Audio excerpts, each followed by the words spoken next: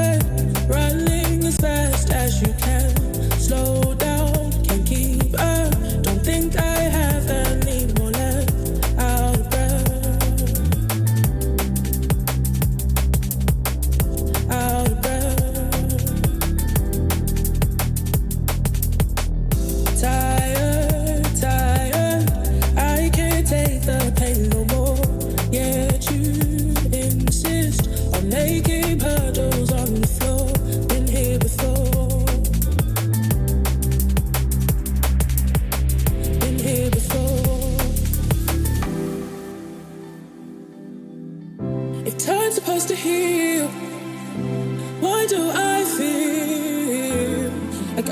for hours and hours. The pain that's in my throat continues to grow. They say it'll get better. How can they know if time's supposed to heal? Why do I feel like I've been here for hours and hours? The pain that's in my throat continues to grow. They say it'll get better. How can they know?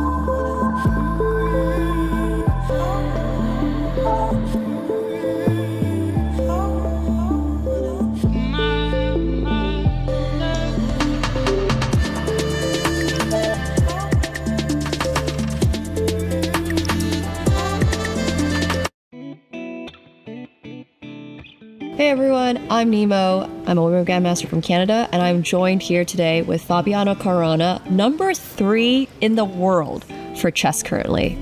Fabi, how does it feel to be at the Esports World Cup in Riyadh? Feels fun. Feels good to be here. I'm looking forward to it. It's a new experience for me. Is this your first time here in Saudi Arabia? Yeah, first time.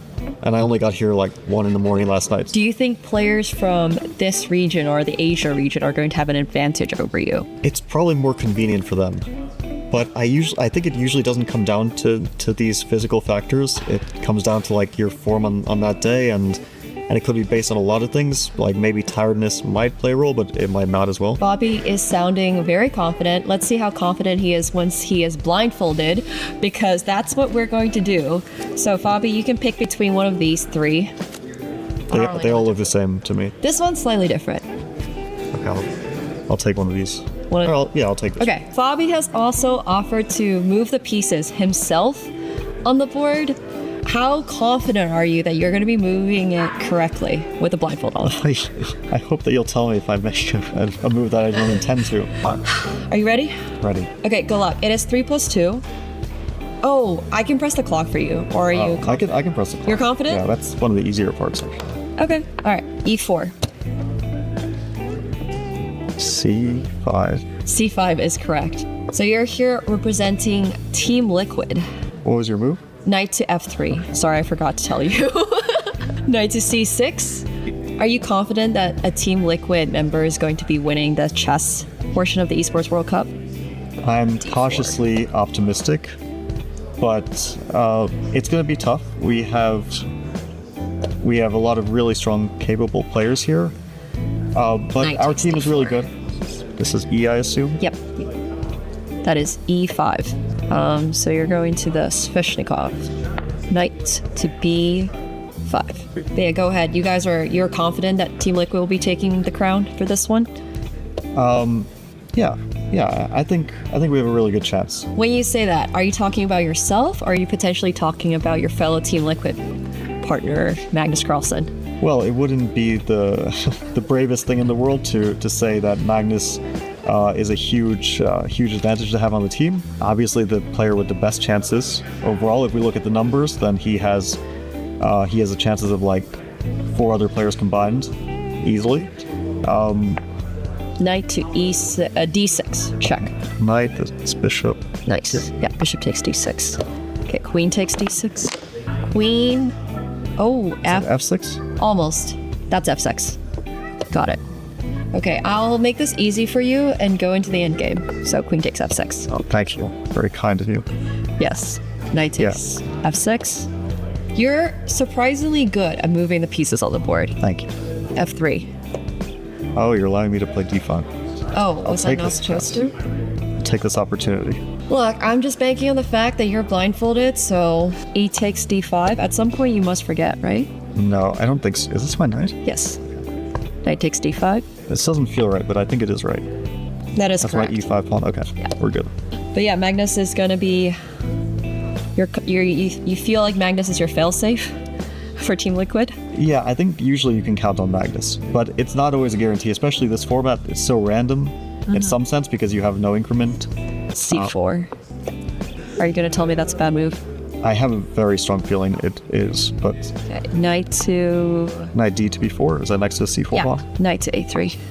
Is it hard to play chess while blindfolded and answering questions?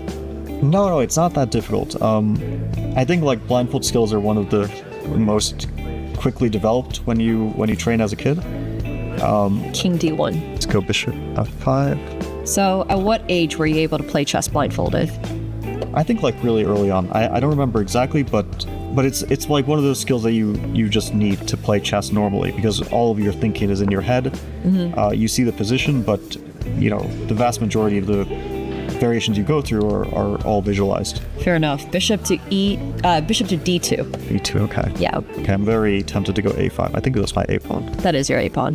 a5 looks slightly dangerous for me. Bishop to c3. Long castles.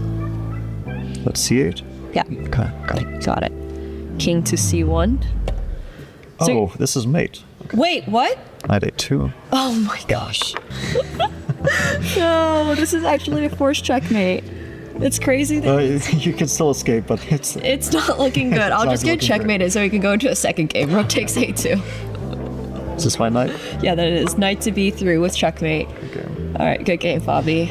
I got destroyed both on the board and also with his physical moving the pieces. That's crazy that you're able My to do pieces that. are pretty well centered, They are. unless you were adjusting them, but I wasn't. I only Okay. adjusted one. What percentage would you give yourself to win this event? I think realistically like 8%.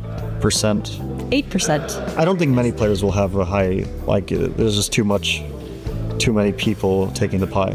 There's Magnus. 16 and Magnus, right? How much of a pie do you think Magnus is taking? I think on a conservative side, like 30%, and probably, with 16 players, like 30% is already really high, but he has such a track record in this field. So between the two of you, you got Team Liquid has 38%. Are you excited to be playing in front of a stage, in front of an audience? I'm a bit concerned, especially with the double in-ear and then headphone setup that we're supposed to use. But I do have some experience with that, so maybe that will help and hopefully won't be too uncomfortable. Fair enough. If you had to compete in one other esport here at EWC, what would it be? I haven't played any of them, so I'd be equally hopeless at any. Okay, well, pick one. Pick the one that you want to, or the one that you've maybe tried at some point. But I haven't tried any of them. Literally Yeah. none? Yeah, Not a single one. I don't think so. Have you watched any? No, also, yeah. So I don't know what I can give you a random answer. I'll just Yeah, say you can just give me a StarCraft. It's StarCraft? Okay, I Yeah. feel like you'd be a good StarCraft player. Yes, I appreciate that. of course. I don't think so, but I'll take the vote of confidence. Well, thank you very much, Bobby. Good luck, and we'll be rooting for Team Liquid.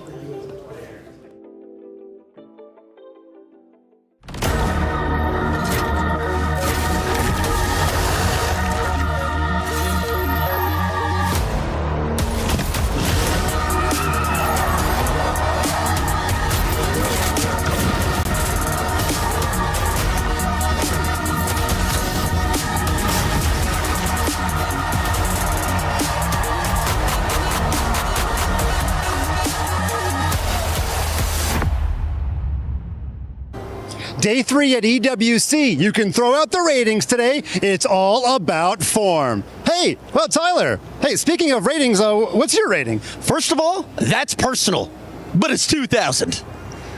well, almost 2,000. While Tyler works on his rating, let's head inside for the quarterfinals.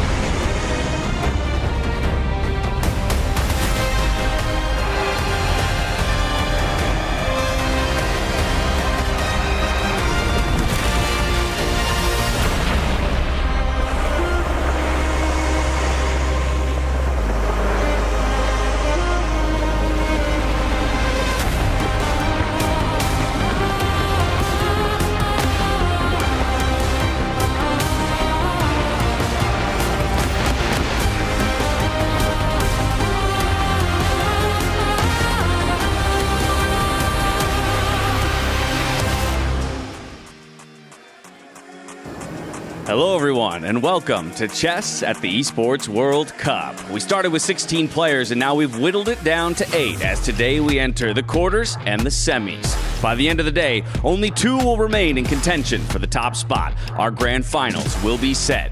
We're live in Riyadh, Saudi Arabia, and we couldn't be happier to have you join us. We also couldn't be happier to have Anish Giri joining us in the studio, a special guest alongside I am Yobi Hauska and GM Maurice Ashley.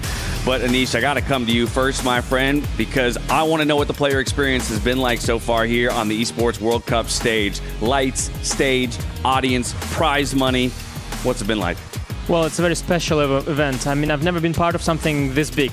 Just the number of people involved. You know, from my hotel room to reach to the playing venue, I think I meet like 50 people that each walk 10 meters with me. It's a really special experience. And then there are so many of you guys here, and there's, you know, the commentary A, the commentary B, there's probably commentary C somewhere. We don't even know where it is. Surely there is. And, you know, just the venue and the lights, and there were like drum people. Exactly. Opening ceremonies now, right, for chess. It really can't get bigger, but to think that this is only the inaugural edition of chess at the Esports World Cup, Yovi. Yeah, I know. I mean, where do you find an event where players are playing in an arena, right, with the bright lights where they're made to feel like superstars? I mean, this is certainly the beginning of something very, very special. But it gets serious now here, Maurice. We've only got 8 players remaining. We're into that single elimination bracket. I think that the players are thrilled to at least have made it to this point. You got that whole beginning out of the way. You got to go through the whole journey and then the double elimination. I think now it's simple. You're facing one player. You've got to play your games, be focused, knock him out, and you'll be able to keep on going, and the money only gets bigger and bigger. Money's getting bigger, but perhaps you can speak to the brutality of this format. I mean, one, it's a 4-day event, and actually speaking of some of the style and the number of people that you run into on the way to the arena, we see some of the players themselves making their way to the arena courtesy of Jamil Motorsport. But it really is. It's such a brutal format. Already 8 players eliminated after 2 days. And in 10-0, it really feels like anything can happen. Yeah, I was quite relieved actually that, you know, I came in as a qualifier, so at least I spent a week here prior to that. So I've played something and I've achieved something. But the people who just have already qualified and they just came on a long flight, they played this couple days really and you know, the round can last like, I don't know, half an hour, maybe a little bit more. And we're used to these tournaments of 10 days, 5 hours a day, and just, you know, going back home after 1-2 days is just it's so disheartening. Yeah, and it really was yesterday where we saw a complete slaughter of a number of the keys. We got a quick peek of it right there. Nihal Sarin being one of the players who had to run the lower bracket and crush some keys. One of yours being the one to go in the crusher. Were you able to make it over there and actually see that thing in action? Because none of us have been there yet. We've only gotten it through the clips. Yeah, I've watched the clips too. I don't know, is it supposed to make me feel pain, physical pain? Because part of me did, but maybe it was from laughter. I'm not sure. Like, it's really a special experience. But I must say, although a lot of the esport things I find, you know, sort of things I need really to get used to, the key crushing thing, I'm down for it. Like, let's do that. That's cool. I love it. All right, well, as you know, it's not just here on the Esports World Cup stage that are bringing you all the chess action. We got Mike Klein, the man on the move constantly. Let's go check in with him at the beginning of the day. Here we are. 8 players are on a flight home. 8 players remain here in Riyadh. And good news for chess fans, 2 of those players remaining are the top 2 seeds. Will we see Magnus Carlsen face Hikaru Nakamura? All the chess fans hope so. But what about the club championship? It was a great day yesterday for Team Falcons as both of their players advanced to the knockout. Hikaru Nakamura and Ali Reza Firouzja. Bad news for Team Vitality. Even though they're leading the overall club championship, both of their players were sent packing yesterday. A ton to be decided today. Who will go through to the finals? Which team will take over the club championship? We're going to find out starting soon.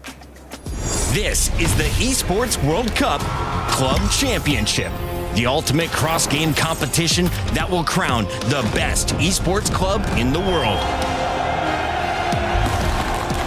Let's break down how it works. Clubs will be able to compete at the Esports World Cup and as many titles as they can qualify for. The clubs will then earn points based on their placement in each title. To qualify for the club championship, a club will need a top 8 placement in at least 2 competitions. But to win the championship, a club must place first in at least 1 competition. At the end of the Esports World Cup, the 24 clubs with the highest number of points will earn a share of the $27 million. with the winner taking home a staggering $7 million. And of course, the title of the best esports club in the world. Who will rise above and write their place in history? Watch it all here at the Esports World Cup. $7 million in play for the top prize here for the EWC Club Championship. And I really couldn't have said it better than Mike Klein did himself. With both of Team Vitality's players out of the chess tournament at this point, it is really open season for the remainder of the teams to start moving up this leaderboard. You can see their Team Falcons only about 450 behind. For Liquid, it's going to require a little bit more, but look at that. They're just within 900 points. So if Magnus ends up taking this, Maurice, 1,000 club championship points, boom, right to the top of the table. No question, Magnus is favored to take it. In fact, although he's got to be feeling a little bit more pressure now that his teammate Fabiano Caruana has been sent packing home, and we're seeing, of course, Ali Reza and Naka on the same team, is basically now like 2-on-1 based on our favorites from the start of the event. Absolutely. 2 chances for Falcons, and they're already better positioned. So even a second place finish from one of them would shoot them up the boards as well. But now I want to go to you, Anish, because these chess players, yourself included, joining esports clubs all within the last few months, it's a different type of responsibility as well now, stepping on the stage, not just competing for your own individual glory, but now competing on behalf of a team in a larger event. Yeah, it's a new experience both for the teams to deal with chess players. Dealing with chess players is one of the hardest experiences you might have discovered recently. And for the players as well, dealing with the esports organizations. And, I feel both sides are learning something. Both sides are really enjoying the cooperation. What I really find interesting is the dynamic of having 2 players. My team only has 1, which has its perks. Because, the having 2 people on the same team, I know, I'm a little bit following Formula 1. It's a little bit of the same, Of course they are on the same team, but there must be some inner competition, for future contracts as well. You want to be the better guy of the 2, don't you? Right, you want to be the A driver, not the B driver, right? Definitely. You don't want to be the support, the support to the guy who might be seen as the front runner. But at least here you do get 2 chances. I will say there were some interesting group dynamics, Yovi. Again, with both the Team Liquid guys going into the same group, both the Falcon guys going into the same group. It ended up working out really well for Ali Reza and Hikaru, because now they go to opposite sides of the bracket, and they could actually be a finals match. Unfortunately for Fabi, it meant an early exit. It did. And just kind of going back to the point about the teams, we did hear from the players early on, and they were saying that being part of a duo in a team was actually really good because they could support each other, they could help each other as well. And yeah, you're completely right. Magnus's strategy of pairing Hikaru and Ali Reza in the same group completely failed, because as you mentioned, when Hikaru and Ali Reza meet, that's going to be in the final, but they've already just racked up a whole number of You're points. Right. It's a good call. It was he was the one to make the first move there, and then Hikaru said, all right, if this is the game you want to play, I'm going to toss your teammate right back in that group with you, and it bit him in the end. But continuing the conversation, I think, around esports and chess, I want to hear from the chess players as well as some of the commentators on what it means for them for chess to be joining the esports world.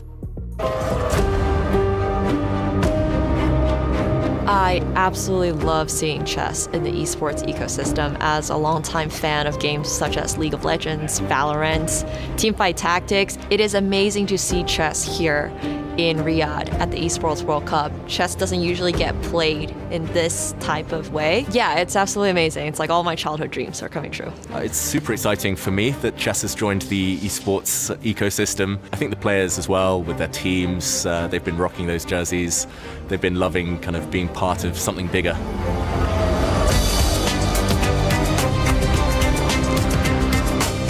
Yeah, so for me, taking part in the Esports World Cup is really exciting. I think as someone who's played chess on the internet for a very, very long time, to be part of the inaugural edition is really special, and I'm looking forward to a very exciting event.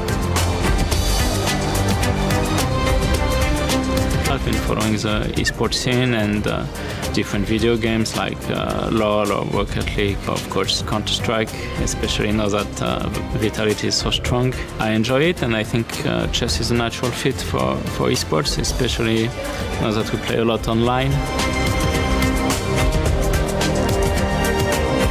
I've been playing computer games since I was 11, in the early 90s. So I have the most experience and the most heated battles with my friends. It is a young player's game, but this has been there forever. I love having been part of the process from very early on here of bringing chess to the Esports World Cup. I think that chess, even though it's an ancient analog game, it thrives in an online setting. Most of chess is being played online these days. So yeah, getting it here is very exciting, and hopefully it's just the beginning of a fun journey.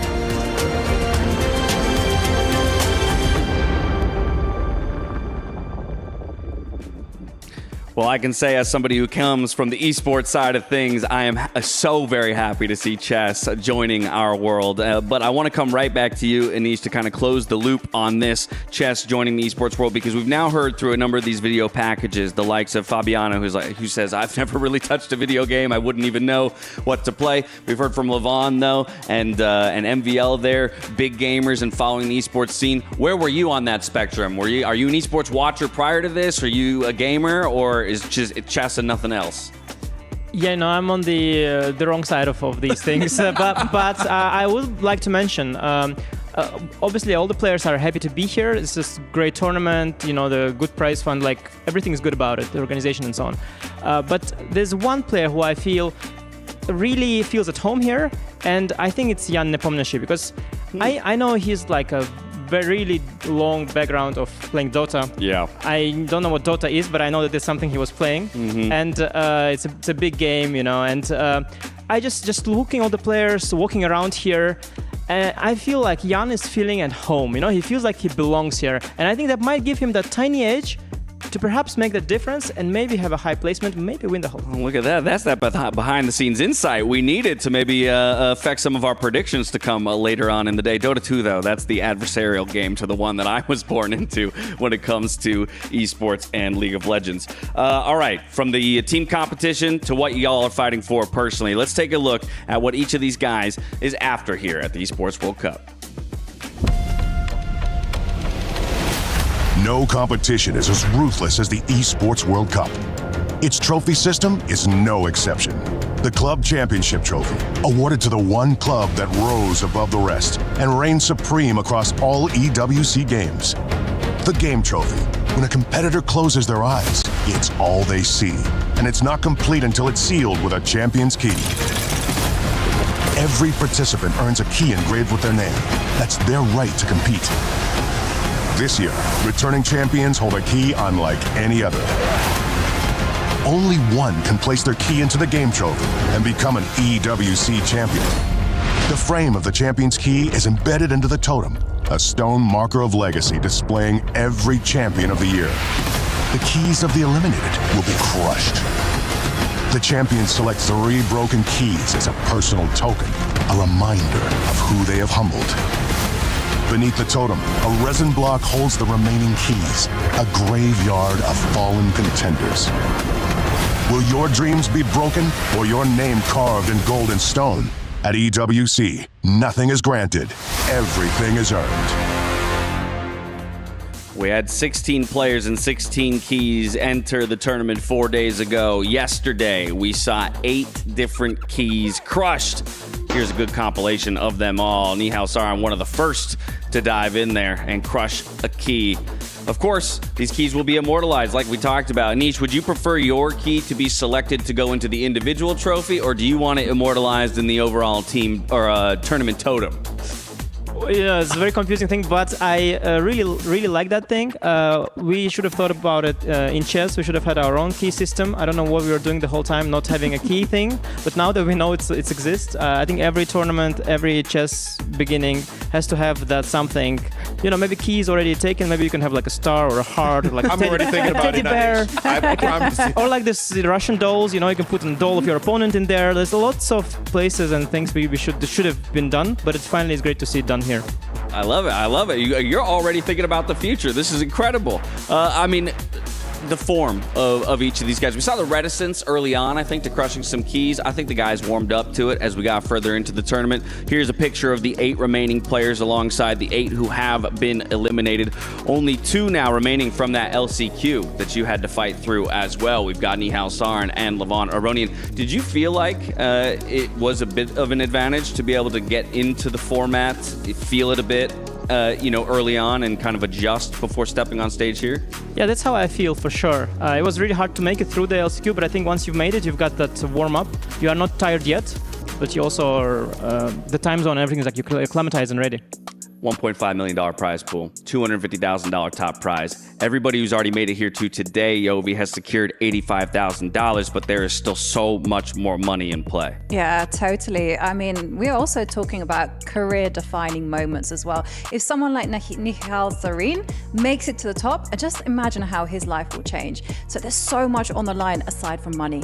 Yeah, so much on the line aside from money, but this is big money. And I think for a number of players, yeah, we can look at the top end, the likes of a Magnus Carlsen, and say, okay, this is money that he's seen before. But for a lot of chess players, this is a huge opportunity. Yeah, and it's not like the players really want, to buy a particular car or, they know how exactly to spend the money, but it's more that the money also signifies prestige, And when you play a game like chess, you want the stakes to be there, you want prestige, you want to feel that you're doing something meaningful, and I think this event delivers in that sense.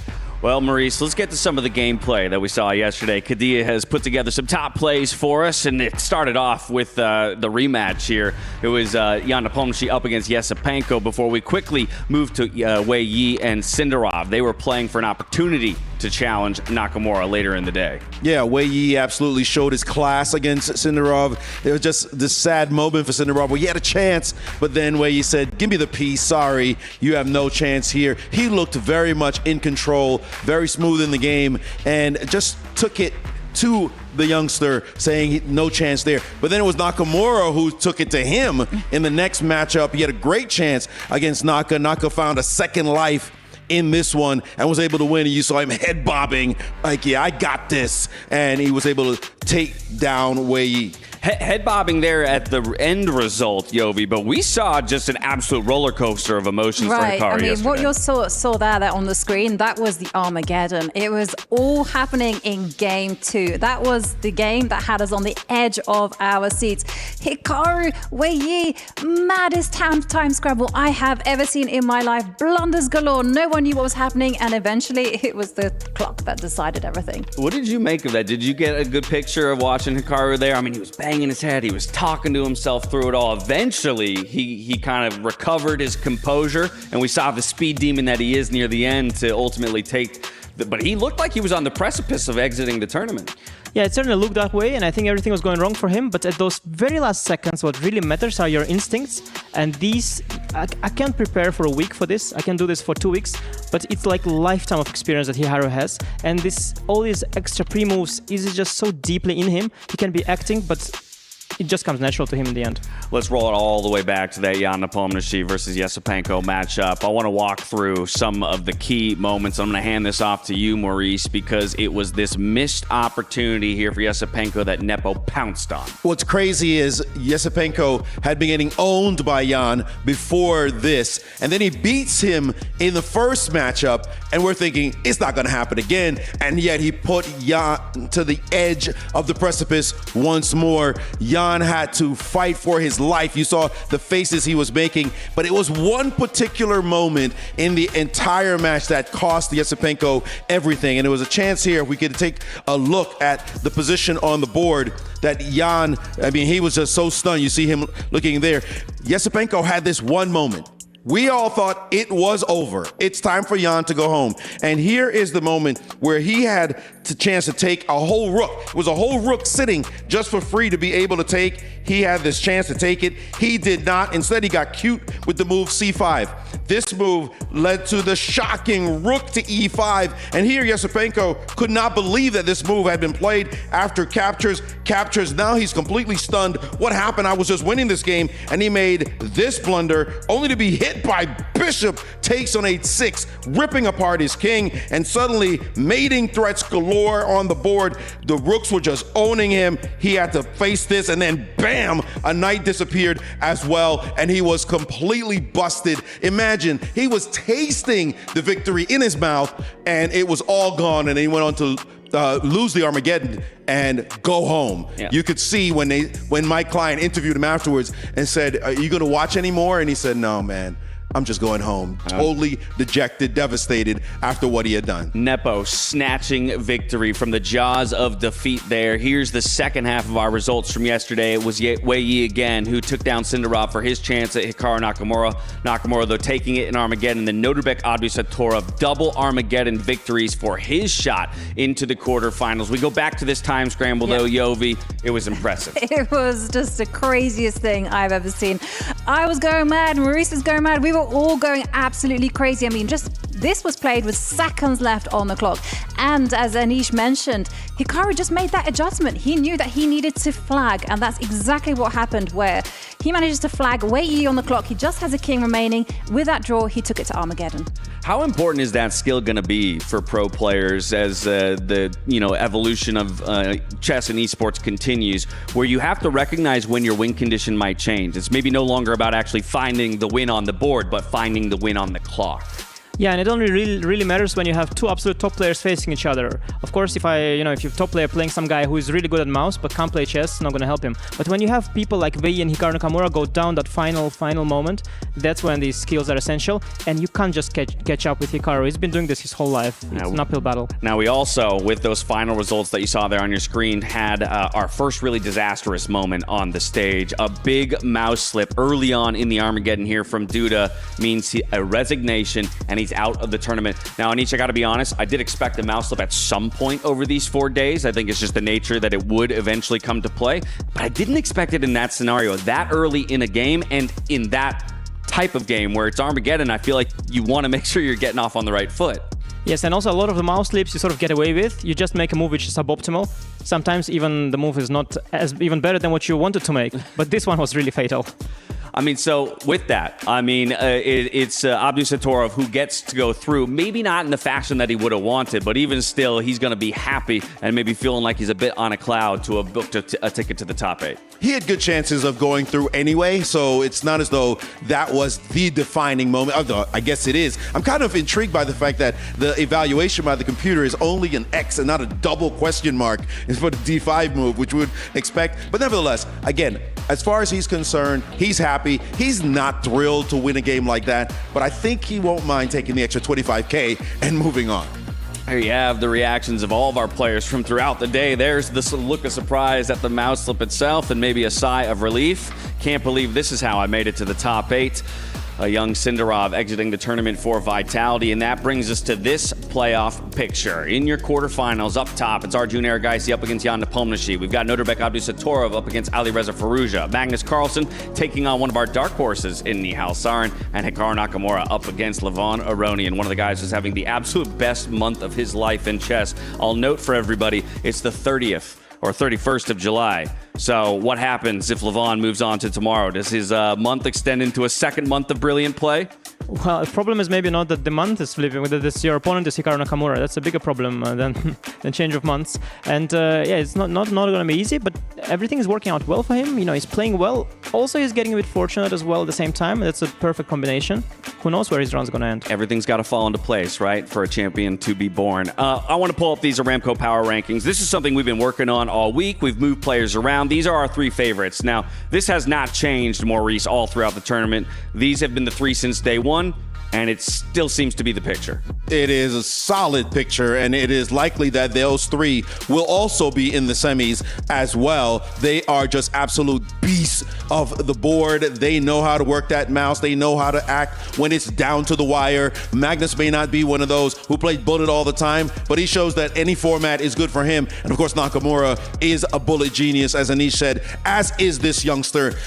I don't care. Any one of them wins, you'll say, yeah, shrug of the shoulders. And now this is, I think, where the conversation gets a little bit more interesting. We are, of course, keeping this to the 8 players who are still within the tournament. You've got Abdusattorov, Nepo, Aronian, and then, of course, Arjun Erigaisi. Nepo is somebody that we've been ping-ponging around. After his performance on day 1, we dropped him out of contenders. With yesterday, we pushed him back up. Do you feel like that's representative of, where people belong in this field? You shouldn't look at the way somebody played before. The fact that you played badly and made it through only helps you, really. You know, Nepo knows he's a great player. He doesn't need the confirmation of it every single day. Now he knows he's getting lucky too. And when you're feeling the luck is on your side, you feel empowered. And I really think Jan is going to give it his best to try and make a difference. Arjun Erigaisi, is he being slighted a bit by only being a contender since he was one of our first qualifiers through on day one? Well, he's a great player, and also he's going to be extra incentivized by the fact that Gen G are in second place and he's their representative. Only one guy in the dark horse category. It's Nihal Sarin. He's one of the LCQ qualifiers, but everything that anyone tells me about him is you should fear this guy on the mouse. Yeah, he's sort of the definition of a dark horse. You know, he's lower ranked in terms of classical chess, but he's probably has got the fastest mouse speed. He's so fast and so extremely tricky. Like, if you saw what he did to me yesterday, it was so dirty. We're going to have to go back and watch that then. We're going to have to get a replay of that maybe later on in the show. He's got a tough battle ahead of him, though, today because he got drawn into a matchup against Magnus Carlsen, which brings me to our schedule for the day, just so that you at home know what's coming your way. Both on the A stream and the B stream, we can take a look at all of our matchups. We'll be kicking things off over here on the A stream with Norbek Abdusatorov versus Alireza Firouzja. On the B stream, happening at the same time, it's Jan Nepomniachtchi up against Arjun Erigaisi. We're following it up with two more quarterfinals, Magnus Carlsen, Nihal, as well as Hikaru Nakamura and Levon Aronian. This is just the quarterfinals. We are also playing through the semifinals today, so there's a lot of chess ahead of us. And for a number of these guys, if they thought they were running marathons on the previous days, well, then they're running an ultra marathon today. Youth is going to matter as well, I think, in some way. Can you keep up the stamina as you're playing all day long? I see the favorites. I'm picking all of them. I don't know how to call it in the Arjun Nepo match. That should be quite an interesting one. All right, well, let's focus in on our first matchup of the day. Norbek Abdusatorov diving into a matchup against Alireza Firouzja. Alireza, one of our favorites. Of course, this is a little bit of a grudge match between these guys. They played recently, and it was Abdusatorov who came out on top. Yeah, it was done in a little bit of a kind of dodgy way in the sense that Alireza blundered his queen in a winning position, and it cost him his team the championship. So Alireza is definitely wanting something. He wants to get revenge for that loss because, you know, chess players, we don't forget anything. Well, we don't forget anything, but if I'm to take you at your word just a moment ago, we should forget a poor game from the past and rely on Alireza really living up to, kind of the powerhouse that he is, not just in chess, but in this type of format of chess. Yeah, the unique thing about Alireza is that he is incredible at the classical, traditional slow chess, but he's also equally incredible at like the fastest forms of chess, not even the bullet, but like the ultra, the hyper bullet, the 15-second chess. His mouse speed is insane, and he's got that combination, which I personally find really difficult to face him because he's got both of these worlds, and he's a big favorite in all of these matches. Well, stylistically, what do you expect out of these guys? Is it going to be fireworks from the beginning? Do you think there's going to be a slower approach, as well as the fact that they're playing 4 games here in a quarterfinal? For yourself as a player, how would you be approaching knowing that you've got that many games to play? Well, the whole knockout format on one hand makes you feel anxious. Every mistake can be lost. So some players tend to be a little safer, a little tighter, but there's no time really to control what you do. With no increment, you just make moves, and sometimes you don't even know what you did, and it's already on the board. And these players, they're fighters, they're attackers. I expect the wild stuff. Maurice, what are your thoughts on this one? I echo that indeed. As he said, it's 10-minute chess. There's no increment. You're up against the wall. You just have to play. Your instincts have to take over. All your training in the world up to this point is going to be what takes you to the finish. All right, down the line, going in reverse order. Who takes it? First prediction of the day. Today, Magnus. Oh, but in this matchup, sorry. Oh, which one? Abdusatorov Firouzja. I got Firouzja. Firouzja here. Yeah, I'm not taking any chances, Firouzja. Firouzja. Also Firouzja. Oh my goodness, we got a board. stacked desk on this one. We're going with the favorite. We'll see if Abdusatorov has anything to say about that. It's time to get our first quarterfinal underway here for chess at EWC.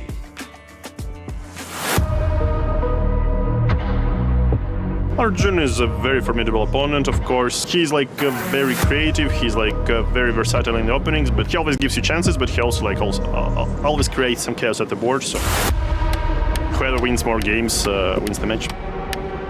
Jan Nepomniachtchi, one of the very best players in the world already for a couple of years. I would not rank him as high as, let's say, Magnus and Hikaru, but just below. He's a very good player, of course. Nihal Sarin, it was a surprise in a way, but for me, it wasn't a big surprise. Absolutely amazing to get a chance to play against Magnus. Speaking of a game plan, just try to give my absolute best to have any chance. If I'm in very good shape, I can put up a fight against pretty much anyone.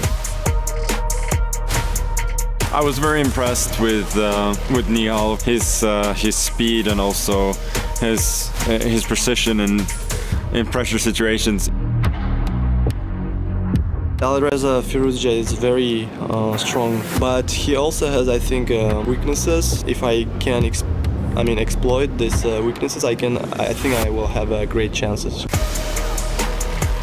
I'm not sure what my style against him will be. Both Levon and myself, we've played each other many, many times over the years. When you play someone like Levon so many times, you become pretty familiar. Like, I know his style very well, Levon knows my style well. If you avoid losing, good things will happen.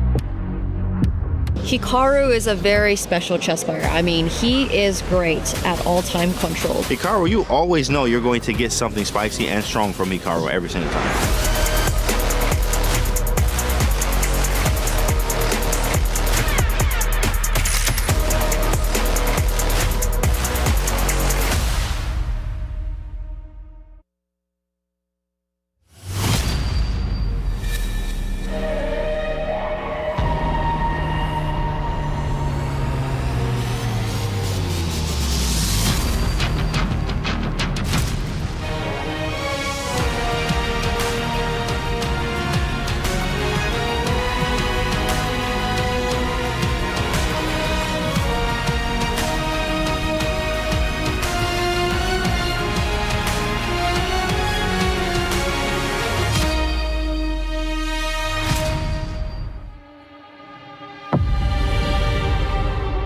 Yesterday's games were hard-hitting, action-packed thrillers.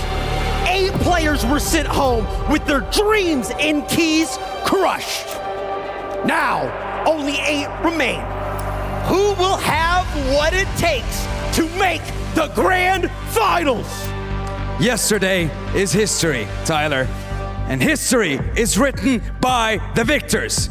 And the players that join us today in the SNB Arena are no strangers to defeat. But that is not on the cards, because you only get one shot at making it to the next stage. So, ladies and gentlemen, our first quarterfinal of the day, starring Norbek Abdusatturov and Alireza Firouzja.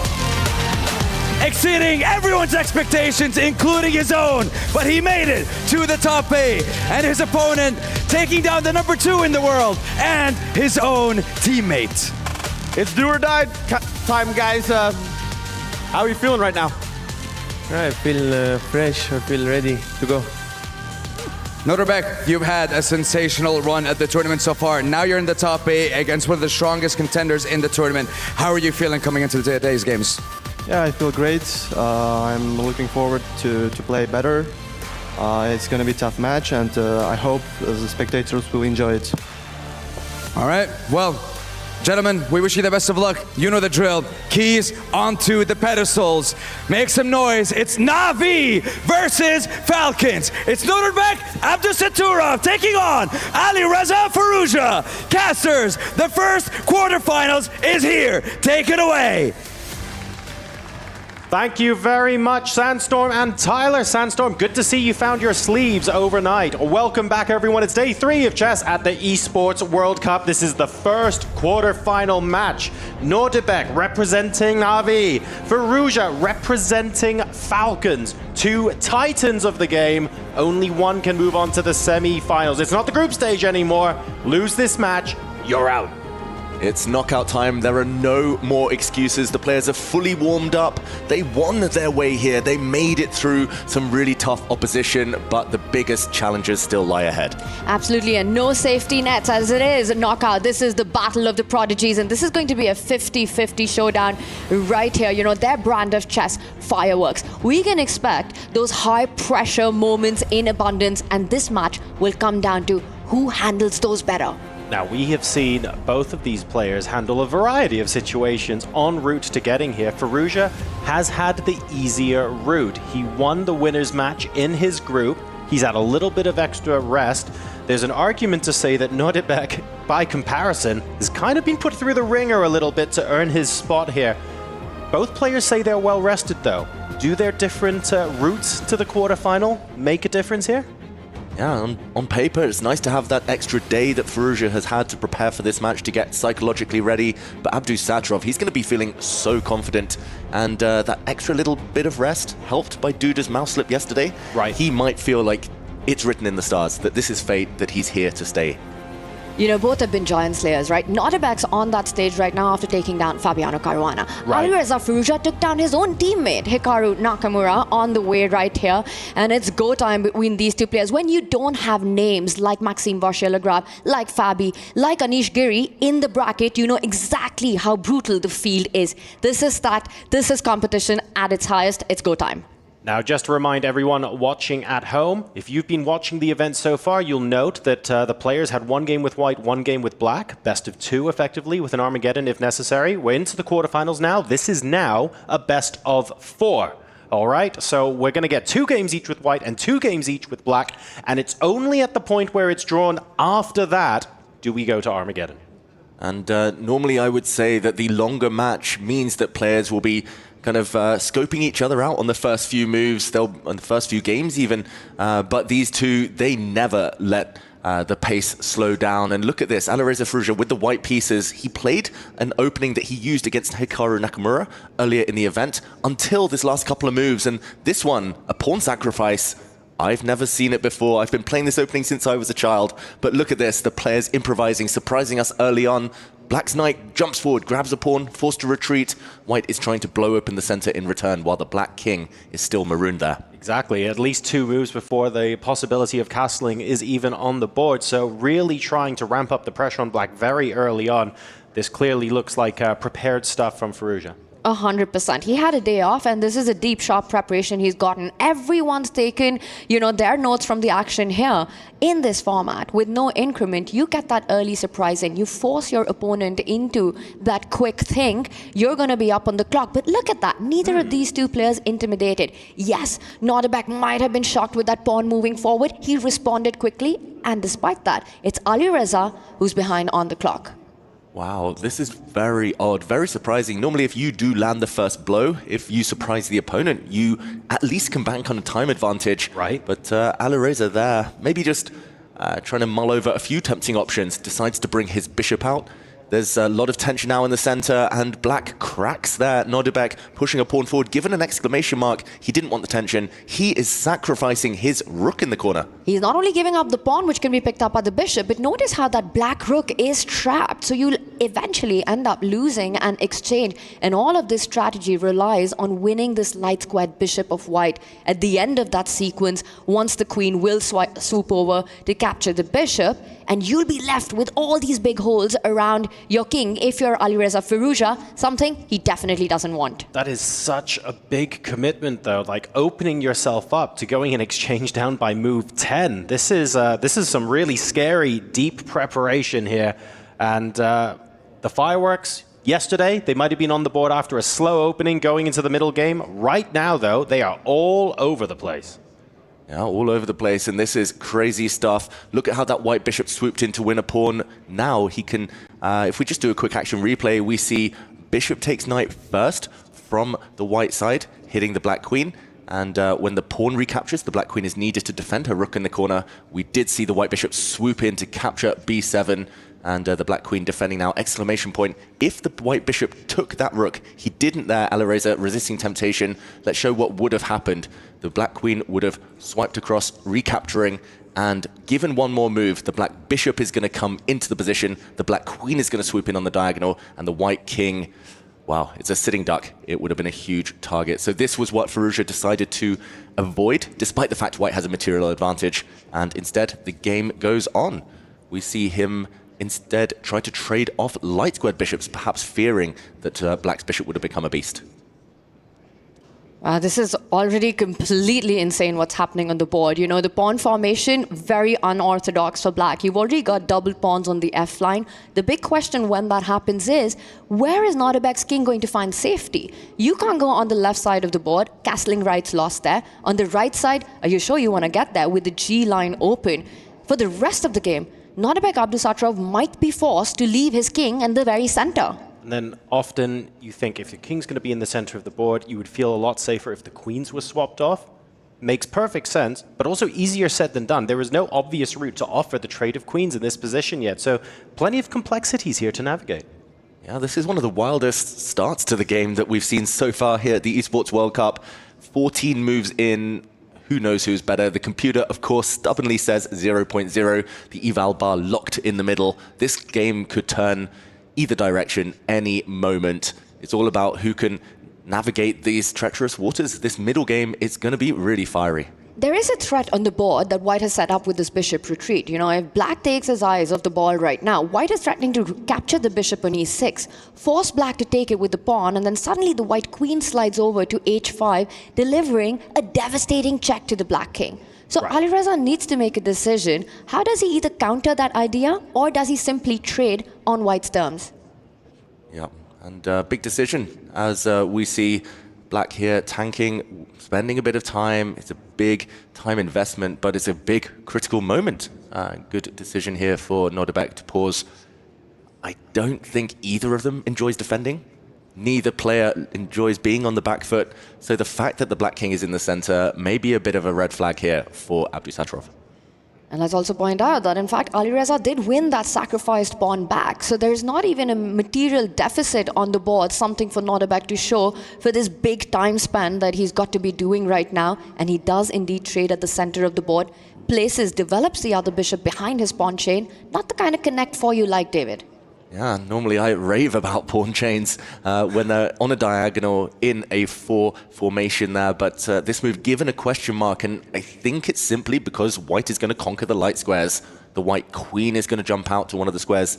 You mentioned there, Tanya, the White knight is going to land in the center very soon, and Black has minimal influence over that color complex. The Black knight a bit blocked, the Black bishop looking terrible. Yeah, so choosing to place the bishop on g7, queen g4 does get played and you castle to defend it. Obviously a conscious choice there, but placing it behind the pawn chain like that, is this anticipating the attack that's incoming? What's the thought process behind that when you could have picked another square? I think he just wanted to block any checks to his king.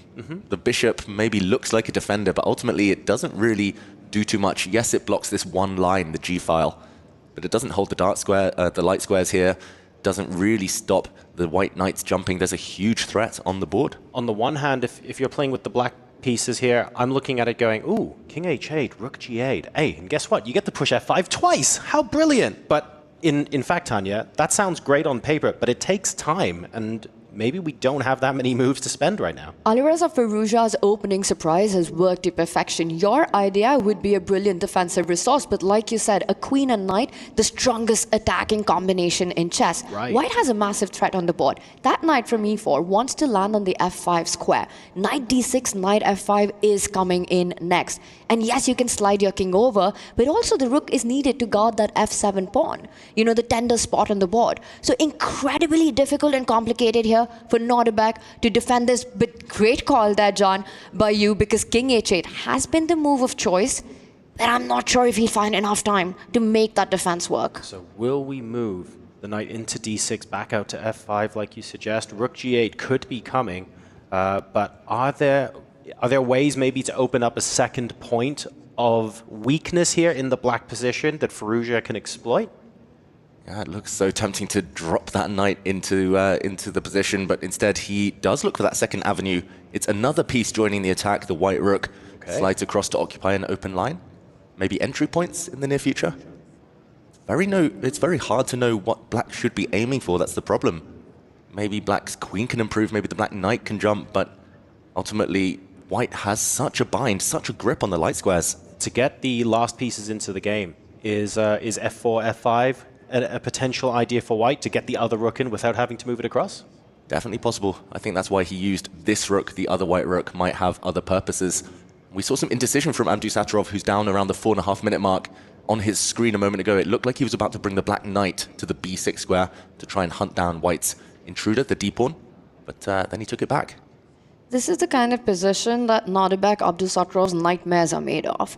You know, having to defend this without real counterplay, your pawn formation destroyed, your king under attack, white having these beautiful light square domination right there with ideas of the knight jumping forward, the rook coming swooping onto that 6th rank potentially. It's so hard for Nodibek to get his kind of position where he can try to at least play for counterplay here. He does so. He tries to create something on the left side, but it looks like just too little, maybe too late. Yeah, that is very slow. The idea is very nice. You're going to kick away the white's knight on the b file. You're going to swoop in with your rook, grab a pawn, but it's just a pawn. Checkmate is likely to end this game if Firouzja has anything to say about it. His rook, his knights, they look poised to swoop, to jump in. There we go. A rook lands. Beautiful square, cutting across the board, controlling a lot of important points. And comes in with a big threat as well, right? That rook will move over to the line of the black queen. Rook d6 next, pins that black knight, also inviting the knight on b3 to jump over. Right now, Alireza's knight is under attack. He does retreat, eyeing some other light squares. Notice how we spoke about light square domination? Yes. Every single piece of Alireza is headed to a light square. That knight from d2 will also land on c4 next. And of course, the knights on light squares have the potential to attack the dark squares in front of the king as well. So that bishop feeling a little bit nervous still on g7. Not really sure what the plan's going to be long term here. We've got knight b6 on the board now. And of course, you cannot take. It's defended plenty by the rook and the queen. So the question now for Firouzja is, how do we advance from here? The rook on f1 really is the only piece that's not yet actively in here. Maybe the knight on d2 can be improved as it's being rerouted, but white's pieces have a lot of activity in this position. A lot of activity. At least now he does have a small threat. Abdusatrov, he wants to go for white's central pawn, but also to trade off queens. It would be such a lifesaver if he can step his queen forward and initiate a trade on the white queen. With queens off the board, suddenly it becomes about pawn structure, and black's pawns are relatively mobile if they can remove the light squared blockade. So a great move there from Nodibek, and another key moment for Alireza to pause and think how to build the momentum. It looks almost perfect to white's position, but sometimes positions like that can cause you to tank. And even in perfect positions, you need that final breakthrough to happen, that blow to happen to convert it into that full point. Full marks to Nodibek Abdusatrov. You know, getting this very difficult position at the start, he's still finding resources. And I think that's the part about these best players in the world, that they're not letting the noise in their head get the better of them. They are finding defenses. And look at that. Speaking of defenses, queens have come off the board. Is the worst behind Nodibek Abdusatrov? Wow, internally, he's going to be so relieved. Nodibek, yes. The second wave of attack might be coming. Even with queens off the board, the white d-pawn is very strong. But now he knows he will not be checkmated, at least not in the near future. And you could imagine the black bishop suddenly becoming quite good if he can push pawns later, especially the f5 pawn. And there we go. He doesn't even hesitate. John, you mentioned 2 f-pawns pushing. Maybe we'll see 2 pawns land on the f5 square. One has gone, the other is coming. I think so. I mean, it just looks really good, really natural at this point. If you compare this position for Abdusatrov compared to 6 or 7 moves ago, he would 100% have bitten your hand off to get to this position. There was a move where it really difficult to see. The only move that would have protected the pawn on d5 at the time was to move the rook across to d6. Borderline impossible to see on a moment's notice. So this is a fantastic position for black, but white is still pressing home an advantage here. Let's be clear. White's pressing super hard. I mean, it's far from over for Nodibek. I mean, yes, he pushes that knight out, but let's not forget, right now, temporarily, black is a pawn down, just sacrifice. I'm not sure if he'll have enough time to recapture on b2 with all the threats that are about to come in with this knight jump. Right. Now eyeing another light square, e6. Again, you know, we see the bar go down. Maybe not the best move, but Alireza, he played it fast. He's coming in with a threat, and that's what matters, because mistakes like this then happen. Wow, so it's been given a question mark. Yeah, big blunder. Apparently, there was only one move to minimize the damage. I just want to point out how difficult that was. The black king apparently should have slid across 1 square to g8 in order to help the black rook challenge the 7th rank, but he missed it too late. And now the white pawn, the d-pawn, is going to start motoring forward. The white rook just needs to get out of the way. He's 2 squares from touchdown. It's not every day you see both players have a passed pawn on the same file, which is really interesting. The d-pawn for both players is passed, but it does look like the pawn on d7 is far more dangerous. Black can't put a rook on d8 behind this passed pawn to try and challenge it because the knight is stopping that from happening. Well, he's trying to win it instead. He's not going passive with anything. He goes rook b6. He lines up the rook against the knight, making it impossible for the white pawn to move one step forward. So Alireza might be about to lose the most important pawn in the position. How is he going to create compensation for that? Does he simply snap up the f5 pawn, or will he find something even stronger? There are tricks here. You can imagine a switch around. If the white knight lands on the f7 square where the rook currently stands, then white is winning. And there we go. The white knight is dropping back. Would show what's about to happen. There's about to be a knight fork. You cannot prevent this. This is actually checkmate, a smothered mate in the corner. The black king suffocated amongst its pieces. Exhaling from Nodebek, he needs to use one of his rooks to cover that square.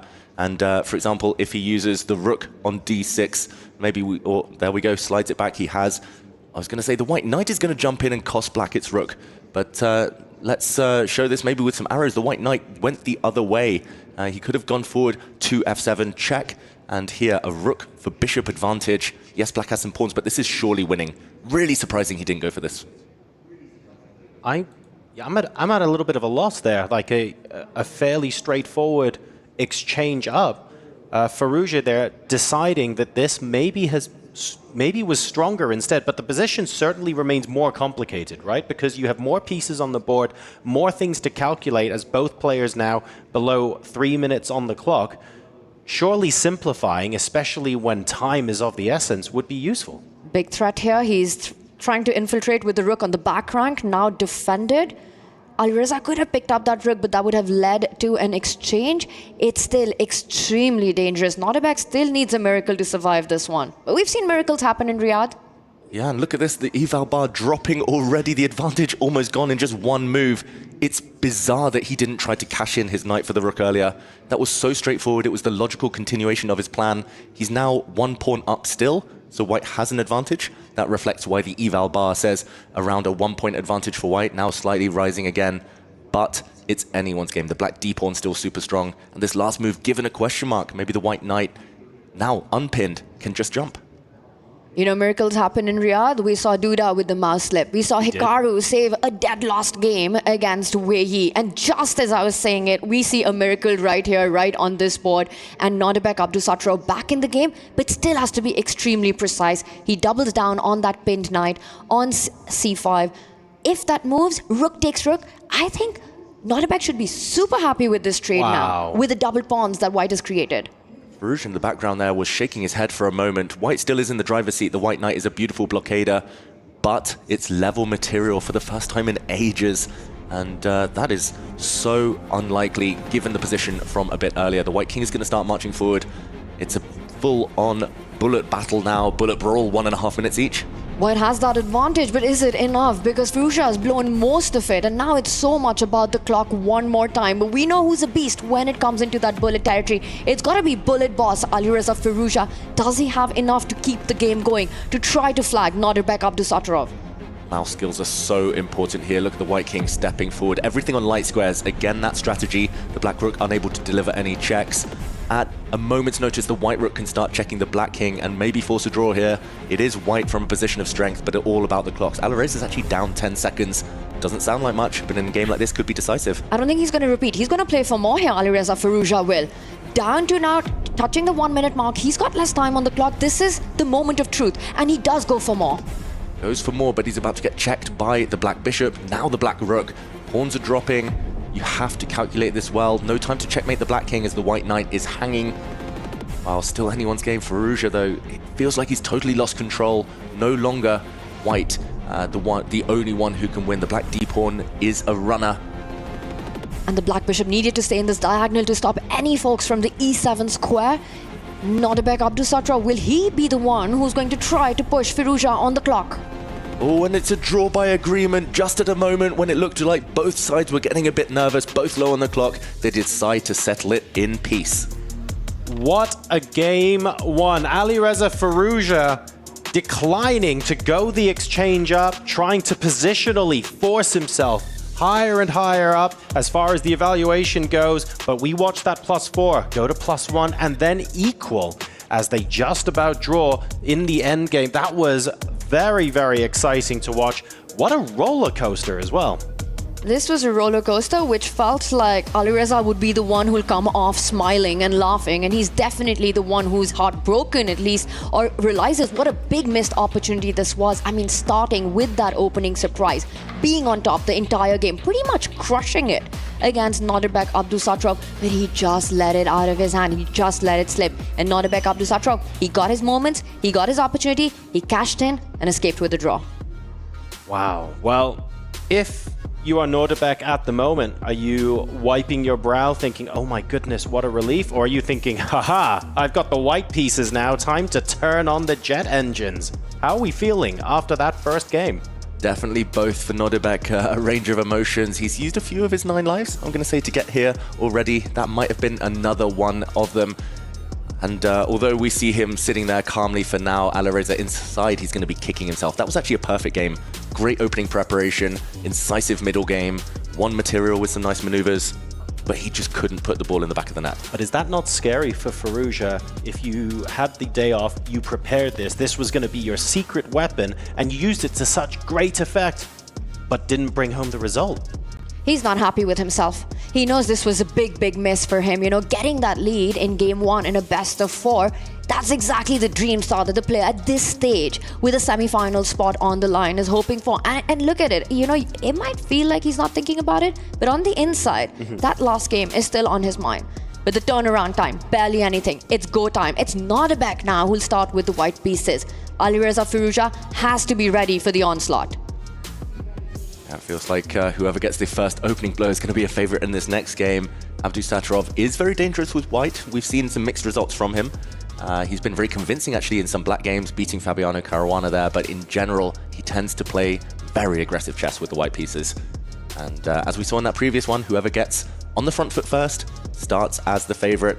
Firouzja, I'm loving this camera angle. We see the board in his glasses. He's thinking over what could have been and what might be in this next game. So, as the players get ready for game number 2. In fact, every second that goes by now, hopefully, is another second where Firouzja can start to ease the tension, start to forgive himself for maybe not converting that advantage in game number 1. We also have to remember, being the one to push for the victory, even if you don't get the win, knowing that you were the player on the front foot for most of that game does give you a degree of comfort. Sure, he used his opening weapon, but think about Esipenko, for example, knocking on the door of victory several times before converting and being on the front foot, not in a single game, but throughout the entire match. Firouzja could be experiencing something similar here. It is not all doom and gloom just because he didn't win the first game. Absolutely not. This is a best of 4. There's a whole match left to be played, and there's a whole story of asserting your domination, because let's not forget, this is the clash of the young titans, you know, the battle of the prodigies.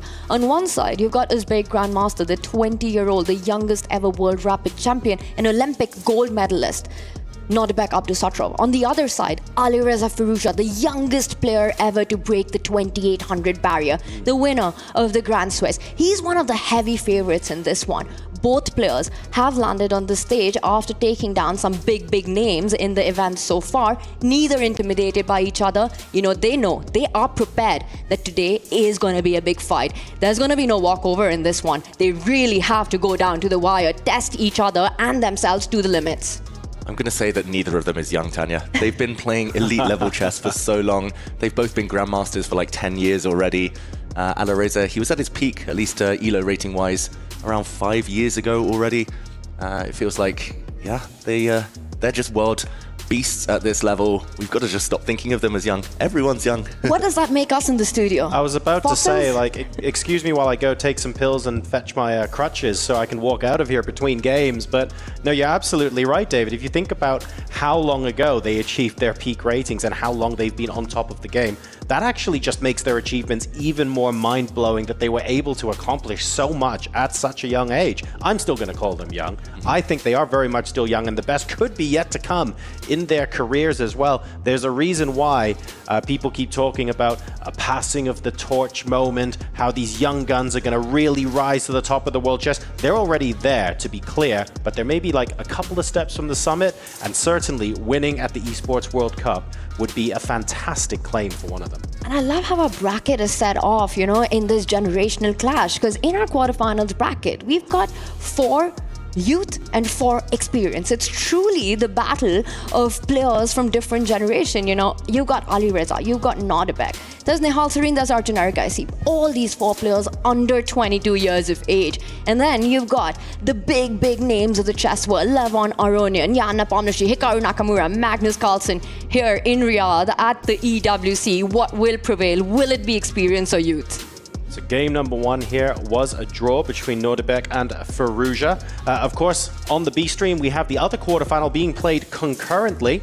So we shouldn't forget that as well. We've got Jan Nepomniachtchi taking on Arjun Erigaisi. They have also concluded their first game, which resulted in a draw. So no first blood yet for either of those fierce competitors. Obviously, we'll be moving into game number 2 there shortly. If you fancy checking them out, go and watch the B stream. Otherwise, we've got Abdusattorov Firouzja here. And then later on, of course, we have Magnus Carlsen and Nihal Sareen. What a fantastic match that will be, as well as Nakamura versus Levon. A clash of the titans, and that'll be on the B stream after the first match. Fantastic stuff. For now, though, it's about right here, right now. Draw in game number 1. All eyes set on game 2. Yep, 8 fantastic players, 8 of the best speed demons on the planet right now. And yeah, I can't wait to watch some of the other quarterfinals too. It's very hard to predict, very hard to call. Maybe Magnus starts as the favorite in his, but the other 3 quarterfinals on paper so balanced. And we saw that in the first game.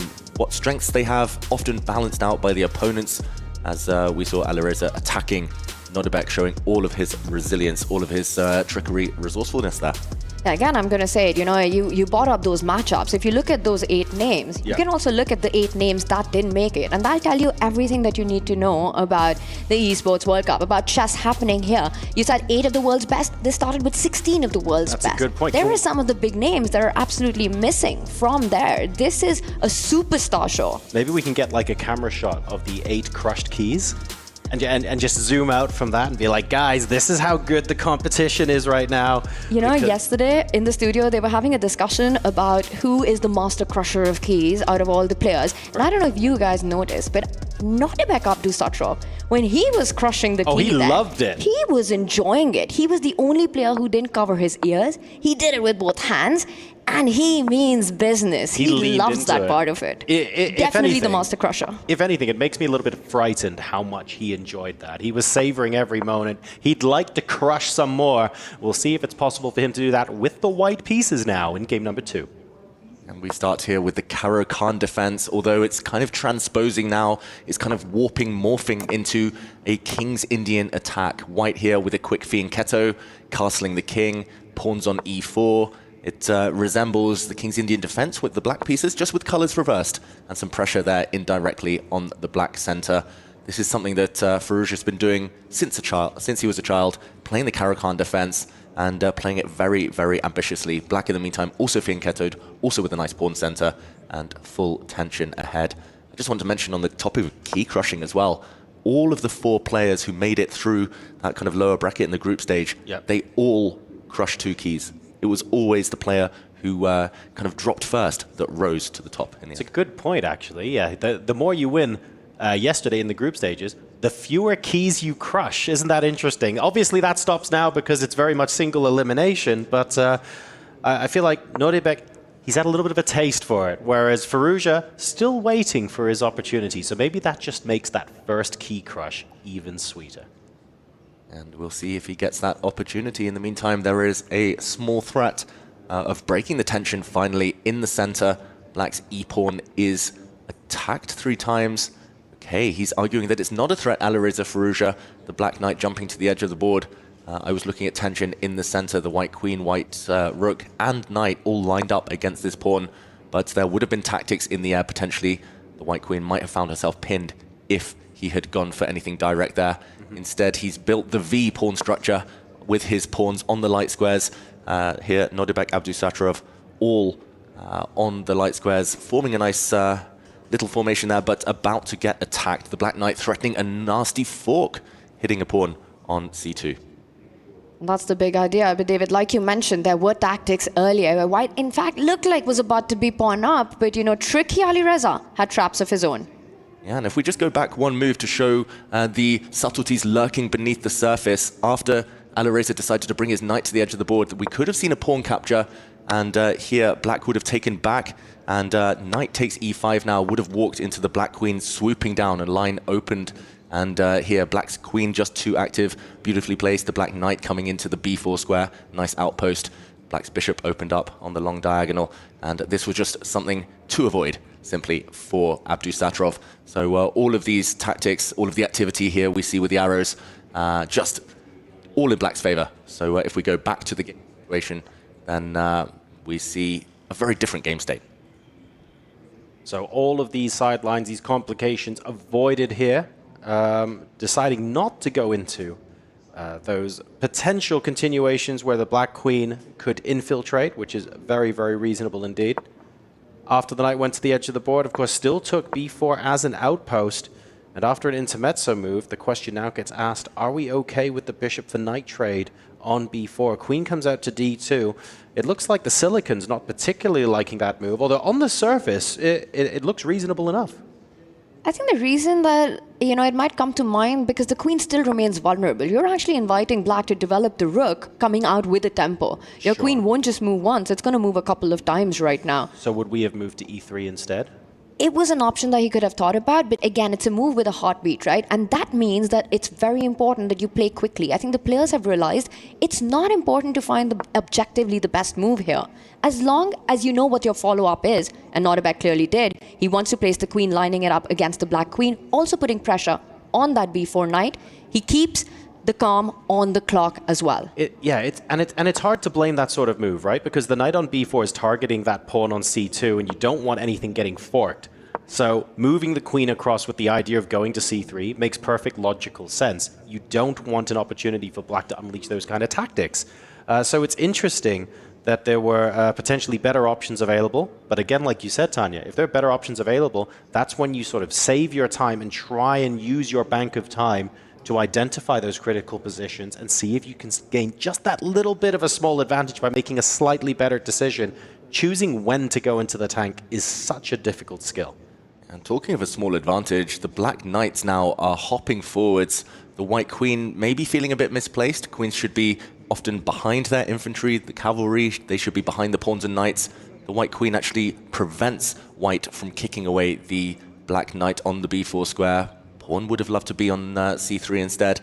And already, computer giving an over +1 advantage for Black. Oh, wow. That is significant considering its level material, its almost symmetrical pawn structure. It simply reflects the fact that the Black knights are coming. And I wouldn't be shocked here if Alireza Firouzja decides now to plant another knight. There we go, in the white half of the board. I'm looking at this thinking, I'm wondering if there is an even stronger way we can punish White's dark squared bishop, because it really doesn't feel like it's going anywhere anytime soon. If you're going to trade it off for the knight at this point, the knight feels like such a powerful piece compared to the dark squared bishop. Why not chop it off straight away? It's what you'd want to do, but Black has these beautiful options of just recapturing it with a pawn, opening up the queen to that c line, and then that c2 weakness becomes a clear target. Right. Now, you might think you can capture it, but there's also a possibility of actually just trying to kick that out with a potential fork. That c pawn right now can go to c3, and it feels like, hey, wait a second, did Alireza just blunder? Of course not. Alireza does not blunder. c3 would run into knight d3 because that square has been left vacated, undefended by the pawn moving forward, and in fact it's Black that comes in with a devastating fork. Yeah, you can't remove those knights without them being replaced by equally strong pawns. There's going to be a bind either way. There are knight forks in the air, and if you can't touch these super strong pieces of your opponents, you just feel uncomfortable.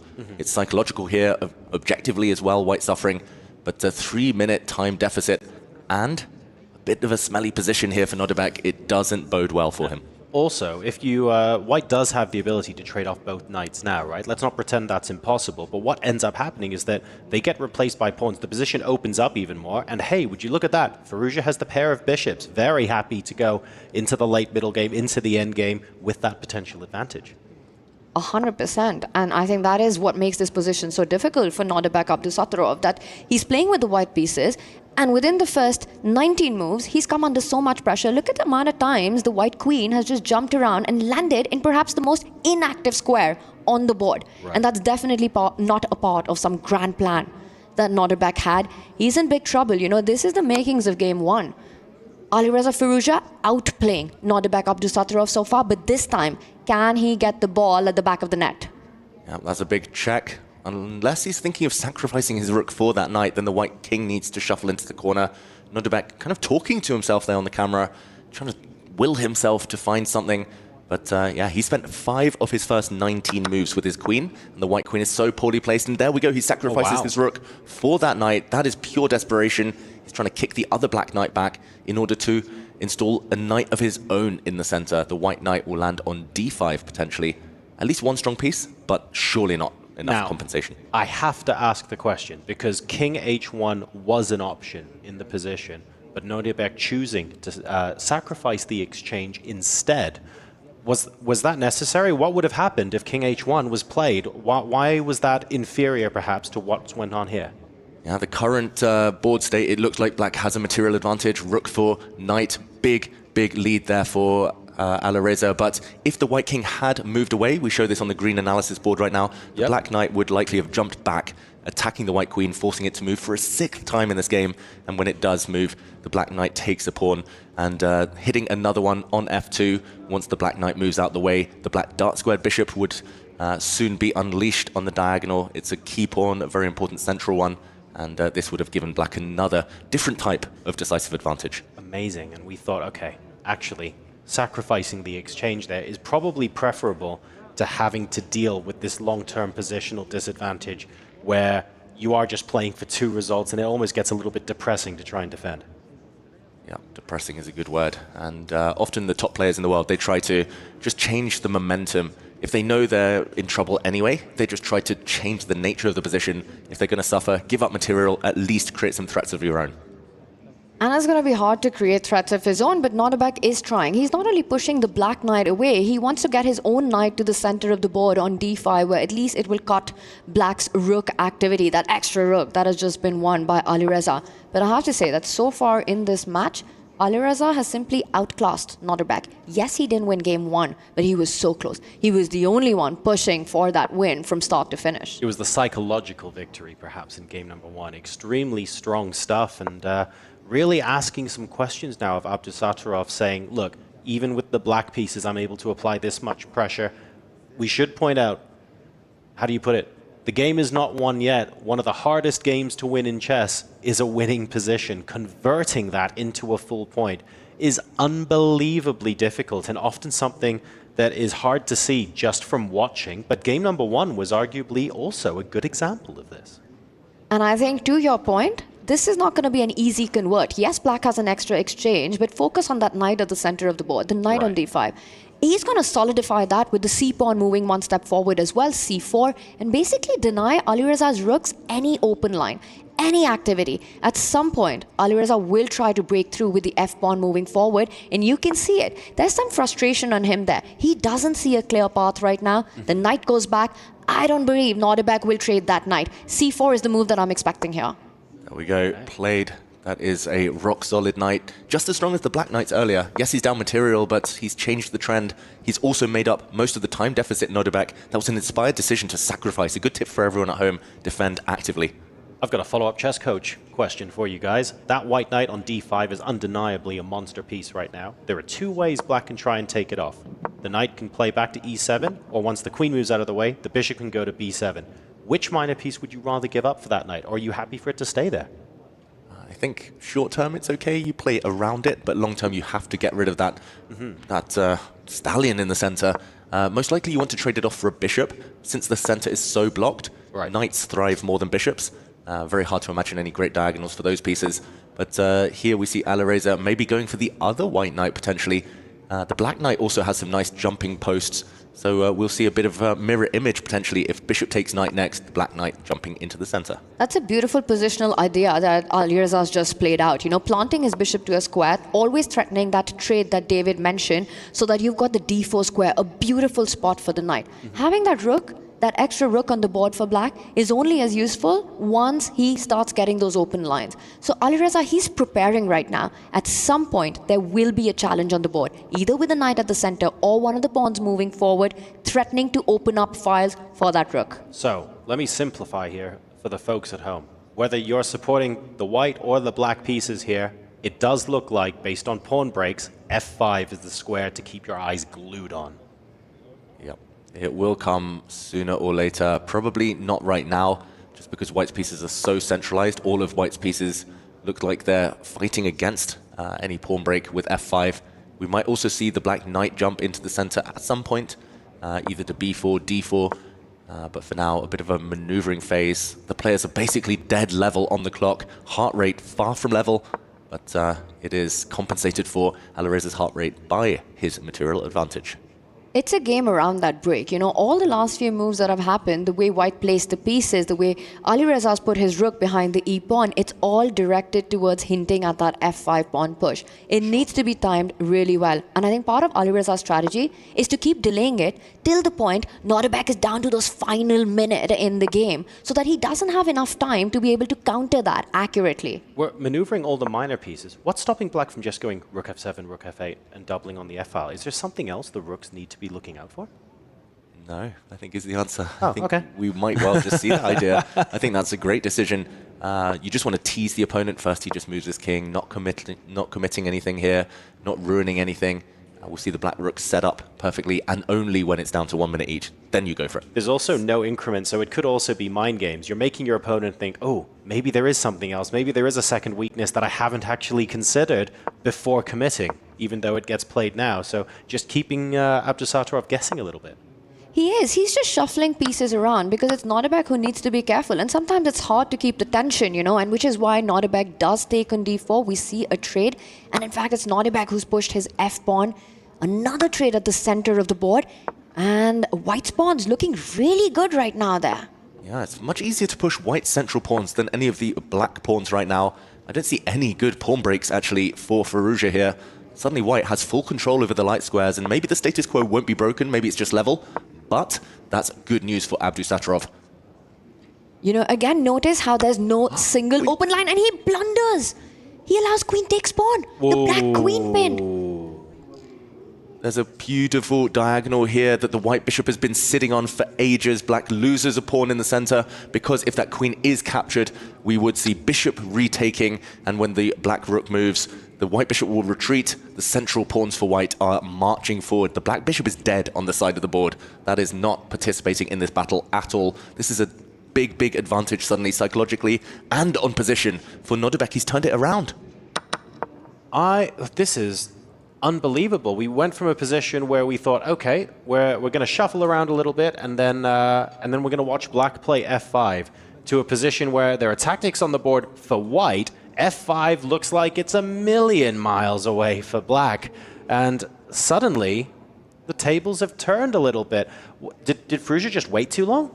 They didn't turn a little bit. They've completely turned around. If anyone, white's the one who's going to be pushing in this endgame. You know, he's got an extra pawn as well for that exchange. And all the ideas that were pointed out, get the bishop back. You have these beautiful bishop pairs on these stunning diagonals. e5 coming next. What's important here is that for white, the follow-up is so easy. The moves are going to come quick.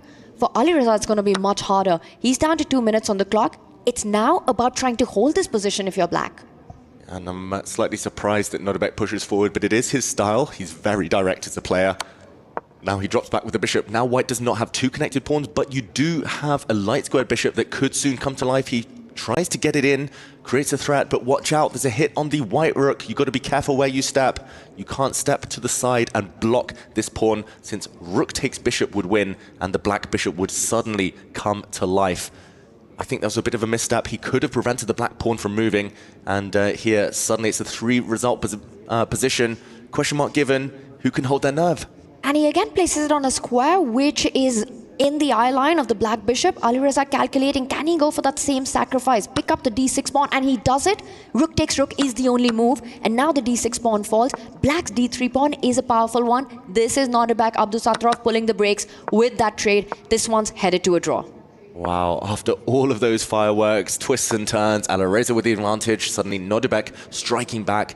It's going to fizzle out. Opposite color bishops with rooks, with queens on, do have chances dynamically, but here both sides will just block on their respective color complexes. Yeah, we've had so many games so far in the Esports World Cup where the opposite colored bishops were a danger because you had rooks on the board, you had queens on the board, and the bishops could work together with other pieces to form some really quite scary looking threats, but not in this situation. When it's the bishops and nothing else, one side dominates the light squares, the other dominates the dark squares, and you effectively sit there and go, right, let's call it a day and move on. But once again, Alireza Firouzja, the player who was pressing for the win, first with the white pieces, now with the black pieces. And for the second time in a row, a save by Nodibek Abdusattorov to keep the match level. This has to be frustrating for Alireza Firouzja. He's a very emotional player. That's one thing that's marked his career, and internally now he is going to be raging that he's let 2 games drift away. 2 games he had decisive advantages.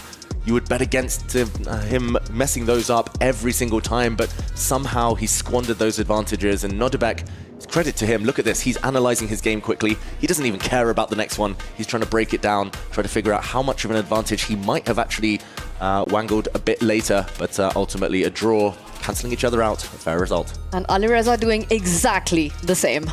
Right, folks, we're going to give the players a minute or two as a breather. Now you can even see Firouzja shaking his head as he gets up to go for a quick bathroom break.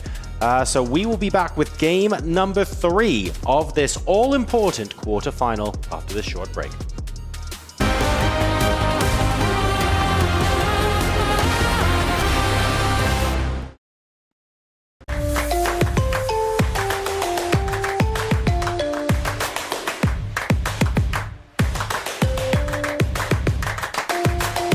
Level up your gaming experience with over 8 billion playlists, only on Spotify, the official audio streaming partner for the 2025 Esports World Cup.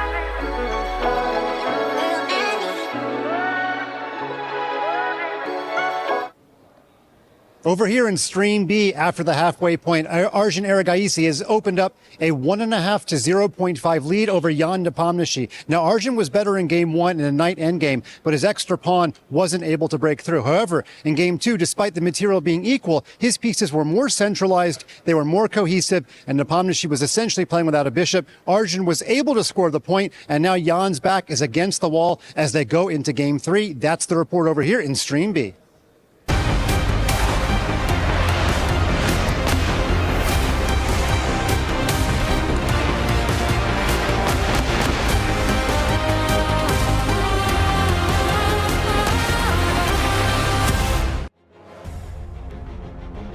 So it's all square after 2 games in this first quarterfinal here at the Esports World Cup. But even though the scores are level, the drama has been anything but. Team Falcons and Alireza Firouzja pushing for wins in both of these first games as white and as black. Nordibek Abdusattorov representing Na'Vi on the back foot, having to find more and more lives, I guess we can say, to stay in the competition, to stay in the contest. He's successfully done it. Let's give him credit for it, but we have to be running out of those 9 lives now, surely.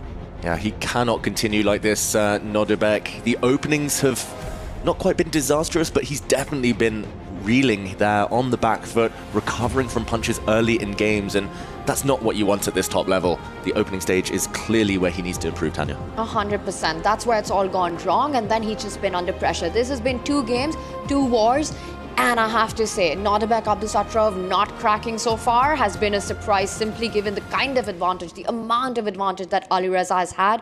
So far, this has been a story of surviving against the ferocious Firouzja Storm. Whoa.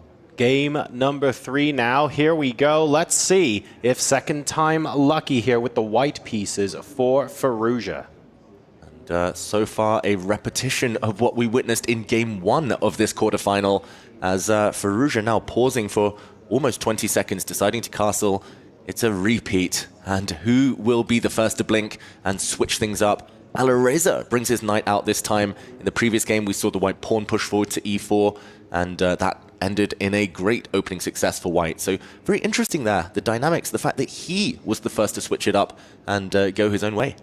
And that just shows this incredible strategic aspect of the game, right? Very often the players have this one game surprise. He's very sure that in that time between the games, Nordibek would have checked that pawn sacrifice. He would know exactly how to handle it. So Firouzja now goes into the same line but tweaks it just a little bit with that knight move earlier. Nordibek would have definitely been prepared this time had Firouzja stuck to what he played in game 1.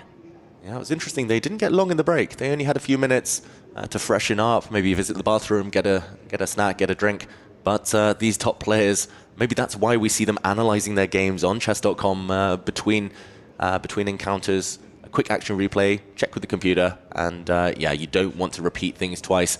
Old wisdom used to say you can get away with it playing the same opening 3 times in a row, but modern times, maybe just once, maybe just twice before your opponent susses you out. And this time, we've seen an early knight for bishop trade. White has the bishop pair, and the light squared bishop, if he can get it going in the near future, might be a real weapon. But for now, the king shuffling into the corner, it feels like Firouzja with white just trying to build up. As we see there, the black bishop jump out, maybe going for 2 bishops versus 2 knights in the near future. This feels a little bit different to game number 1. I'm taking a look at the board. Black feels like there's a little bit more space, a little bit more freedom, certainly a lot more pressure being applied. And this just feels like so much more of a slow burn for white. Comparing that to the story of game number 1, even though the positions in the opening are very similar, the way this game is playing out seems to be very different. It's brewing. You can feel it. You know, there are so many imbalances in the position already. The bishop pairs pointed out. Look at the pawn formation as well. Quite non-standard in the position. Both players with their sort of weaknesses. For Nordibek, again, he has to be careful about the e6 pawn, but also the dark squares around the black king, which can, if white is able to take the long diagonal, really long-term create some problems. I have to say, early days, but I'm still liking Alireza's position. Feels more compact. Love that it's an open position. You know, long-range pieces are what you want. The bishop pair. In fact, here, Alireza invites that bishop takes knight trade. And it's on the board. But does this weaken the dark squares a bit too much for Nordibek? Yeah, it's big decision, of course. Two bishops in general, we talk about them, we hear about them all the time. The top players in the world are biased towards the bishop pair, but there are some circumstances where there are exceptions, and right now it does feel odd that Alireza thought for a minute and then basically wasted a move, pushing a pawn to a3, saying, it's clear you want to do that anyway. I'm going to give you a free move to accomplish what you want. And in return for that free move he was given, Nodebek brings his rook across to c8. The white queen goes back where she came from. And now if the black knights, I'm looking at the e4 square, the black knights can kind of combine to sit on some outposts. He's got decent stability, still very much in the balance, but I don't think Nodebek's complaining at all. It's not often you see a top-level game where we're very happy to give your opponent the bishop pair, not even having a bishop ourselves. So it's a very interesting dynamic to witness that in this particular game. The question that we'll have in the long term is, where are those bishops going to sit? Is the light squared bishop on g2 really on the most useful diagonal? Even though it is the longest diagonal, it's pointing away from the king. Is there an easy way to get the dark squared bishop onto b4 and start lasering? That looks pretty obvious as a great place to be, but when you have those knights going onto the outposts, don't forget, black gets to move as well, and Abdusattorov could end up being a menace with the pair of horses.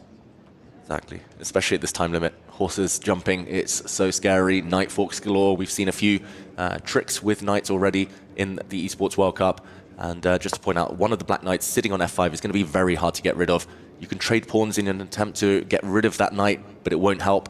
You might have to trade your light squared bishop for it long term, and there we go. The double fianchetto incoming. I hear you guys. I'm still a fan of the bishop pair in this position. I love the idea that Alireza is setting up right now. He wants to put that bishop on b2. That is the most beautiful diagonal on the board. Absolutely. You know, we've been talking about the weaknesses in black's camp. He wants to target them as quickly as possible. Yes, beautiful knight. Could be a nightmare, especially that knight on f5. Not only an attacking piece, a great defender as well. But long term, I just feel the bishop pair, open position, that's got to give white practical chances. It's definitely one of those positions that could go either way. It's just a matter of taste. In chess, we talk about the eval bar, we talk about computer evaluations. Computer says this is only slightly better for black, but basically equal. And ultimately, if you favor bishops, you love it for white. If you favor knights, you might prefer it for black.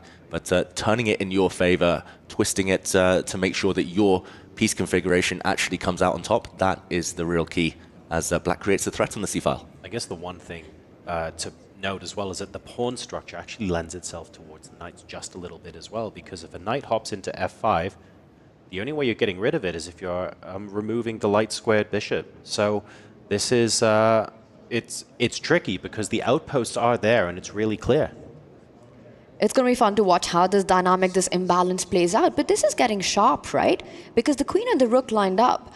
The pawn on c2, it's not easily defended. You really don't want to make your rook passive. So Alireza has to go on the offense, as he does. He places his queen, moving around quite a bit in the last few moves, to a square where it hits not one, but two pawns. e6 under attack, as well as a7. Queen b6, offering a trade. David, if the queens come off the board, I think white should also be happy with that circumstances, because you end up with a double pawn on the b line. I would be considering the queen trade here. Yeah, maybe out of necessity, he'll take the queens off. There are some short-term questions for white. What to do about the c-pawn. Once the queens do leave the board, he actually pushes it forward first. So trading queens, likely, but he's saying he's going to do it on his own terms. If the queens disappear, the white dark squared bishop will jump out with gain of time. Very interesting. It looks like a pawn sacrifice, but it is opening up white's light squared bishop on the longest diagonal. Very much in the balance here. Would you rather be white or black here? Normally I take the bishops, but I just have this spidey sense tingling that the knights are going to be quite strong, especially that black knight on f5. I actually wanted to keep the queens on if I were black, because long-term, that's when bishops come to life. Short-term, knights, if you give them a queen, some attacking chances. I'm slightly surprised Nodebek went for that, but I'll still say black. Hot take for me, you know what? I'm taking Alireza in this position. I'm going to stick with my bias towards the bishop pair. But of course, it's a game for all three results. I think this is the best position that Nodebek has had the entire match so far. That we can all agree on. That's why I'm biased, I think, towards the black position. He's going to be loving it compared to what we saw before. That's very true. I mean, if you think about the story of the match so far, it's Firouzja's relentlessly applying pressure to Abdusattorov, and Nodebek's trying to find ways to weasel out of positions, creatively, with genius, to be fair, but still very much on the back foot. It is really difficult for anyone to argue that Norderbeck is on the back foot in this game. He definitely feels like he has a great fighting chance, and more importantly, the 33rd piece on the board. We're talking about the clock, of course. 7 minutes plays 4.5. Firouzja is very much down on time compared to Norderbeck here, so maybe we're starting to sense an opportunity to strike back in the match. Alireza is known as a bullet beast, a blitz brawler, but in rapid chess, that's the one thing that has occasionally hindered him in big games against the likes of Magnus, against the likes of Hikaru. He does drop low on time very quickly. Once he gets there, Firouzja handles it better than anyone else.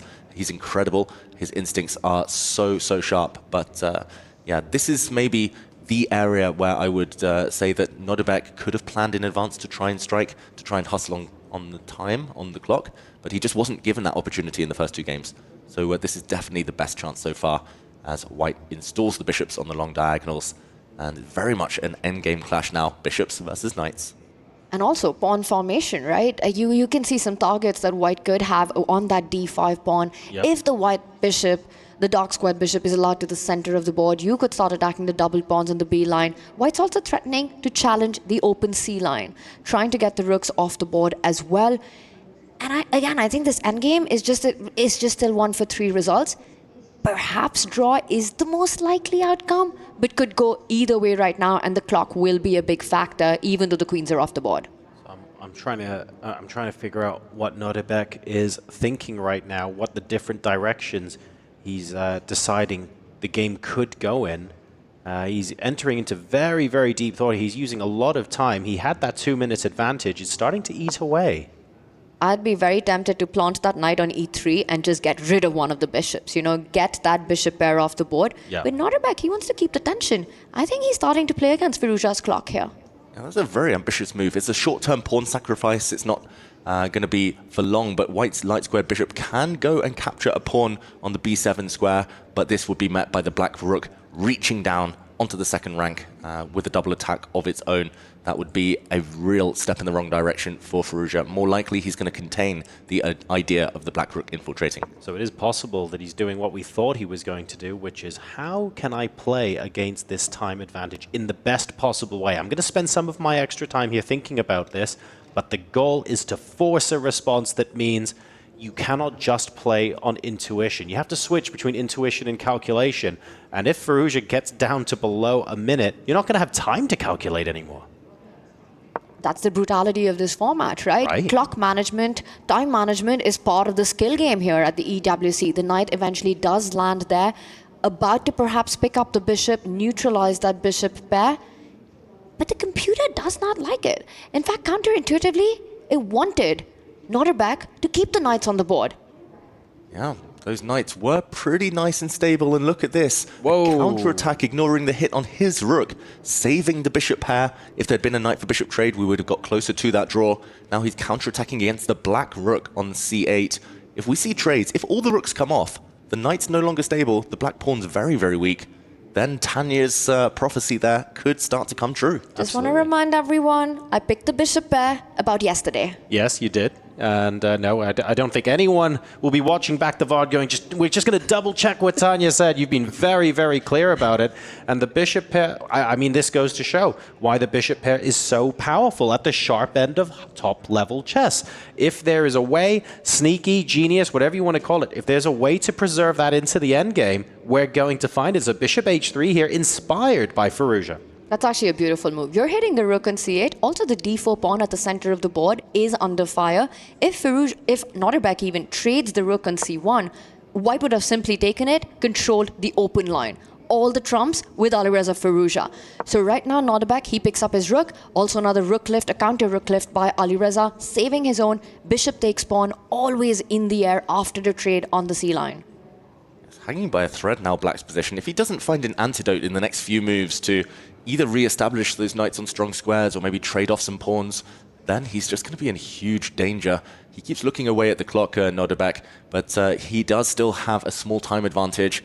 That might just be eaten up, though, over the next few moves. It's so tough to know what to do with Black. He trades one set of rooks, but now the Black knight on e3 is hit. It will have to retreat most likely or move, be defended, but the Black pawn in the center is weak. What is this? Landing on the D1 square. You rarely see a knight land on the opponent's enemy back rank.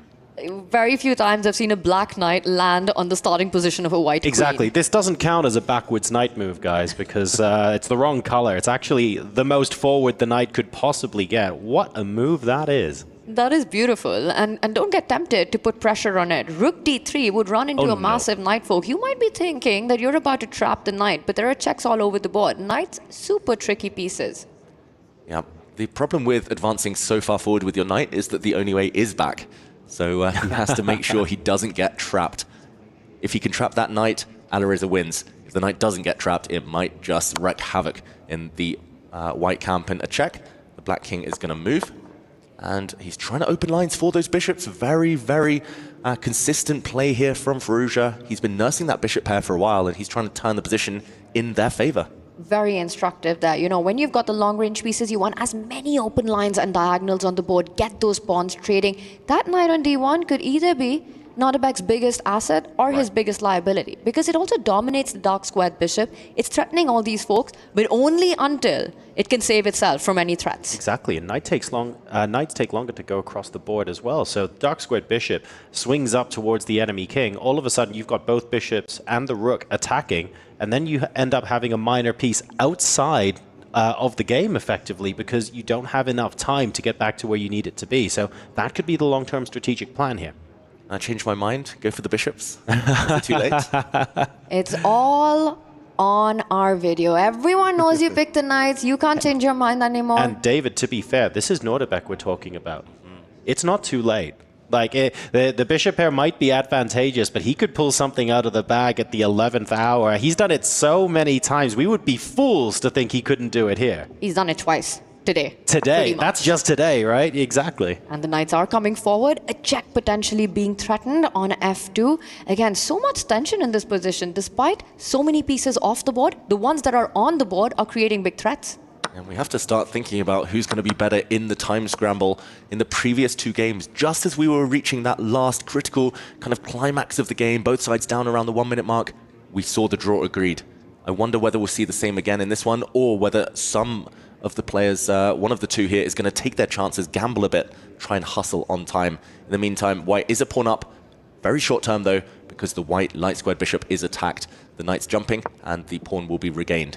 Here we go on the next move. About to be picked up, and Nordebek decides to do it with his pawn, and that is good chess wisdom, right? Traditional chess wisdom. The flank pawn moves towards the center of the board rather than capturing with the king, and white tries to bring his own king towards the center right now. As does black. Nordebek aiming for those dark squares. Black is the only one with the passed pawn, I should mention. The black d-pawn has no pawns around it, no blockaders of it yet, but white does have potential long-term to create passed pawns. Knights struggle especially against A and H pawns, those corner pawns. If he can get a passed pawn later, he's going to tie down one of those short-range knights. And already looking like he's got some stability now, Alireza Firouzja. 1.5 minutes, plays just under 2 minutes though, 30-second difference. Could be decisive. It's still super tricky, right? With the knights jumping around, all the threats of the forks, as well as the disconnected pawns, weaknesses, black's king at the center of the board.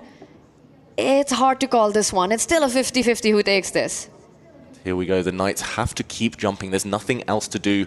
Black's central pawn, if it ever pushes, might just become too weak. It might overstep the mark there. And often when you have to keep jumping, it's a lot of pressure for you. You just have to set up those traps, those threats, those forks. Nordebek shaking his head there, burning all of his time advantage away in one move. And the bishops just continue stepping out of checking distance. This is getting into bullet territory. Very dangerous for Nordebek Abdulsatrov. Alireza, an absolute beast when it touches 1 minute. A hyper beast, an ultra beast if it goes into the 30-second territory right now. And Alireza, he's not happy with what's just happened. Both sides shaking their head. He does go in behind with his bishop here, threatening a nasty check. And checks are all prevented now by that knight retreat. White bishops have to keep dancing. Alireza just has to move. It's all about the clock. It's a level position, a drawn endgame, but could still go in one side's favor here. And now that it's the red mark on the board, 58 seconds, I think we're going to see a completely different pace in this one by Alireza Firouzja. He knows it's about the clock, but when it's about the clock and you're facing double knights on the board. You have to be very careful about not losing a piece to a check. There we go, it's a threat. One of the black pawns attacked twice. He's turned down a repetition for Farouja. It's definitely him trying to make things happen, trying to avoid the draw. Nodebek frantically trying to guard his pawns on both sides of the board, but these short-range knights, they're struggling. And now a check. He He's loses dropping a pawn. He picks it up. That's the first pawn for Alireza Firouzja. Nodebek Abdusattorov realizes it. He's about to lose the b6 pawn. Alireza winning for the third time in this match. Wow, can he convert? 45 seconds against 48 seconds. The bishops are dominant, but he's allowed a trade here. Taking that bishop off the board, get rid of one of them at least, and you should be getting closer to safety. You have to take that bishop. But make a move. Make a move, Nodebek. There we go, the bishop does leave the board. The black knight is going to hunt down White's b-pawn now. White will not be left with sufficient material to win this game. About to be second pawn up, but only for a move as the b6 pawn undefendable. And now with the two pawns on one flank, Black's knight's about to rush through, give itself up for the f pawn. And unfortunately for Alireza Firouzja, the h pawn is the wrong color as his bishop. Queens on a wrong square. That h8 point is of a different one. All Nodebek has to do is find a way to give up the knight for the f pawn. And he has to do it in time. We could see some flagging play a part here. The black knight desperately trying to get to that white f-pawn, but 20-something seconds. If he can keep it on the board as long as possible, Alireza, he cannot lose. Black only has a knight. If white runs out of time here, the game is declared a draw, but that is not... that cannot be said for the other way around. White still has pawns, therefore can still win this game. Firouzja is playing with house money here. It's 15 seconds for both these players. This is crazy. This is about flagging. This is only about the clock. Nodebek's dropped down on time. He still can't find a way. Don't take that knight. It would have been stalemate. The knight trying to give itself up. Still so difficult to win this game for White. You cannot bypass with that f-pawn, but 5 seconds left. Nodebek here. He's about to get doomed. The knight is trapped. Look at this. Beautiful. He's lost on the board. He's lost on the clock. He does escape with the knight, but he doesn't have enough time to make moves. And there we go, Alireza Firouzja wins on time. Hyper quick with 50 seconds left to go. Firouzja wins a pawn. Not quite enough to win on its own, but uses it once again to apply pressure to Nodebek Abdusattorov. And this time around, at the third time of asking, the cracks appear. The miracle wasn't there this time. Firouzja goes ahead in this quarterfinal match. Wow, and that was all about the clock. Firouzja, he applied pressure on the board. For one or two moves, he was concretely, directly winning. But ultimately, those extra few seconds, that extra speed, it was visible. And for Abdusattorov, the pressure finally telling. Third time lucky for Alireza Firouzja. He finally gets it done. But the whole game, it felt like the one time when Nodebek kept it under control. But Alireza never was. He kept putting the pressure. He declined those repetition and eventually paying off in these final moments. Nodebek, no time on the clock.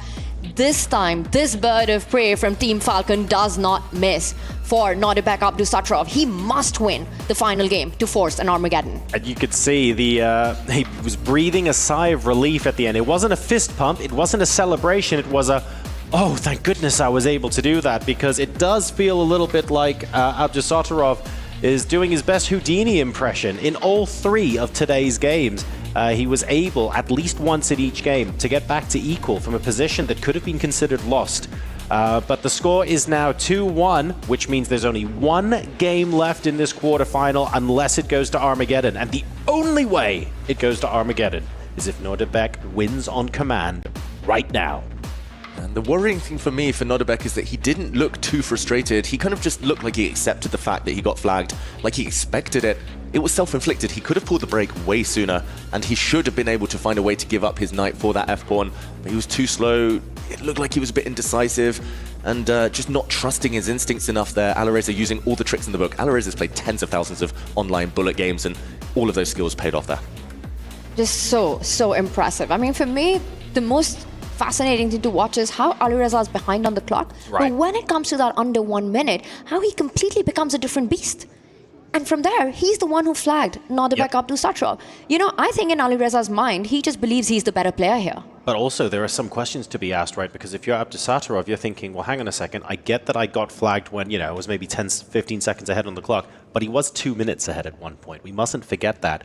Is there something he could have done better? There's going to be questions he's going to be asking himself about how he avoids that happening again. Yeah, and in the meantime, a decision made in terms of opening here. I love this decision from Nodebek in a must-win situation.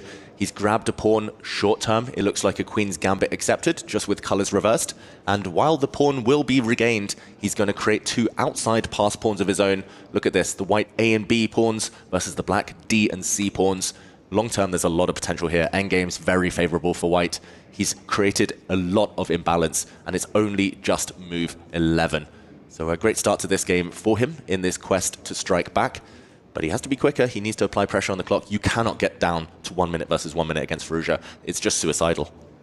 Yeah, he's made one thing clear. He's not going to go down into the night slow and silent in this one. Just the opening choice he has, right? The two connected passes that you're talking about on the left side of the board. But it's central control for Alireza Firouzja as well. It's going to be a very dynamic middle game. These kind of openings lend themselves to 2, not 3 results. Either white wins or black wins. And a draw is the same as a loss, so ultimately a win-win scenario for Abdusattorov here. He puts his bishop on the longest diagonal, and yeah, I've actually studied these types of positions myself. They're just so irrational. Even with computers, it's hard to get to the truth, and that's rare in chess these days. Normally a computer will tell you, this side is better, that side's better, this is the plan, but here, it's very hard to find the correct moves. So, in summary then, really, really good choice of opening from Nordebek in a must-win situation. Place yourself in a position where, frankly, there's not going to be any shuffling of pieces around with 30 seconds left to go. I've got 2 pass pawns and we're on move 13, right?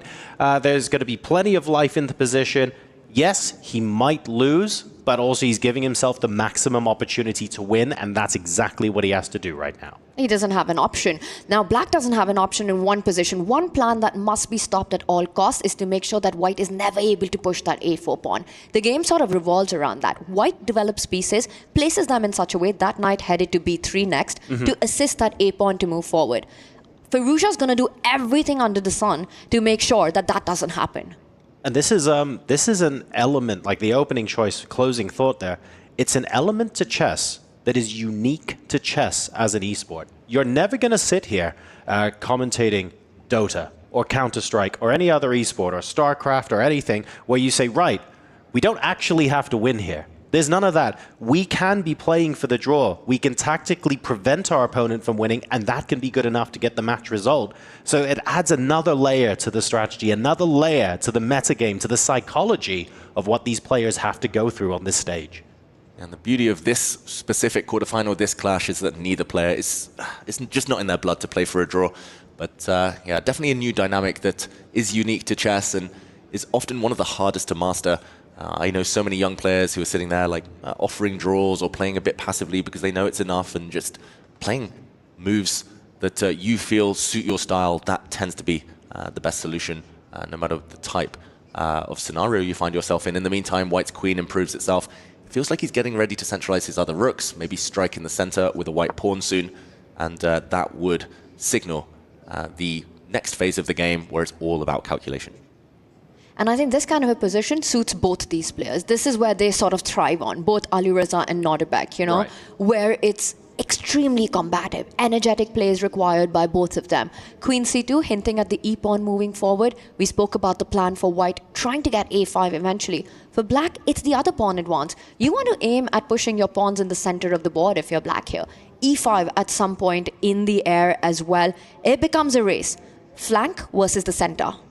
And there's going to be a world where white has passed pawns on the A and B files, black has passed pawns on the C and D files, and it becomes very, very dynamic, and you have to constantly calculate and count the number of moves to make sure that you're not losing by time as opposed to by position on the board if your opponent gets a queen first in the endgame, for example.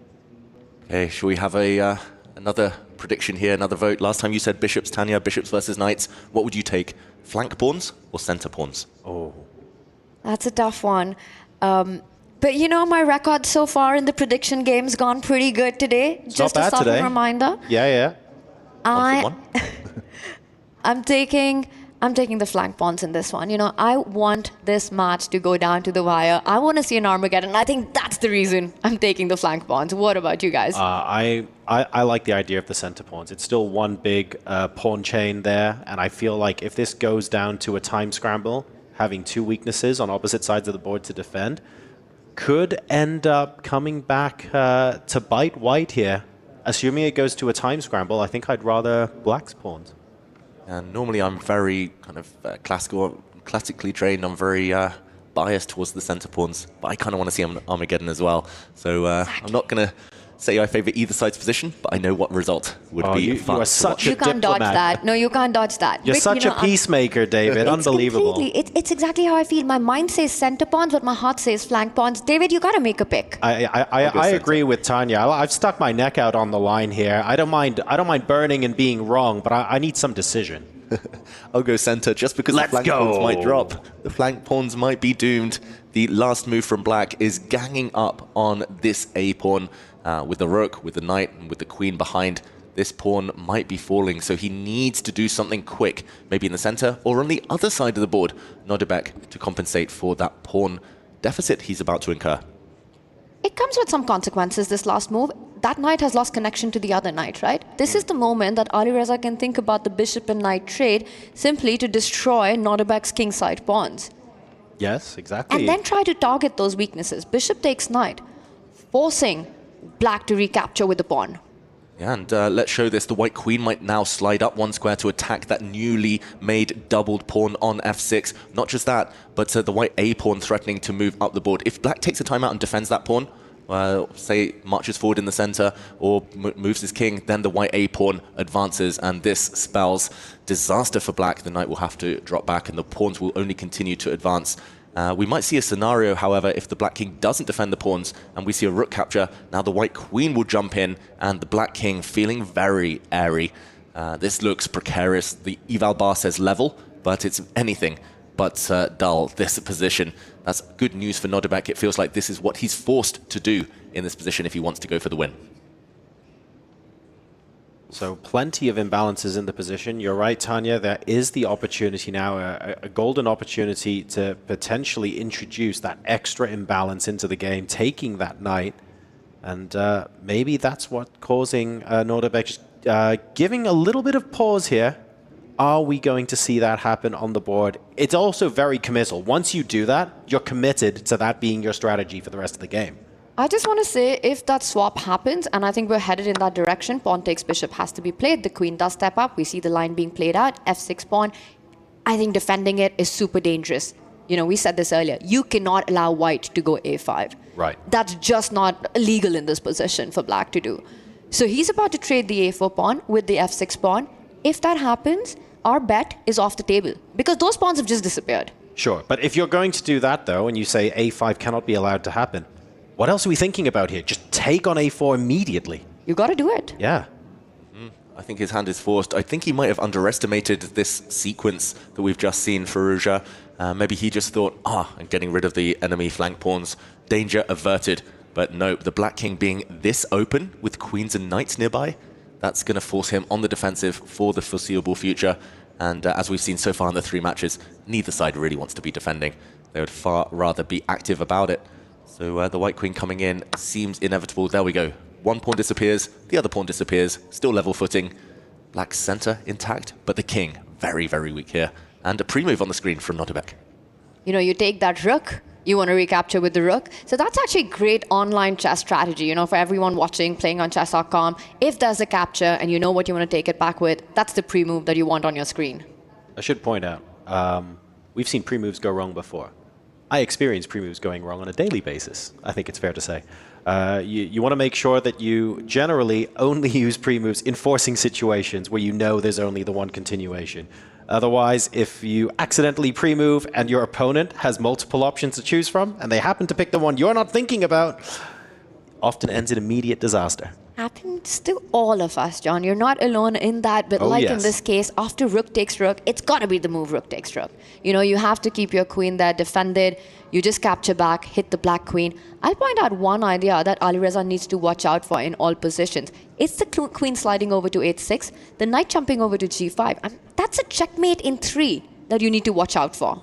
Yeah, I'm wondering if something like knight d7 is almost forced, so that you can play moves like, oh god, I'd be really scared to think about moves like f5 in this position, but I'm wondering if that actually allows the rooks and queen to slide across a little bit easier, try and take away g5 as a square. And yeah, we're addressing that threat immediately, but that knight can still jump into g5. Stopped. There we go. There we go. Either way, bringing pieces to the defense of your king is always the solution. Often you need one defender, maybe two defenders here. The black queen, black rook are guarding some important squares. Likewise, the black knight might have been a great defender. Knights are a king's best friend after all. But it does mean that, there we go, white gets access to the open A file, putting pressure on both flanks. He's going to be playing a bit of a guessing game here with Firouzja Nodebek. He's going to be applying threats on the queen side in order to deflect the black pieces away from where the real action is happening near the black king. This is amazing full board awareness by Nodebek Abdusatrov. You know, he's not just thinking about one side of the board. He's using all corners, all entry points to sort of get that attack to fruition right now. And look at that, almost ready with his next move. Barely took any time because he knows that the clock is also a weapon that he must use. It's very important. 5 minutes plays 3.5 right now. Abdusatrov is doing very well indeed. We mentioned, of course, and we've seen that Firouzja is an absolute beast when he gets to the sort of bullet and hyper bullet time controls, but nothing beats just having more time than your opponent to consider your next move. He's fantastic with 30 seconds on the clock, but is he more fantastic with Nodebek with 5 minutes, for example? That's always difficult to justify. Yep. He's learned his lesson, Nodebek. It's almost hopeless against Firouzja when it comes down to a mad scramble. The mouse skills just unparalleled. And here we see keeping a bank of time. 4 minutes 40 against 3 minutes 17. The pawn stepping forward, connect 4 again for the black pawn structure. I'm very biased towards that now, but it does mean that the white knights get a bit more access to squares. The black pawn's blocked for now on the dark squares. There we go. One knight jumps, creating a square for the other knight to leap forward to potentially. The white knight on d2 is currently unemployed, needs some kind of work. And very difficult to know how to improve here for black. Queen trades, who does that favor? Might be white, unclear. And definitely not the type of position where there's easy moves. That's the key. That's why Firouzja was shaking his head. Can the knight on b6 be used in a more clever way than just as a blockader of the pawn? Because I'm looking at the light squares that knight is looking at, and I'm going, it's clearly doing a good job of stopping that pawn advance. But beyond that, it's not really involved in creating any threats. Yeah, the black knight, I think that's just the problem. It takes a few moves to get to more active posts, and not easy now. The route is cut off. That white rook hitting the black bishop, but also preventing the black knight from really moving as Firouzja facing the threats. This is a golden opportunity. Abdusatrov's done everything right this game. Perfect game so far. Just the execution of the finish. If he gets a chance now, that is going to be the key. He needs to keep the 2-minute advantage. Strange question here. Tanya, do you think this is one of those positions where later on we could see a c3 push, sacrificing that pawn so that c4 becomes an outpost for the knight? Is that a thing?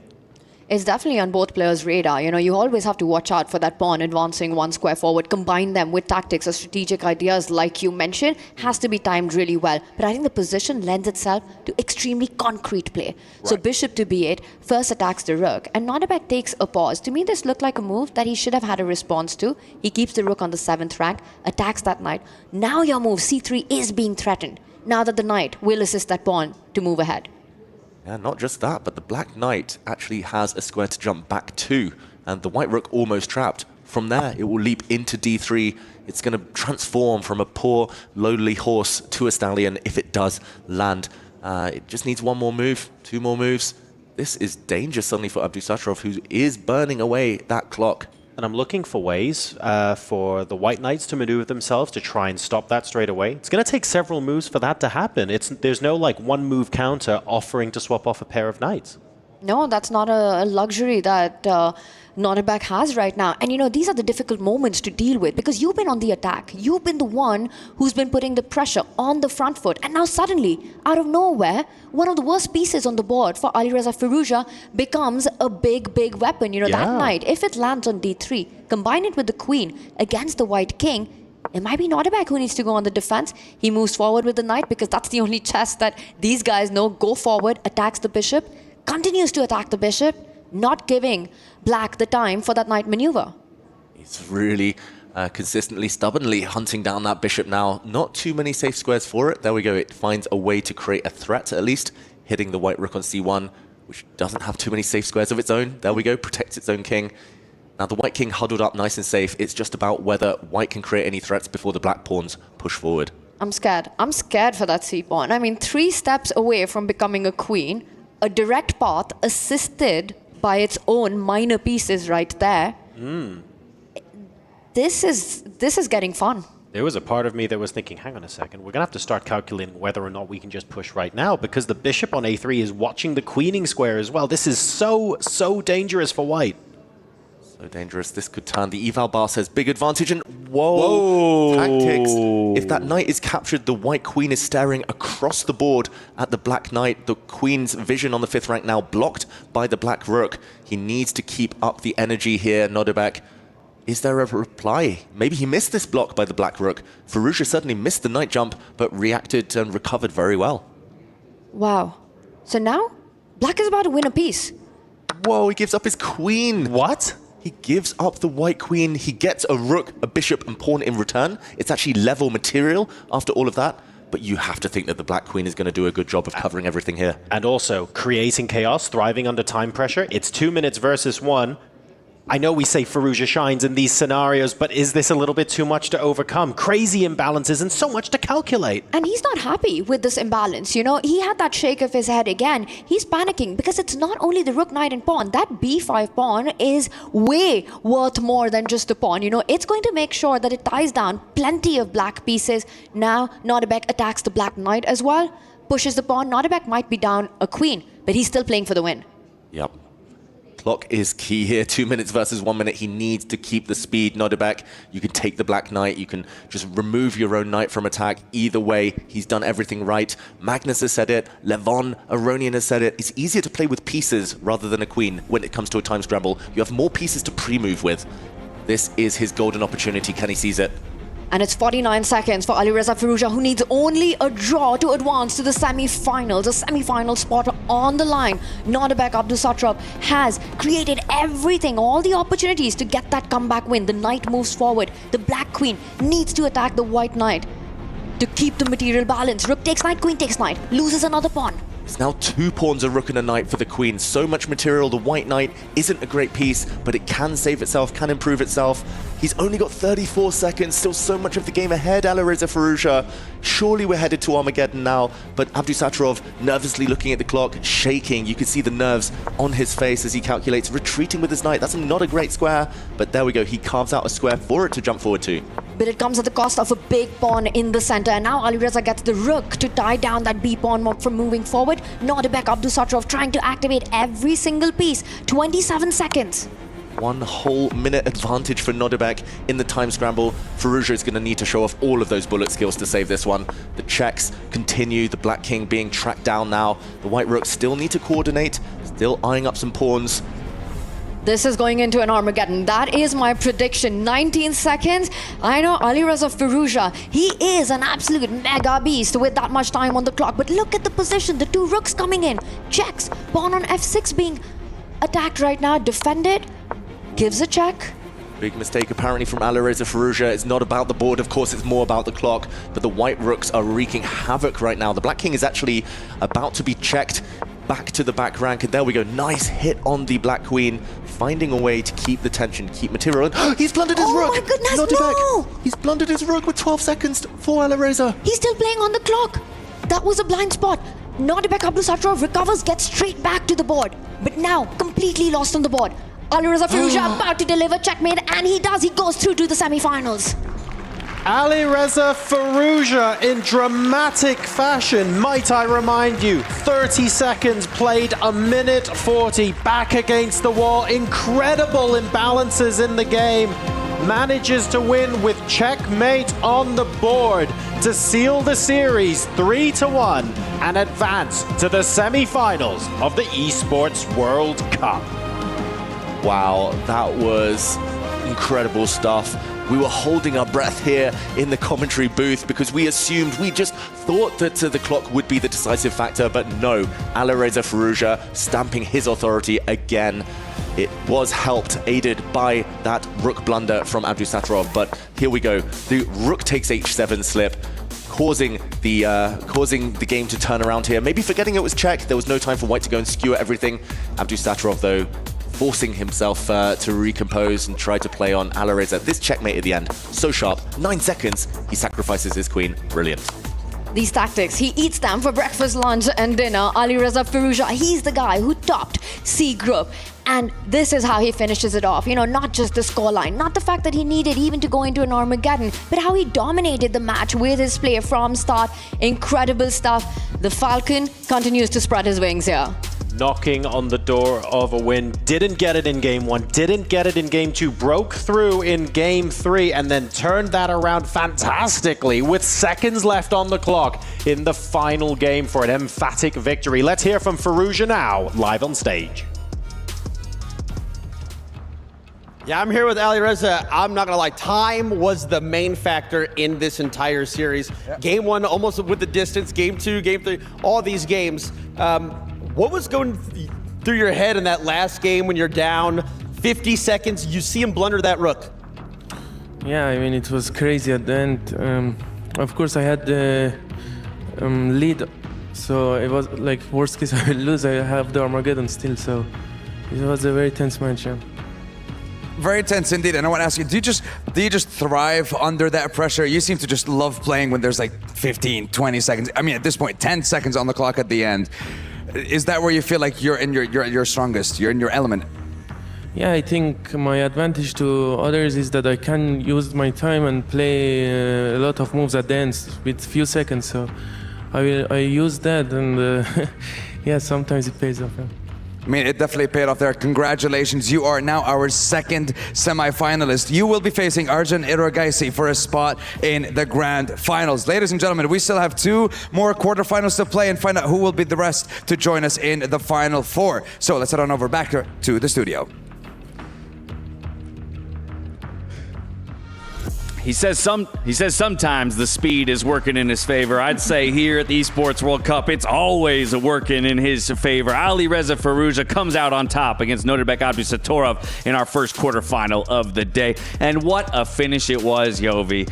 Finding that blunder, but with less time on the clock, still manages to put the pressure on. Yeah, absolutely. I mean, it was tense from start to finish. I mean, and this game that we're seeing right now, you know, Nodirbek had the upper hand. We thought it was going to go to Armageddon. Nodirbek was going to do it, win on demand. But boy, did it get wild. And Alireza just drawing in every ounce of energy, strength, wit to kind of navigate that time trouble. Oh my God.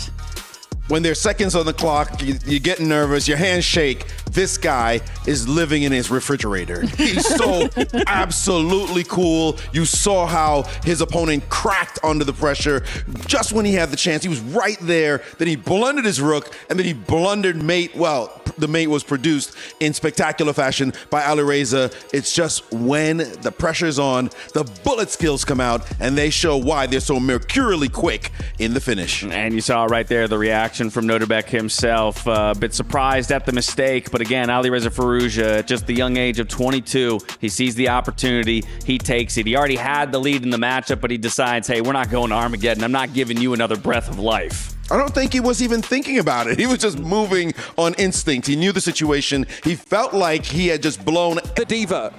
We have Curious here for both sides. Okay. Potentially the bans are inaccurate because we do see Curie in the game. So, okay. Maybe there's an option to veto a ban we didn't hear about. Okay. But, no, that's fine.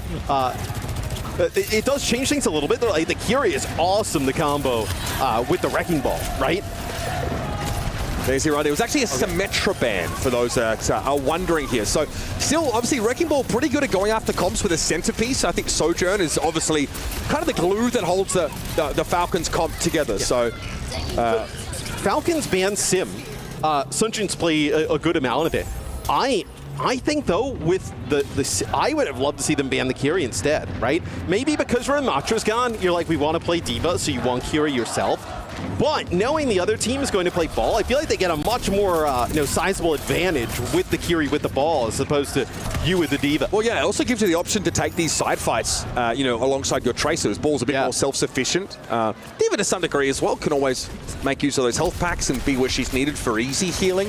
Falcons are gone, though, over towards the Reaper. And there's always like a spectrum you see as teams start to switch their comms to answer a Wrecking Ball. It's like, okay, now they're going for a Brig, now they're bringing a Sombra in, now a Cassidy. Falcons are hoping that the Reaper's enough here to sort of stave off the Wrecking Ball, and so far not so bad. They've been able to find Lee Sumin up towards that high ground. Pulse no stick here for Sonjin, but he's been causing problems just the old-fashioned way over much of the course of this game. And now Proper's been able to zero in on the enemy Tracer, and you'll probably see him try and control these flank angles a little bit more with the pulse bomb of his own in hand. And this ball is going to be tough to get off the point, so you're not going to see the pulse bomb come out there from Proper. You're just going to get hit by a drive-by as they're never able to deal with the ball. Venture also causing chaos, as this is going to be all gamers taking that first point. That's a great look. Someone has to drop to the low ground there to try and fight and contest, and then he heads upstairs, but kind of leaves his backline alone. I think it was Fielder that actually just got blown up by Aid, and that's an issue as well when you sort of have your D.Va away from home, or when she's trying to, taking a more aggressive stance or put pressure on a backline. It can be a little bit hard to protect your own team as you've headed elsewhere. I for a second thought we were going to get like a pile driver minefield on the rotation here, but it's going to be Maka ends up using the Kitsune Rush. It's going to be a sound barrier here for Chio, and a later Kitsune Rush from Fielder, but he drops. It's the start that we're looking for here for Team Falcons. Maka and Lee Sumin already fall by the wayside, and Proper here is starting to heat up just that little bit more. Pulse Bomb still being held onto, not necessary thus far. And Falcons might be showing you a bit of a blueprint here to deal with these Wrecking Ball compositions. They haven't really had to do too much contortionism to find a setup that at least puts them on even footing with it. It's still really difficult to get the ball out of these fights, and now all gamers, they actually hold on to their sound barrier, so a distinct advantage coming into this fight. You're going to have Minefield plus sound barrier, going to be very difficult to take out some of these targets. Melgar over the top there. You see the TP comes in from Maka to try and join up with them. Lee Sumin with a sound barrier, but everyone's kind of split. Oh! Okay, knocked up. All right, still.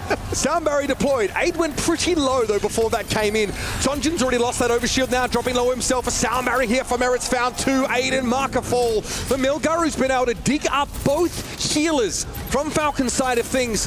That's a good sign. However, still more work to be done. Melgaru trying to stay scarce of a lot of this pressure, and the minefield deployed over the point likely means that AG at least should have themselves a flip, something that someone will try and stall off a little longer.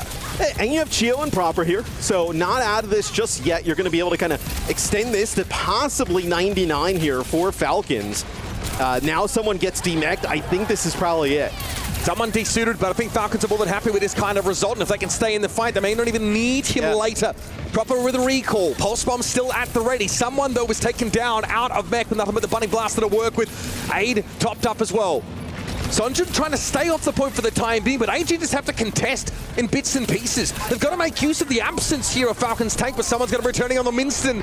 Marcus going to be able to avoid that Pulse Bomb, though. Proper not quite able to find a stick, and now sound barrier here for Falcons. They are back to fight, and they've got a Kitsune Rush to work with as well. Only Lee Sumin left for the healing now for Falcons, and they're looking much improved now, evening up the flashpoints here on us.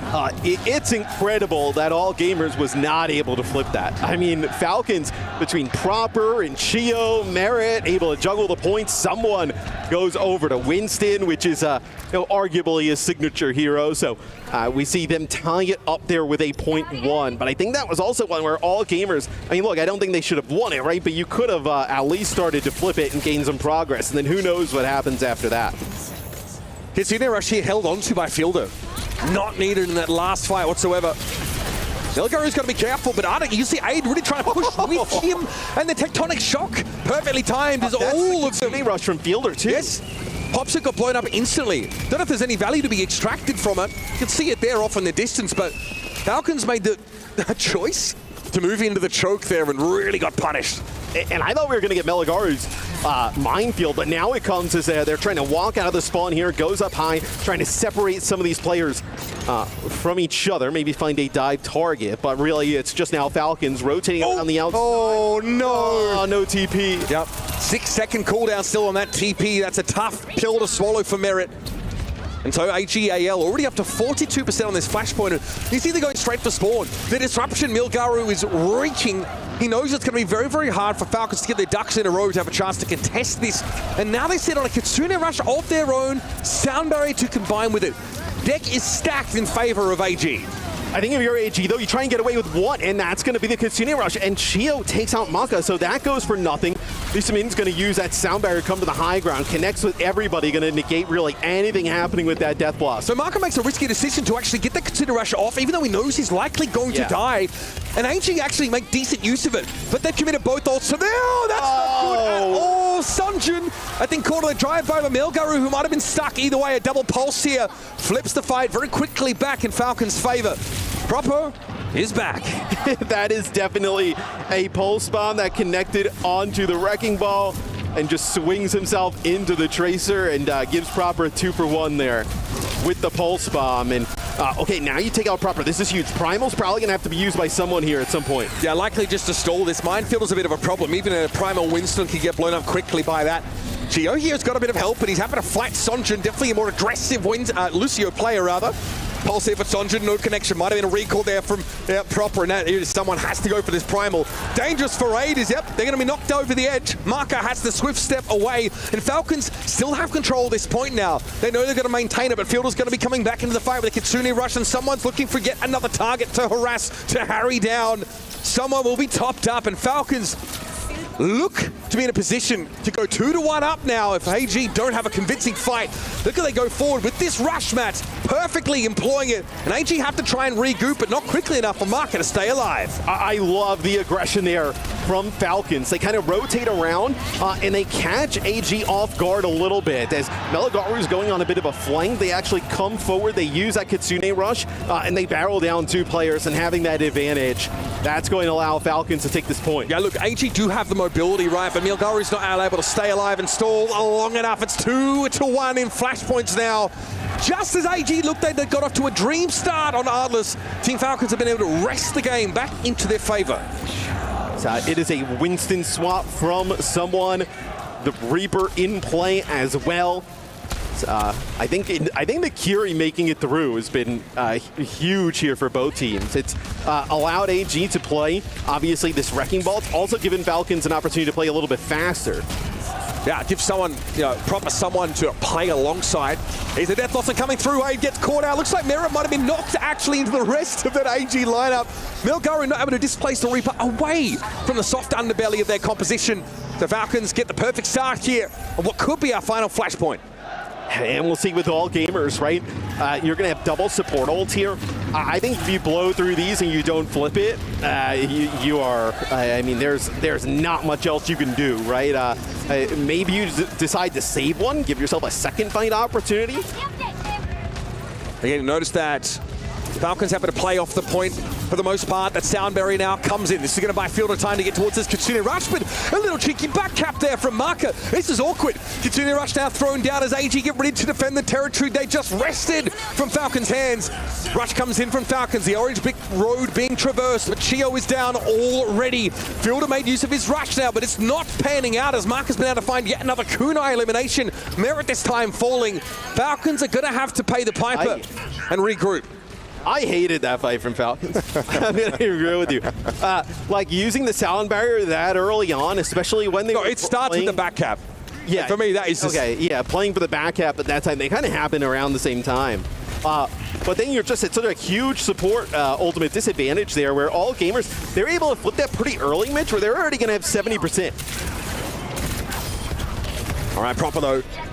Found a bit of damage on Aid. Chio's able to chase it down. Okay, very quickly, Falcons, without having to make use of any of these ultimates outside of just the Primal Rage for sustain of someone, clean that fight up comfortably. Aid caught a little bit out there. Didn't quite have the defensive cooldowns that often invulnerability frames to avoid the Lucio and Tracer pressure. So we'll see Falcons push up. They don't have like a Kitsune Rush to work with here, right? So maybe they're seeing if they can catch out like the Lucio, put some pressure onto a Tracer, like force recall here is a lot of pressure here from Proper onto Melagaru. He's trying to get towards the point. Proper's Pulse Bomb could end the series, but it's another pick-off on Aid. He's just been having some trouble, I think, getting where he needs to be. Fielder really matching Marker in terms of that kill pressure offered by Kiriko. Milgaro again looking to disrupt, but really it's hard to take the eyes off Lee Soo-min. That's not great for AG here. They are running out of healers and time as we head into yet another STC overtime, and there's no presence here for AG on the point. The fight is so split, so disparate, and Aid can barely get to the point. Proper submits a pulse bomb and forcing out the Wraith Walk, and now, yep, that Shadow Step can only be used to get Aid to the point. He instantly is taken down as Chio comes to collect. Milgaro takes a face full of damage off that Death Blossom, and there you have it, folks, a dream scenario for our defending champions. Falcons start strong in game 1. And if you're a little bit worried about them coming into this event, that is a great sign to see for a lot of the fans in the crowd.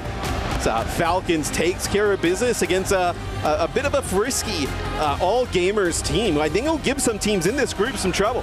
And again, I think, there's always a reality check you have to face when there's a team like Falcons who maybe underperform a little bit throughout the regular stage and qualifying for this mid-season championship. These are the games that matter. When you turn up looking like this, like you finally trimmed the fat on this team, when you've streamlined your roster to offer you the very best in every position, Falcons reminding us that they are a team to be feared in any stage of the season. Yeah, and we've seen teams in the history of Overwatch, right, where they have a larger roster, they get rid of some players, or whether they shrink down the roster for an event and they get a better performance. Maybe we see that with Falcons. I honestly, I really think this team is going to come out of the gate swinging. I think any discerning viewer is probably not going to undersell them even after having to fight their way through the LCQ. The fact is, there are so many incredible teams out there in OWCS Korea, and not all of them can auto-qualify. Let's head now back to the studio. Puckett and the boys are going to break down our first match of our mid-season championship. Great work there, UberX. Love that combo back together here. And we have Avril and Jake, a fantastic analyst combo on my desk. I want to start with you, Jake. I saw some familiar faces here. Reaper, will he be in every single match? Is he part of the meta that we expect to see at EWC? Reaper's a bit of a twist. We heard a little bit that something that AG wanted to deploy, but I like that Merritt went to it responsibly to the ball dive. Really, all he has to do in that comp is just live a little bit longer, contribute a little bit more. And Reaper, while maybe not the most meta pick, actually proved to be a real problem for the Wrecking Ball, for the Lucio Kiriko. A lot of those, 2-kill Death Blossoms were fight winning there on Atlas. One of our favorite duelists to watch, but on the other side of this duo, you had the Tracer. And that was the impact that I feel that everyone felt on that stage. Proper with the sticks. He got a 2-piece at one point, causing all kinds of problems. Who has the better Tracer as this tournament goes on? It's got to be probably one of the top tracers in the entire world in this entire tournament. He's going to be tough to be able to match.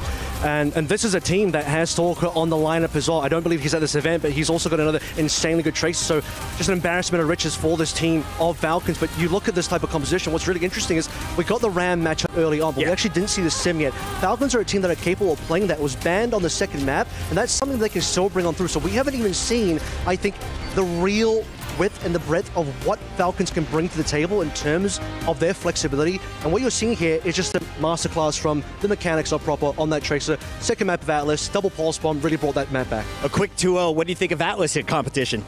It's great to see, some of the diversity, seeing the Wrecking Ball come out there, even the Winston. I really didn't think we'd see too much Winston this tournament, but maybe we'll see a little bit more of it, someone able to bring it out to great effect there. And I think a lot of this is both teams showing the diversity that they have. I don't think that's something that Falcons necessarily practiced or had super tightly prepared, but they're just very comfortable flexibly adapting to the matchup. Well, you see from AG as well, that's really part of their identity. Milgaro on the ball. So they start with Milgaro. They could have Jasmine as well, so we're probably looking forward to Jasmine coming in at some stage. He's also someone that will play the Marcher, could play the Orisa as well. But when Milgaro's in, ball's going to be viable. Plays it on that second map of Atlas. And honestly, they're kind of winning for a decent amount of Atlas. It's a new map. Maybe teams are not particularly sure what the meta actually is on that map, how to really navigate that one through. AG clearly have an identity. You talked about the Reaper coming through as well, but I want to also talk about the Venture, because I thought the Venture coming in from Aid was beautiful to watch. And the interesting thing about this team is Sonjin is actually typically your Venture player, but Aid being able to also go on the Venture really just shows how much depth there is in this roster. So what comps are we expecting more Venture play?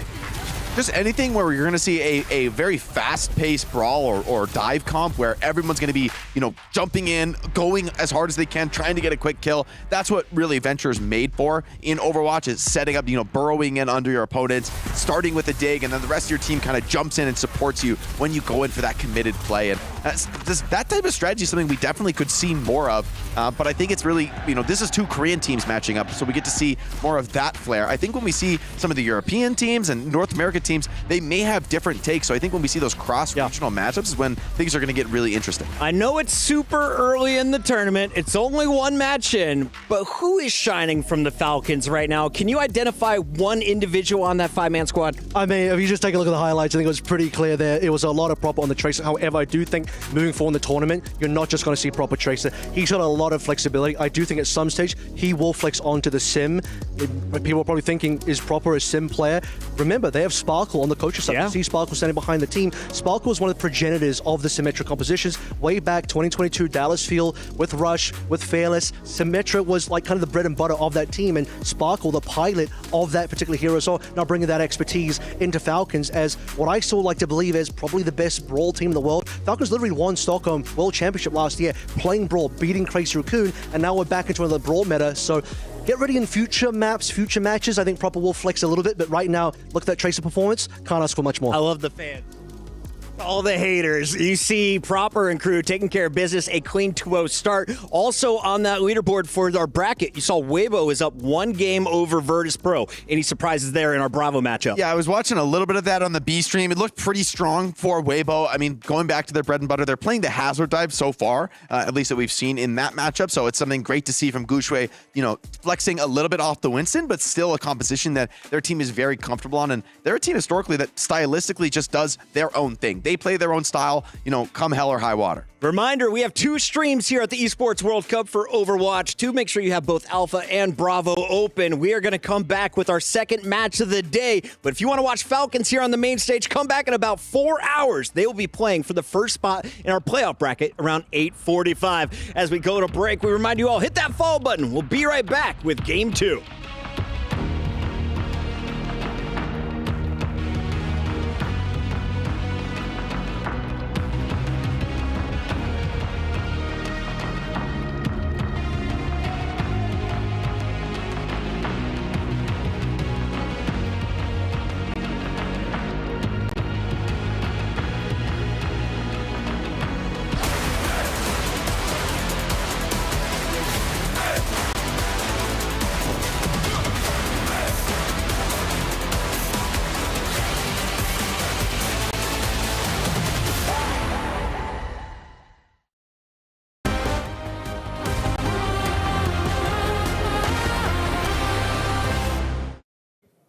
What's good, everybody? Danny Lim here. Overwatch is just beginning, but other games are currently in the heat of competition, just like PUBG Mobile. And we got Veracity here to tell us a bit more about PUBG Mobile. Who are the top 3 teams right now? Well, right now we have Horror Esports, Fireflux, and of course Power, the MENA team themselves.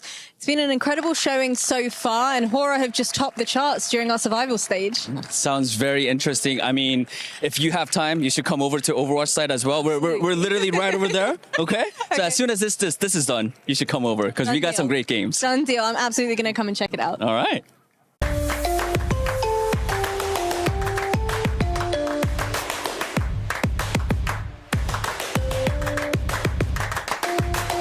Level up your gaming experience with over 8 billion playlists, only on Spotify, the official audio streaming partner for the 2025 Esports World Cup.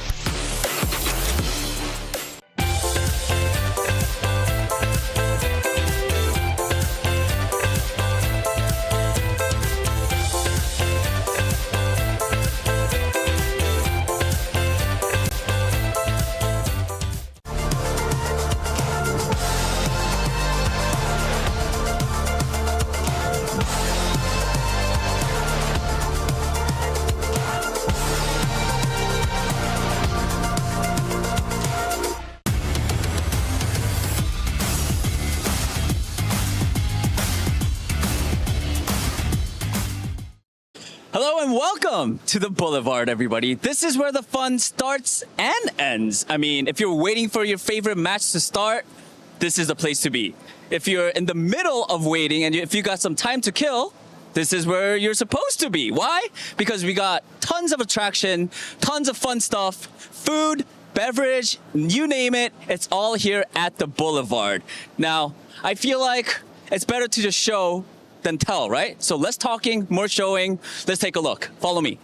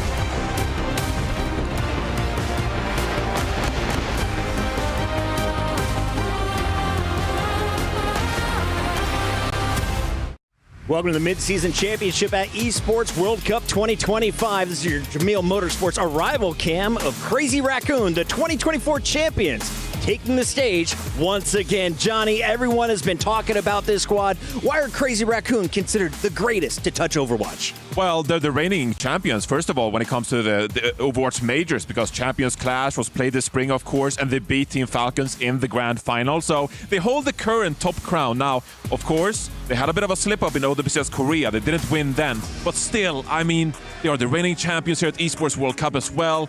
They just, every major they compete, they make it, they qualify for the grand final. They got a super strong roster. I think they are the #1 favorite to win the entire thing this weekend again. You know, we were so excited for Shu last year as he took home the MVP honors for their performance in the grand finals. He was quoted for saying, "We're still hungry, Avril. This team still with a lot to prove." I know, and that's like I love to see that aspiration coming through from the team, because really what they have still left to prove is to be world champion again. They won EWC last year, but they lost Stockholm to Falcons. They're looking for a perfect year. They already won Hangzhou earlier.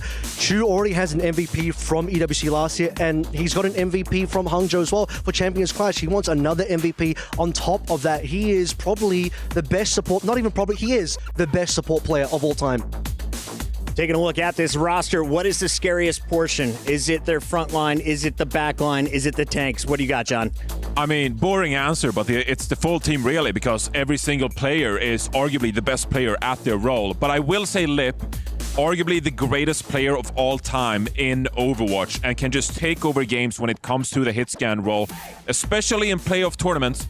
Lip can just step it up and just like kill 5 opposing players. So you gotta really look out for Lip in this one. I really do like watching Lip. Remember last year, he won the MVP for the first 2 days. What should we know about this star player entering this matchup, Avril? I think it probably is the GOAT at this stage. I mean, there have been many conversations. I've been batting for Violet for many a time, many a year, but at this stage, Lip has won more. He is the best hit scan player in the entire world. And, you know, there are rumors about how long he's still got left to go. This could be his last year. So he wants to go out with as many titles as possible. He wants to take an MVP from Shu if he can as well. He's got a very important role to play on this team. He's one of the most veteran players in all of Overwatch, and really high expectations for him and his team. Looking to go back-to-back is Crazy Raccoon here at EWC, and we caught up with Max.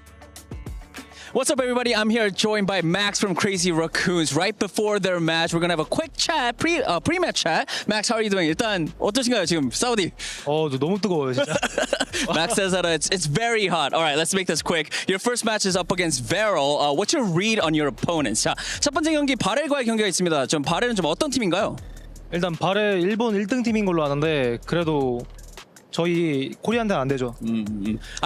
As far as I know Veryl is the #1 team coming from Japan, but against us, I don't think it's gonna be a good matchup. All right. I mean, also Crazy Raccoons, you guys won EWC last year for the Overwatch side. Do you honestly believe that you guys can win it again? Do you guys have a high chance of becoming the champions of 2025 EWC? 자, 작년에 우승을 하고 또 이번에도 어떻게 보면 굉장히 좋은 성적을 내고 있는데 어떻게 맥스 선수가 보시기에 이번 연도도 우승을 쉽게 좀 하실 것 같으신가요? 지금 다른 팀들도 다 스크림을 해봤는데 다 폼이 올라왔는데 그래도 저희가 이번 연도도 우승해가지고 또 챔피언 라운지 가겠습니다 내년에. Okay. All right. I mean, according to the scrims, it does feel like a lot of other teams have leveled up, but I do honestly feel like we are going to be crowned the champions again, and I think that's how it's gonna go. All right, Max, that's it for the interview. Thank you so much. Good luck on your match. 자, 감사합니다. 감사합니다. Max and squad already in the STC arena, but here comes their opponent from Japan. We have Vero, and Japan, an upcoming region, Johnny. They're getting stronger every month. What have we seen from them recently? Expectations coming into EWC. Well, I think expectations are pretty rough for this team because, again, you're playing the favorite of the entire tournament. And Vero, they've been really dominant in Japan for a very long time now, but they haven't quite been able to face off against some of these better teams in other regions. Looking at this squad here, of course, I'm expecting to see a lot of Top Dragon actually in the lineup as this tournament progresses. That's one of my favorite players actually, but been a bit of a journeyman as of recent. Last year, played in OWCS EMEA, went to OWCS Korea for a while, and now finds himself in OWCS Japan representing Varol. So this is going to be a really interesting squad. They can bring some double flex support lineups. But as we already saw in the first match, Pocket, I mean, it's all about pace. It's about playing Lucio and playing with speed. I don't think that really caters to Varol's strength. With this being a 1-2, is it better that you're playing Crazy Raccoon in a shorter series? Is there a better opportunity to maybe steal back-to-back games? I don't know if it's really going to help them, unfortunately. This is the type of game, Overwatch in general is the type of game where typically the better team is going to be that much better. I do want to speak positively, though. Varol is currently the best team in Japan. Without a doubt. Without a doubt, twice this year. Stage 1, Stage 2, champions. Most recently this stage, they went 4-0 in the finals. Even better than that, they were completely undefeated. The last time they even lost a series in the OWCS was against Zeta Division in the Asia Stage 1 matches where they got the Korea and Japan matches go and the Pacific matches go. So domestically, this entire Stage 2, they have been untouched. So this is the best Varol that we've ever seen. Unfortunately, Puckett, they've gone up against Crazy Raccoon. The good news is, loser picks map 2. So even if control doesn't go your way, you maybe get to go to your best map and mode. Johnny, what do you think could maybe throw Crazy Raccoon off? Is there anything that they don't practice you can throw into the mix here? Well, actually, I gotta say that with Crazy Raccoon, I know it was a bit of a one-off, but they did lose to Nightmare at the Champions Clash, and we actually had Kaffa talk about that experience, and he even said himself, well, we think Crazy Raccoon, they underestimated us a little bit. They weren't prepared for us to play that well. I think in a scenario like this, Crazy Raccoon, they're the big favorite of the entire tournament. They're looking at Varol saying, no problem, we should sweep these guys. And that actually could be an opportunity for Varol to play off. Again, very unlikely, but, you gotta make a case for it.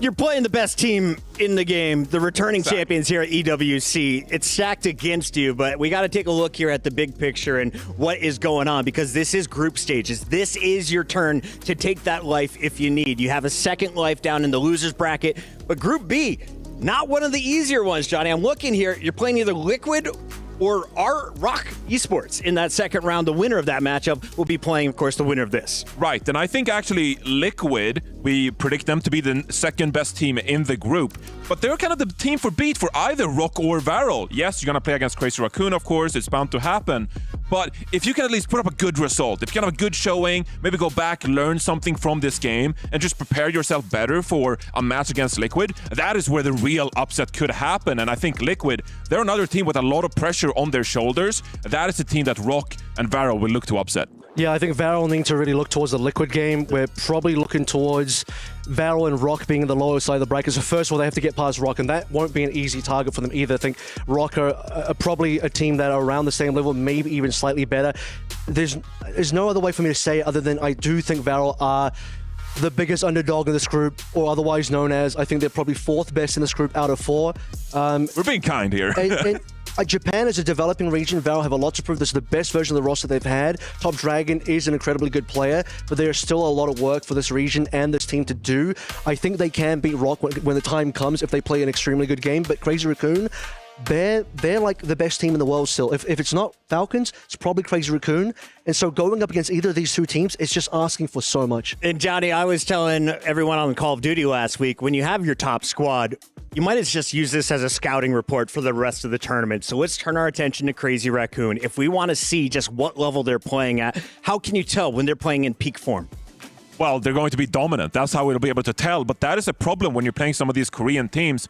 They actually sometimes, they like not necessarily to hide things, but they like to gather information like you just put it, Pocket. They will scrim some of these best teams in the world, EMEA, North America, and they just want to learn, what are these teams doing? How can we put up better results against them when it comes to official tournament play? And so they're kind of like hiding their own strength a little bit. They're not using bans and picks the same way in practice. And so I think for Crazy Raccoon, I think if they come out and just fire on all cylinders, that'd be one thing. But actually, if they, maybe let Varel into the series a little bit, that could be them playing with confidence and saying, we don't need to show everything we got. Chat, we went all the way through the run of the show, and then I was told the players are not ready yet. So let's pull this back a little bit. We got about 5 minutes before this match is ready.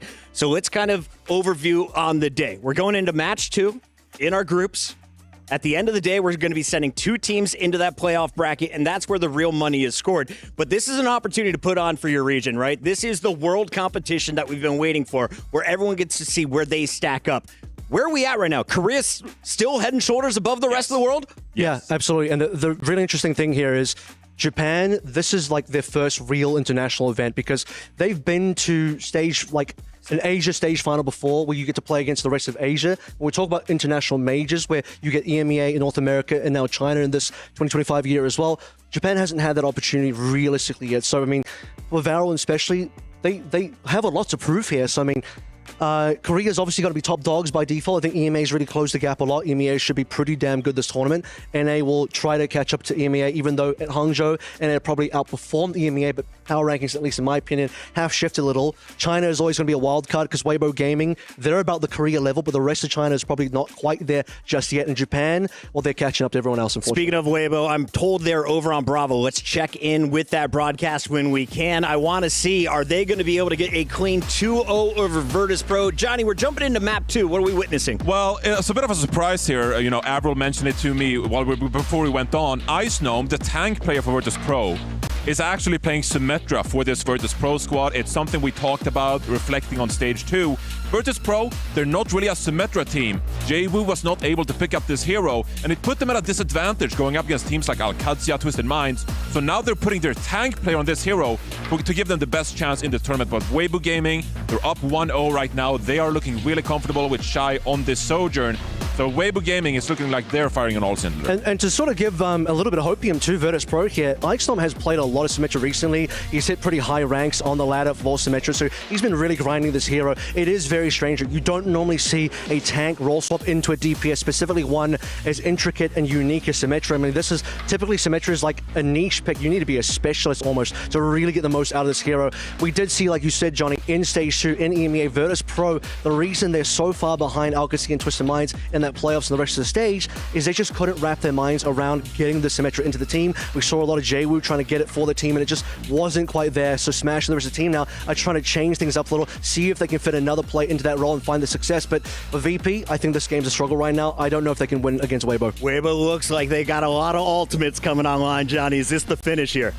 This could be the finish right here, and actually I'm quite pleasantly surprised to see Weibo Gaming playing these kind of compositions because I talked about it in the pre-show. Shy, Overclock running right now, Sunbury coming through from Fixa, going to keep Virtus Pro alive. But when Shy plays this hero, I mean, absolute difference maker, and that is going to propel Weibo further as this tournament progresses. So them playing Lucio Kiri with a Sojourn, that is real good news for Weibo Gaming. They might not be able to flex over to the Symmetra as some of the other top teams in the tournament, but at least against a team like Virtus Pro, this is giving Weibo Gaming a real good chance with 2 minutes 30 on the clock here. If you're paying attention as well, there's one really interesting thing about Weibo. As you look at the tank position, Gushray's been subbed out for Liga, so many people may not be aware because Liga doesn't play very often for this team, but he is the off tank for Weibo Gaming. He is going to be the one coming in if they need to play Diva, if they need to play the Orisa, obviously, potentially even the Ram. I know Gushray's also been playing a ton of Ram at the moment. All right, gentlemen, we got to jump out of that one because our stage is ready to go. We're going into Group B while Group A continues over on Bravo. Reminder, open up both of those streams, but it's time to get the official predictions in.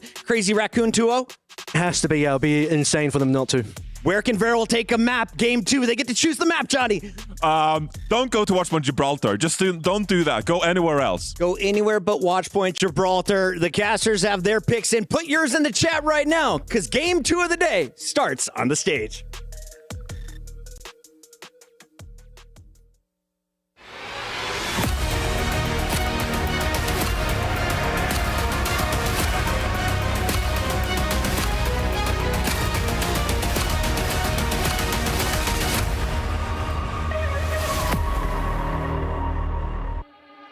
Well, that first match was a one-sided affair, Fancy, but I have to admit it is quite great to see Falcons back on their winning ways. Absolutely, they for sure did. Our next match, though, features two teams who made serious waves in their home regions, and they're looking to prove themselves right here on an international stage. Yeah, I am very excited to see both of them play right here and potentially riding the momentum that they both had during the regular season play. Absolutely, so let's not waste another second and let's call out the teams. First, we've got OWCS Stage 2 winners from Japan just last month, and they're hungry to show what they can do right here in Riyadh. Please welcome Varel.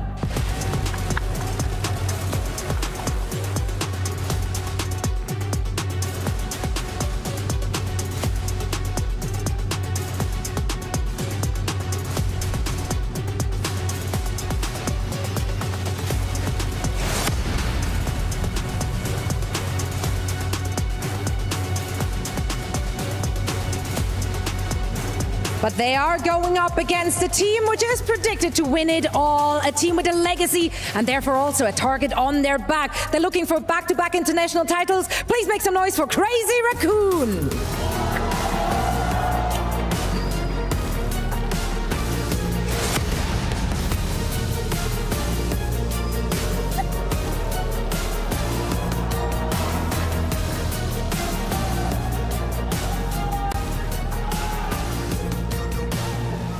Styles are about to clash, and the winner walks away with a massive step forward towards the playoffs. Casters, take it away. Thank you very much, So in Fancy. This matchup, while at first of the day, on paper, looked to be a bit of a tight one, this could be viewed as a bit of a mismatch. Varel obviously dominated over in their home region, Matt. Yes. Even taking down a reject team that featured Edison and Kalios. Oh, that's... that's a throwback. 4-0. Yeah. No, that was the name of the team was Reject. Yeah, that was the name. Yeah. And to get obviously to this tournament, whereas it's the Crazy Raccoon. It's a little bit too true, though. I would never say that about them, mate. All right, that is crazy work. Did. Crazy Raccoon obviously didn't have to win OWC's Career Stage 2, being our Champions Clash champions, but they did it anyway, just because they can. And they feel inevitable.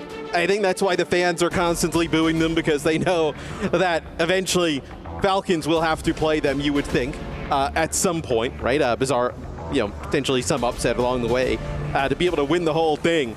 And you see Shu already starting with the crowd, right? Every time comes out, he's got his thumbs down. Was he like, is he cooking? What was the other one? Yeah, stirring? He was stirring the pot a little bit.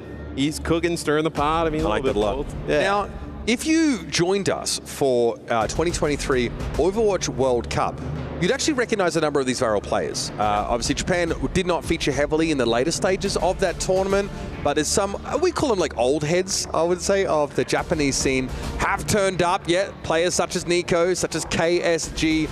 Varel here are a dominant team in their home region. They've been supplemented by the mercenary duo of Top Dragon and Slay, who've sort of just made their way across Asia, finding the best team possible to represent. No, with the OWCS, though, like the support for Japan, like it is popped off, though. It's like one of the regions that's really, got a lot of fanfare behind them. So great to see Varel represented on this stage as well.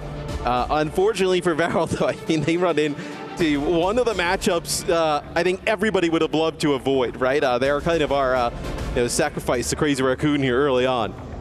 And of course, Coach Moon is at the helm of this Crazy Raccoon team. We had a word with him earlier actually today, just kind of asked him on his thoughts about, Varel, for example, and he said, well, honestly, we don't know a ton about them. We obviously don't sort of scrim each other very heavily coming into this, given that we know we're facing off in the opener. So we've sort of independently been making our preparations here, but just having a look at their style, having a look at some of the comps, he said, definitely respect Top Dragon. Think they've got some quality, but, we're the best in the world for a reason.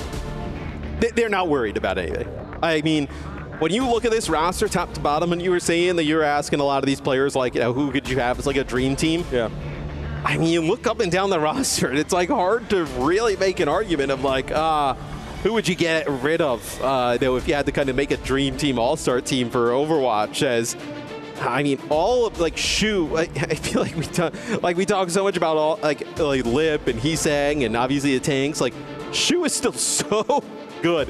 Like, compared to obviously we have a lot of great flex supports in Overwatch, but like I still feel like he's like head and shoulders above like everybody else. I'd say 80% of the players that I asked, at least Chorong and Shu were the backline of their all-star team. Yeah. Right? Like, these guys are unbelievable. Chorong is one of the most stable players. He obviously led the Florida Mayhem to a Overwatch League championship by an incredible margin. That team was dominant in that year. Chorong, as a Brigitte player, but also showed many of those other looks on Lucio as well. Just incredible. So Ramattra already being targeted by so many teams early on in some of these control maps. Kiriko also tends to be the response from them. Again, sometimes it's an answer saying, hey, like, we know Crazy Raccoon are a team that can play ball. Yeah. Junbin will play Wrecking Ball, especially when Ilios was back in the pool. So sometimes removing that Kiriko makes it a little bit less robust, a little bit harder to set up those comps that want to use Tracer and Kiri as a 1-2 punch on a flanking angle.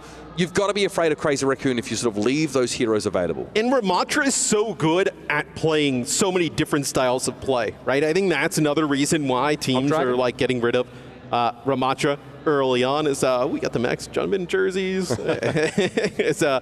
I think that's why teams also kind of like to get rid of the Ramattra. It's just he can be a nuisance to just about all the dive tanks. He can be really difficult for like just about any of them to play into.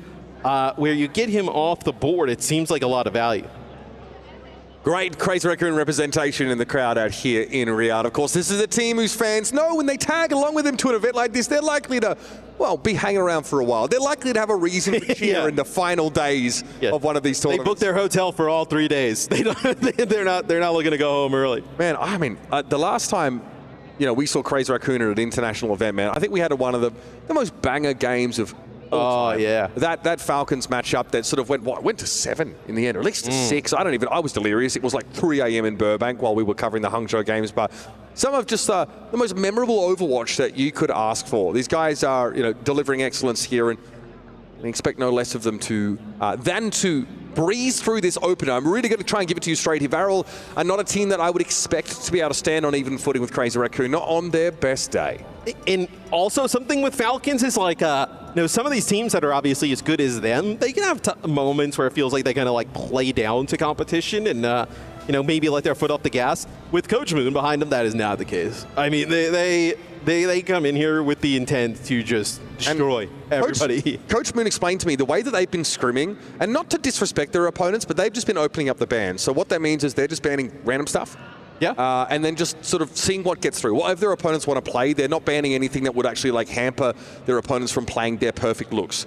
And they've been pretty comfortable doing that. They've just not really practiced that ban strategy. I know they've got one developed, and I know they're going to be happy to use it when push comes to shove here, but a Ramattra ban might just be pretty arbitrary, not necessarily targeted, as a lot of teams don't really want to play that Nero right now. It could be more just to get rid of the Ramattra to open up the ability for you to play the dive, heroes that you would like to play, right? I don't think it's like, I know we're worried about, Varel, in their Ramattra comp, right? I think it's more to just kind of benefit what Crazy Raccoon is trying to do. All right, there is real potential for Wrecking Ball, but this is probably one of the harder maps for that to be made to work here. Also, we've seen a limited amount of Freya in that first game. She is available and unbanned in this series. So we'll get a chance here in a bit. We'll see what Crazy Raccoon actually decides to do. Are we going back to Dallas with the Junbin Roadhog? That would be so good. So Varel will actually come out here. They will run an Orisa-based composition, with that BAP Lucio we talked a little bit about in that first series, right? Probably one of the better support lines, and Junbin will end up playing the ball here, and you're going to have the Pharah for some insane poke But see that disruption that actually forces Nico out of the ideal sidelines to be able to pressure someone like Heesang across the map. Yeah. So the Fara's got a ton of breathing room early, and KSG needs to respect this. The damage that he's taking now puts pressure on his backline to keep the throughput at a very high point. And watch out for concussive blast here. Dangerous to play on the edge of the map. Well, it's also brutal because you're taking damage from every part of the map, right? When you're KSG and you go to the point, you have the Shu Ana from one angle, you have Heesang on the far in another angle as a conk there. So would you like not going well here. Would you like to tell me what about going up against a Wrecking Ball Fara comp makes you want to play on that part of the map? None.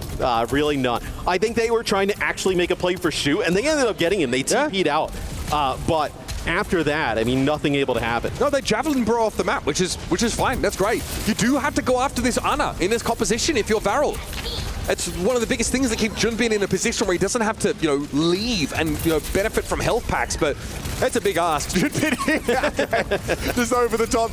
Just, what do they call that? I see that in American football when they just jump over the defender's head. A hurdle. A hurdle. It absolutely hurdles the Diva. Thank you, Matt. KSG going to be close to desooning here. Chorong's been picked off, though. Top Dragon has switched off the Sim and is going over to Author Tracer, and that's paying off much better for him. Finally, Nico, with that pressure being relieved, is able to get back into good sight lines to challenge Heesang. And you just need to withstand the dive that comes in from Junbin, right? You're able to use that immortality field to be able to kind of pressure him back, and then that's when you need to go on the attack. Also helps that Nico connects to some shots, but I mean, KSG just gets deleted there by Lip. Well, he opted not to drop off the map and just come back from spawn. You could, in theory, taxi KSG back, but he'll be in the fray momentarily. It's created an opening, though, for Crazy Raccoon to flip this point, and now a longer fight will just give them more and more percentage. The I mean, are you going to be able to flip this off this Matrix? No. I mean, Junbin is gone. You can just nano the Fara here. This is dangerous. You're going to be looking at a Heesang barrage if you're not careful. And already the Immortality field got drawn out of Varel. This is dangerous. Heesang, though, doesn't feel like he really needs to go for an aggressive barrage, but he's really punishing with his splash damage in his close quarters.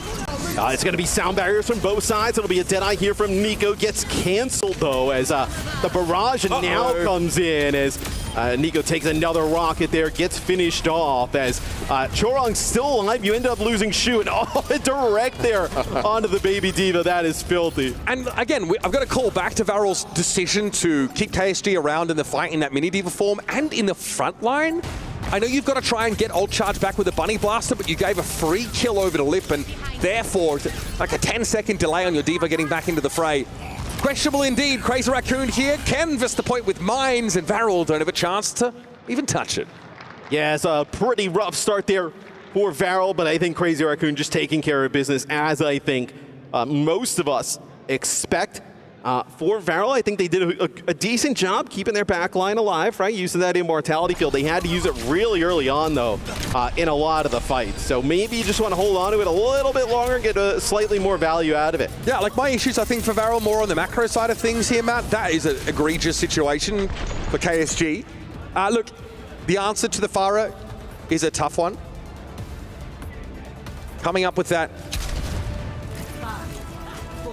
Tracer switch up there for Top Dragon. Excuse me, folks. Just a mild blip there. But yeah, Top Dragon switched to the Tracer and is actually able to run through the backline in one of those fights, which let Nico get out into the open. And we're going to see Freya come in here.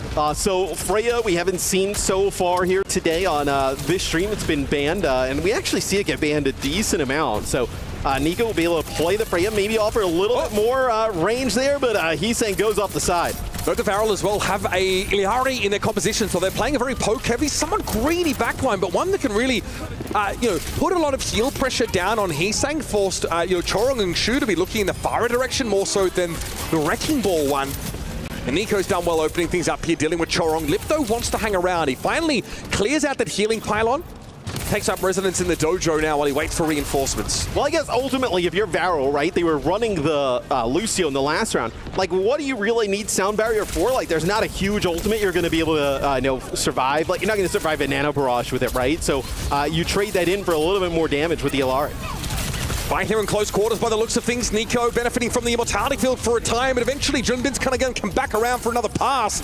Shu, safe position to be in, but we know Top Dragon is going to be looking to drag the Ana down. So far, though, he's not been able to take Shu's eyes off the prize. That is the badonkadonk of his teammates as he keeps those healing darts coming in. KSG on the D-suit.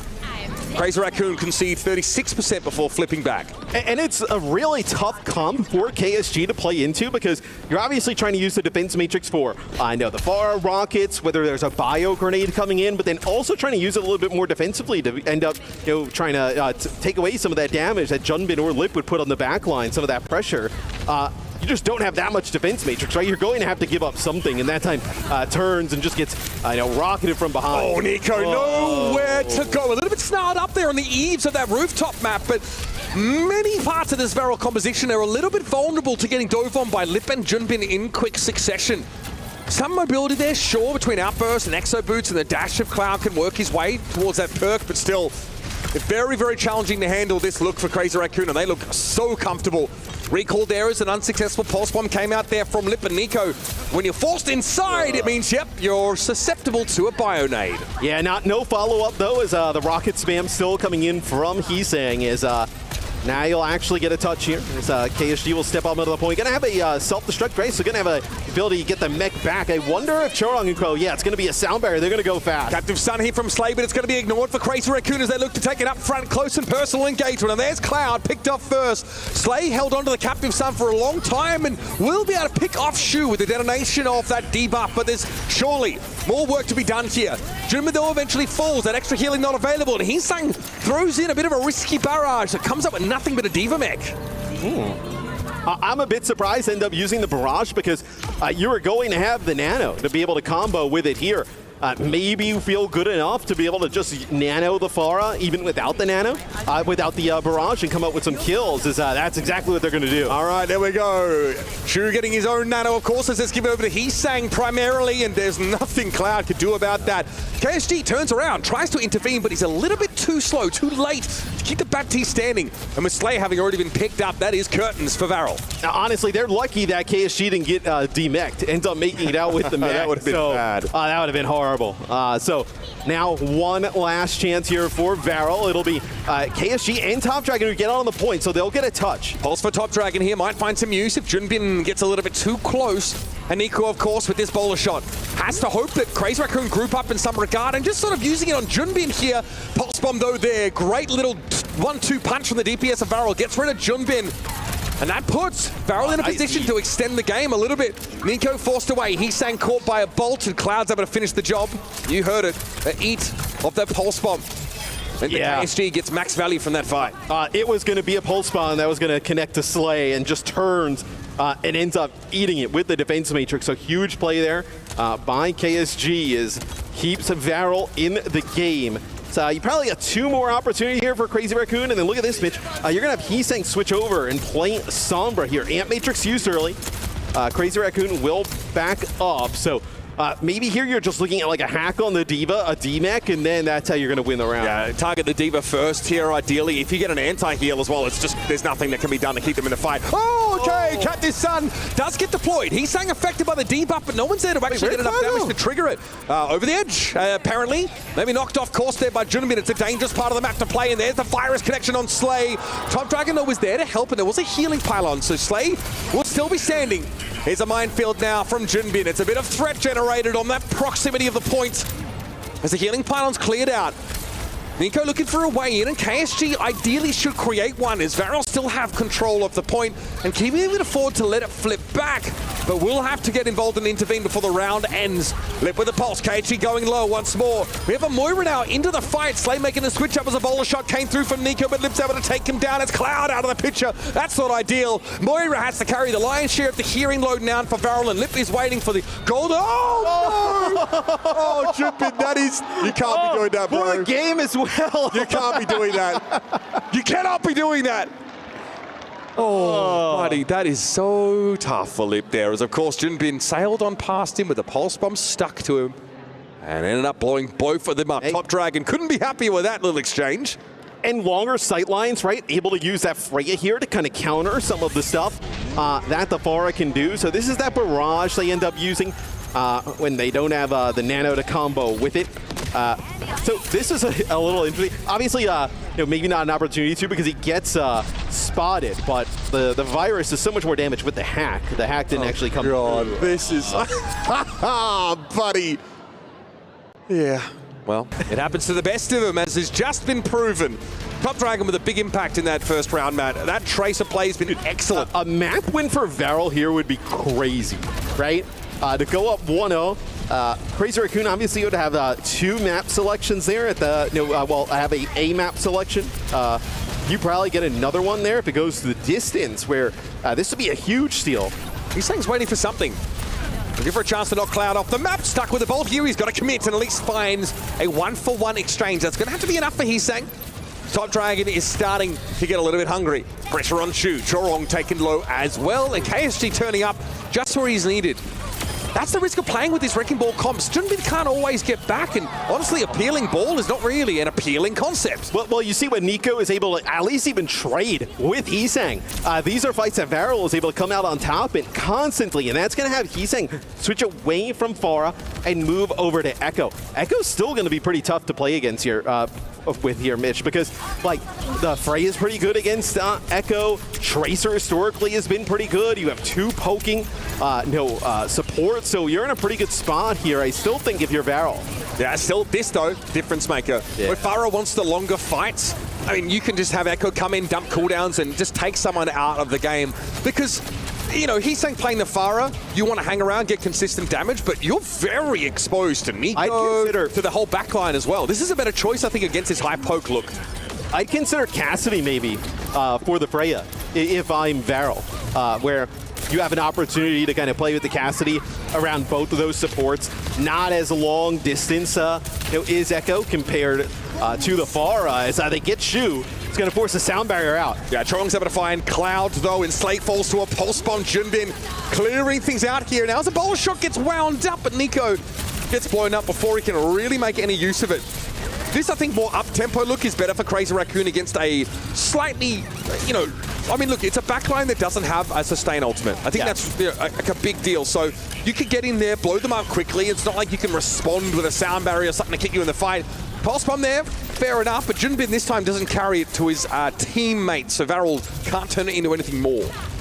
Yeah, and that's why I was saying maybe you go Cassidy here, right? Kind of play into a little bit of that, slower play style where Nico's going to play at range. Maybe the opportunity to kind of stack up, play around your BAP and go, that is one that is a little That's far right. thinking, I think. I love it. He's saying with the dupe of the Diva here. Immortality Field thrown down, and it all means that KSC is going to be able to get back into the back. But in the meantime, Junbin just turned Nico and Cloud into Marmalade. Flatten them in the back line. Cloud's Immortality Field having already been cleared out just earlier, and he's saying is really adding a lot of virtual health points to this fight. Pops out of mech, of course, with a fresh set of cooldowns and expends them, taking KSG out of mech once more. And Top Dragon just getting near the point, trying to maybe touch. I would say not the most value out of the Captive Sun there.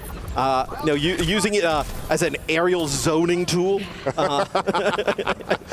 Yes, I think you might need some the heat-seeking perk upgrade. The one that makes Captive Sun home? Yeah, that could be good. Get that one on Custa's desk. Scotty, make it happen, brother, for the boys. All right, 88% and counting now. Lipton with a pulse bomb to work with. An Immortality Field coming down early, which means the way is open here for a potential Tracer ultimate to take the game. The Top Dragon has to be addressed. He's threatening the point, so Lip has to double back, and Junbin eventually just runs out of sustain. 4 players up here for Crazy Raccoon. Shu isolated out towards the edges of the engagement, so Top Dragon has done his job, keeping Crazy Raccoon at the fringes of the point. But without a support ultimate in terms of sustain, how does Varel combat through this sound barrier that's going to come through, right? It feels like they get sound barrier and just run on through them there. The sound barrier actually connects with 3. Yeah, they have to hope to have comparable healing throughput to match the sound barrier's impact, and with the big cooldowns that Cloud and that was Slay not have, a good beat. It's possible. No, a little bit hasty, I think, for Crazy Raccoon, and now that map win possibility you floated earlier on might just be on the cards. Varel, yes, have to spend their ramp matrix and their bowler shot in that fight, but they braved the storm of the sound barrier from CR.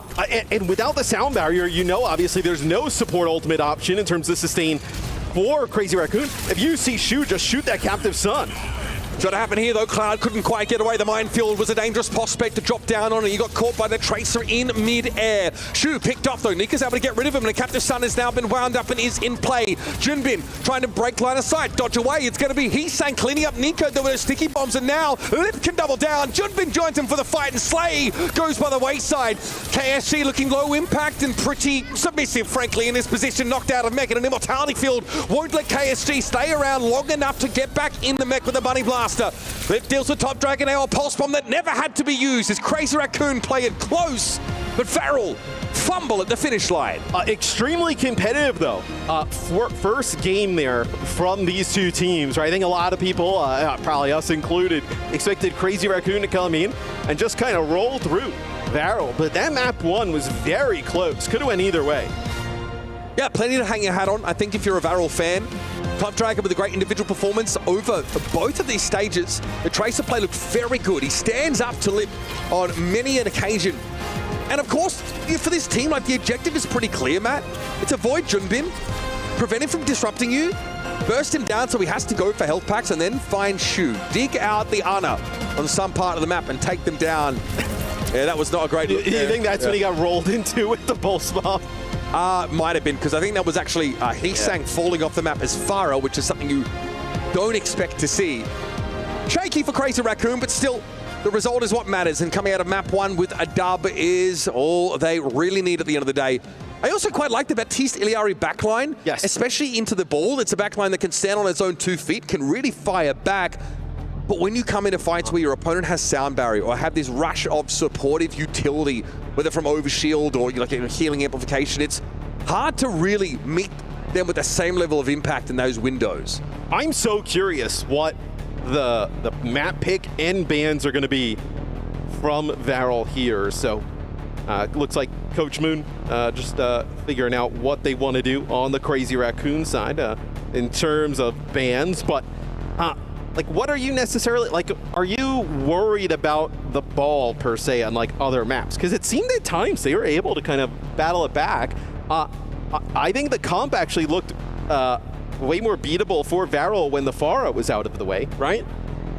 Yeah, look, I mean, Heesang made that switch, of course, because he didn't want to, you know, have those more sustained sort of episodes where he has to, you know, put bits of damage here and there and allow it to be followed up on by Lip, whereas Echo can actually is the one that cleans off those kills. Focusing Beam, of course, being far more effective on those lower health targets. So the idea is get in, burst people down with the cooldowns, get back out, get back to safety, fall back to where Shu at least has good line of sight to you, and you can just regenerate those cooldowns. So I feel like it was a wise choice considering just how much poke pressure the Varel's composition had. Still risky. You're still floaty. You're still an airborne target. Yeah, there's also a world in which you get rid of the Freya, right? If you're Crazy Raccoon, if that's if you want to continue to kind of play some of that Farah comp. So maybe that's the route they decide to go with.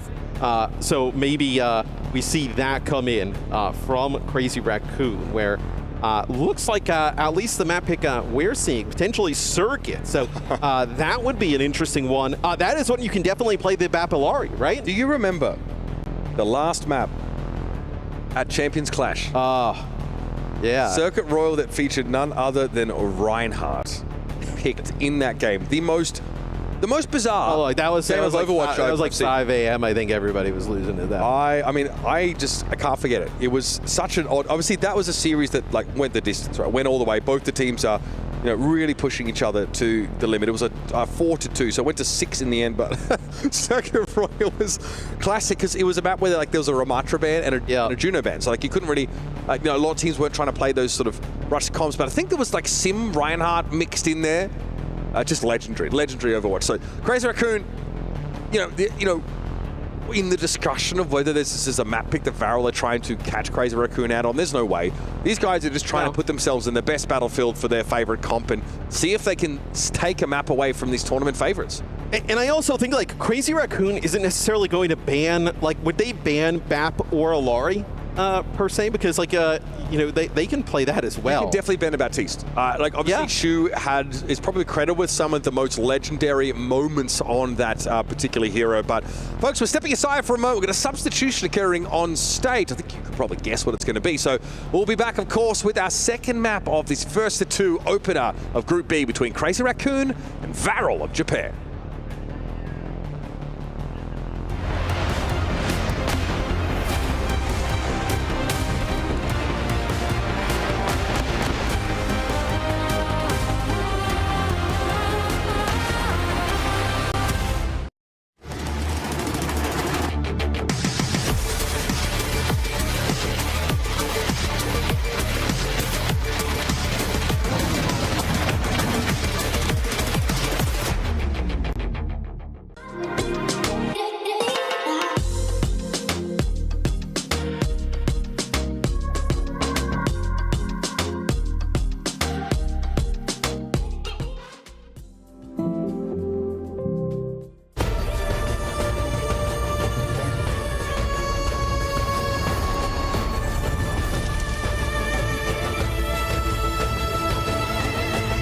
This land is calling.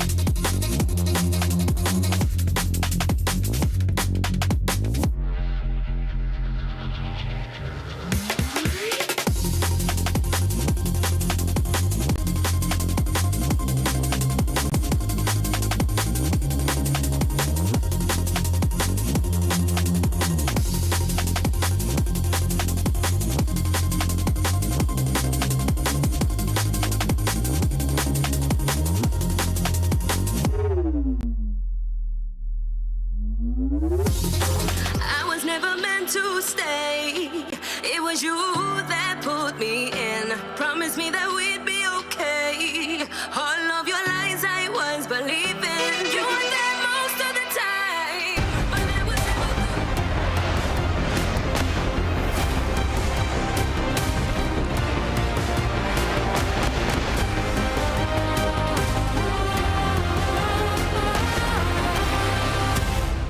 Group B here at the EWC as Mid-Season Championship is an interesting place featuring Crazy Raccoon, Rock Esports, Team Liquid and their current opponents, Varel. And I will say, Matthew, that first map of Lijiang Tower was a bit of an eyebrow raiser for me and a positive one for Varel as they play it pretty close in the end with a Baptiste Iliari composition that causes some issues for Crazy Raccoon's Wrecking Ball setup.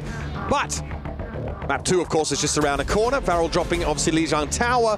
And a substitution here being made for Crazy Raccoon. Max has been brought into the fold. Yeah, I was going to say, I'm sure you guys can assume at home when we're talking about a sub what's going to happen. As Varel's waving to the fans. They got some fans here as they're having a great time. But Max coming in here for Junbin, Circuit Royal. So it makes a lot of sense in terms of the sub. Yeah, look, this is the kind of map where obviously teams that go away from playing those high mobility tank comps, the dive setup, you can play Diva here, but we have seen teams trend away from that, more in the direction of Ramatra, all those brawl-style compositions. We've even seen Sigma worked into the poke setup. But this map selection might also influence the choice of bans, because Max and Junmin have some overlap between their hero pools, but in general, we know that Max likes to play more in those rush comps. Yeah, and I wonder what the bans will end up being, right? Like, for Crazy Raccoon, you probably want Ramatra, Sigma, even like an Orisa to kind of like make their way through, right? To be a value here on circuit. And then for Varel, I think you're fine playing that like a Ilari BAP backline. So we'll get a chance we'll get you guys the bans once we have them. But I'm curious to see where they both decided to go. Now, we shouldn't be too far from jumping into game here, folks. Of course, there's some real legends of the game on stage right now, on the Crazy Raccoon side more than anything. And again, I wouldn't mind seeing the run back of the Iliari backline here for Varel. Like back Iliari, look very reasonable. I think also you might want to look at something like the Venture, which we saw make its way into play earlier on. But either way, you are not going to be able to ban Ramatra out here if you are Varel. Yes, a lot of other options potentially though for Varel. So players are in game. We're getting it all kind of set up here shortly, but I think it's I think this is a pretty good look. If you're a Crazy Raccoon, you obviously expect to win this series. It's proven to be a pretty tasty, pretty good warm-up here moving forward. Absolutely. I've enjoyed what we saw from our first map there of Lijiang Tower. Here are your bans. Lucio getting banned here first by Varel. Follow-up will be the Venture. Yeah, so Venture goes here from CR. So they want to get rid of the Venture. They're pretty aggressive towards the back line, right? So we get rid of that. And then Lucio gone on the other side for Varel. It also ends up protecting, like, let's say them banning like a BAP or something along those lines. So I think it's a pretty good option here for Varel. They weren't probably going to play the Lucio anyway, so now getting it out, I think it allows him to secure the backline that they want. Yeah, tougher for those, the rush comps to function, or without that burst of speed that lets you hit a backline. So obviously opens up those more squishy options when it comes to your support. We've seen that Iliari already. This isn't really a Venture map, though. No. Like, you can play them on this map, but it wouldn't be one I'd be like scared of, like Venture, like them dominating. Yeah. I mean, again, as a follow-up ban, it's not a protect. So you know that they are, which, I mean, yeah, you're right. It is interesting to see the Venture being looked at in such a way. It could have come out of scrims, obviously. Venture wants more like of a concentric environment, right? Like a static point as opposed to like a dynamic objective that's sort of moving across the map. But they can still be difficult to deal with in some flank lines. They could have banned Freya, but I guess maybe it's because Lip wants to play it. Yeah. I mean, pretty reasonable option here. Freya really feels like problematic. I think we've got teams on the wrong sides here, folks. So we just need to go back to lobby and get them flipped over. Obviously, is when you get to choose map, that side choice goes to your opponent. Shu MVP. I mean, that is like it's another Sunday. Always something in play. Yeah. Yeah, probably one of the winningest support players when it comes to MVP titles picked up, I think. Yeah, I mean, you think like early on, like even Owl, right? Like it was like Jonak, and then I think, players like Shu took it to a whole another level. I mean, yeah, I think we're definitely at the point where we can consider Jonak's legacy superseded by someone like Shu, just in terms of tenure and just the uncanny rate that he delivers those moments that are really match defining. So you saw Chorong on your screen there briefly. He's someone who, remember when he first landed on that Florida team, the rumors were that he was given the bag, and I tell you what, he was worth it. It was absolutely worth the spend on him. He really, really impressed us a lot of the time with his Lucio, but more so at the time the Brig play. We were in a meta that featured a lot of like Brig and Ashe, and a lot of maps where defenders really wanted to push their high ground advantage. And Brig obviously functioned nicely alongside the Ashe to deny that dive. That was obviously pretty crucial. Todd Dragon in good spirits. Great to chat with him, of course. Obviously, he spent a fair bit of time across a bunch of different teams. He was on the Vision roster in EMEA. He went over to Wei, which now is AGAL, over in South Korea, and then made his way over to Japan. So really well-spoken guy. Had a great chat with him, and he obviously extends a great deal of respect to his opponents. None more. Yeah, what are you doing that you got time to chat to everybody? Yeah, with Moon, chatting with Top Dragon. I mean, he's very helpful because like he and Slay, I had them in the booth, just like some rapid fire questions, but some of them required some explaining. So Top Dragon was gracious enough to translate for me to Slay, and I was able to speak to him through Top Dragon. So it was fantastic. Yeah, good bunch of guys. So we got the sides swamped that one, so this time we'll be ready to go. All things considered, yeah, I was like a Crazy Raccoon have banned, like if they want to play far, right? Could they have just banned the Freya? Like that seemed to give them the most trouble. I feel like we've moved away from seeing a ton of the Pharah on maps like this. Yeah, I think that like I like the Mei on defense here, right? It's one of the few things that can stop Ramatra in his tracks when he's in Annihilation. Yeah. Either by a wall, but more commonly like saving Blizzard specifically to counter it. And I think the matchup, between the Ramatra and the Orisa in the front line is a pretty interesting one. Definitely cooldown oriented, as Orisa is definitely the one that really wants to get in the face, and Ramatra has some space creating tools to get a bit of breathing room. And then obviously an entire sense of modality when he pops that Nemesis form. He'll try and run past the Orisa into the back line and knock some heads together. Let's see. Okay. So maybe they think there was going to be like Diva on defense. We'll see if Max decides to change. So it'll be Orisa in the mix. We have seen more Zarya like into Diva as of late. Some of her perks are really interesting, honestly. The way that she can actually offer more utility than just the shield to teammates. I think the Swanner perk, it's called, gives them move speed, which is kind of crazy. It's the one sort of buff in the game that has seemed to be so sought after in every meta. Crazy Raccoon, they'll come out with the Juno and the Ana composition, and they will have a sim in place, so keep an eye out here for these flanks to the right side of your screen, up those staircases, but in order to do that, Crazy Raccoon have got to get in position without taking casualties, and Lip is the first to fall. Yeah, Top Dragon just kind of like peeks around this corner, just rips him with a headshot, so that'll stop things. But yeah, you have Heesang being able to use this TP, just kind of get around this dangerous corner, put Lip in off angle, get the entire team into the back line, a lot of different options. Maywall here, not super good. Yeah, not effective, but with the Bionic Grenade connecting onto KSG, he just has to get that ground straight away. Now, Crazy Raccoon have a genuine staging point to really try and fight for this coastline. See, Top Dragon walls up just for a little bit of safety. There is a sim turret in play, and Top Dragon flanked out. The orbs that are coming in. Max opts to go through there as well. This leaves the door open for KSG to run into Crazy Raccoon's backline, but all he could do was get Shu. That is not enough. There's 4 other legends of the game pummeling you. And I mean, that is a nano onto the Orisa, just using the spear spin, getting into the back line, and that is first point here for CR. And all they have to use is that nano. A fantastic start here from Crazy Raccoon. Yeah. And again, they played it, slow and steady. Maywall from Top Dragon is awkward and doesn't really give KSG any defensive zone. Cloud here can set up, of course, with an amp matrix and make sure KSG has a buttload of healing to benefit from. He's going to pop up here on the higher ground and do just that. But Top Dragon goes low and has been forced out of the fight for now. Heesang gets that sim wall in play now. Terror Surge popped by Max, probably just for the extra durability. I don't know if Lip was looking for that one. Matty clips the masonry there with that bowler shot, and it doesn't catch onto his intended target, but he does stick Nico with explosive bolt. There will be a trade of kills out from those Freyas, but a less than convincing engagement from Crazy Raccoon.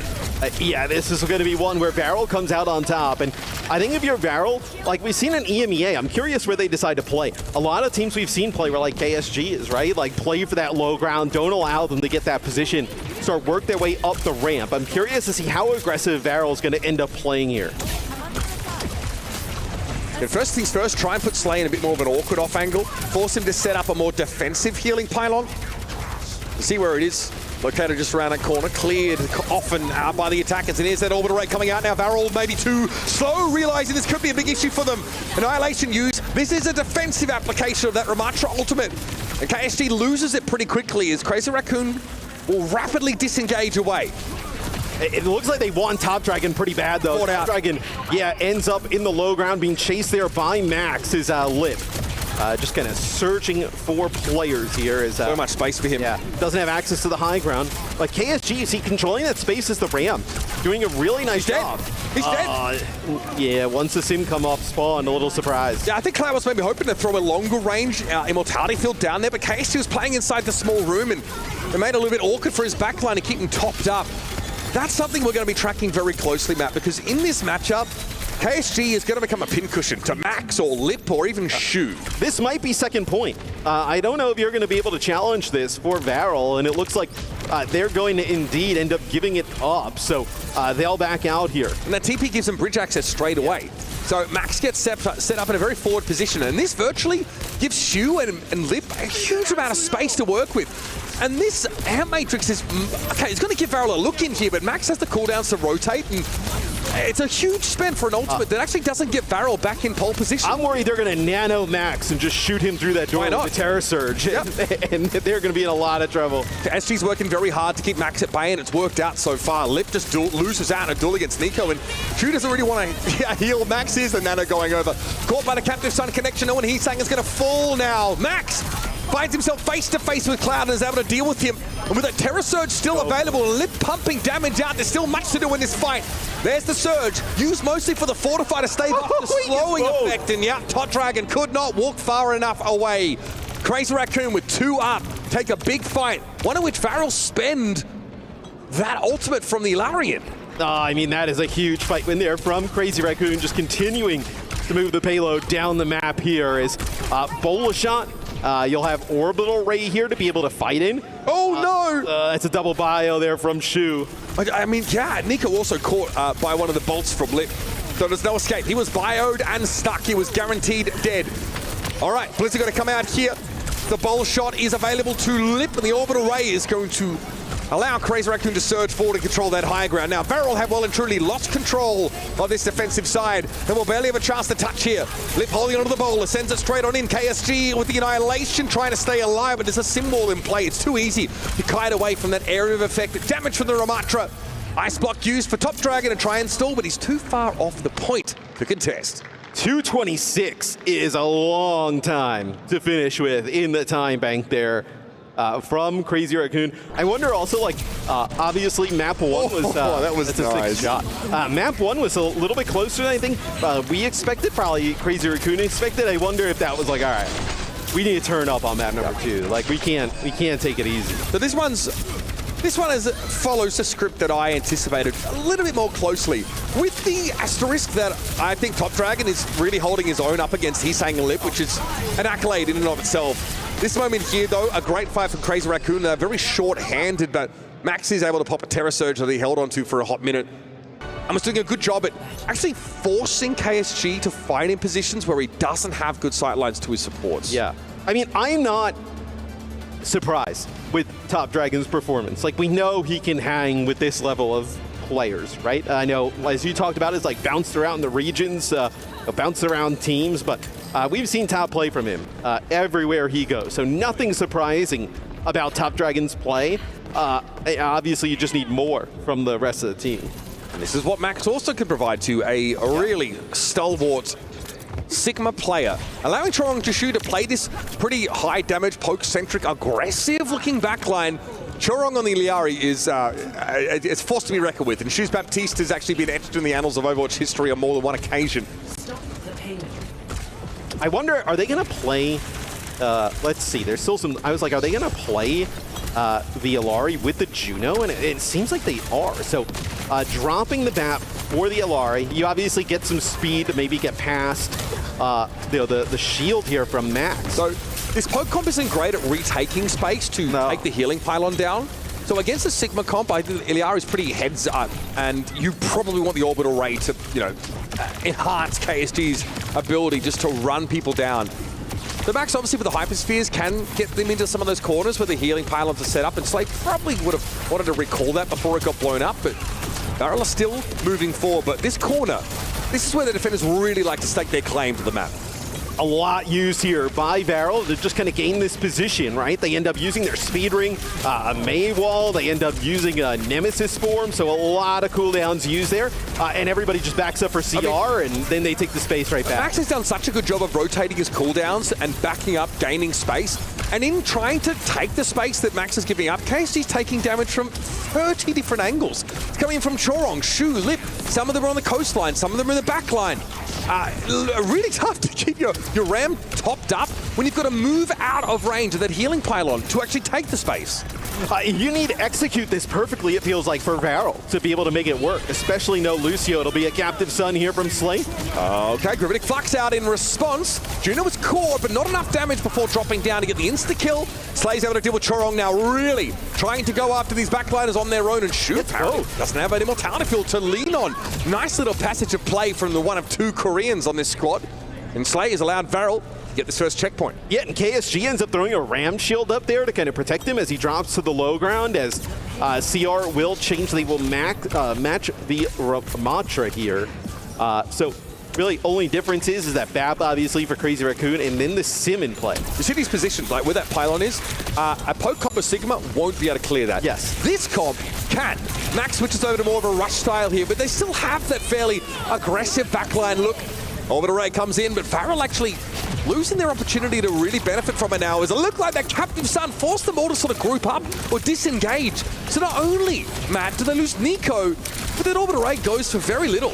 Well, I think it was the combination of the Amp Matrix plus the Captive Sun that got them pretty scared, even with their Orbital Ray to push on through. I mean, you can't group up in an Orbital Ray under a Captive Sun. I mean, you are going to get fried. Maybe an overpush here, though, for Crazy Raccoon. Max definitely getting a little close to the sun. I mean that literally and figuratively. Caught with a bowler shot here. Frosty reception for Max, but Nico also suffers it from Lip. Things are slowed down for Varel, but Crazy Raccoon are ready to repost up on this corner. Yeah, but Varel end up having their Captive Sun, Annihilation, and Blizzard here. So maybe you can catch this Ram out. You end up losing Nico, but look at this. Shu is actually caught off on his own. He uses the Immortality Field. That's not going to end up keeping him alive. So he bought himself some precious seconds, and there was a Sim TP into the backline by Crazy Raccoon, and he was able to take Top Dragon out of the fight. So that May wall that would otherwise slow Max down is now off the field. This should be enough here for Crazy Raccoon to regroup with, and looks like KSG running into the backline, bites off more than he can chew, and Slay is picked off at longer range in the meantime.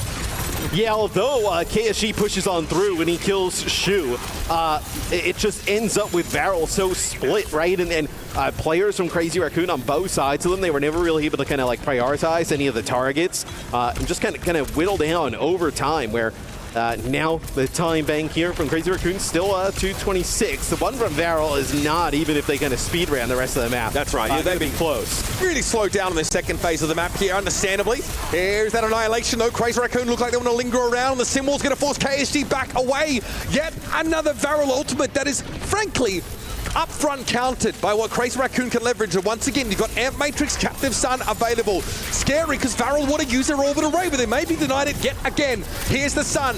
Slay sees it, blinded, seared into his memory was Chorong running him down. And there's nowhere for Nico to go either. Chorong won't be denied. Max does fall, the cart's on the move. The Maywall could be a problem, and another dodgy boulder shot there from Lip goes into the Maywall, thrown up in his face. But only insult, no injury, as Varel are unable to convert. I was like, oh, maybe they get Max towards the end, and you still had KSG alive. Maybe it gets a little bit interesting, but you know, losing Nico, you lost a lot of your damage output here from Varel. So now you're walking back into another Amp Matrix.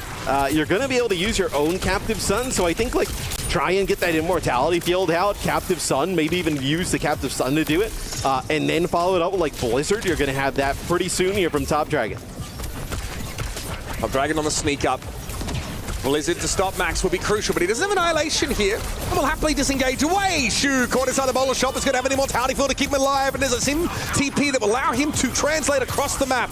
That's been cleared. He's essentially stuck here for the time being, and Nico is on the hunt. Max knocked back by this outburst. Slay putting big damage down into Max, and he's able to dodge away from the Vortex. Oh, he gets here at the final second to contest. Not quite a cap there. Max can intervene and stop Top Dragon from doing his job, and Shu desperately trying to keep his team in the game. I think he's done enough here. Nico, big damage on Shu. Yet another self-immortality field keeps Shu in the game. We don't see it, But how in the world does he play on that high ground and then alone get all the way back to the rest of the team alive to be able to kind of use that immortality field and make that play? I mean, it's literally only things that he does.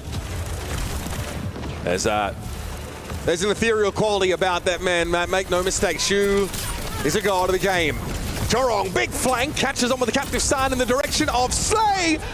And it's going to be the elimination now of the Iliari. KST in trouble here with the bowler shot. Lip flattens him. Shu was able to take down the Ramatra, and that will be the end of the line here for Varel on this map. Not much more to be done now as the Blizzard is thrown out. The card is unbesmirched, and Crazy Raccoon advance out of their opener. A clean 2-0. Yeah, map 1 was really close. Varel put up a great fight. Map 2, though, after Varel took that first point, didn't really make a ton of progress there towards getting that second checkpoint, where even if they did, the time bank for Crazy Raccoon was going to be really difficult, even if you completed the map to beat. Honestly, I'm impressed by the South Korean duo of Top Dragon and Slay on Varel's side of things. They look very good, and the rest of this group features Rock Esports and Team Liquid. Opportunities abound for this Varel team to continue to demonstrate their quality and to make it through. But it's a tough road from here on out, and Crazy Raccoon are simply delivering on the promise they made coming into this Esports World Cup. This time, they plan to be champions. Strong showing in Hangzhou at the Champions Clash. They really took Falcons to task over a longer series. And now they're here to claim, well, even more of that glory for themselves. This is the most important tournament of the year to date. And this Champions Clash winning team are here to throw down at our mid-season championship. And a lot like Falcons, a lot of fans here for Crazy Raccoon. Let's go to the studio to hear their thoughts. Crazy Raccoon playing just like I do here in Overwatch 2. A 2-0, but this was a little bit closer than we expected. I got Avril and Johnny, aka Reinforced, here in the studio. As we take a look back at some of these highlights, Slay, Top Dragon, doing what they could for Varel. Crazy Raccoon is just on another level.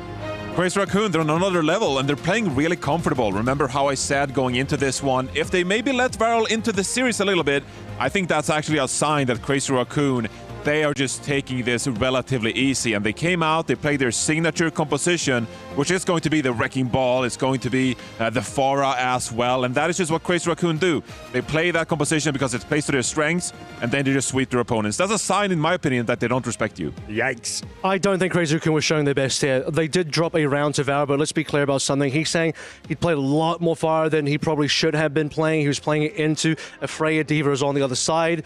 Credit goes to Top Dragon, though. He performed absolutely well on that Tracer, so he's really given a lot to this team of Varel. But when you look at what Crazy Raccoon were actually playing, not just a Fire, but Shu playing a bunch of Ana here as well, I don't think Ana's really met it, but he's Shu. He's the best Ana player in the world. He's the best support player in the world. He's going to make it work, but I think later on in the tournament, you are, in my opinion, going to see Shu move over to Kiriko. So in this particular game, probably just saving a few strats, playing a few specialty heroes like the Wrecking Ball and the Ana now, while you're up against Varel, before you head up against teams like Falcons and other Korean teams, or Alcacia maybe later on. Yeah, I mean, it's absolutely brutal when you go up against a team like this that can just play a really difficult composition. The Wrecking Ball, the Pharah, these heroes, they force the enemy team to make a change. The question is, what do we play against a roster like this? I like the response from Varel. There was a lot of hit scan involved there, which obviously makes things difficult for the Pharah, and they made it pretty close there on Lijiang Tower. But this is Crazy Raccoon, who, you know, that's a squad that is not playing the premier meta compositions that are the best in the tournament. So I'm waiting to see what Crazy Raccoon got when they play at their absolute best. Lemon Kiwi and Jaws are whispering nice things into my ear. They're excited for these matchups, Johnny, and for good reason. This is Crazy Raccoon's first performance. But what can we take away from Varel? You're playing the top dogs in the tournament. They were all smiles at the end of that match. I think mechanically, the Varel showed a lot of good stuff, because despite what Crazy Raccoon may be doing compositionally, again, I don't believe Crazy Raccoon were playing their real comps and their real style here. However, when you look at the actual matchups and the duels, the fact that Top Dragon can do what he's doing in these clips here, go toe-to-toe with the likes of Lip and Heesang and Jimbin as well. There's a crazy two-man stick here as well. Gets the stick onto Jimbin, and Jimbin runs the pulse bomb into Heesang. So these mechanics are really good to see coming from Varel. Nico as well on map 2 on the Frey, I thought did a really good job. So you can really start to see where the talent on Varel is. And that means when they go up against other teams like Rock and maybe Team Liquid, they have a good shot there.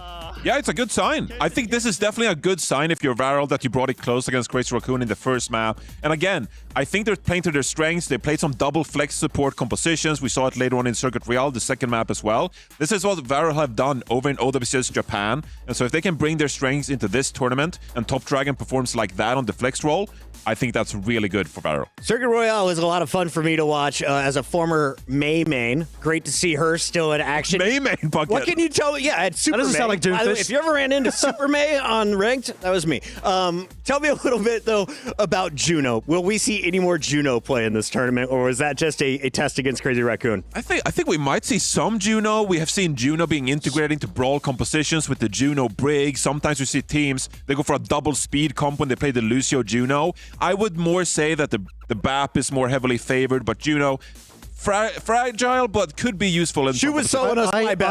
I think the reason why we saw any Juno at all is because of the Lucio ban. If that didn't happen, probably wouldn't have had the Juno in there. So teams are trying to find the alternative to the Lucio with the speed boost in there.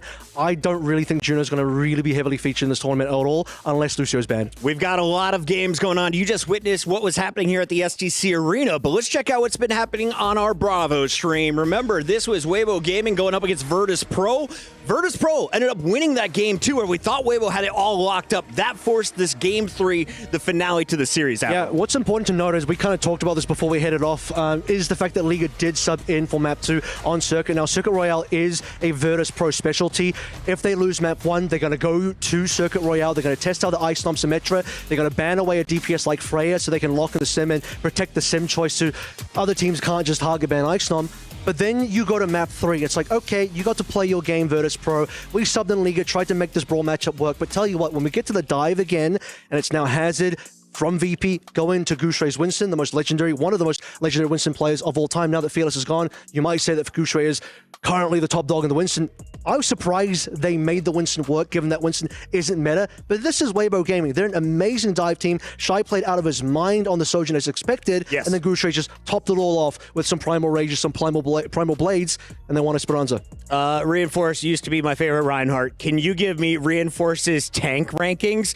Ram, top tank right now? Who's Ram is behind the him? top tank. Yeah, Ram is the top tank right now. Just mitigates so much damage, has some really effective crowd control. So really sticky on the points, right? Where it is difficult to remove the Ram. Then I'd probably say the Orisa, as an alternative when it comes to the brawl compositions. But given we're seeing a lot of Symmetra, the beam goes through the Spin Spear, that is going to be a difficult matchup. And then, we could see some dive here. I think Hazard. Sigma on Circuit Royale, Hazard for sure. It gets a bit more open after the first two, I'd say. Final thoughts, Avril. I think we got out of both of those games what we probably expected. I think great from Virtus Pro to be able to take that one map. It shows that Virtus Pro have something in the bank. We'll see what they can do in the lower bracket now. But yeah, Weibo versus Falcons is going to be a good game. We saw the Falcons fans going crazy in the STC Arena, and we expect that place to get equally loud when we come back. Alcadzia is taking on Team CC. We head to Group C after this.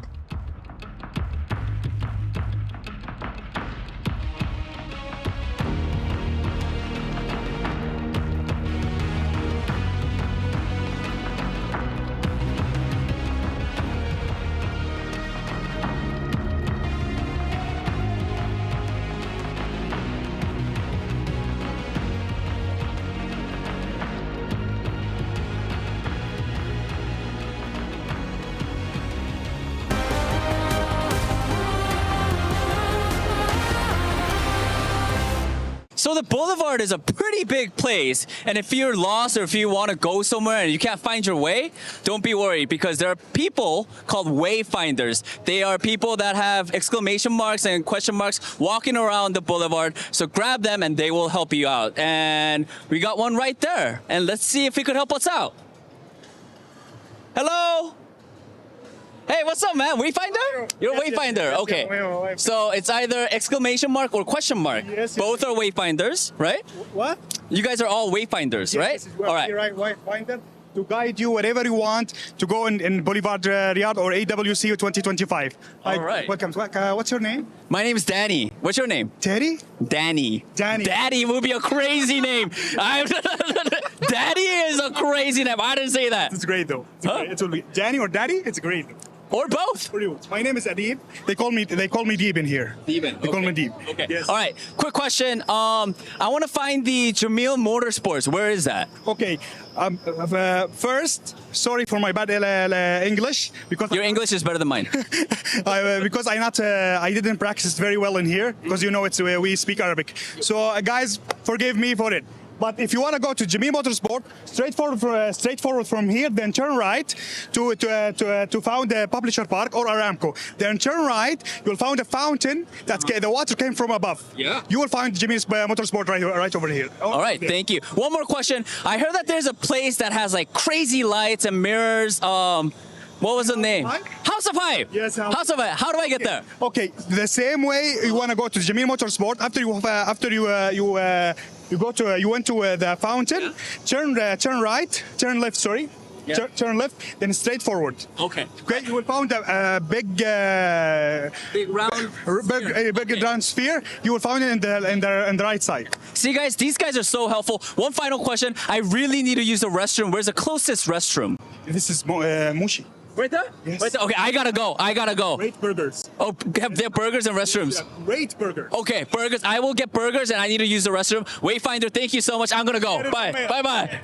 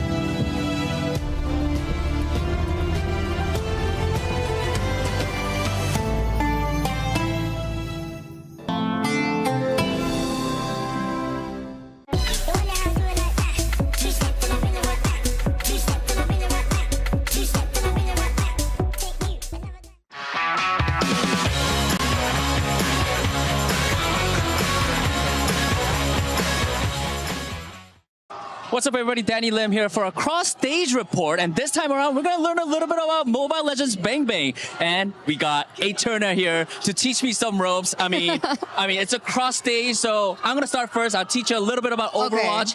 Last year, Crazy Raccoons was a team that won the Overwatch side. Okay. But as you know, Team Falcons were the club champions. So how about Mobile Legends Bang Bang? What happened on this side? It's a little bit complicated here, honestly, coming to the knockout stages. Things have been very, very close. So to say we have an idea of who's going to the grand finals, I can't say exactly who.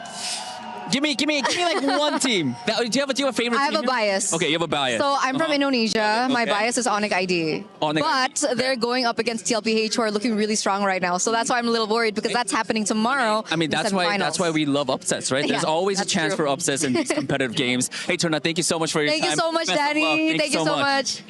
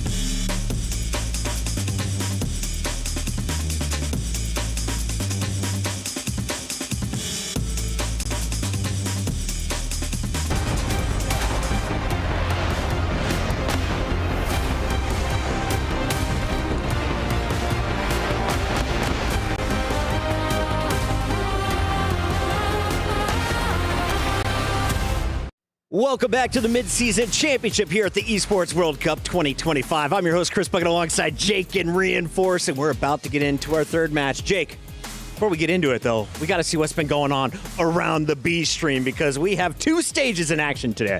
naturally. I mean, the Beach Stream has been some hot games on there too. We've been watching both backstage. Right now we're checking in on ROC versus Team Liquid. I'd say Team Liquid are the heavy favorites here, but ROC punching back. Are Team Liquid North America's best chance to win a trophy, Johnny? Well, I'd actually say GK is the best chance, but Liquid, I'd say they are one of the best teams when it comes to young potential. Infected, very young player, great prospect for this team. Vega and RuPaul, they stuck together last year as well, but this team is all about the potential this team has, and this tournament, Puckett, is another big opportunity for some of these young players to leave a mark and to really build some of their careers, right? So I'm looking at someone like Tree, for example, big superstar potential from this guy, and going up against Rock Esports, it's a good opportunity for them to leave a mark. And Jake, I feel like I've seen Symmetra now in about 75% of our games across the two streams. Is she going to be one of the highest picked heroes on the night? There's going to be some teams that I think really get a lot of mileage out of Symmetra, and I think in the end, I personally think Symmetra is going to be one of the strongest picks, but some teams are going to be really opposed to it and just really go a different direction, right? We saw a team, from Weibo Gaming, they were just like fully playing to counter, not trying to mirror it, so it is a very divisive hero that kind of sets the tone whether a team wants to play it or not. Impressive plays on both sides. It was Team Liquid who had the early upper hand. If they secure this point, they will go up 1-0. And remember, it's all about winning the first two maps. That's all you got to do in this opening round. When we get later tonight, we'll go to the first to 3 map wins, Johnny. Absolutely, and we already have our first winners match locked in, of course, from Group A, because we've seen those matches already, so can't wait to see this one. But of course, in these, you mentioned it earlier, Puckett, the fact that it's first to 2 now, I think that actually opens up the potential for some of these upsets, right? Just needing to win 2 maps instead of 3.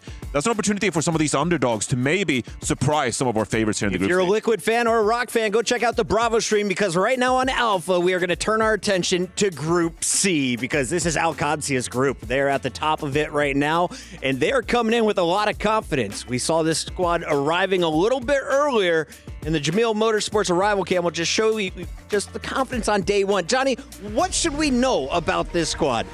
Well, this squad right here, I think going into this meta, they were the best team at it because they have a fantastic Symmetra player in Checkmate, of course. And like I said earlier, superstar Saudi Arabian tank player in Siyad, of course, 17 years old, that is going to guide this team in the tank role. So I'm really looking forward to see this Alcancia team in action. If they can fulfill the promise of the Scrim Bucks, everyone's got them as a big favorite. Well, you got to prove it. A 17-year-old is your tank.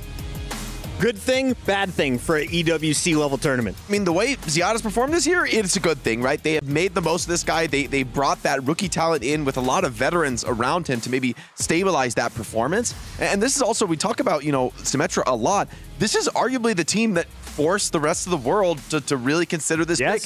It was Alcancia who did it first, who innovated it and forced the rest of EMEA to bend the knee. Now the question is, can they do the same on the global stage against these Korean and Chinese powerhouses? On the other side, we have Team CC from China. What should we know about these guys coming in, Johnny? Well, we talked about the other Chinese powerhouse, of course, and I think this is the second best Chinese team with a lot of veteran players. Going back to the Overwatch League, of course, Hangzhou Spark, Chengdu Hunters, some familiar faces here with Pineapple, Kaneki, Gaga is in the mix, who, of course, has always been the second best tank player in this region behind Gushui. So I'm looking at this team as a bit of like an underdog who could upset. They have all the experience they need, great individual plays coming in from this team. I think the problem is they've been out of the scene for so long with China not really being involved as much, and now you have to play some of these best teams in the world. This is the updated Faraway, though. I don't know if you saw it, but he's Faraway 2025. Oh my God, he changed his name again. This guy loves to swap it up. Honestly, here's the thing about the Chinese teams. Weibo Gaming, they're really strong. They have been globally competitive time and time again in these international competitions, but the pressure's building on China to deliver another relevant team because, frankly, Team CC and Rock, they've kind of been those next couple teams from China, but frankly, they haven't really been impressive to me at all on the international stage. They haven't been competitive on the global stage, and so I think kind of the pressure is building for them to deliver that performance. I love it. We are 20 seconds away. One-word answers. Who wins this? Well, for this one, I'm sorry, Team CC. I don't know if I can go there. Alcancia? Alcancia. Alcancia. We're going with the top dogs in the group. Do they take it here? It's time to find out.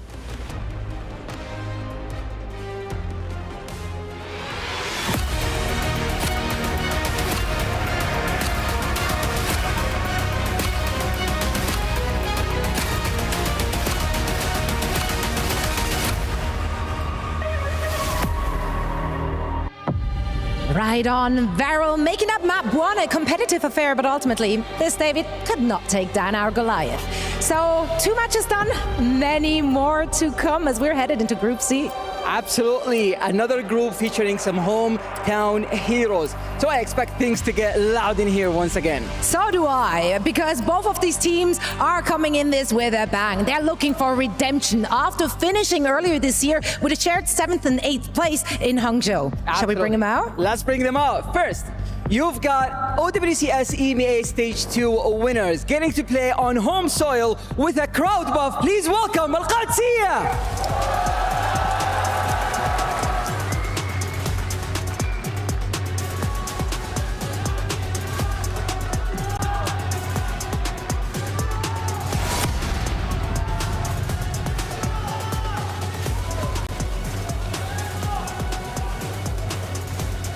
Twice tonight, the crown in China, now aiming to change the script on the world stage. Please welcome Team CC.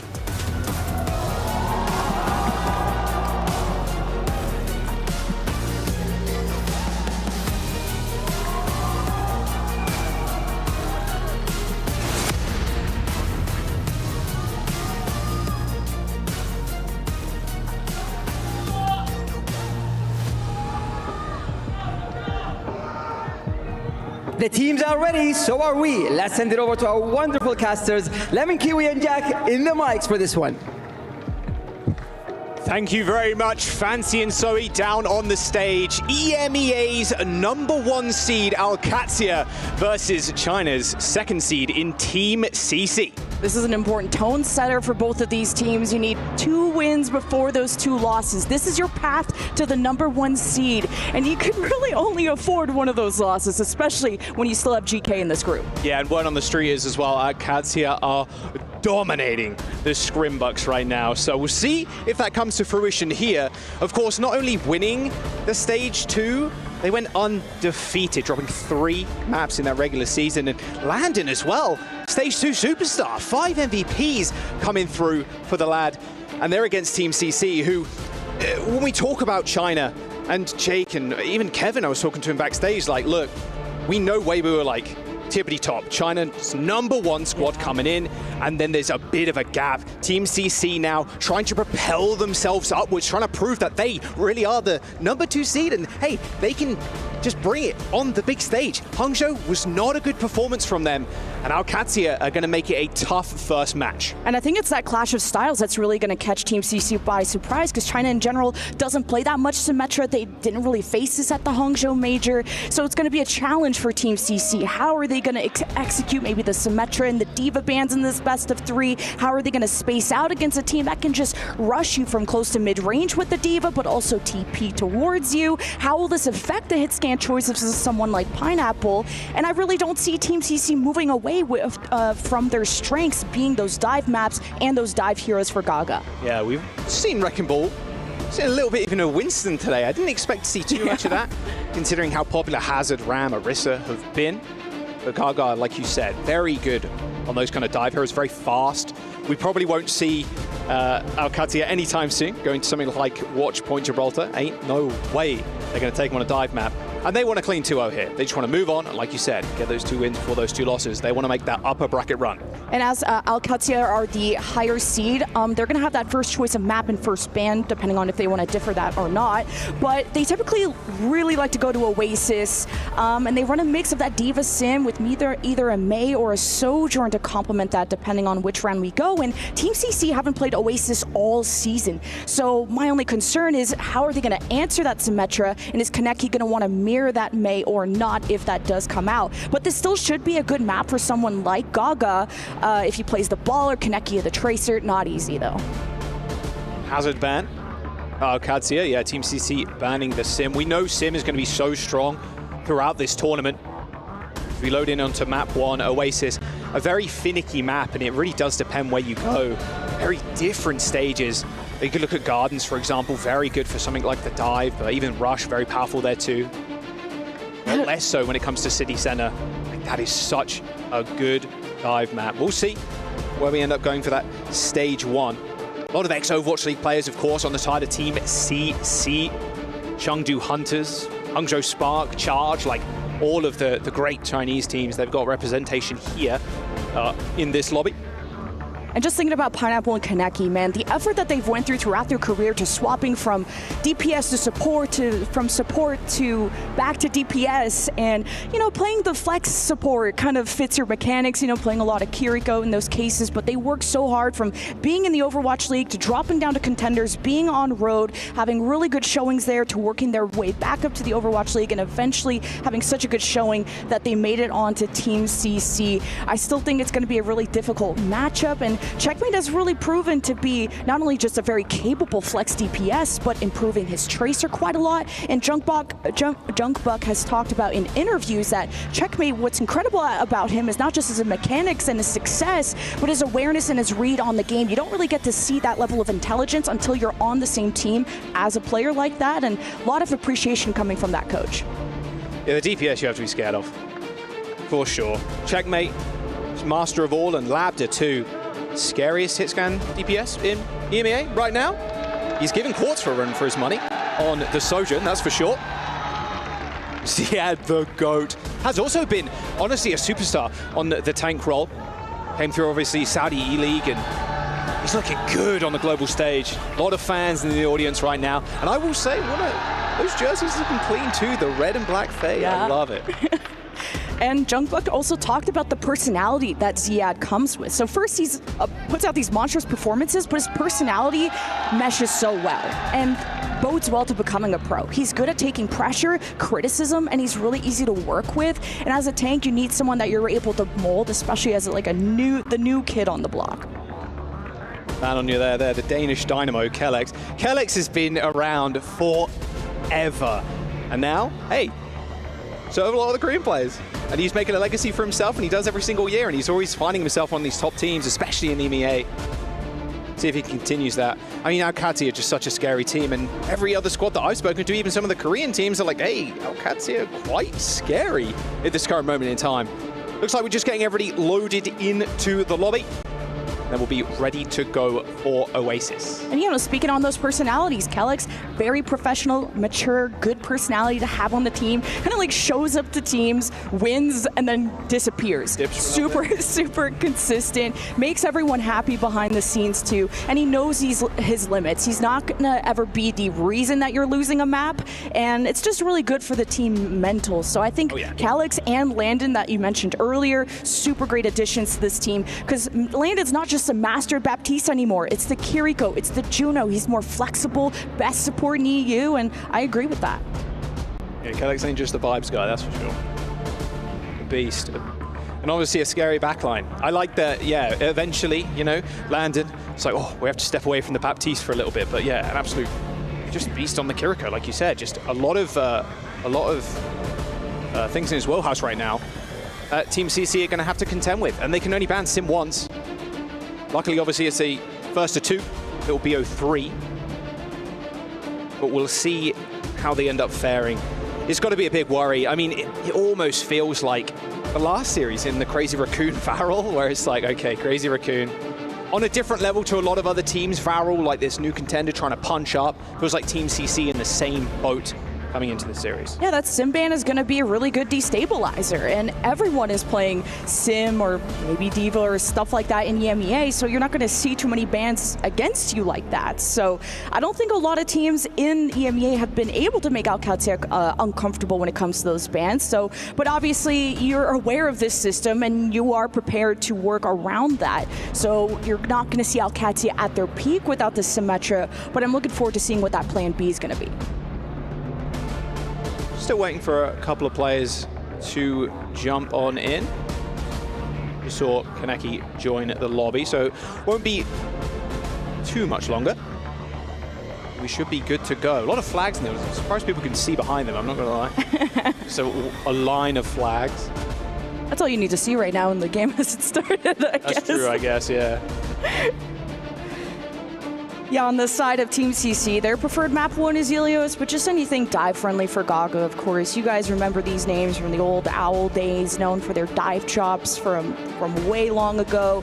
Billadang's also a substitute tank. We're expecting to see him more on like a circuit, maybe a Runa Sapi for more of the ground tanks. And But a lot of the teams in these boot camps are just talking about how maybe they are just underrating China. I don't know, but their just dive is not strong in the meta according to them.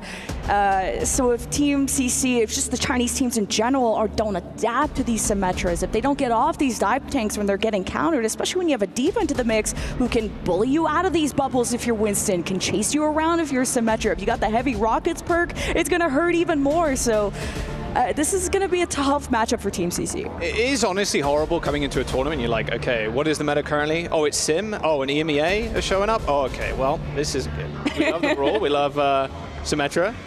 We love just running at people, running it down. And honestly, it's going to be one of the top bans this tournament too, I'd imagine. Sim is going to be hotly contested.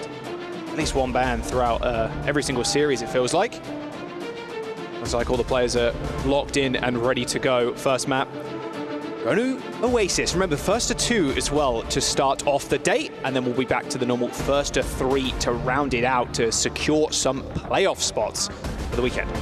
Just excited to see Kaneki in just this starting role in the spotlight. You may remember him from the LGD days back in Contenders China where he had to be a starter, but then he really got to be on everyone's radar because of his time on Road. And like I said, the role swap, I think that's really demanding for players like Kaneki and Pineapple who both had to do the same thing. So they've been all over the place, but it speaks to how selfless they've been and the level of skill it takes to learn all of these heroes, to transfer your mechanics, the playstyle changes, and to just do whatever the team asks and to do whatever it takes to win. Yeah, the earbuds in the air. Landon trying to find the perfect angle. All right. Yeah, it looks like we'll be good to go in just a moment. Sorry for the delay. Just making sure everything's all good. Junkbot still with a big smile on his face. Big cheeky grin. He's Obviously, always smiling. Yeah, that is true. If you're him right now, you're like, okay, just get this match over with. Like Team CC, you know, look at their performance in that first major. Didn't do so hot. Didn't look good for the squad. So Junkbug, you can imagine, this is another just brushing off the shoulder. Prepare for the later games. A couple of these groups look mighty scary, and this being one of them, especially with Alcadzia in. And someone like Junkbug has very, very high expectations for this team and aren't obviously going to be threatened. They are a very high confidence team. It's a high confidence coach who will crash out if anything goes wrong in this match. And it's a best of 3, so there's not a lot of time to recoup, but also not a lot of time to bounce back. You ride that momentum. If you win map 1, then you'll see what the losing team will have to offer up on their map choice. Just got a small team comms issue, just making sure everything's good. God, we got to get a keyboard cam as well at some point. Oh, God. We saw the almost 0 keyless keyboard earlier on. We've got the faded pink keyboard on the side of Team CC as well. It's looking clean, I won't lie. I love seeing the custom keeps. I love seeing the good hairdos as well. Just match day hairdo. Yeah.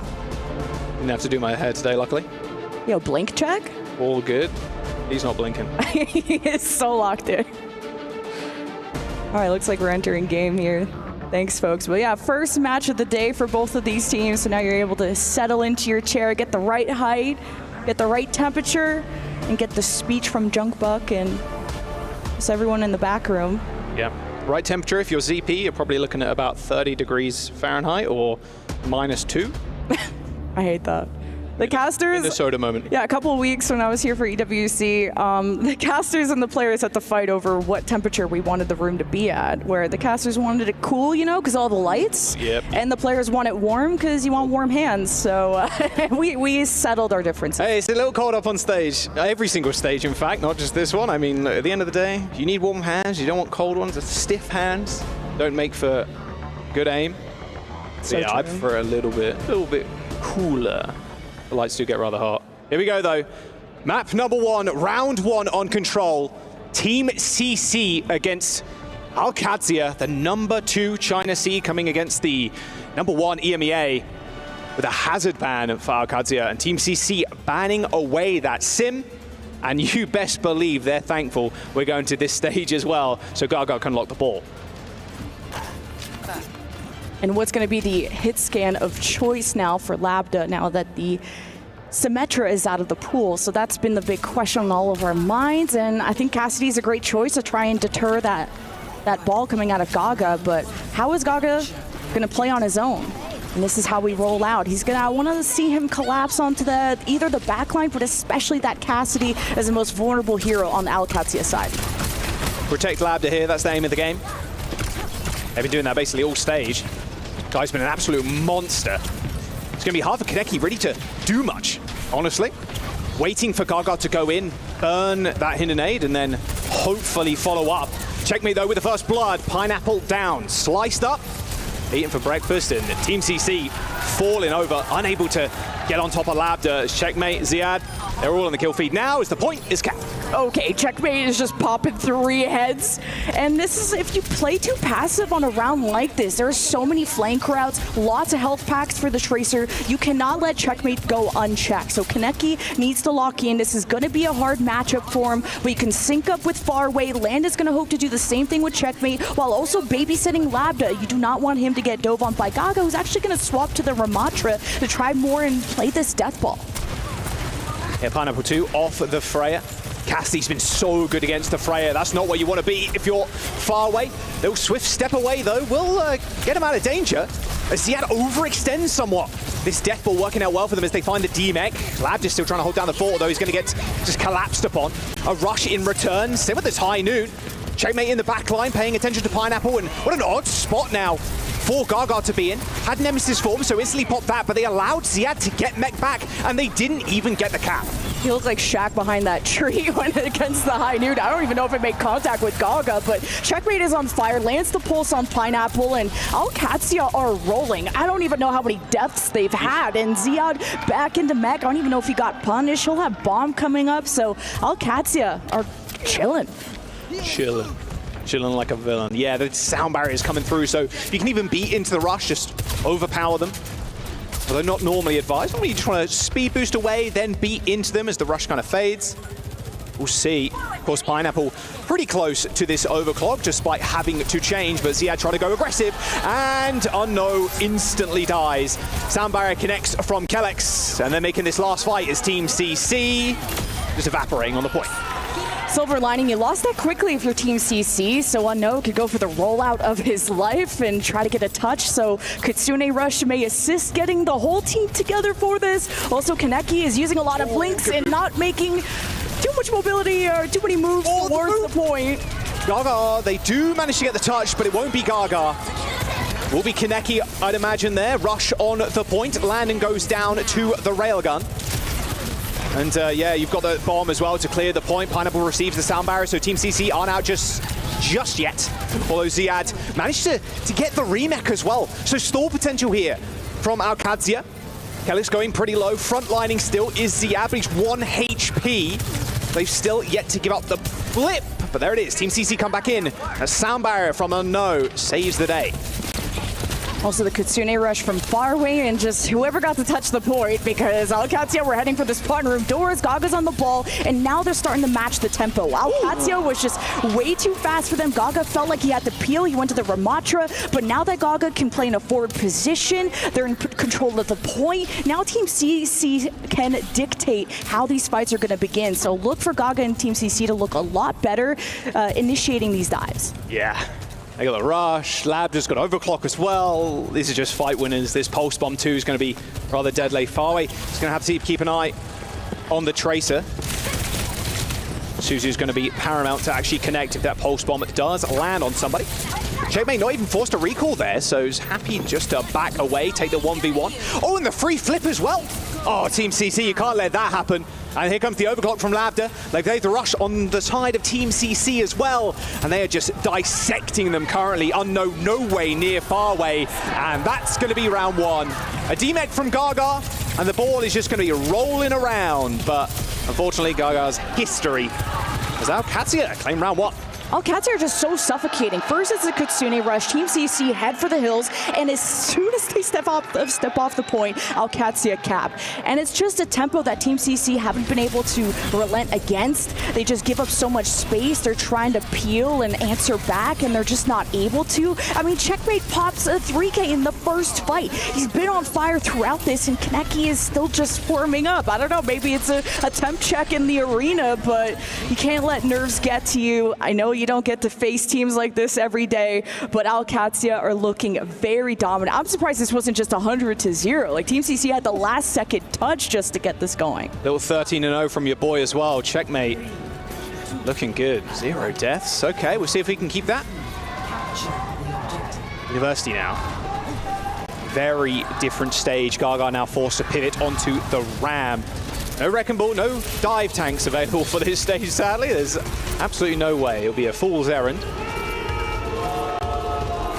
Yeah, kind of surprised you didn't want to play any Mei here, but this has just been the comp that's worked for Alcatia, and Checkmate's been incredible on the Tracer so far. And I like Labda when he went for the Sojourn. When there was just a Hammond all over him, he went to a character that's going to be able to escape that a lot more easily. So Labda's going to adjust now on the Cassidy. He's not going to be against a dive, and he's going to just deathball and be really protected by a D.Va and just everyone surrounding him. So Alcatia are looking for the point first. Here's a flank from Labda and gets the finish on Gaga. Just a shooting gallery for the Cassidy. Oh, Kaneki gives him a little back smack. Shouldn't matter though, points been capped. I've even able to capture the Tracer too. Checkmate does have recall, but no, 24 HP, sides against it. Alcatia get to defend once again, which is so great. There's 2 lanes to try and flank from, so Team CC don't want to stay in one place, but with that opening pick, a big punish on the Checkmate. Now it's Team CC, who don't have ults, but could insert Kaneki into the backline of Alcatia. That's what you want to watch Kaneki do. Oh, Pineapple. Okay, he does manage to dash away. Looked like maybe accidentally caught on the step there. Could have gone down to Ziad, but good team firepower from Team CC. They do end up losing Gaga in amongst this, and of course, Alcatia still have the point. Checkmate, a little dance there in front of Pineapple as Labda let loose a high noon on the high ground. Unfortunately, no marks were found as Team CC capped the point, and they've saved ults as well. 2 support ults coming up.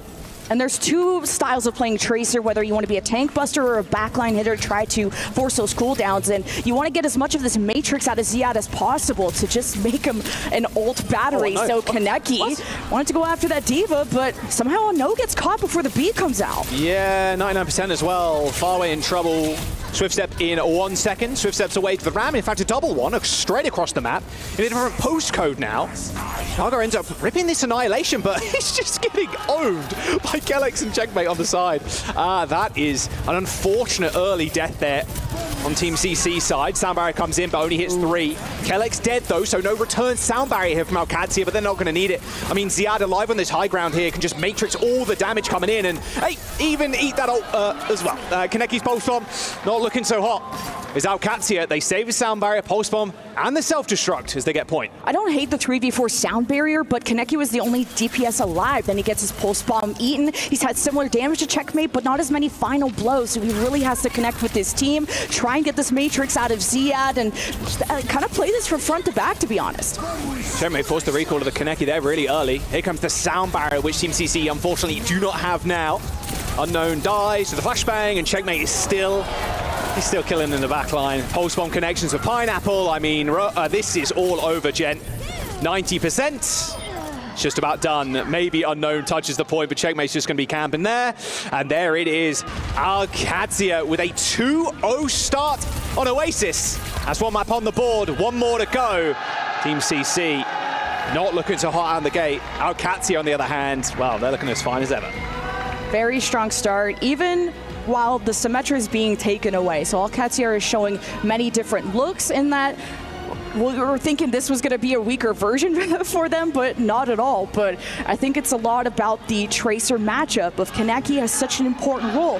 Do you want to go tank bust? Do you want to try and harass the supports? Do you keep Checkmate in check? Funny enough. And it was difficult to do any of them. Checkmate was on fire throughout that match, trying to threaten the best backlines of Landon and Kellex seems like a very tall task, and Kaneki just tried to do what he could, which was shred the tank. And even then, there's a lot of Matrix from Ziad being saved and conserved for these very moments. So I think Kaneki just had a hard time, and then there's only so much a hit skin can do. So this slow-mo on Landon's crazy. Let's have a look where we go to map number 2. Team CC's choice. They get to ban first as well. Yeah, for maps, CC, I think they really like to serve awesome, but it's not in this map pool.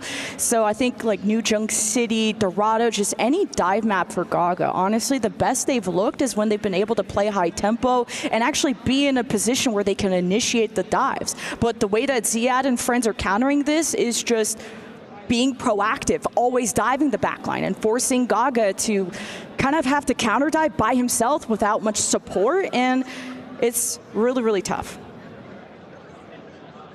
So I'm thinking for maps, Dorado, like I said, New Junk City, but there's just not really going to be a map. Even Midtown is something CC have picked before.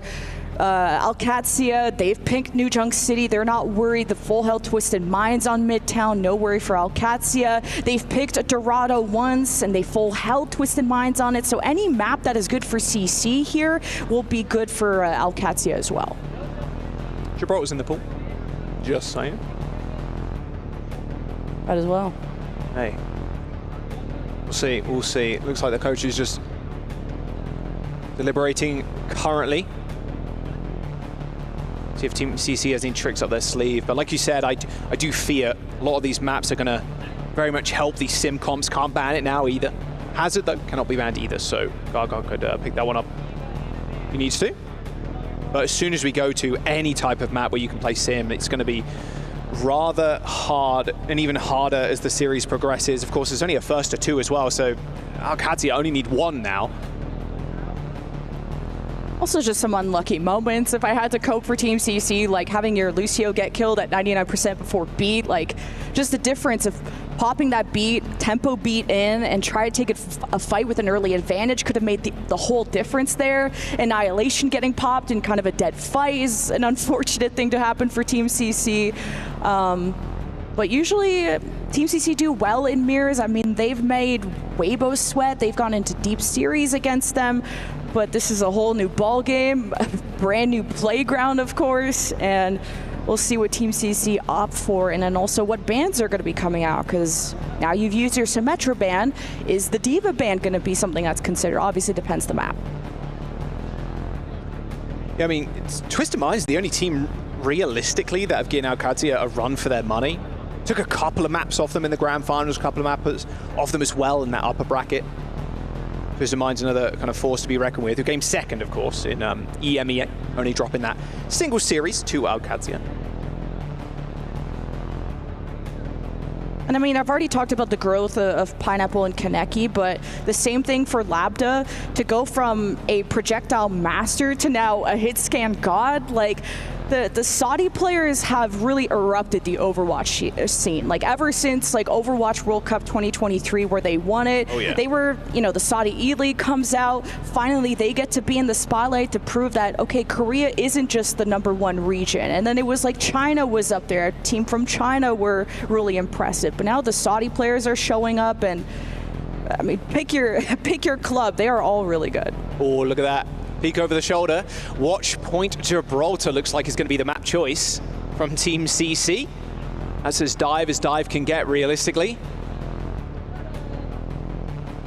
Alcatia not too, you know, like if you think about dive, like Zia can just hop on the Diva. It's not like it's something they can't play. Landon Kellex too. I mean, Landon could even play BAP if he really wanted to on this map. Play a very, very slow style of supports. We've seen a little bit of Alari, BAP, Alari, Kiri kind of thing. Like, it is possible.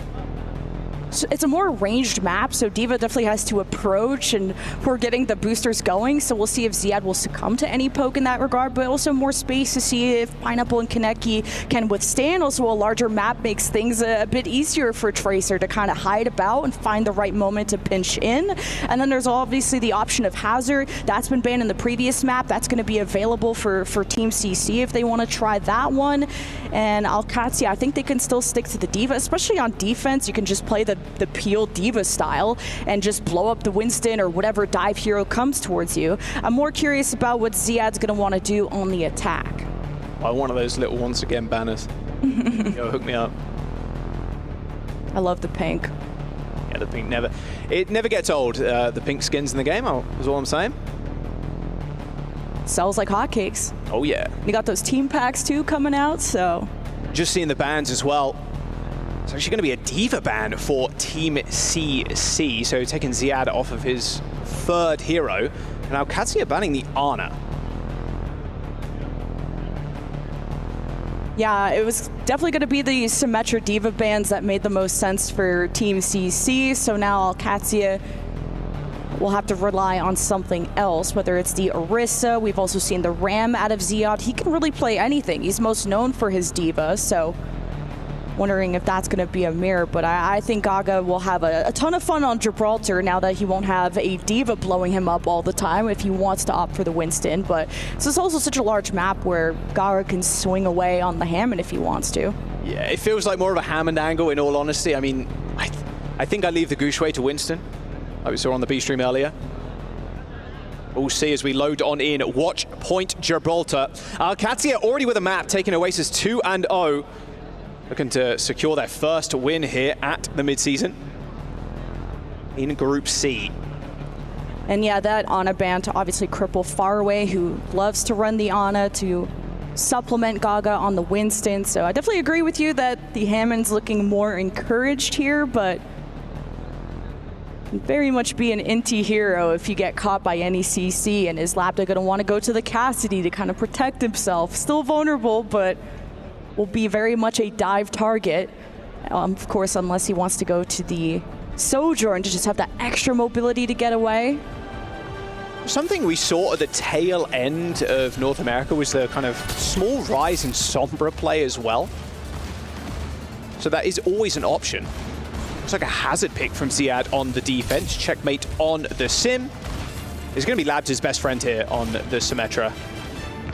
Being able to teleport the Cassidy around the map, especially on these high grounds too. If you make a dive, it's like, okay, well, that's fine, because we can TP away and then get a better angle on the Winston. You have to reset, because normally you've used your bubble on that initial dive. If you don't, you're just going to get blown up by the Cassidy.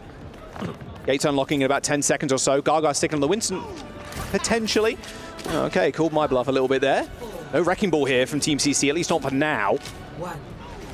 I think that's fine. You could just kind of play an aggressive dive where Faraway can TP with Gaga and Suzu if needed, or take an off angle with Pineapple. A lot of good options for Faraway to try and reinforce the angles that they're going to try and take around this Alcatsia stack. Oh, there's the hazard. Okay, imagine the hazard instead, Jen. Yeah, just to and have so much more damage, and to really keep that space a lot better, be able to hop on top of this bridge. But is it going to be Labda? You could see that this defense landing Kelix trying to present themselves and can easily boop them down. Suzu, if you do get dove on, so Gaga is going to try and just go after the other tank now that Ziad's on the ground. Really nice wall. Incredible stuff there from Ziad, just blocking off the heels. TP in from Faraway, hits that Suzu and dealt with almost instantly. A very aggressive push there from Gaga, kind of jumping out of the LOS. Of course, Faraway and Unknown with the AoE heal, but Faraway has to like over-peak that, and as soon as you do, you're going to get shot in the head by Labda. So good early presence there from Alcadzia. Yeah, Gaga's had that issue before where he breaks line of sight with his supports and he's expecting Faraway to TP in there, but Alcadzia had all 5 around Ziad, and he baited this fight into Car Wash, which is, like you said, very difficult for lines of sights for the DPS. So Team CC really got to go all in. Wherever Gaga goes, the rest of the team have to go as well. Oh, you are doing no damage to Ziad. Like, you are doing negative damage. Checkmate is joined the party though. There's the teleport up to the high ground. No fear there against the Tracer, and Kaneki just attempting to get cart presence. They've eventually kind of forced Alcadzia off of this high ground, but Lander's already got this rush. Gaga is also dropping his armor very easily, so Faraway has to be on top of this, and on top of this Kitsune rush. Once they drop down on Car Wash, you can activate this and really have Alcadzia's backs against the wall, but you're also getting free push here, so you force that final fight so that if you win it, you get the cap on point A. But this corner is going to be very strong for Ziad. Landon's going to also have the Kitsune rush. Checkmate up to his ultimate as well. We'll see who pops theirs first. They can straight up wall this Kitsune rush off, though, from Team CC. In about 4% or so. Bowler ends up connecting in server room. A nice little Suzu there from Landon to heal everybody up, even a high noon. Oh, the pulse one from Kaneki. Weave that one in. As Labda goes down mid-ult. Wall is going to separate the team for now, but looks like CC, most of them are on the same page, going to the left-hand side, but Pineapple in trouble. Kelix with a nice little kill there, booping Pineapple onto the sky, and not much mobility can get you down from there, sadly. Speaking about mobility, no one from Alcadzia had anything there as that downpour from Gaga connected with a couple. Kaneki, though, so low. Gets 2 kills, but Landon with the headshot with the kunai will clean him up. And with 1 minute and 10 seconds to go, this has been a bit of a slugfest. Team CC vying for every single centimeter. Checkmate had a fantastic barrier. This blocked the line of sight from Faraway Unknown, who were sitting on the high ground, and they had to drop down. That meant no resources for the front line of Team CC, who were just trying to tempo up. So Alcadzia knew how to kind of activate the emergency and go into defense mode and turtle up, and Team CC got a stack together. Got the sound barrier though. Oh, they're just going to be engaged, in fact. Knowing that Alcadzia don't have their beat. Ladder ends up going down, downpour, dodged. This little wall there is going to separate Gaga from the rest of the team, but little damage now do Alcadzia have. I mean, they've lost their Cassidy. Good follow-up from Kaneki as well. Landon with a very short-range, swift step, quickly dealt with by the Tracer as Kaneki puts Team CC on the board. That should be the first point cap. Really love to see Kaneki step up to the plate like this, because if he didn't, this is going to be cooked. You're the most mobile character in this lobby, so you need to take advantage of that and try to make Checkmate uncomfortable, force the TPs, force cooldowns, get Labda's attention, because that means maybe your supports can be more comfortable as well. So Team CC now need to take ship control. This point B of Gibraltar is all about momentum. You do not want to let Alcadzia get comfortable. Ziad doesn't have armor. This is time to push for CC. Well, Lab just super low as well. Took a bolt on the exit there, but nice Suzu again from Landon, coating everybody in invincibility. They're again pretty low, but still happy to kind of contest, but not going to be happy about that as Pineapple carves him a new one as Gaga now chasing Ziad across the map, who's just in no man's land. Just falls in a crumpled mess onto the floor as Team CC continue their push. Great pressure from CC. You got Alcadzia dispersing. You're using the hazard walls to isolate Ziad. So this has been a really great job. And CC have Kitsune Rush coming in. They're going to be holding the front door. They may even force a C9 if this hazard wall is used appropriately. Here's Checkmate breaking up the fight, though. Yeah, it's going to be so tough now. Sound barrier and the sim wall. Like, yeah, good luck. Gaga in trouble. Use that wall on the floor. Cuts Checkmate's line of sight off there for half a second or so as Checkmate matches the high ground presence of Team CC with a nice little teleport, but 2 meters to go, and without a tank, it's going to be pretty hard for Team CC to maintain control of this high ground. They're doing a lot of work, though, doing a lot of damage to Ziad, in fact. An overextension by Alcadzia. And this is what I want to see out of CC. How do you space against the Symmetra? Well, Kaga probably can't get out easily, but the rest of CC pulled through on this fight. A team effort, and also Kaneki coming alive for CC. They'll be able to cap point B by the skin of their teeth after losing their tank early. Building up now the barrier. Expect this to be how they tempo up in this initial fight. And if they can collapse onto Labda before the high noon gets value, that's even better for CC. They're on the high ground. They're looking for picks too. They're trying to just make sure they get a free leap over to this high ground. Looks like they're going to be able to as well. Ziad kind of struggling to get on height there.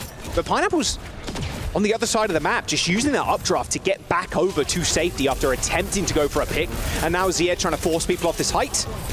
High Noon's going to help, though. Cheeky teleporter. Couple of skulls. No, not quite. Tried for the 180, but little damage, but that's it. Maybe a little greedy. I thought maybe he could have connected on the Kaneki. Maybe didn't feel like he charged up the high noon enough. Either way, Team CC managed to hide from that and not get separated from Ziad trying to break them up. So, all right, he forced Ziad back to the low ground, and here's Kitsune Rush from the defense. Gaga is so low as well. Pineapple's in a good spot here to do some damage, but Alcadzia, recognizing that fact, just put themselves in the backline of Team CC. Again, a familiar situation. 1 minute and 20 seconds to go as Faraway teleports away. And that just shuts down that Lucio. And this downpour is going to be so deadly. Alcadzia, I'm going to be honest with you, they could hold super far up here. Really punish Team CC. Make them use the ult to get out of this spawn.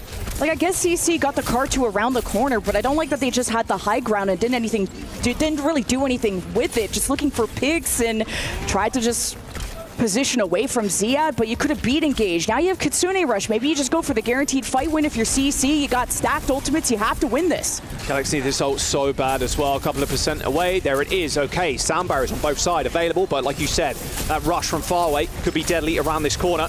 Gaga trying to hold it. Wall hits, and here comes the rush. Okay, Kellex instantly speed boosting back. No amp, but it's all good. They already had the read that this rush was going to get used, and a perfect kite isn't going to result in any casualties. In fact, Kaneki is the one that goes down. Still holding onto this sound barrier is Kellex. Same with Unknown. I mean, you got to use it eventually, buddy. It's 15 seconds to go, and Gaga's already dead. There's 2 ults still available from Team CC. And Alcatia are holding on to 4. TP to the high ground, and yeah, that's one out of bounds Lucio. There's no shot he even touches, right? He's gonna, no. Does it? You put feet there, you're gonna die anyway. So we jump into the STC overtime. High noon, wall. Trying to tear it down, but yeah, it's all over. Team CC just unable to connect with their ults, losing people so early on in that fight. Alcatia hold third. Definitely syncing issues on the CC side, whether it was like losing Gaga every now and then, who breaks line of sight. You already saw that on point A, but once you activated the Kitsune Rush from far away on point C, you saw just Alcatia head for the hills. I wanted to see CC just commit to that. Go and touch the spawn room doors if you need it. But they're so paranoid about Checkmate TPing behind them with like a high nude from Lambda that CC are almost respecting Checkmate too much in that regard. I'd rather see like some backliners die and CC actually at least trade kills than them just play scared and kind of just go for the slowest progress push of all time. Like you said, they had so many ults that they could have been aggressive with from beat to other things, and CC let Alcatia escape. Most valuable teammate, Lambda's title. Ain't that true? Quick side swap here. There's Alcatia. Yep, still running the same thing. I can't imagine there's going to be any changes. I still think that's a very strong push for CC. Like Gibraltar, you can stall out and just get held at point B if you don't win that initial fight. And CC, I mean, almost could have been held at A. Things looked really scary with how strong Checkmate has been with his ultimates to kind of create this bunker fortress for Alcatia when things get hairy. But CC push through out on the edge of these time banks and get pretty much almost at the end of C. So this is still very winnable for them. Pineapple still on the Freya too. So look how they do here. Ideal is just get Lambda on this high ground. And then just let him do what he does best, and that's shoot people in the head as Cass. Tough spot for Kaneki to be in as well. Nice double hit there from Lambda, and Landon was able to finish Pineapple off super early. Can Team CC actually get a reset? Gaga is really low. They might be able to stabilize on this high ground, but with this teleport, it's just going to be so difficult. Yeah, that's a very early fight win from Alcatia. Put them in good stead. Crowd loving that one. Lambda's very good at marking Kaneki, but Kaneki is also a little too antsy to try and be involved in these fights. He's playing at the front. He's trying to sink in and maybe go after Ziad, but there's a lot more room for Kaneki to operate. I don't want him to be in line of sight of Lambda at all. I want Lambda to be distracted. Kaneki needs... He's only going to get value if Lambda isn't looking at him, but hey, this card's about to get capped. Is CC going to touch? Did you manage to get there in time? Oh, good. Gaga had that block available, that spike guard. It's going to be tough, though, because, again, Checkmate also just kind of chilling there, sitting on the point with all the turrets and just holding down the left click. Yeah, without ults, it's very difficult. Both hazards trading, but there is the cap for Alcatia. Making it look easy right now. You're just not taking enough damage if you're CC'd. Like, you're at a 25% disadvantage. Okay, Kaneki, that was cheeky. That would have been a good highlight if you got that TP and then the pulse bomb on top of it. I think it might have gone on the other side of the blue box. Not sure what happened, but that's -1 ult. Huge time bank advantage for Alcatia. They get to the high ground easily with the teleport, and Farway has to build this up quickly, and Kaneki is just always taking shots. He can't like do anything without Lambda or someone looking at him. They're just 4xing the payload right now. Oh, Landon. Unfortunate. You got to touch though, Team CC. Oh my God. Yeah. Eventually you got to get there. Yeah, 0.8 meters. Better late than never. But unfortunately, I think it's going to be a never. There is going to be the cap. Nice little boop, and they walked that one in despite losing Landon on an off angle. Oh, this is all falling apart for Team CC. You got Ziad giggling and kicking his feet at 17. Like, CC are not making this team sweat at all. They've not been able to stabilize whatsoever. I mean, from the last second touches on point A means you just don't get to set up for ship on point B. You tried to touch last second at C. Maybe now CC can try and burn this 5-minute time bank, but the box of victories around the corner. This is kind of last fight territory. Could just continually ward off. There's the rush around the corner. There's going to be a bolus that hits the payload. Actually, scores nothing. Little bolt connection onto Labda, but that's about it. Pineapple needs some heals there as the wall comes in. No, that sound barrier from Unknown only connects with 3. Wall stops it from hitting Gaga and Kaneki. TP, high ground, high noon. Not a much of a better combo than that, and they're just going to dunk the payload in. Team CC fall over to Alcatia. Nice little 2-0 to start their tournament journey off.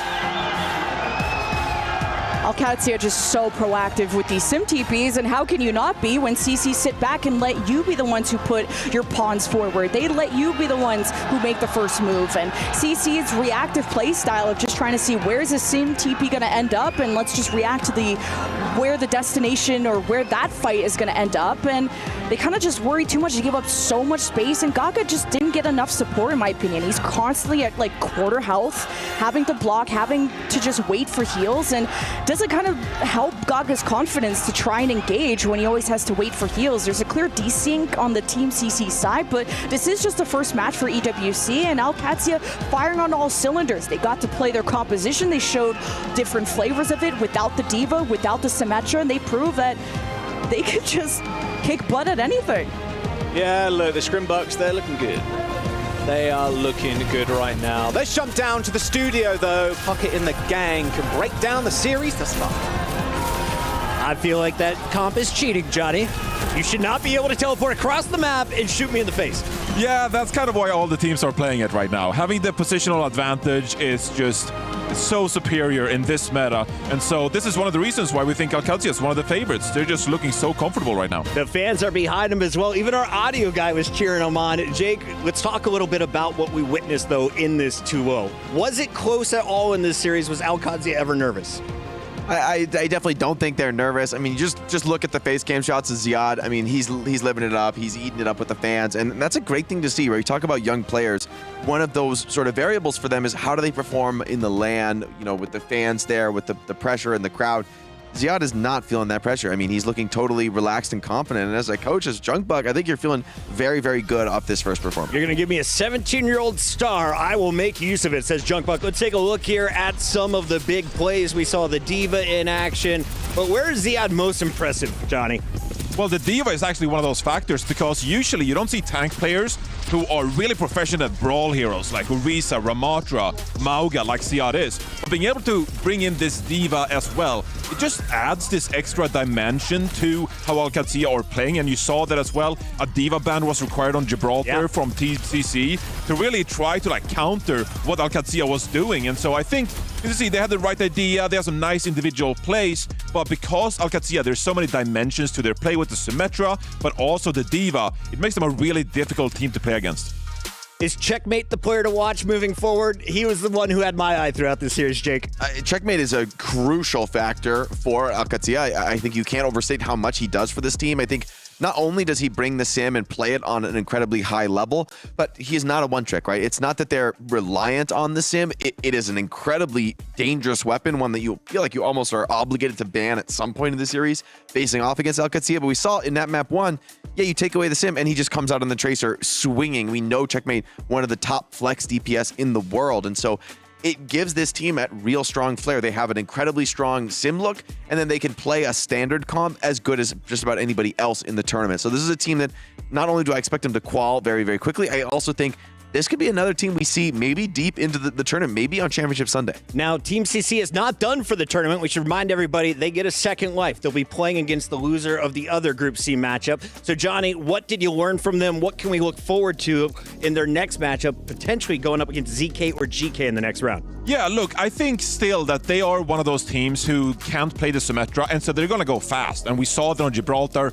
Hazard, Lucio, Kiriko. They're saying, okay, we'll give you the positional advantage with the Symmetra. We don't care about position. We're going to get into your backline. And so I think playing with pace, if you can have individual players step up, like Kaneki, for example, big individual pace coming out from him, that's going to help you win team fights. And so it's all about the individuals more than the team who can make the plays happen to win some of those team fights and ultimately come out a match winner. We have a bunch of matches going on. You just witnessed the action on the STC Arena stage, but over on Bravo, we were finishing Group B. Remember the last time we checked in, it was Team Liquid about to score the first map point. Well, spoiler, they got that map point. They went on to win the series against Rock Esports, Jake.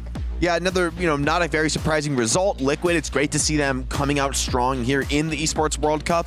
Despite being the second seed in North America behind GK, I think this is a team that if they pull all the pieces together, if they can, show their best form, they're also potentially one of those teams that could be competitive against the best teams in the world from Korea, maybe even Weibo Gaming from China, right? Like, these are maybe some of the best North American squads, frankly, that have ever been fielded from the region. And so high hopes for them here in this international Johnny, do you agree with that North Americans' take on the North American teams? Yeah, I think for Liquid, it's really interesting because coming into this tournament, like all about Symmetra. Symmetra's the best hero. Team Liquid, they haven't really played that hero. Knife actually came in, their substitute player, to play Symmetra once in a while, but that didn't really work for them. So they actually had Zero, their Genji Tracer player, play the Symmetra in that matchup. And so against a tougher team that's not Rocky Esports, I want to see how Zero does on the Symmetra because I think that is going to be the pivotal hero for Liquid in this tournament. All right, this marks the halfway point on day number 1. We still have 3 matches to go and one more group to look at. When we return, we're going to Group D. We'll see you there.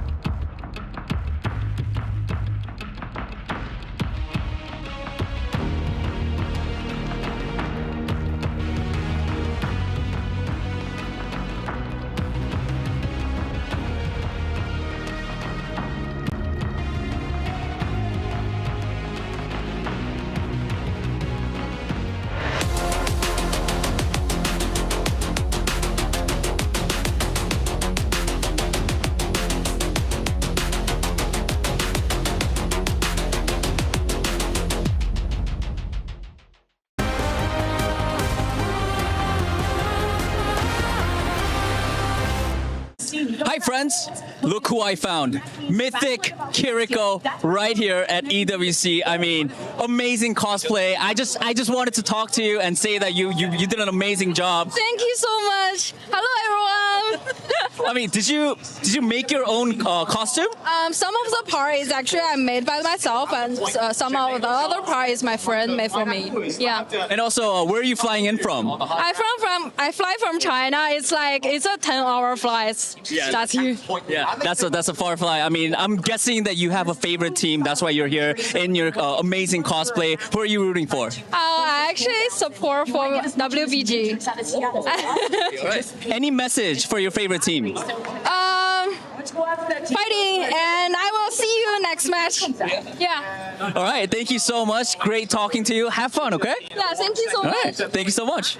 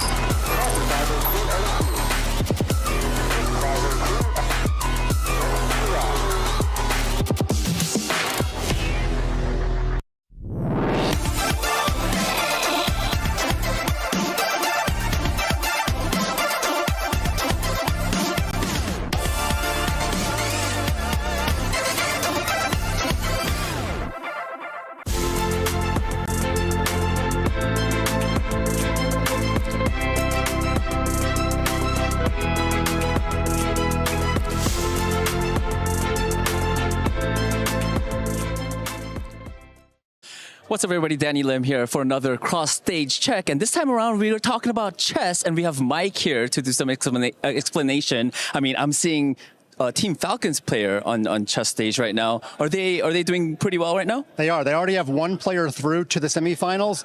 Player on the left, blocked by our cameraman there, is actually also trying to get into the semifinals. It is possible we will have a Falcons v Falcons final. Wow. Yeah. Okay. I mean, yeah, Team Falcons is one of the powerhouses in Overwatch as well, and they did win the club championship last year. So maybe they have a chance of winning it all again this year, right? I mean, yeah, this is a pretty important room for Team Falcons right now. 1,000 club championship points are on the line, and if they want to defend their title or even get to their score last year, they might need one of their players to win the club championship for chess. Interesting. Team Falcons, good luck. I mean, Mike, thank you so much for your time. Thanks, Dan. All right, back to you guys.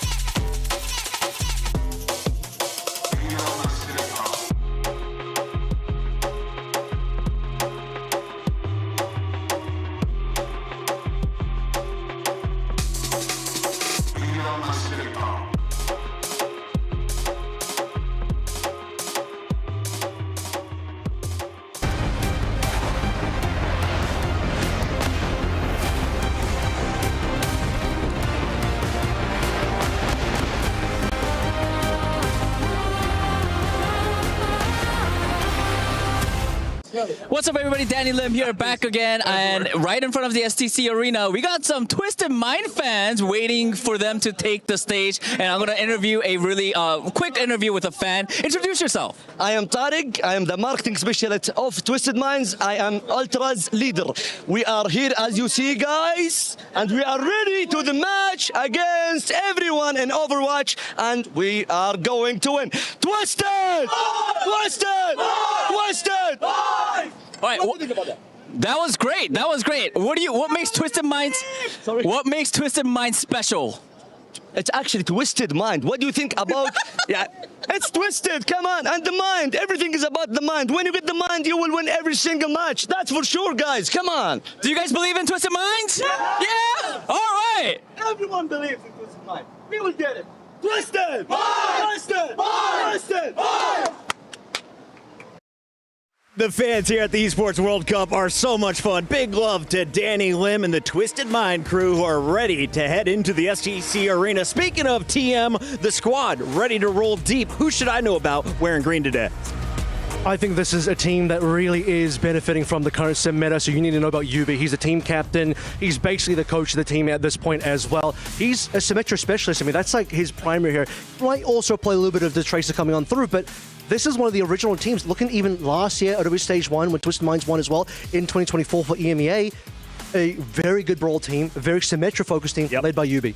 Johnny, I have to say, it feels like the fan favorites are winning on day one. We saw the Falcons fans going crazy. Can the Twisted Minds fans meet their energy?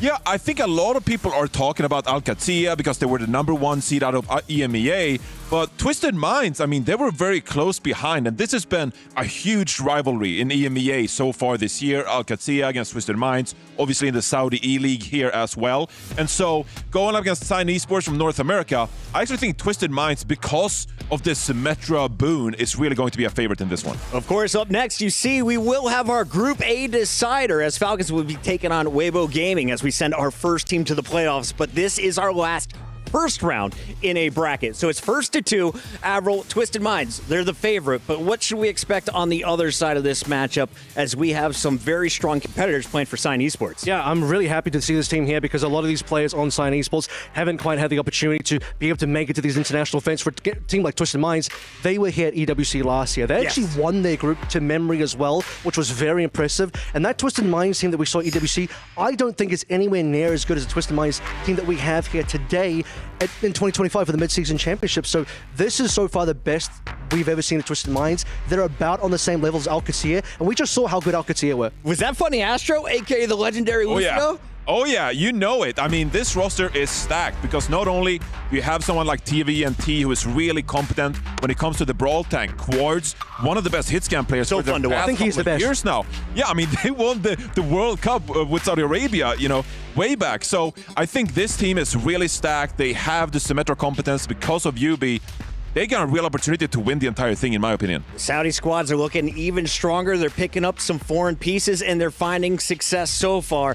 Avril, they are one of the top favorites in this group, but if you look at their EMEA run so far, a 4th place and a 2nd place, they're looking to finish even stronger here in Riyadh. They are improving this year. This team has also gone through some roster changes between last year and this year, but a couple of the staple pieces have remained. We talk about UB being the staple here in terms of the Symmetra position. You mentioned Quartz as well, Johnny. Very important. He's got a very important role to play in this particular meta. We can see how important some of these hit scans have been. We have genuinely, the hit scan matchups are ridiculous. You got Lip in this tournament, Quartz here as well, Shy and Weibo Gaming. So these guys popping off on the Sojas and Freya is going to be super, super big. But I just think for Twisted Minds, they really have driven themselves in a position where they are in the correct meta for this tournament. They're one of the best teams in this meta. They feel happy to be in Group D, and we talked to Funny Astro about it. Here's what he had to say. What's up, everybody? Danny Lim here, joined by Funny Astro from Twisted Minds. Funny Astro, how are you doing? I'm good, thanks. Thanks for having me. All right. I mean, your first match is coming up. You're going up against Sign Esports. What are your thoughts about your opponents? It should be a pretty easy opponent. We don't really have much of a warm-up scrim, so we're going to kind of treat them like the warm-up scrim. We're more looking forward to our T1 match later today after we beat Sign. That's true. I mean, hey, you got a big match. This is your first match in EWC. I mean, and you're also in front of your home crowd, so do you have any message for your fans? I mean, we really appreciate all the fans. During our walkout, it was crazy having all of them cheer for us, so I hope they bring that energy to the match today, make Sign a little bit scared, make them nervous on stage. You know, they've got some rookie players. I'm sure it'll help us a lot. Do you feel like the home ground buff is gonna help you guys out? Yeah, of course. Yeah. We love the home crowd here. It's amazing to play.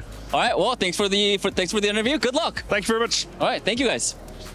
The giant Funny Astro and Danny Lim having fun out there on the boulevard. He is a monster in-game as well, Avril. Yeah, he should feel good about this tournament. I think Funny Astro's been an amazing addition to the team, what Twisted Minds have really needed, so no worries there. One interesting thing is Psycho is starting the roster, so we'll see what happens, because UB's not starting in today for map 1. Psycho played really well here at EWC last year, but let's talk about his opponents, because on the other side of the stage, we have Sign Esports, and this squad had a different name just 3 weeks ago. So Nightmare getting rebranded. What are our thoughts for this Sign squad? Well, I think the story for Sign Esports really is an underdog story, because coming into Stage 2 in North America, we didn't really expect this team to be, a top team in the region at all. We expected Liquid, GK, Space Station Gaming, who did not qualify for the Esports World Cup. Instead, it was Sign Esports.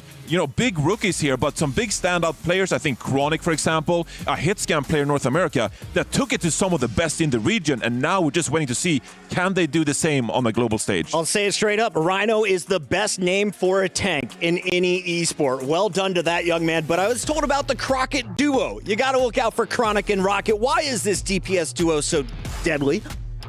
Rocket's been on the come up for a very long time. Very good on that tracer. We'll be interested to see how he performs with Symmetra if Sign Esports want to lean into that. But might just be the case that this is going to be one of those teams that wants to stay away from that, maybe counter the Sim instead. But Chronic, he is, I think, the best Freya in North America. He took down Seeker. This team took down SSG on their way through the playoffs, locked in that third spot, qualified for this event. Painkiller is actually not starting here. Rhino is, which is very interesting. So we'll see if Painkiller comes in maybe a little bit later. He more specializes on the Orisa, so it may just be the case that Rhino will be playing the Ram today. Is Circuit Royale the only Orisa map? That's all I've seen from her today. Where else could she be played, Johnny? No, I would actually play Orisa on a lot of different maps. We got Atlas coming in, for example. I think that is another good Orisa map. And so I think Orisa and Ram is going to be the default for most of the time, actually. The crucial thing is going to be when we go to Circuit Real, will we see Sigma, more poke-heavy styles, with Watchpoint Gibraltar, more with Dive, Hazard. So I think Orisa is going to be a really stable pick so far this tournament alongside Ramatra, and we'll kind of see if other teams can force Dive heroes around that. We'll see what bands come out here. Before we do, a quick reminder, yes, this is the final group. We are in Group D. Who else is here? Well, it's pretty stacked. Sign Esports could be taking on Twisted Minds, but on the other side, it's the squad Avril warned us about at the start of the day. T1 may be the team to watch here. One of the top teams here, I mean, they're a Korean team, so already you know that means they're going to be troublesome for everybody else. But they just came second in the Korea playoffs for Stage 2, nearly took down Crazy-kun in that finals also. Any team that can do that versus Crazy-kun, particularly in like a BO7 Grand Final, is a team that has to be a major threat. Just a reminder, open up both streams, catch all of the action, because our Alpha stage is 1 minute away, which means it is time to lock in some official predictions. Johnny, how does this series play out, the first in Group D? Well, Sign Esports fans hate me because I keep underestimating this team, but I gotta go with Twisted Minds again. I think the Symmetra dominance is inarguable. You have so many great players, Avril. I don't really see it go any other way. 2-0? I'm going with a 2-0 Twisted Minds for sure. 2-0, all right. I think 2-0 is a safe bet here. I'll probably go with that again, but I think there are target bans. For example, when Yubi gets subbed in, target ban Symmetra could be really important here, but target ban against the Freya Chronic will also be important. Final question. Give me one player to watch. It's gotta be Yubi. It's gotta be Yubi. Chronic. Funny Astro. Ladies and gentlemen, make some noise. It is time to get the final Group D started as we send it over to the STC Arena.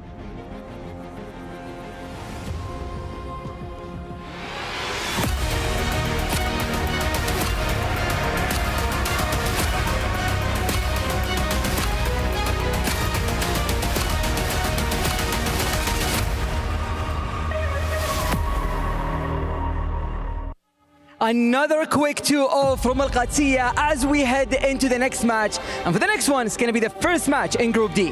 Yeah, and this is a group with so much potential. Dark horses, real good title contenders. It's going to be difficult to predict who's going to come out on top of that group. Absolutely, and a quick reminder for everyone, every match counts and the group stage is short because the top 2 teams will be heading into the playoffs bracket immediately after the group stage, which is happening in 2 days only. Zoe, you want to welcome the teams? Let's do it. Up first, the team we did not get to see in our first LAN event of the year, but they qualified to this event with a near flawless stage 2 in EMEA. Let's make some noise. Let's welcome them back to the big stage. It's Twisted Minds.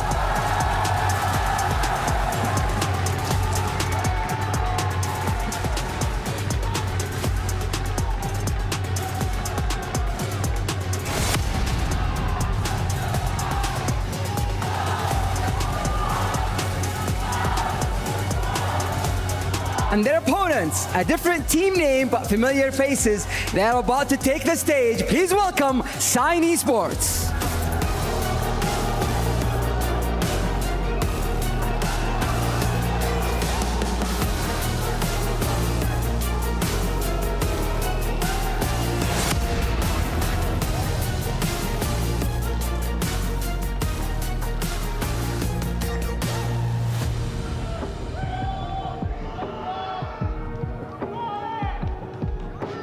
Well, the crowd's ready, the stage is set, let's get to it and send it over to our casters.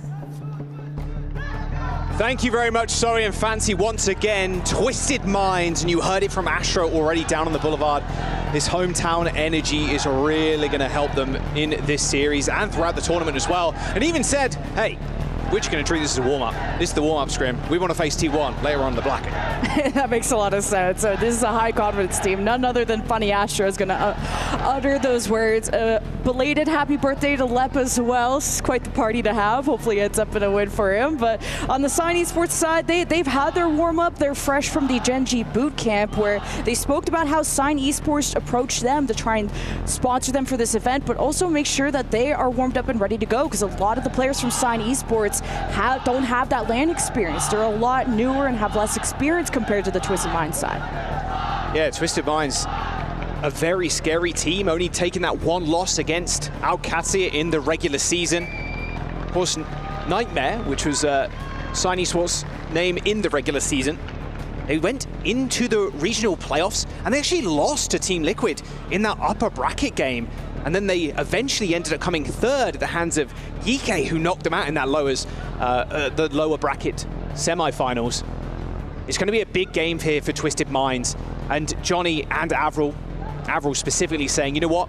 It's a safe bet here. thinking that Twisted Minds take this as a 2-0, but a target ban onto the Freya, it's got to be, surely. That's what's coming out the gate, in my mind, at the least, Lemon. Especially the Symmetra ban, a best of 3 can kind of get rid of the big 2 from any team, but Twisted Minds basically invented the Symmetra composition, like all the way back to Overwatch World Cup 2023. They can play against any counter. You can't really trip them up that easily. They're not married to the composition, but they're in a very deeply committed relationship. And then they also have Psycho, who can sub in Tracer Genji. They can also lean on Yubi for that Tracer as well. Our first map's getting selected though by Twisted Minds. They're going to opt for Lijiang Tower.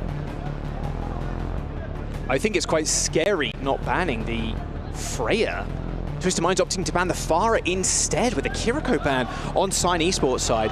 Chronic was seen as the best Freya in North America at the time. I mean, stage 2, he got that Superstar award and 5 MVPs to his name as well, tying with Lethal in the regular season. So yeah, Twisted Minds, they've got their work cut out for them, that's for sure. Yeah, Fire ban definitely to just enable the Symmetra and also protect the DPS role in general. So super solid for Twisted Minds. You know, that Team Saudi Arabia core who have been so dominant. These are some of the best Saudi players in the world. And then you throw Funny Astro and Simple, who amazing Lucio for so many years at Astro. Simple, everyone is talking Simple's about how beast. This guy is the GOAT. You are like such a Simple fan too, so I'm excited. I asked Astro when they picked him up, I was like, hey, you know, Simple, how's he going to mix with the team? How is he going to perform? And he said, just watch, just wait and see.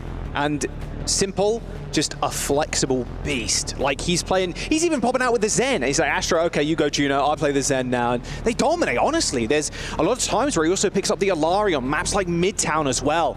High hopes for Simple and Twisted Minds. A really nice player to round out their team. You see a lot of Twisted Minds banners, flags, and the whatnot in the audience there. Even a few boos coming through. Well, okay, I say a few. There were a lot of boos coming through as soon as Sign Esports walked onto the stage, and that might affect them as well because even Astro's Zen, a couple of rookies on their side, you know, and at the end of the day, this is one of your first times playing on stage. I know for Painkiller that's very much the case.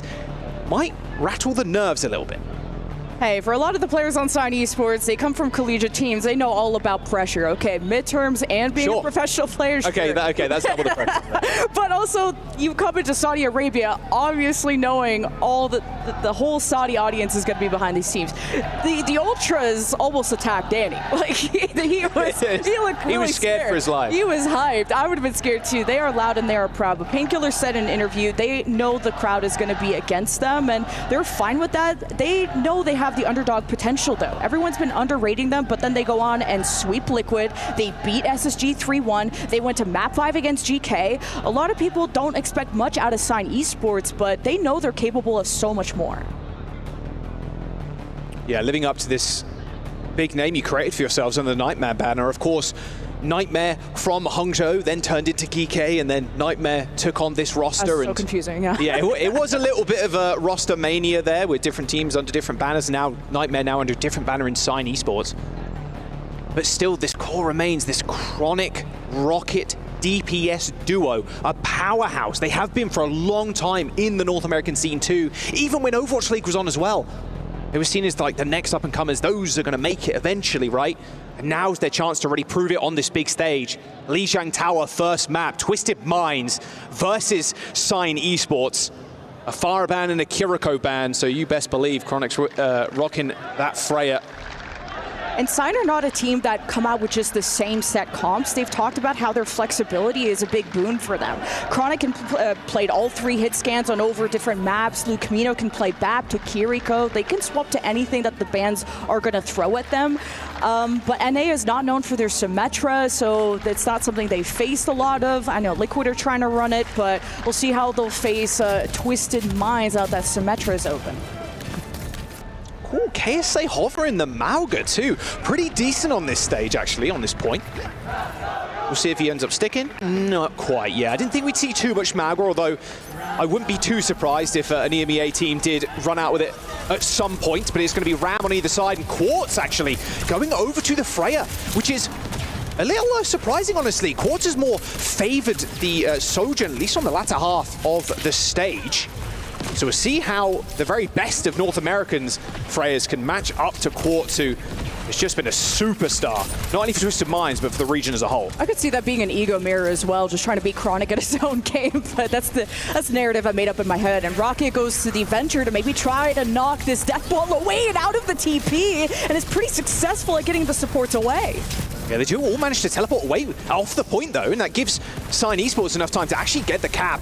Rocket's going to burrow yet again, try and force out a teleport, or just force a little bit of damage. Saving that Drill Dash is going to be important, but the Venture's very vulnerable. Very high cooldowns on the Venture, although it can be quite slippery.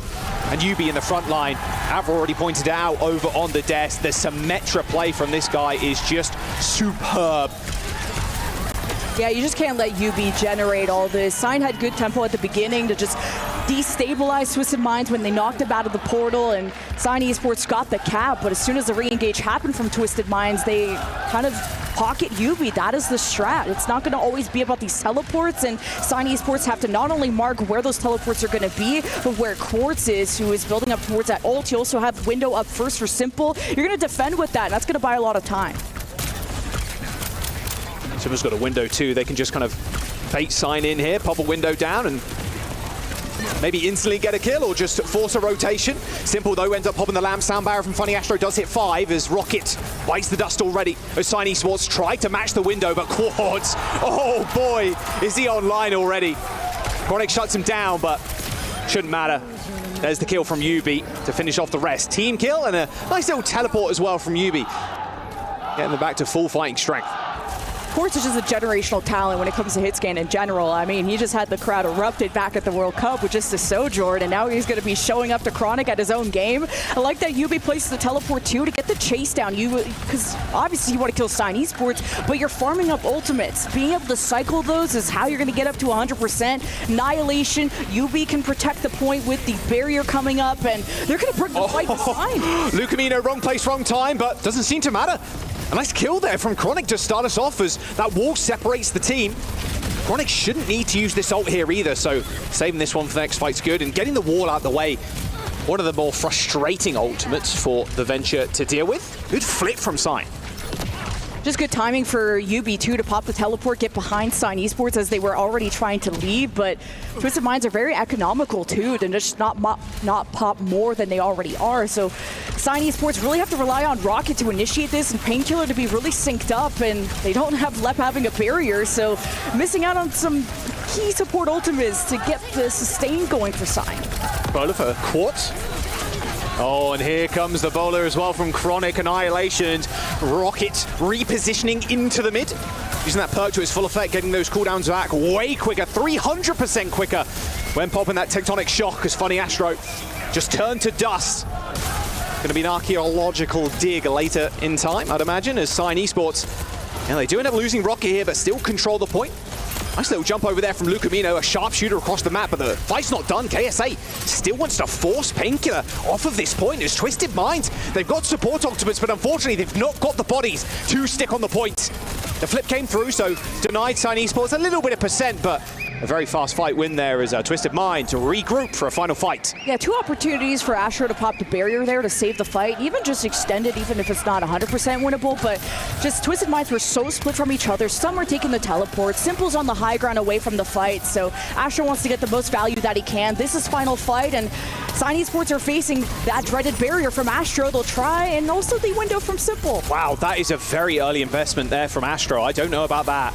Sign Esports are able to back up straight away. Oh, but Quartz on an off angle. Sees Chronic as well through the wall, just needs to win the Sky Duel, misses a couple of shots. The bonus also, it does end up connecting there, destroys the lamp. And the touch had to come through. Sign Esports are looking to force the cap as UB takes a take-aim shot, but it's messy. It's a messy fight as KSA is going to be able to rejoin the rest of the team, but Simple could not get back to the point in time. So they've only got Funny Astro heals as they get the reflip. Yeah, proactive B from Astro, but they needed to chase down those kills, and letting Sign Esports live means a retake that is coming in off of the Lucamino window, but nice counter on the barrier from the Sim. Oh, but UB goes down. And now you can't just dance around the shield and be a menace to Sign Esports are going to wipe Twisted Minds at the very final hurdle. That early investment from Funny Astro there, they popped the window down on the point, and it looked like Sign Esports had already disengaged, and Astro thought, you know, maybe we can kind of catch them here with the sound barrier. and then by the time he put it down and then they chased them, that overhealth was, well, cut to 0 pretty much.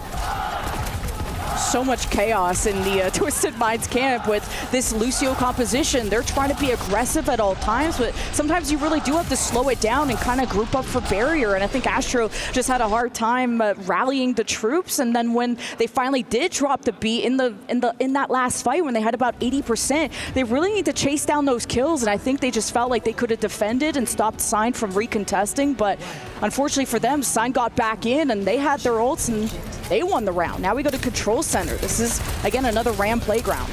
The Quartz. Oh!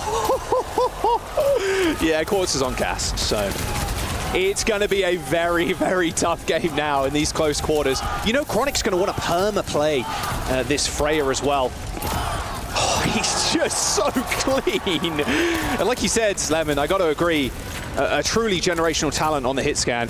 Even a lot of the Korean players, too, saying how much of a beast this guy is. And Rocket's a top tracer in the league, in my opinion, just a true prodigy. So I think if he can stick on that, try to make Yubi uncomfortable, that'll be important. But Quartz, his job is going to be to mark this tracer at all times. I don't think Rocket's going to have as much freedom. He'll have to stick to his tank and help Painkiller win this tank war because he's losing it to KSA. Yeah, goodbye, team. All right. Quartz is dead, but yeah, it doesn't matter. Yeah, KSA's going to clean up. Easy as that. And Yubi still on his best hero. I mean, this Symmetra, you know, as a North American team, when you go into a tournament where Sim is good, you're in for a rough time, and you can see exactly why. Twisted Minds with a good early lead, and Simple has also already got the window. Yeah. That's just how you defend from here, and that's like a 15% advantage he had over Lucamino, so I'd be popping this now, but they're in server, which doesn't have the best line of sight. You're trying to let Sign Esports get on the point and be in open area so this window gets more value. There's the window, but Quartz with a one-tap on Talep. Again, gets traded. Simple in a little bit of trouble. Dashes away, though. Annihilation is going to tickle Rocket to death. And Painkiller is going to suffer the same fate. Twisted Minds standing tall right now. Back-to-back fight wins. They got sound barrier, and look at Lep's percent as well. Lemon, 60 on the beat.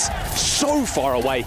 Yeah, getting picked by Quartz will do that to you. And so Astro is going to have a huge advantage for Twisted Minds, being able to defend. And I like that Twisted Minds are very good at drawing Sign Esports into open area where all this poke could also just decide the fight before it begins. This is the last fight for Twisted Minds to try and force that round 3. I think, honestly, if you're Twisted Minds here, you probably just beat into them around 85 to 90%. There's the High Noon first. They've even got Wall as well. Teleport behind us too. Oh, no, wait. I take it back. We're in the front lines now. Or in server. So I need to fight in server. They keep going to point, but now you just have to play on point because it's 99. Lep needs his as well. It's 1% away. Wall is going to come through. Sound barrier connects with all 5 for Sign Esports. The Wall is going to be good here for a defensive measure for Twisted Minds, but KSA just gets bullied in the front line. They let Lep get that beat. Maybe they thought Lep was a little bit closer than realistically he was. And Rocket swapped to the Venture to try and get past those defenses, but Sign need to fight in server a lot more, because if you have the Symmetra, they're going to TP on both sides of you, so Sign Esports are going to get sandwiched, and they do not want to be part of that pain, but they'll be able to defend for now, and having a window for Lucamino will be big. It's countered by by Simple, I should say. Please run. It's Quartz behind a window. Don't peek, Lep. Almost got 1 tapped. It's 1 HP. Trying to punish this high ground here, but another teleport up. Oh, the bowler shot is so good though, but they're going to TP away. Oh, not quite. Yubi and Simple end up going down. Chronic, smart play, using that updraft to get up into the high ground and can see people through walls too if they're critical HP. Nice stuff from Chronic. You can see why. It's one of the best Freyas we have in the league. Sign Esports got to get ahead of these rotations. Yubi's being really funny with these teleports, and he's done so with the high newts from Quartz before, and that's going to be the big ultimate coming up. And Sign Esports know how to hide away from that, but they may want to just try and set up and start the fight before Yubi teleports. And it's not going to be a deep teleport this time, just to try and get Twisted Minds established. So High Noon's not going to be finding any good angles. Oh, nice little Ravenous Vortex there, but Quartz is going to get protected by that lamp as he pops the High Noon. Sound barrier comes in as well, no fear now. Looking into the eyes of Painkiller. Painkiller have to back off, and oh, could he just triple headshot Chronic there, cross map. That was dirty. Get that in the highlight package right now. Simple does end up going down though as Painkiller tried to force the issue in the backline, but UB is fully torqued, fully charged up on that beam. Sign Esports get 86%, and I think that's all they're going to garner. Rocket does end up using that burrow and pushes towards the point, triggers the STC overtime, but the Ravenous Vortex is going to bring him back down to earth. Doomfist here from Painkiller to get another touch, and the sound barrier is going to help them stay, but Leppy's just too far up, and they've got another window for Quarks to shoot through. A nice little double tap there onto Chronic, but a little bit too far away to actually deal the final blow. But Painkiller falls. And that'll be Twisted Minds with an early lead. We go to Gardens next, and decent high noon to catch Rocket too when he had ram shields in his face and didn't think like he had a good angle. Quartz made it work, not even just with the high noon, but just headshotting everyone. I wanted Sign Esports to be proactive, but also know what fights to take, which is not to go into a high noon unless you know for sure everyone is going to focus that Cassidy down. So still think people are underestimating Sign. They've almost made the 0 to 100 comeback. They took round 1, so Sign Esports have one more chance of trying to win the map, but Quartz has to be target number 1. That triple headshot was dirty. Yeah. Peggy 18 type stream. All right, let's see if Sign Esports can take this map now. Quick rotation from Painkiller, but look at that damage already. The teleports are just so quick, Lemon, putting UB in a position where he can punish Painkiller. You can go around through White Room if you have time. Lep is just trying to speed the team over. They've already used lamps, so they're going to just try and still commit on the UB now that the charge has dissipated and the pressure is on. Oh, no, what a boot! Nice stuff from Astro there. That burrow takes a little bit of time to actually put you underground. Astro with a quick boop, and, well, the turrets do the rest. That'll be a cap for Twisted Minds. I'd like to see Sign maybe rely more on kind of setting up Chronic on a good angle to just poke away and get Twisted Minds low and then dive in. But they're kind of, as soon as they see UB place a TP, they know he has no route of escape, and Sign just only run after UB. And this bridge can be really treacherous to cross. It's just so awkward. You don't know what's around the corner. The dojo is such good protection for the defending team. Sign Esports could just counter rotate, set up Chronic in White Room, but they're going to keep trying to force the dojo fight. They're so low. Everybody's so low on the side of Twisted Minds. Yeah, that window's just doing a lot of work for Lucamino. A very fast flip, actually, and a good team kill for Sign Esports.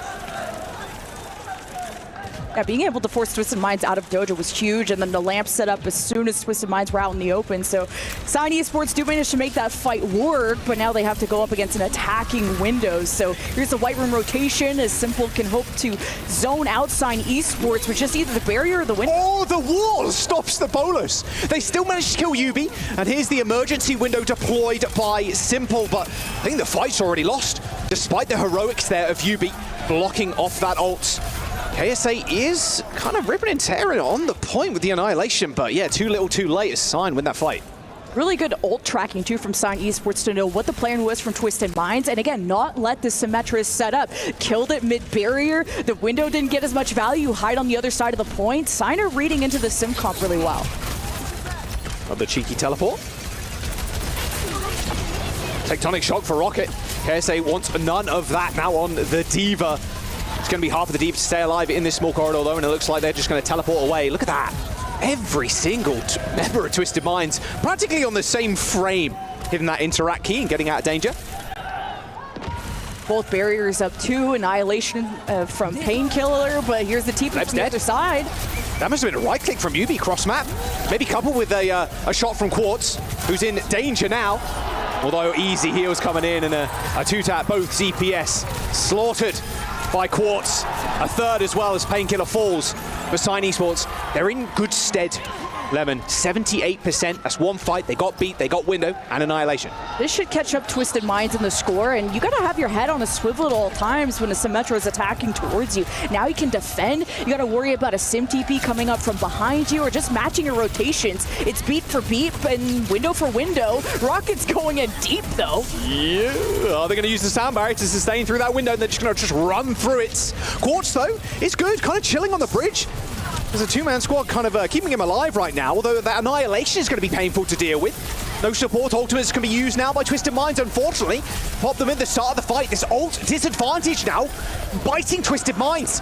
As Sign Esports, they've lost Chronic, but Painkiller is alive and well on the point. A kill on the Baby Diva, and now they can chase down the backline of Ravenous Vortex, Holtz Quartz. And now it is final fight for Sign Esports to take this first map. And you got all the ults mostly out of Twisted Minds, but be careful, they could be TPing into White Room. Sign Esports are looking to maybe boop them with Lep on Lucio, and he's right in front of the TP, but maybe has to get out of dodge, didn't get the angle, and you have to be careful of UB protecting the point with the barrier and trying to force the recap. Yeah, do not insta-die challenge for UB here. Cannot get sniped. Wall on point, provide a massive shield, and you should be good. They TP behind, looking for the kill onto Lucamino. Tectonic shock, and yeah, Rocket can't do anything now. Tries to find a different angle, but Twisted Mind's tracking him through those walls. Self-destruct to find the remake. KSA hiding on that little corner there as the turrets fry Painkiller as he tries to move on to the points. Luby does end up going down, and Chronic on a good angle. Bonus shot hits the bridge, and now Twisted Minds are scattered. Well, the Quartz does end up finding one, but this window on the sidelines here for Lucamino is providing suppressing fire for the front line of Signed, and Twisted Minds are going to go down as Signed pick up the first map. A little 2-1 on Lijiang Tower. Now this is a team that can handle the pressure. First time on LAN, especially on an international stage, first time in the country, and they show up against Twisted Minds, a top team from EMEA, and the home crowd that's behind them. Sign Esports, despite the teleports being behind them, in front of them, all over, not only did they keep up with those rotations, but they never gave up the point through the Diva Bomb that was thrown at them, through the Symmetra barrier on the other side. Sign Esports used just the dichotomy of the point of that central barrier, used it to their advantage of protecting themselves against damage, making sure their tank was supported and anchored, so they never gave up the objective. Because it's not always just about winning fights and killing, it can just be about zoning and getting the objective, which I think was the objective of Twisted Minds, which they never got. So then you fought through overtime, which Sign Esports eventually got ults and won in the end. So a very surprising showing out of Sign Esports. Psycho there on the left. Prepping some big brain map picks and bans here. He's going to the second. Now it's their choice to choose where we go, and obviously ban first as well. Astro said, you know, hey, warm-up scrim, maybe take him a little bit, not as seriously as maybe he should. Of course, he is 100% on board every single map. I mean, Astro's been around for such a long time as well. Remember his time on British Hurricane a long time ago in Contenders. He's on Gladiators as well in the Overwatch League. A veteran player at this point too. Now, where do you think we're going to go if you're Twisted Minds? They want to play these sim comps. They want to play this brawl. They've picked Kings Row, they've picked Circuit Royale. Sorboss is not in the pool, but Circuit is something they've often picked. They did it against VP and Alcatia in the past, and all solid for the Symmetra comp, but also Sim is an available ban, because that wasn't touched on Lijiang Tower, so you may want to protect that DPS rule like they did protect banning the Pharah, so you could just ban another DPS to protect the Sim, so Sign Esports in the driver's seat, very happy to go to any of those maps, of course, to play the Ramatra, because Sign even like to ban the Orisa to force the ramp. Painkiller is very comfortable on these brawl maps, so this is exciting. You get a little 2-for-1 as well if you ban a DPS. You ban the Freya, and you protect the Sim as well. A little 2-for. Don't mind that at all. I think, yeah, any kind of like, I wouldn't say like Blizzard World, but yeah, any kind of hybrid map normally very good for these kind of comps. It's been cool to see Rocket flex to the Venture, just because Tracer's been his signature for so many years, but you're adding so much more value because now the dive can go literally under the defenses, cause CC, force Quartz to use his mobility cooldowns to get away, whether it's Cassidy or the Freya or whatnot. So Rocket's adding a lot of pressure and focus onto Quartz, and also allowing the focus to go on him so that Painkiller's not the only one taking all the pokes. So we'll get to decide what map we're going to next, but here are the top bans at the tournament so far. A lot of them towards the Kiriko, and of course Symmetra being the flavor of the day.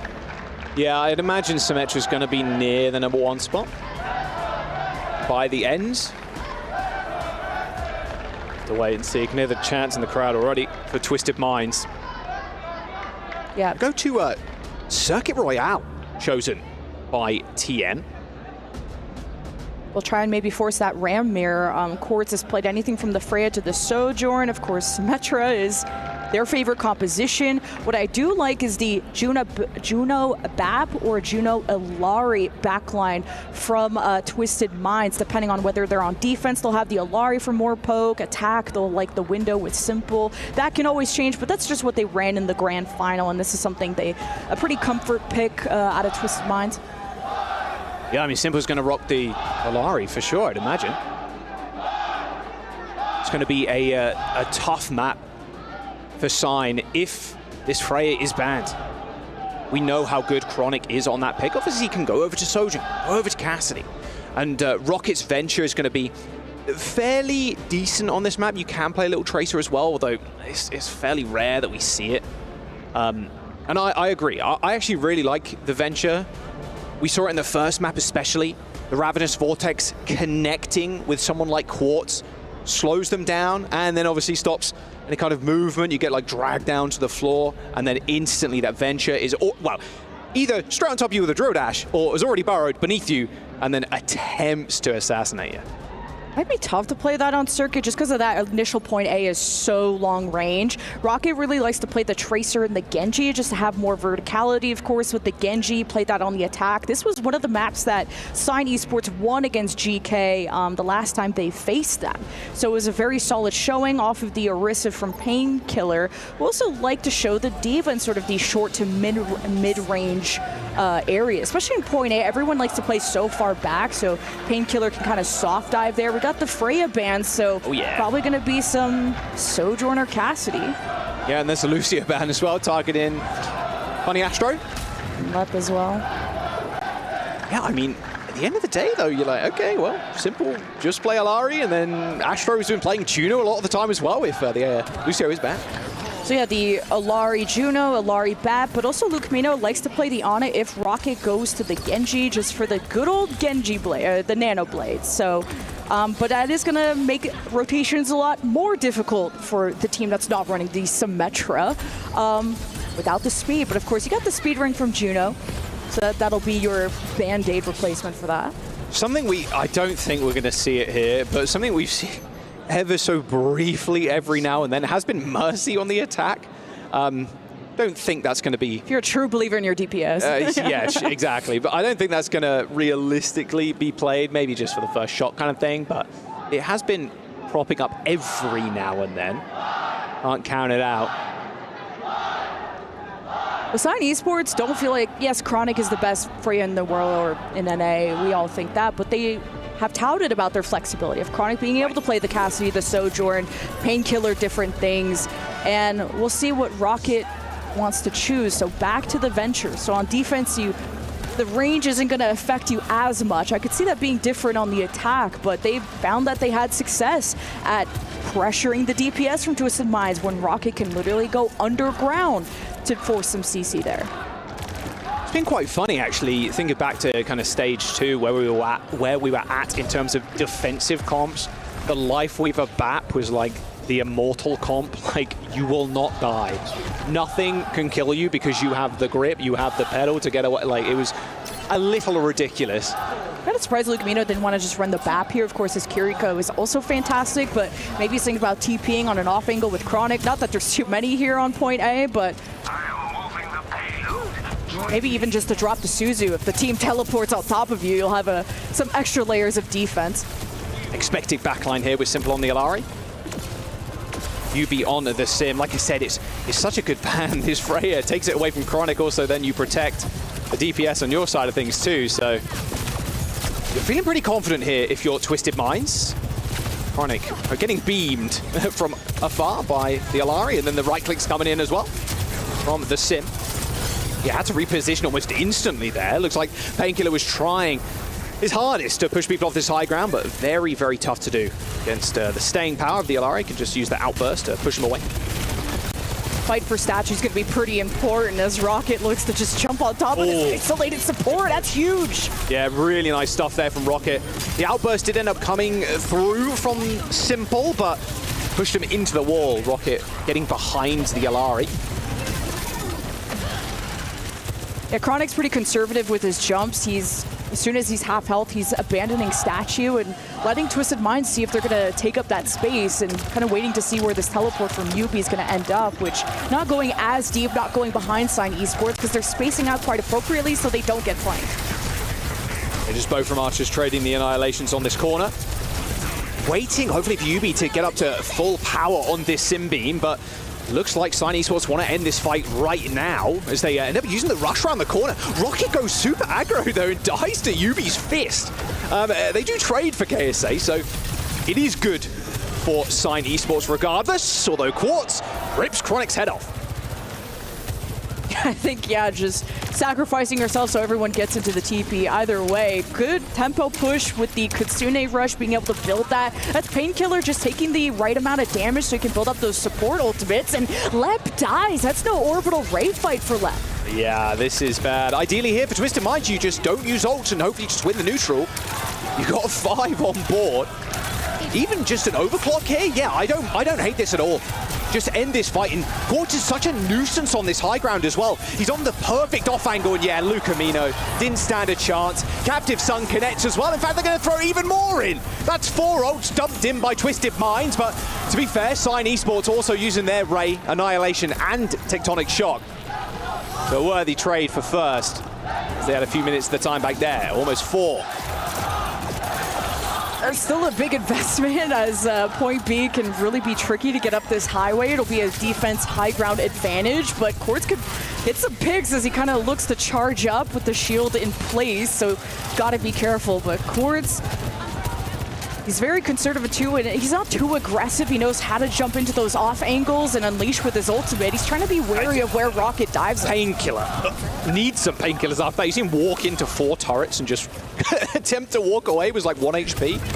KSA's also on a strange off angle here as Chronic uses this overclock. A nice proactive teleport though from UB puts KSA back into their front line. Double shot on Fanny Astro as he took to the skies as Chronic looks for more. A headshot round the corner isn't going to result in a kill, but UB goes exceptionally low. Alari Pylon healing him up, and this rush to finish this fight as Sign Esports just bowl over Twisted Minds and just crush them.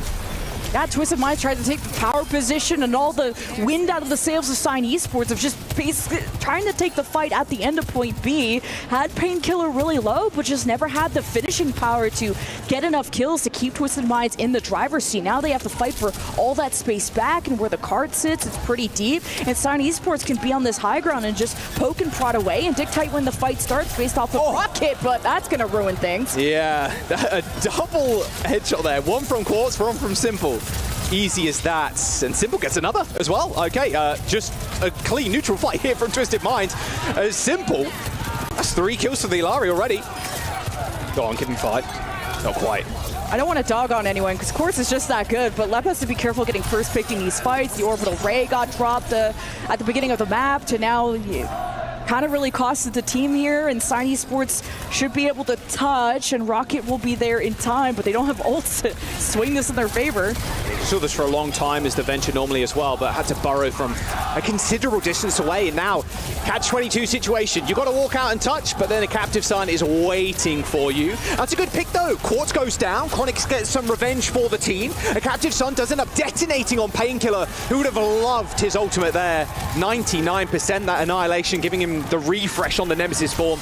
Might have been what they needed, but Twisted Minds are not going to let them get there as they cap second. You just got to build additional pylons if you're Twisted Minds. You had the Sim turrets, you had the simple it's actually pylons. The builder comp almost. They will build it. And now Twisted Minds, they'll be able to teleport onto this high ground and maybe try to displace Sign Esports. If they can drop some to the low ground, this would be huge, but it's important for Lep to get this orbital ray off. They'll just have to be careful going through this choke. We'll try and take this high ground. Rocket kind of pressuring with that burrow. Tectonic Shock available too. Spots the pylon, easy kill. Here comes the rush on the high ground again. Lucamino not afraid to use these really early as Rocket goes up into the high ground. A nice little boop there, but could rejoin the team in just a moment. This orbital ray keeping the front liners alive for Twisted Minds, but not for long as Lep match Ray for Ray. And with 2 minutes left in the time bank now, UB's turret kills Chronic. They're still gonna try and get a couple of kills here. An outburst into the teleport, and both UB and Simple escape with their lives. Yeah, it's an awkward angle to try and pop the orbital ray. I like the Kitsune rush just to force Twisted Minds off the high ground, but you haven't fully won this if you're Sign, and Rocket, again, after these DPS, UB looking to just protect the team with the barrier if needed, but they're on the offense. So such a good angle as well. Pops Quartz up there too. The tag team duo of Quartz and UB still proving to be a menace. Sign now have to deal with this Symmetra wall as well, as Rocket alone in the backline right now. Couldn't even attempt to receive heals. That wall is blocking off most of it as Quartz chases them down and approaches the final stretch. The Ultras are behind Twisted Minds. How can you not be? They're heading towards the end with a time bank to spare, but this is the Sign Esports playground. Spawn advantage. You need to build up towards this Kitsune rush quickly, and you should be able to do so now that Lep is dead. Yeah, Captive Sun as well is going to be the final nail in the coffin, I think. Maybe there's a Suzu there. No, absolutely not. Simple gets a double. And a 55-second time bank as well for Twisted Minds. Simple looks clean on this Alari right now on Circuit Royale. Hey, you banned Lucio from Astro? That's fine. Get a deflect. Yeah, Rocket's been the X factor, but he's also the only one that could really stand up to Twisted Minds, and they've been able to control the high grounds well, using UB's teleport to get behind, allow UB to charge up, and there has to be someone shooting at UB at all times, or he's going to charge up off of Painkiller and absolutely melt his face off. So it's going to be important to keep that momentum from Lep and Lucamino with the Kitsune rush, and of course, all the Ultras are so excited. The crowd is going to give a lot of energy to Twisted Minds as well, and being able to finish this map with time is absolutely huge. You were a little bit worried when they kind of stalled out on point B and had to refight through there, but didn't waste too much time once all the pylons and the buildables were up. Like, Sign Esports could not get that space without being so distracted by all the shiny objects. You're shooting 3 buildables. Yeah. 3 Symmetra turrets, or 4 even, sorry, with the pylon as well. Yeah, frustrating stuff there, dealing with the Sim.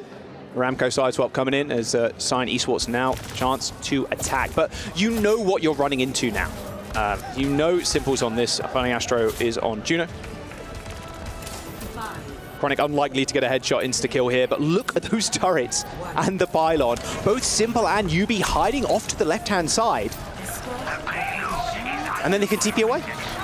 The perfect plan. The perfect heist.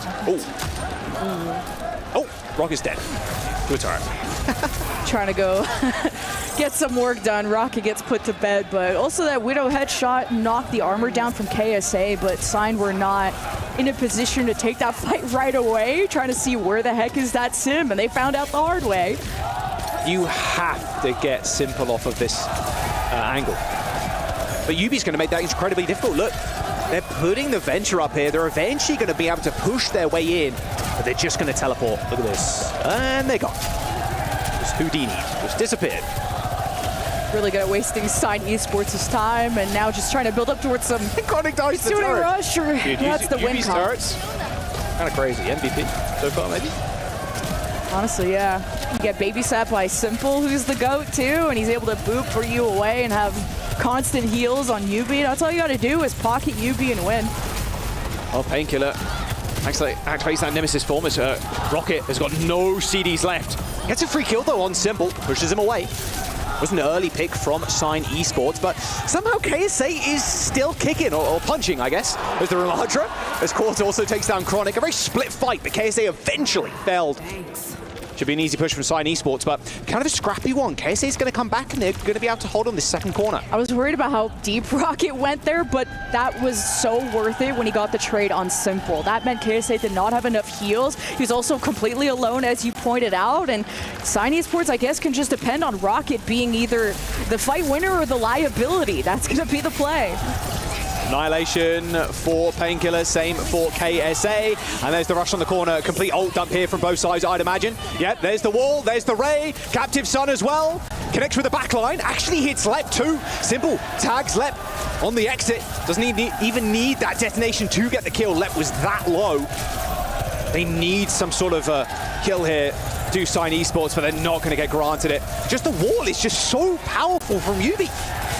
That's huge for Twisted Minds to trade all those ultimates and to still keep the space on the corner. Sign Esports only have 90 seconds left and barely any ultimates to make this work. So Chronic would have to go X Games mode, and he would have to get control of Statue or something, because then as soon as you look threatening, Twisted Minds are just going to round the corner and basically break line of sight. So this is going to be an uphill battle for Sign Esports. Yeah, really horrible fight. Oh, good first kill. Quartz down. Orbital Ray still in the back pocket. Funny Astro, and he does use it as soon as they peek their heads around that corner. But Chronic, oh man. Yeah, that's one way to shut down an Orbital Ray. Chronic, he gets 3 with the overclock. And that'll be point 2 completed. He's not only good at that Freya, he's got a mean Sojourn in the back pocket as well. Just with the speed ring, and we needed him to have a legendary ult or this was over, and Chronic delivered. Now they're setting up, trying to put the pressure on Twisted Minds, but trying to also be careful of that annihilation that could be popped out of KSA, and Simple with a captive Sun, so Sign Esports also want to get some progress on this card. Oh, there's the annihilation. All right, 1 kill for Quartz. Yeah, it's going to be a tough fight. It's not really a chance for you to win this. You haven't got any support ultimates. Simple taking down Lucamino, and a nice stagger as well onto Painkiller. Good stuff. All right. Not a look of disappointment on Painkiller's face there. Cool, calm, and collected. The play cams. Casey's going to be on the low ground, so he is accessible. Sign Esports are probably going to focus on him, but what's good about Twisted Minds is if all the damage goes into KSA, they could pocket him and let Quartz get these headshots. He's been a beast so far. Captive Sun, though, in the back line. Connected with 1. Oh, a double tap as well from Lucamino onto Simple. Taken down by Yubi. 1 support versus 2 now, as Quartz has got the perfect firing line for this ult, but is not going to need to use it, I can't imagine. Painkiller, though, pretty low, and they do find the kill onto KSA. Twisted Minds, quick reset once more, using that teleport. They're just so snappy with it as well, Lemon. It's going to be a good little lane for the Orbital Ray, too, from Lep, and Painkiller can go in off of the Annihilation, so they're just going to maximize progress here, put 3 on cart, and activate Orbital Ray, but Lucamino has to be careful. He's 1 HP. You can't afford to lose anyone. Value pulsar torpedoes there, hitting multiple targets as Quartz goes down. Captive Sun connects in the front line, but once again, the fight, I think, is already over as Sign Esports just run over Twisted Minds despite Overclock, Wall, and Captive Sun being used there. That'll be Sign Esports capping 2nd point, but they still got a mountain to climb. This 3rd, so difficult to finish. Getting all those ultimates out of Twisted Minds is huge for Sign Esports. Now it's about riding the momentum here, and Rocket's going to look for that pick along with Chronic. They've been able to match blow for blow, go toe for toe against Twisted Minds. Real chance for them. I don't know if they'll be able to finish, which has much time with Twisted Minds. All depends on how this next fight goes, and if you can put Twisted Minds' backs against the wall. Oh, Rocket was almost kind of waiting for them there as Astro uses that Orbital Ray. Ends up going down to Lucamino. They're trading so well into these rays, I must say. Sign now just trying to escape this teleport, though. Yubi kind of isolated at the moment. Just requires 1 little love tap, and Chronic deals it to him. Now holding on to this fight, too.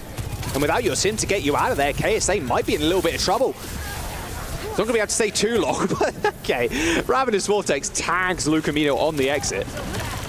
Chronic was massive that fight. I mean, he's getting so many picks, including onto those supports. How he's able to get line of sight. He's playing forward, and this is what's helping Sign win. KSA so low, yeah. Forced to pop that Annihilation. Just hold up those arms as Chronic just like, there's not even a single right click there that went to anybody else but the Ram. Everybody else scattered. A good kind of taunt ability there from KSA as Simple goes extremely low. Use that shift to get away. Same with Quartz, gets out of there, but oh, that's a Captive Sun and a half. Lucamino! 3 kills to the Captive Sun. Just lays waste to Twisted Minds. That's 4 kills in the fight for the Alari. A team kill for Sign Esports as they move on to this final golden checkpoint. Should be a touch for Twisted Minds, and that'll mean Sign Esports will have less of a time bank if they finish at all. Here's Emergency Ball just to get the touch. Big Captive Sun has to come out of Simple, or good TPs on the flank, but you won't get behind Sign. Well, there's the Annihilation. Yeah, KSA is going to be able to stay alive for quite a long time with the Wrecking Ball in the front line. As the detonation onto Chronic, the Captive Sun finds one for Simple, puts him in a good spot as well. Quartz, a double hit onto Rocket, but the left click's just too strong. Spawn advantage, however, for Twisted Minds is going to be good as KSA, full HP on the Wrecking Ball, no chance for them to get the kill on him. Yeah, the TPs from Yubi were on both sides of Painkiller. They focused all their DPS on lasering Painkiller as soon as he lost armor, while Sign Esports were more focused on taking those high ground positions. They got pressured away, lost line of sight on Twisted Minds, left Painkiller out to dry. Now you lose all the gas in the tank. Still 20 seconds though, but it has to be a big orbital ray from Leb. Twisted Minds could also zone away if needed on both sides of the point, but fighting for the high ground is going to be key here. They got the perfect tool as well, this wall. Might could just get deleted though, to be fair, with that orbital ray increased damage. Oh, Simple ends up going down though to Rocket. There's the wall. Yubi is not using it right now as that Tectonic Shock onto the payload is going to get dealt with. A nice little right click there from Yubi. Says, you know what, don't need the ult anyway. It's all good. Yeah, Captive Sunrise here for Captive Sun, even for Lucamino. Can he get the job done again inside this orbital ray? He's already found the kill onto Yubi, but so low. As Twisted Minds are going to hold. And that'll be a map on the board as well. We're going to a map 3. Unfortunately for Sign, they were not able to build up towards that critical orbital ray, a big win condition for them, even when picking Simple. It's not just about, okay, you have more supports now. The respawn advantage is for Twisted Minds, and you just weren't able to finish Twisted Minds as soon as that sim barrier came up, because then you would have had to cross from the high ground perch that Sign were on all the way to the other side, which was going to be impossible to do. So you couldn't touch most of Twisted Minds, which meant ultimately you were going to lose the poke war and the respawn advantage that Twisted Minds had. So Sign Esports couldn't deliver in the end, despite having so much time for point C. Twisted Minds just know how to bunker down and swap to a defense mode off of this Symmetra. It's not always about being on the attack, it's also knowing how to defend, and Yubi knows how to make that call. All right, now Sign Esports in the driver's seat. Where are we going to next? Our third map. That Captive Sun was sick from Lucamino. Almost managed to clutch it out here as well, using the orbital ray. Didn't quite get it there in the end. There you go, there's Astro cracking a smile. Confidence building, they want to face T1, of course. T1 do have to win against the Guapos, Rakatac's team. Just going to another Ram map would be ideal for Painkiller, or Orisa/Ram, so maybe a flashpoint or a push could be expected here. Just trying to remember the bans, because Sim hasn't been touched yet, right? So Sim has been, Sim got banned on the first map, but you can't ban the Freya anymore, which is scary to me. Sign obviously get their ban as well. They get their first ban, so they get to ban first, sorry. So you're in a good spot. I didn't mind the Sojourn Mare. Quartz, I think, popped off earlier and was more consistent throughout, but Chronic also had those big moments. Like Chronic was able to pop like, what, a 3K Sojourn ultimate to get the point A cap, to get the ball rolling when it looked like Sign were gonna get full held at some point. So Chronic shows up when it matters, and he's able to flex to the other hit scan no matter if the Freya is there or not. A lot of Twisted Minds fans in the audience right now. A lot of those banners too, I really like them. I wonder if you come into this as Sign and maybe ban, if you ban the Sojourn, you can just play Cash. So yeah, there's not really a target ban here. I think you could deal towards Quartz. It's and tough. then the backline now, you can't ban the Lucio either. So like, okay, maybe you could try and go for KSA potentially. There's so many threats on the Twisted Minds side because you want to put damage into Yubi so he doesn't just farm your tank. You don't want Quartz to be left alone because then he's picking off Lep every single fight, first blood. And so it's kind of tough for how Chronic is going to decide who his victim is going to be. And ideally it's against his mirror matchup of Quartz. But then Painkiller starts losing a tank war if he gets lasered by Yubi, who will teleport. He'll know those windows that he can engage on and that he can get away with solo TPing behind Painkiller and just ramping up the charge. So Overwatch is not just a game about mechanics and who's shooting better and who's the best at what hero, but the key decisions that you have to make and on the fly and how you communicate those, which as also playing as Symmetra is such a high communication demanding role that UB has mastered over the years.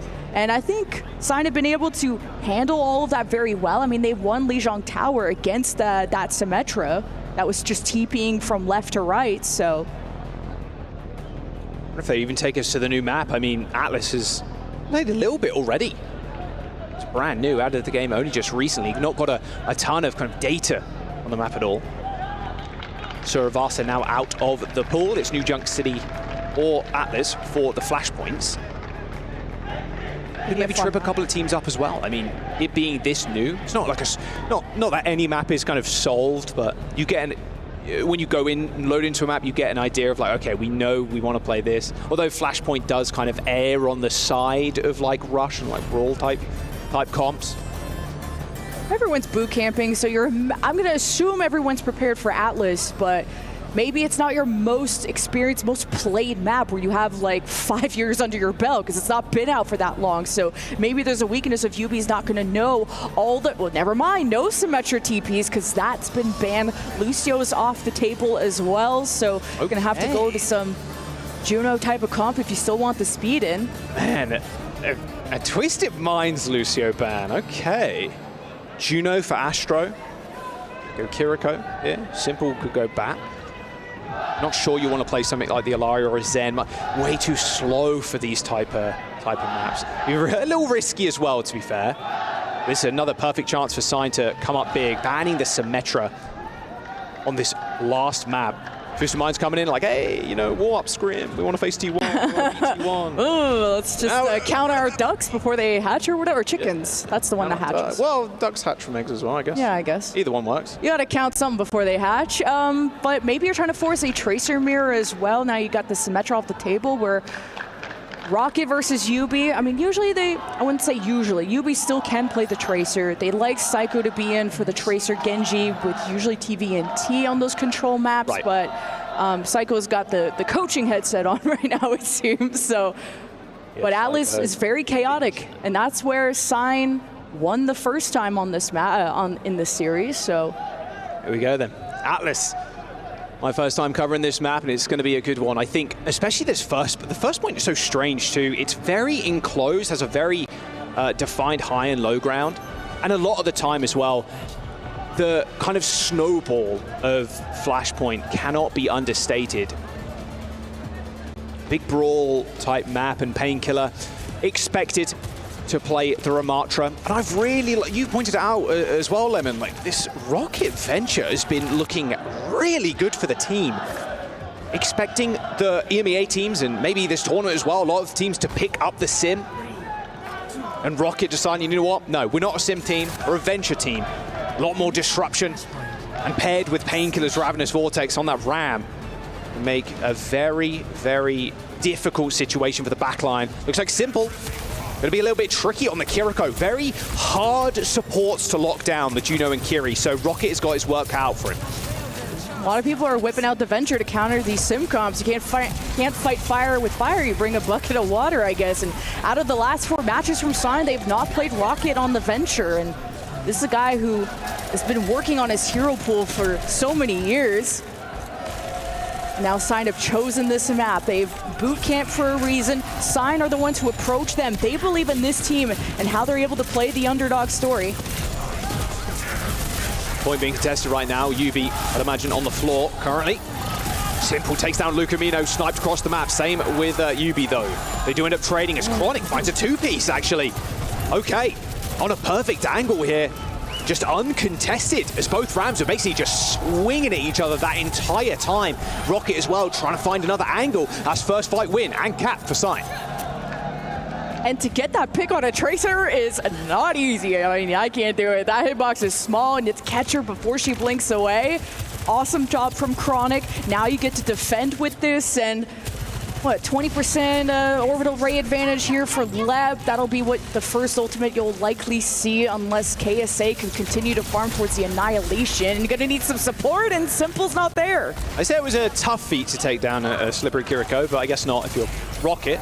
You have to reset here. Very early death, so you are awarded a very quick reset, especially it being Kiriko 2 with a Swift Step, so you're chilling for now.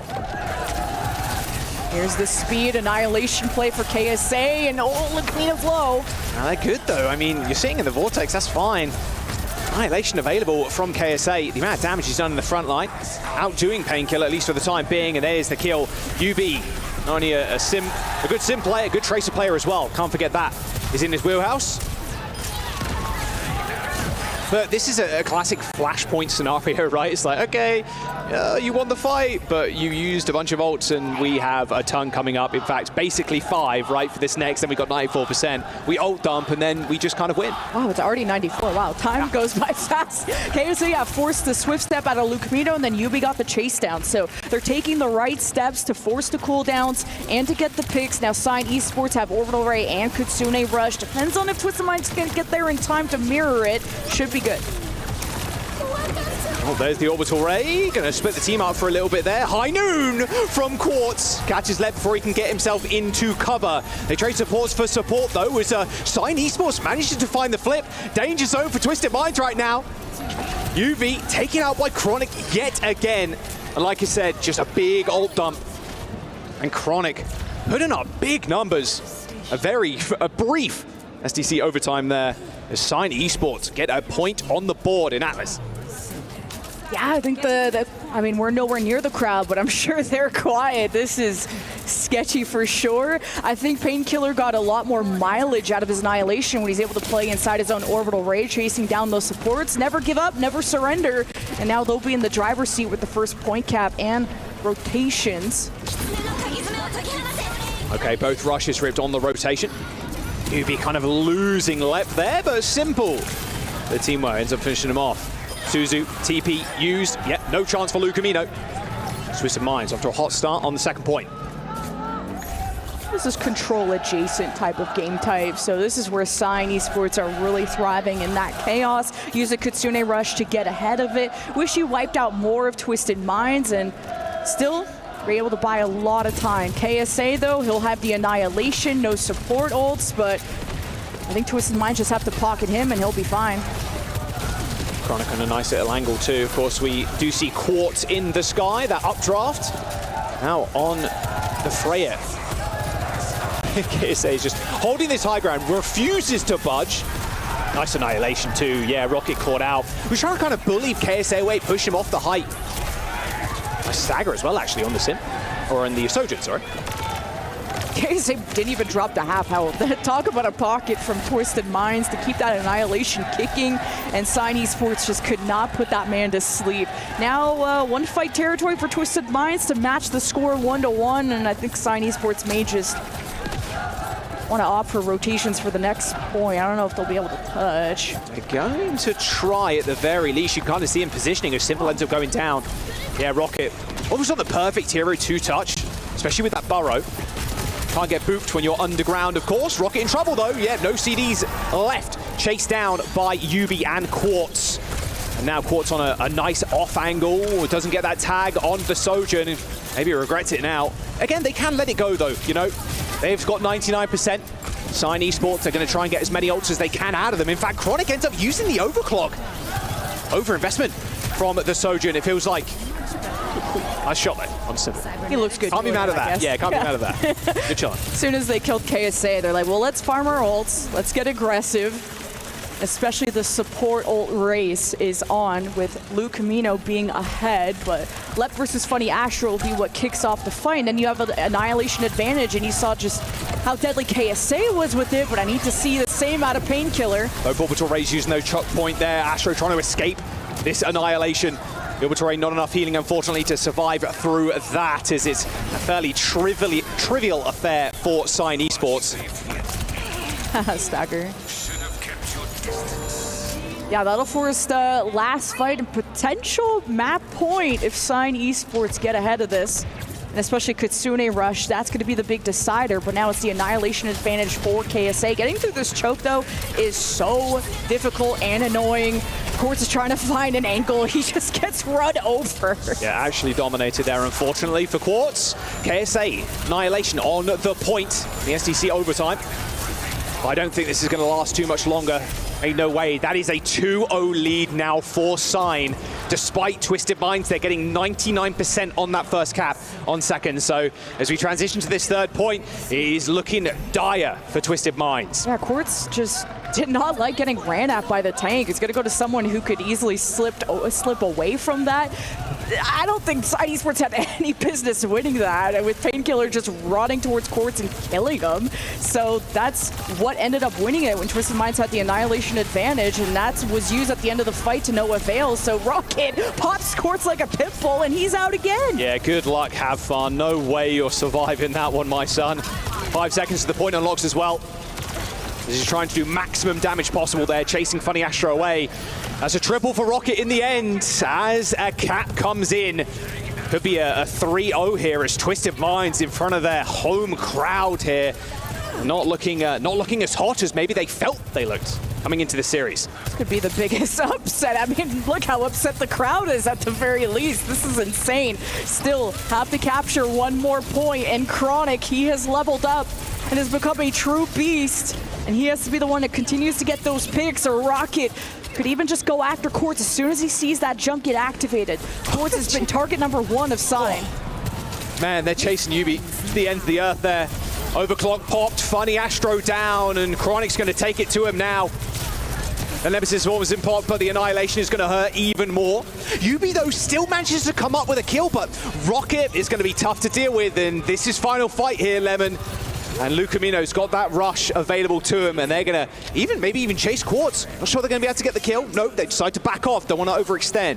Take an early fight with Lucamino, absolutely. Orbital Rave, the lane, and the time is right. This is Sign Esports that can dictate this map and this next fight. They're just going to go. Lep has also got this Orbital Ray as well. They've got so many tools they can use. Yubi's going to go for the cap. KSA pops the Annihilation, but dealt with. A backcat comes in, but where is the staying power? There is 2 Subult Ultimates coming up for Twisted Minds, but it should be a fairly easy flip. Yeah, Sign Esports popped both those ults for 1 kill. I don't know if that was really worth it. The Twisted Minds are separated. They're rallying up and they're countering. You gotta go. KSA back on the Malga. All right, Orbital Ray used to push them on the point, and luckily their UB held on for long enough to get another touch. OT here as Twisted Minds now trying to gun down Sign Esports. A 99% though is going to be good. Again, they can come back into this fight, and not on an ideal here pick for KSA, but one he is very familiar with. One of the best Malgas in EMEA. Sign can't choke here. I don't like that they still went for the point. You saw Kitsune Rush and Orbital Ray, just leave. Don't have to take that fight. You're at 99%. They're at 0. Let them cap and fight on a better day. Now you sacrifice time, but maybe they want to fight for ult charge, because it's only going to take 1 fight for Sign to win the series. Yubi can come up clutch here as well with this pulse bomb. Oh, nice Vortex there. Oh, Astro's down though. A pick from Chronic, and now Yubi, it's your chance to come alive. Malga's going to pop that cardiac overdrive there to keep everybody healthy in the front line, but this rush is going to be tough to deal with. They're also going to have to deal with this tectonic shock. Yubi's already been forced out as Rocket is hunting for bodies, and he's already found one. KSA falls as he dashes back to the point. The flip comes in for Sign, and they're going to take down Twisted Minds in front of their home crowd. A 2-1 as they win their upper bracket match. Twisted Minds, they wanted to face T1, and they were so certain of it as well. And Chronic and Rocket really hyped up now. I mean, look, if you're coming out and they're booing you, you've got to feel good when you take him down like that. Rocket with hugs all around. What a showing here in the first day.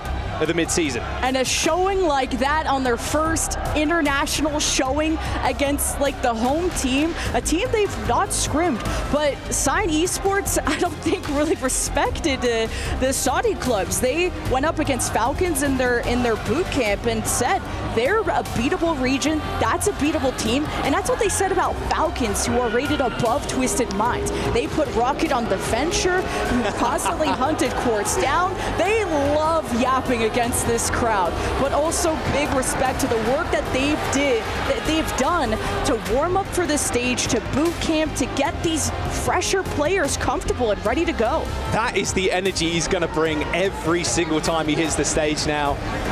Boosh cheers, doesn't care. Look at that face. Happy as you can be. Oh, look at that. I love it. Let's throw down to Chris Puckett down in the studio. They can wrap this game up. Biggest upset on the day, I think it's safe to say, as all of our analysts thought this was going to be Twisted Minds match 2-0. Instead, Sign Esport coming out with a shocker on day number 1, and they let the fans in Riyadh know about it. Welcome back into the studio, everybody. It's Chris Puckett alongside Reinforce and Avril. And Avril, start me off here. Did you see Sign with this level of play? I mean, the signs were there, but this is very impressive. Johnny, I can't believe you didn't root for Sign. I can't believe you played it against Sign Esports. How dare you? You always underestimate them. No, I got some egg on my face as well on this one. Twisted Minds did not play to the standard that I thought they were going to be able to bring. They are like a quintessential Symmetra team, but I think a key thing that happened here was the Venture coming through from Rocket. Chronic played an incredibly good game. One thing that was really important was the fact that even though Frey was banned on Circuit Royale, he comes through and he is able to match Quartz and even beat him on the Sojourn. But that Rocket's pick on the Venture to be able to sort of do this soft counter versus the Sim, and then even bring it back on Atlas to kind of force at certain times Quartz on the Cassie just to deal with it. Rocket's done an incredible job with that hero. Rocket was so fun to watch, but for me, Johnny, I'm with the chat. I'm saying, why would you ever put Quartz on anything other than Sojourn? Let's take a look at some of the highlights from this guy, because keep in mind, Twisted Minds is not out of the tournament, but they have a way tougher road ahead of them now. Yeah, they're very much alive still, and we might even see a rematch of these two teams play later on in the tournament. But I think what was so smart from Sign Esports as well is they didn't ban the Symmetra in the very first map. They recognized that Twisted Minds banned the Kiriko, and they said, oh, so we still have the Venture and we still have Freya available to play on Lijiang Tower. We think that's good enough of a counter for the Symmetra composition that we saved the Symmetra ban for the third map. So not only did they get the map pick, they also banned Symmetra, and you saw the third map, how dominant that was. That was a result of them saving that Symmetra ban to kick off map 1. That's some confidence knowing you're going to a game 3. And that's the thing as well. I think it's really confident of them to say, look, we can play the Symmetra. We are capable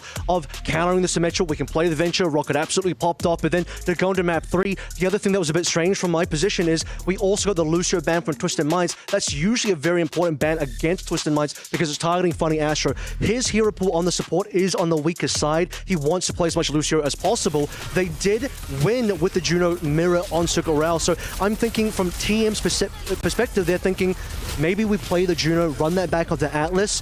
They lost both the Sim and the Lucio on that map, and I think that did impact them. And of course, we started off. This might be why it's hard to live when you have Rocket in your face as often as he was. I mean, Rocket, Chronic as well, when the fact that, again, they banned away Freya from Chronic. He's like, yeah, I'll just play the Soj, and I can match up against Quartz and even beat him in that matchup. But to speak more about Alice, I just don't think TM had the best ban, veto, like hero banning situation for that map. All right, so maybe making some coaching mistakes, but when it came to the gameplay, Johnny, who played above their average tonight? Can you expect more of this from Rocket and Chronic? Absolutely. I mean, I think Chronic has been obviously a standout regionally, and I question him going into this series. Well, can you bring it to the global stage? And that is exactly what we wanted to see from Chronic. I think credit to Rocket, of course, being able to play the Venture. We thought maybe it would be a good counter towards the Symmetra, but I mean, Chronic just, you saw on the third map, opened up these fights with first picks, right? That is what you need from your player, and now you find yourself in the upper bracket match here to potentially advance through the group. Congratulations, Sign Esports, formerly Nightmare,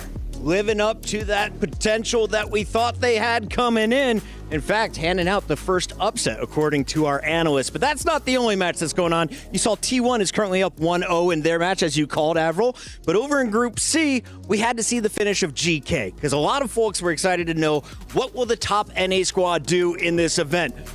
It looks like they're able to walk away with a convincing 2-0 over the South Americans. I think Zocorp definitely coming as a major underdog into this tournament, just like the Gatos Guapos team. So it's just going to be a very difficult sort of matchup. When we talked about the fact that Val versus Crazy Raccoon was just going to be fairly lopsided, you're going up against one of the best teams in the world. GK is also still one of the best teams in the world. Speaking of teams that have beaten Crazy Raccoon, GK Esports in Hangzhou under the Nightmare brand was able to do that. So yeah, Zocorp, they definitely will have to look for a lower bracket win somewhere. Now GK could be taking the stage tomorrow, potentially if they fall later. But Johnny, who should we expect to see shining tonight? Because we have Alcazia and GK set up for the next round, and then CCZK will be a losers match for elimination in Group C. Yeah, I think this upper bracket match is going to be so great to watch. We got the #1 team from EMEA and the #1 team from North America. I just can't wait to see this showdown. And also, again, it's going to be a matchup between a Symmetra team like Alcazia against a team like GK, who might not favor that as much. These are different of styles and two regions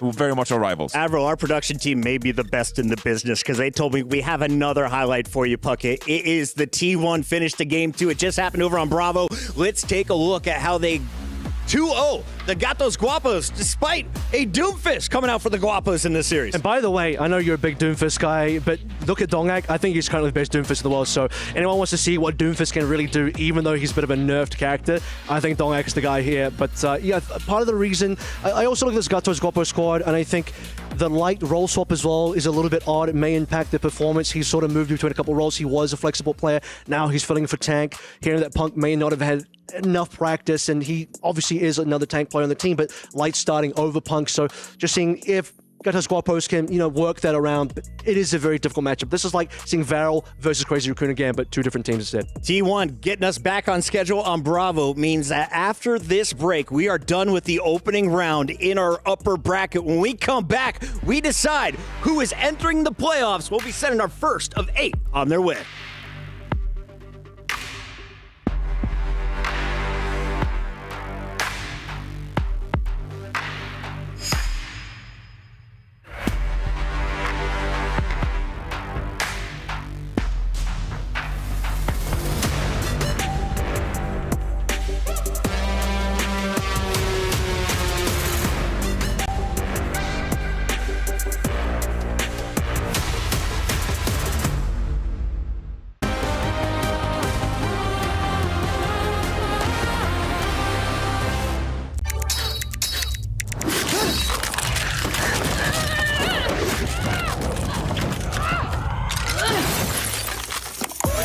Reach your impossible.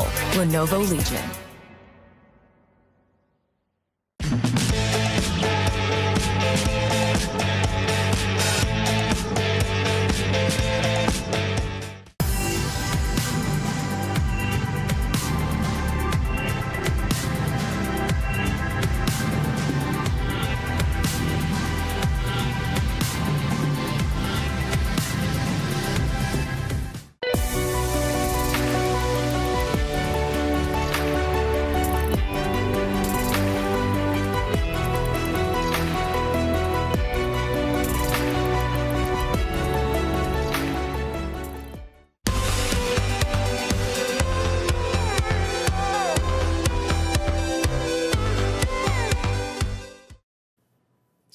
What's up, everybody? Danny Lim here, back again. Remember I told you guys that there's a lot of attractions and fun stuff to do here at the Boulevard at EWC? Well, you're looking at one right now here at Jamil Motorsports.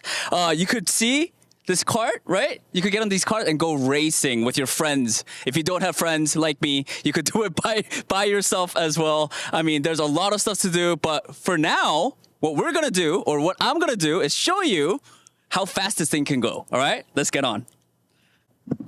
And ladies and gentlemen, please be safe. Wear a helmet.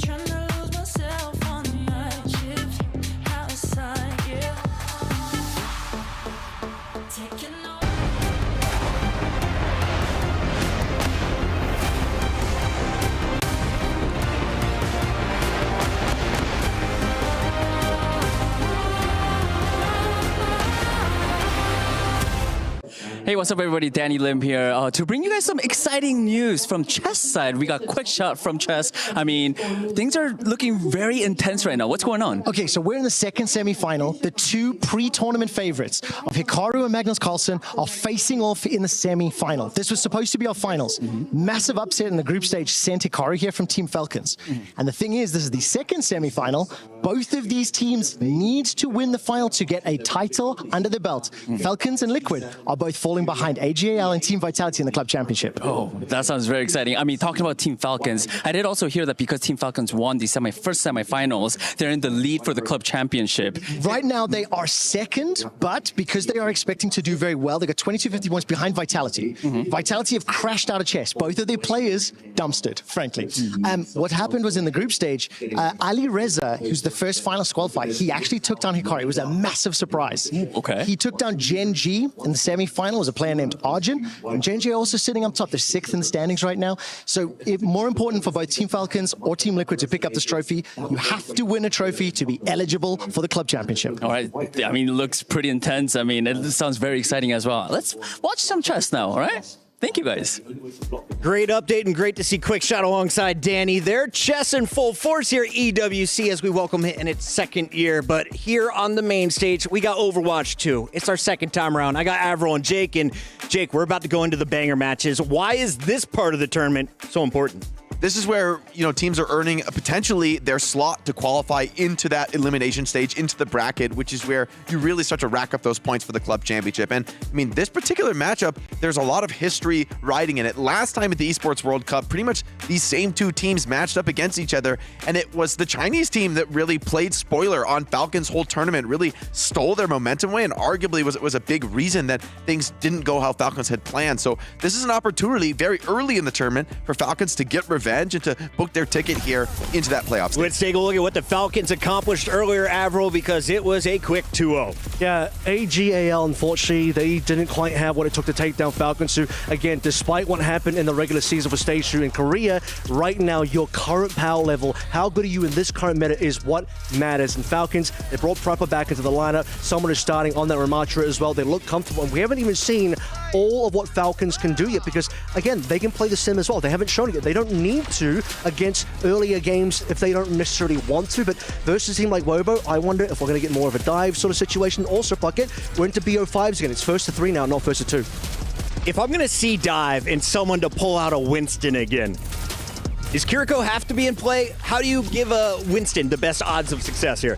Winston's will be an interesting question if we see it or not. I think teams might lean a little bit more in the hazard direction right now to be playing dive.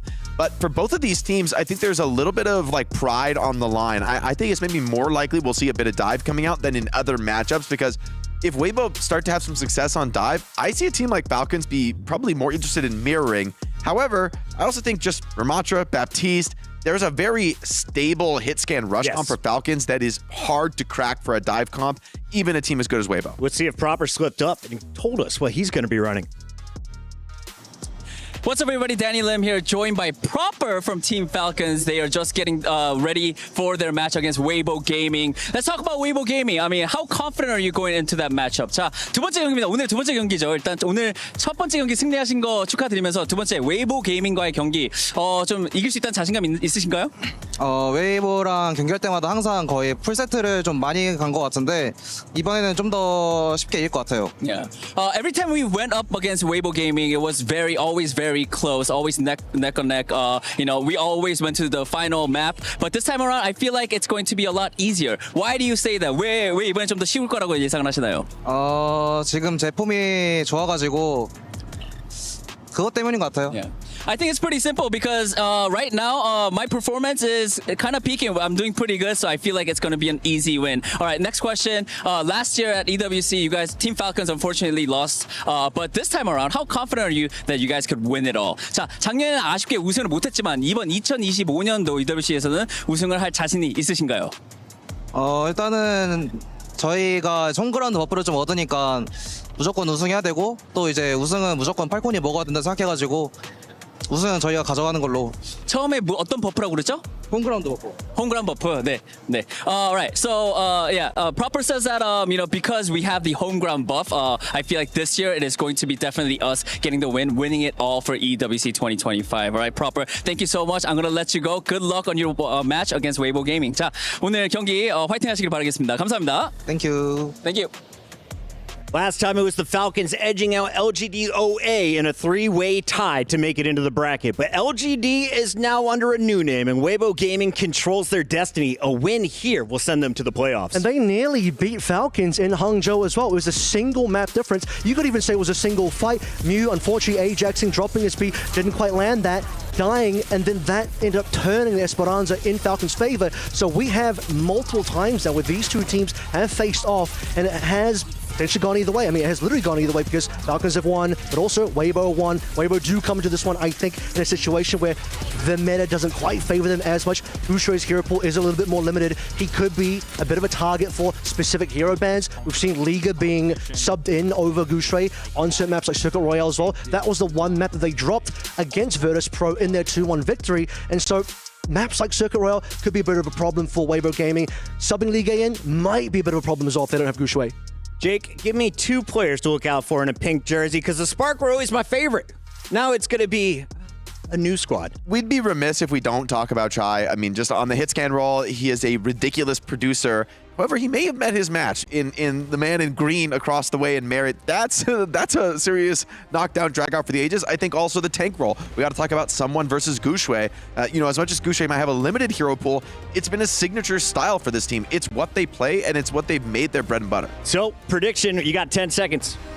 I'm taking Falcons here, but I think it's going to be a close one. I think this is going to be actually, I think it's going to say 3-1 Falcons. It's first to 3 here. 3-2. 3-2 Falcons. Look for Lee versus Proper, 2 MVPs. I just want a game 5. Let's get to the STC Arena to get the party started.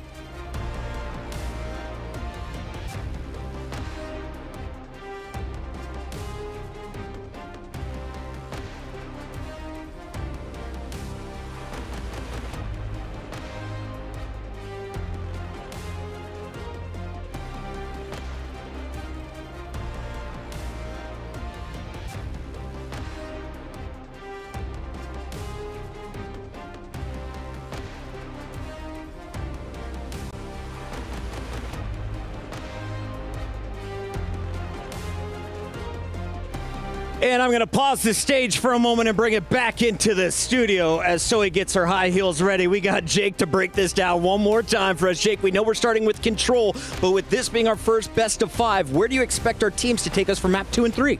I think one of the Falcons picks that I really expect to see if they do drop a map is Shambali Monastery. I think it's a very hard map to dive on. It almost forces a rush style that I think Falcons are going to be much more comfortable on.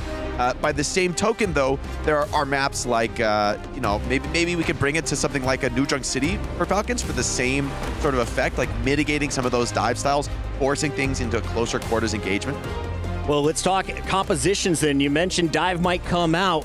How have the bans been playing out so far, Avril? And any surprise to see Kiriko and Symmetra at the top of the list with 5 each? I think Kiriko may be a little bit more surprising. I thought Lucia would be banned out a little bit more, but Kiriko ban basically necessitates you play the BAP instead, so that changes the style slightly. Symmetra obviously going to be copying a lot of bans. Diva will probably be going up in bans as well at some stage because certain teams want to be able to play the Pharah into the Symmetra. You may even be starting to see some target bans versus Venture players. Hazard will be an important ban in this particular series because you need to target Gushue. His best hero in this tournament right now is going to be on the Hazard.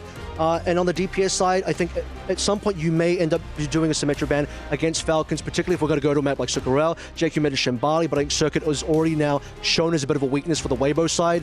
I just want to see how these DPSs go because where Weibo can win, I think right now Shai is still the better Sojin over Merit. However, if this goes to Freya, Merit might have the edge there. I believe in Shai the whole way. I still think he's the #1 Sojin in the world. #1 Sojourn in the world. He's got an opportunity to prove it here, Jake. Look, Shai is an amazing player, but I've played with Merit before. This guy, I have the utmost respect. He's biased, is what he's saying. I am biased, but I gotta say, I mean, Merit delivers, man. He delivers in the clutch. He does it time and time again. I think he's one of the very few players in the world that I think can take it to Shai. We got a big sue from someone. The Falcons fans are getting rowdy, and they are ready. Ladies and gentlemen, in just 10 seconds, we will begin the first qualifying match to find out who will move in to the final 8 here for Overwatch 2. Make some noise. It's time to head back to the STC Arena.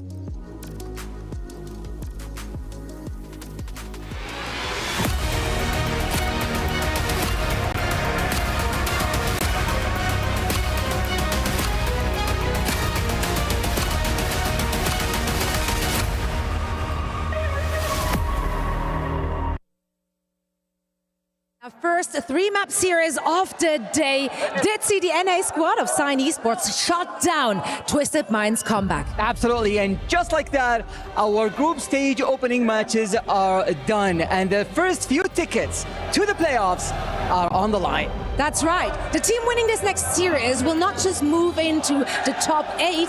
No, they also get a whole day off to kick back, relax, observe, and gear up for the knockout bracket. I can't even hear myself think right now because they're ready for this match. Absolutely, the crowd is going electric, and this one is going to be an exciting one. So let's welcome the first team on stage. First, we have China's superstar teams stacked from top to bottom. Please welcome Weibo Gaming.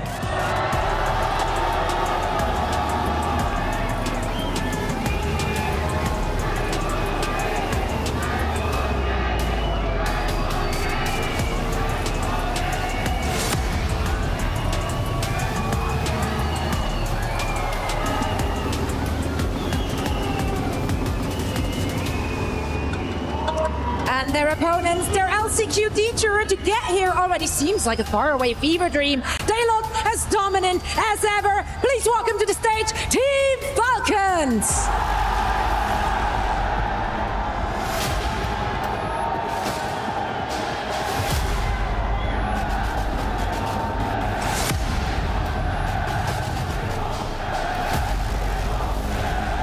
The winners move on, and the losers will get another shot at redemption tomorrow. Let's begin.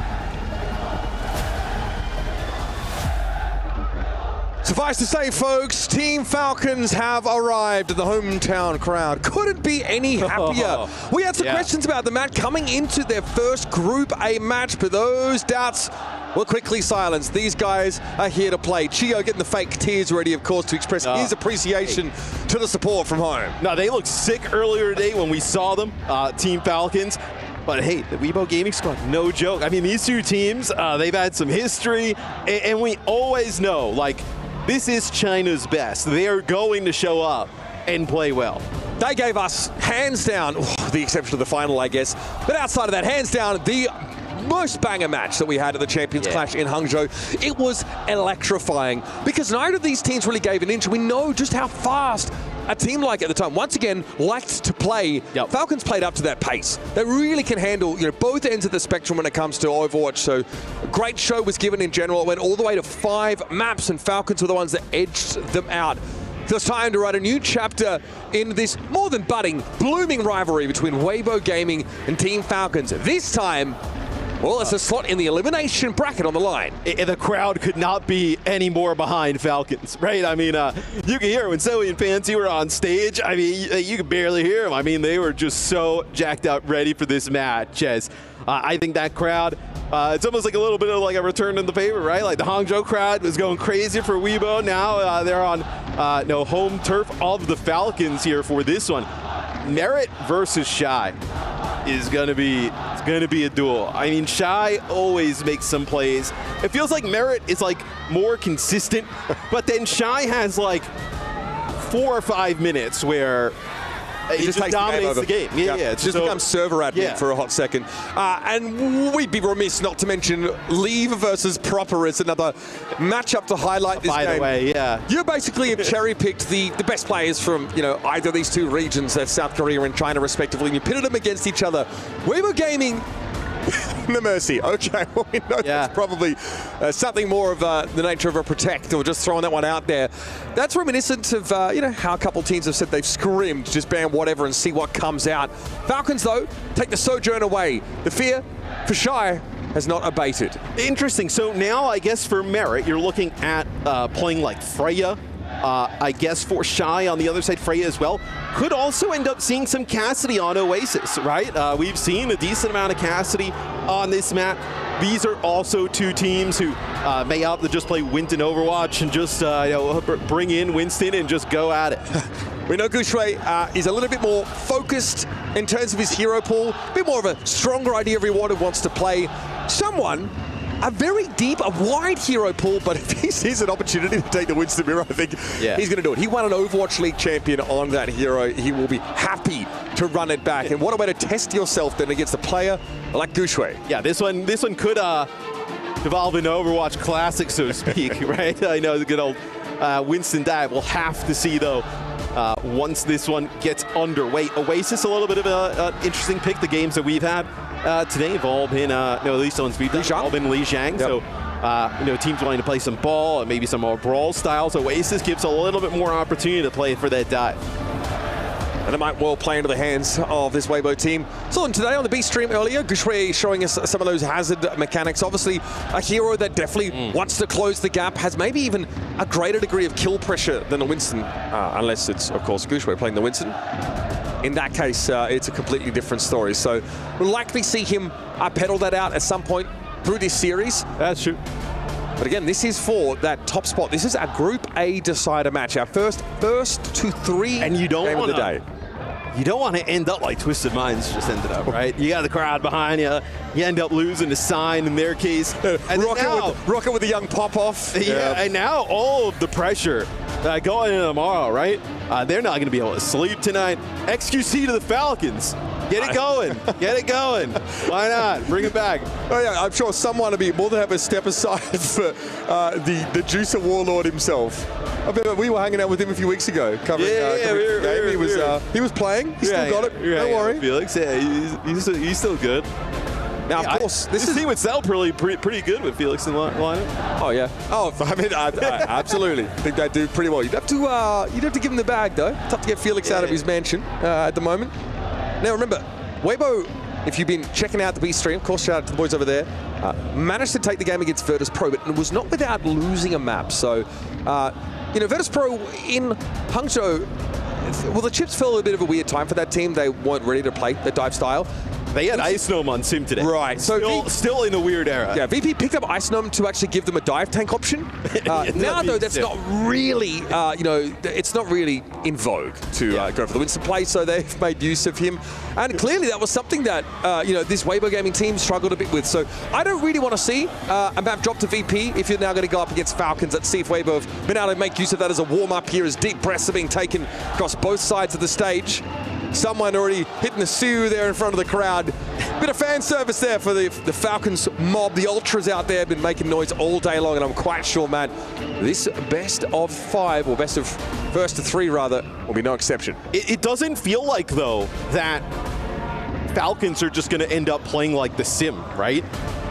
It feels like potentially it's a team that doesn't want to go for that, right? I think they're fine playing like proper on Tracer and Merit on whatever hit scan in combination with a Ramatra. Well, that might have been a problem for Team Falcons at OWCS Korea Stage 2. It won't be an issue for them here. If they look to match what Weibo Gaming are bringing, it's bound to be a match full of fireworks. As we head, of course, though, onto Oasis, kick things off. Ramatra definitely has been the go-to for many of these teams, but it's been a backline sort of arrangement there. We've seen some variation of Falcons. Okay, we actually saw this from AG against them. They brought that Moira comp in. Falcons were able to handle it pretty comfortably. I confirm with Jake, he's still not a fan. Okay, good. of the Moira. Here on Oasis, there's maybe a little bit more an argument for the close quarters, but it'll be Fielder going to the Juno. Now going back to Kiri. So, Kiri, Lucio, backline. Yeah, we're going to get a good old mirror here. All right, Gushui and someone already meeting in the middle here as Gushui looked at just to knock Chio back towards the low ground. Someone that was able to get in and get a vortex on towards Shy. That's the perfect opening here. No Freya to speak of for Weibo. Straight off the bat of Falcons instantly striking their heart. I mean, it was also, Gushui turns the corner, sees Chio and just immediately pops Nemesis form and tries to chase him. Someone is able to take like a few more seconds, more space, and just push up, get a kill on the Shy, and then end up using his Nemesis form a little bit later to chase some players down. Just a really early commitment there from Gushui. Straight away, the protocols for Team Falcons in terms of their achieving their win condition, Matt, look way more streamlined, way tighter. They instantly are able to take Shy down first, and now they're at risk of locking Weibo Gaming back in their own spawn. This is Weibo, of course, going for a rush style, which has not been a signature for them, and definitely not one that has brought them the biggest of results. And no, this is not a comp you would say is like to their strength. And they don't look great on it so far. You're already one fight in, but it was a pretty convincing L that Falcons handed them. Now they'll at least be able to reassemble themselves. Keep an eye up towards that higher ground here as Merritt's got all the room in the world and a bowler shot now to employ. Proper doesn't fancy sticking around for too long, but Lee's going to pursue him after the recall came in. A couple blinks will get the young prodigy out of the fight. And now Weibo are knocking on the front door with a sound barrier in hand. You got a bowler shot for Merritt, so look, it's like maybe they kind of work through the choke. And they just kind of spam that one in. I think they're trying to bait some ults out so you can have Mew come from the high ground and use that sound barrier. Well, they're going to get what they ask for. It's going to be a trade of Kitsune rushes here and a pulse bomb stuck in the direction of the front line, and Proper is dominating. Dirty stuff. A pulse caught onto Shy, and then he cleans up. Wasn't quite a double pulse kill like we saw in their first series, but it's damn near close enough. So Weibo holds on to the sound barrier. That's a positive.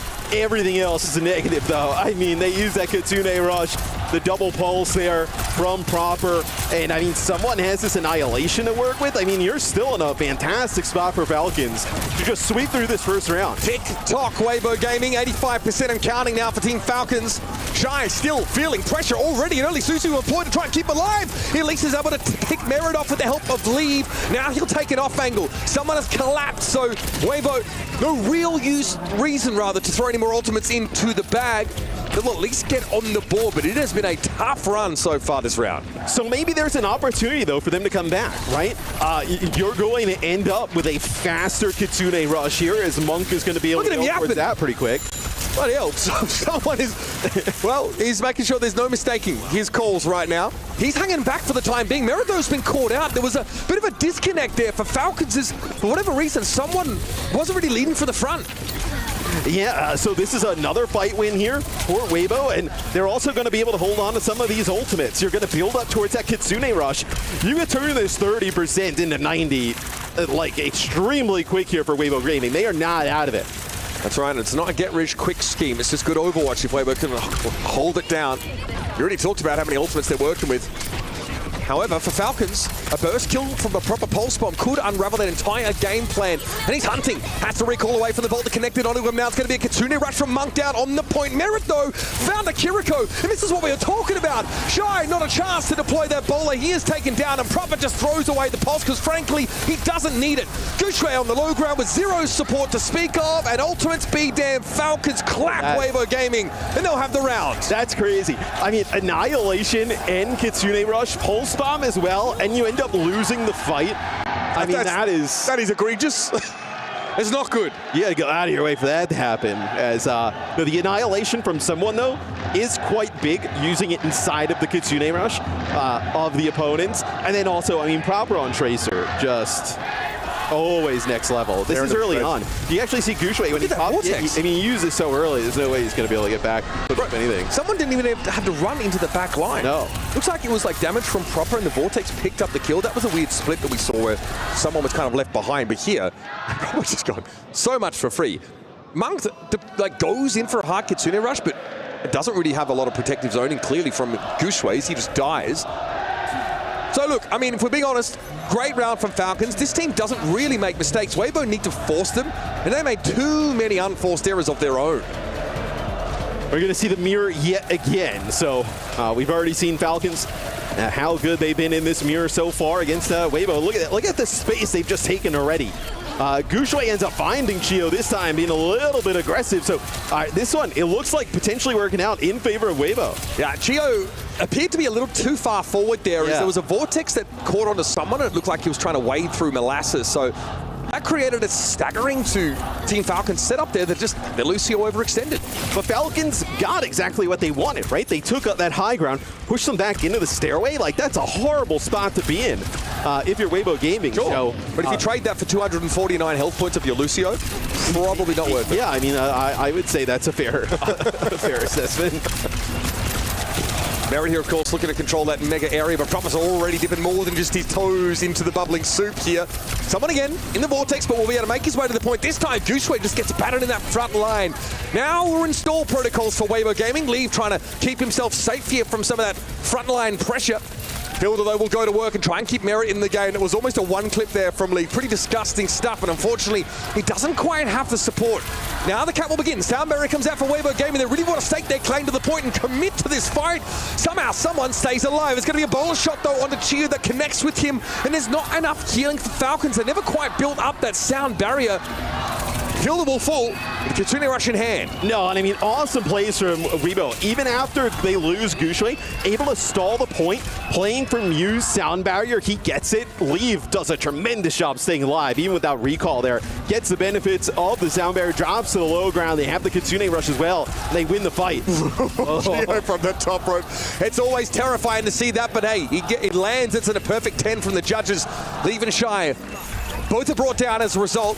Gooshway with an annihilation now developed. Fell earlier on and won't have a place in this engagement. Yeah, somewhere Violet's watching and he's like, why couldn't it have worked out like that for me? Why can't it be me? why did it have to be me? As Chiyo goes from the high ground there, high up at the wall, Sound Barrier connects. Dude, they hold on to 4 ultimates. I mean, they just run them over with that Sound Barrier. Weibo obviously did a tremendous job winning that first fight and then extending the second one. But now Falcons have a ton to work with. Leave is locked in. Understands that he's got a pretty big job to do in this fight. Really needs to try and set up or follow up on the damage that Shy's able to put out and secure some of these eliminations. Right now, he's dragging the attention of someone away from the action, but Mew is the one that gets caught, and someone is now shoving into them from that main area. Builder still doesn't have to use his Kitsune Rush. It's a bowler shot that honestly didn't even really need to be drawn out. Merit would have been happy enough holding on to it, but again, let one of them go and you can build up the next 2 pretty quickly if you can chain those eliminations together. And Falcons have still got a ton to work with. Yeah, so the bowler shot gone, and now Weibo, though, that's a nice pick there. So Leave actually just gets right into the back line, just gets rid of Merit. But on the other side, you actually lose the Freya as well. Yeah, Chiyo followed up on the damage that came in from Merit initially, so it ends up being just a raw trade. Pulse miss, but it doesn't seem to matter. Proper finds Mew low. Someone trying to get forward. It's going to be Annihilation now coming out from Gooshway. Kitsune Rush in play here for Weibo Gaming, and Chiyo ends up falling. He just walks into it. To the epicenter. Into the middle of the Maelstrom we are, and someone is the healthier, but he still needs to get Gooshway down, and Monk and Mew are keeping him standing. Now someone's in trouble. Full health a moment ago, blink of an eye, and now he is down. Leave here knows Frey is hiding up on that higher ground, but Falcons have had to concede the point after at least gaining a slim lead. Yes, Chiyo, I think, is trying to heal someone or maybe even knock Gooshway back, but walks into the Annihilation when he's so low and just ticks down. So looks like we'll get potentially a final fight scenario here. Mew with that Sound Barrier advantage. I wonder if Weibo knows and they want to get aggressive. Mew, obviously, the last time these two played, it was a bit of an Ajax from him that let the series slip for them. Doesn't let that happen this time. It's a clean deployment of the Sound Barrier, but Chiyo has one to match it. Leave, it's a question of who he's hunting. Maybe even looking for somebody low enough to perish here to a pulse, and somehow Weibo have just allowed this to occur. Falcons move in, flip the point. Merit has the high ground now as well. Big advantage for your team in orange. Leave is trying to go to work on his Frey, but now he's got Merit's attention. Shy and Monk are down. Merit just staying safe, staying alive, and stalling out these Weibo Gaming players. They're down to Leave and Gooshway. They were on an ill-advised mission to take down the Frey, while the rest of their team got cut down to size. And so, Falcons will secure Oasis, the first map in this first of 3. And when Weibo pushes in with the Sound Barrier and the Sound Barrier comes out for Falcons, instead of like rotating around and giving point to Falcons, they just needed to fight. The Sound Barrier wasn't that much later that you were at like a crazy disadvantage.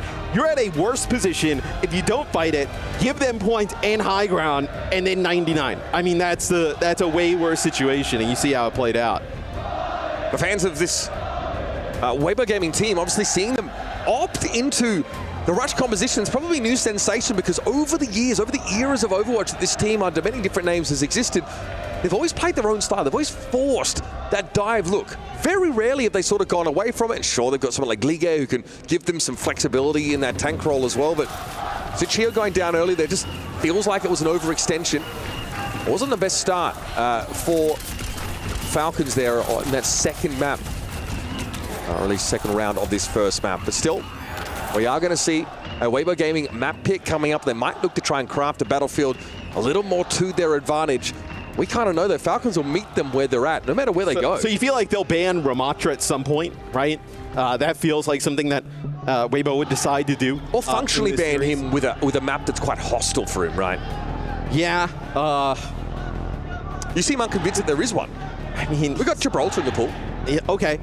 You could pick Gibraltar, not ban the Ram, and do you ban Tracer?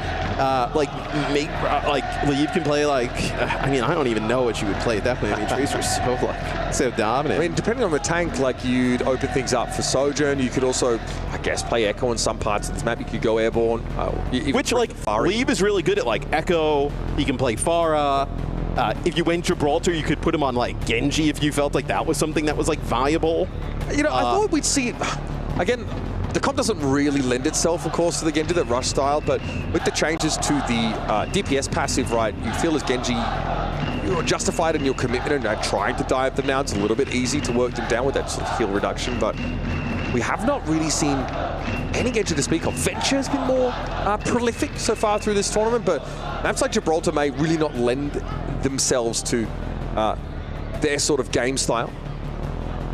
Yeah, I mean, it wouldn't. So, if you're gonna play Venture, you're looking at New Junk City you could play, right? Play Brawl, but you're also probably signing up to play Ramatra at that point, right? Yeah. Or, I mean, do you want to bring out do you think Mauga works? That's we've seen Mauga Venture comps. I generally think you've got two opportunities to ban Ramatra this series. One with the map pick, one with the ban itself, right? Yeah, providing that if Weibo win here, we don't see a tank first ban to sort of protect that Ramatra, but I can't see someone feeling like they, his team should be spending resources on letting him play the Ramatra, considering his pool is infinite when it comes to those tanks. Right, so it's just a matter of what they want to do. Do you want to play a Gibraltar and then save the Ram ban? Because then let's say you win Gibraltar, right? Then they have to pick. Maybe they pick a New Junk City and they ban something else, and then you have the Ram ban, right? So I think it's kind of curious what Weibo Gaming decides to do here. There are some pretty insane MVPs, world champions on this stage right now. Weibo Gaming, players that came so close but never quite were able to touch glory in that Overwatch League era. Obviously with a third place finish in Toronto, that final year of Overwatch League. They're always so close. And they always give us a banger game doing so as well. They have been that team that have produced incredible matches that they sadly have not been able to win. Yeah, it's just been a little bit of a curse there for Weibo Gaming, right? Not able to kind of get over the hump as Falcons. Well, I mean, if the hump is Team Falcons, it's more like an Everest. You really, it's not for the faint of heart to try and scale these particular heights. If Weibo Gaming are familiar with them. In an alternate universe where Falcons and Crazy Raccoon don't exist, Weibo Gaming could be the team. Okay. Yeah, absolutely. I mean, in fairness, then your T1s of the world. T1 would also have something to say about it. AGALs. Alcatia. Yeah, jeez. Yeah, they look good. I mean, there's no faltering step from Alcatia, like some of the rest of those EMEA representatives. But we could see that, though, when we were casting, the EMEA games, how good they were. I mean, that was you were watching some EMEA games, you're all right, this is EMEA Overwatch. When you were watching Alcatia, you're all right, this is something different. Yeah. I will say, though, that I'm a little surprised to see some of the struggles from Twisted Minds, considering they really played Alcatia close over in EMEA. There were some genuinely compelling matchups, but might be looking like it's a one-team region out there at the moment. Right. It's still waiting for the map selection. I am curious, waiting for the update on our side. So we'll get a chance here in just a bit, but I think the Gibraltar's a really good shout.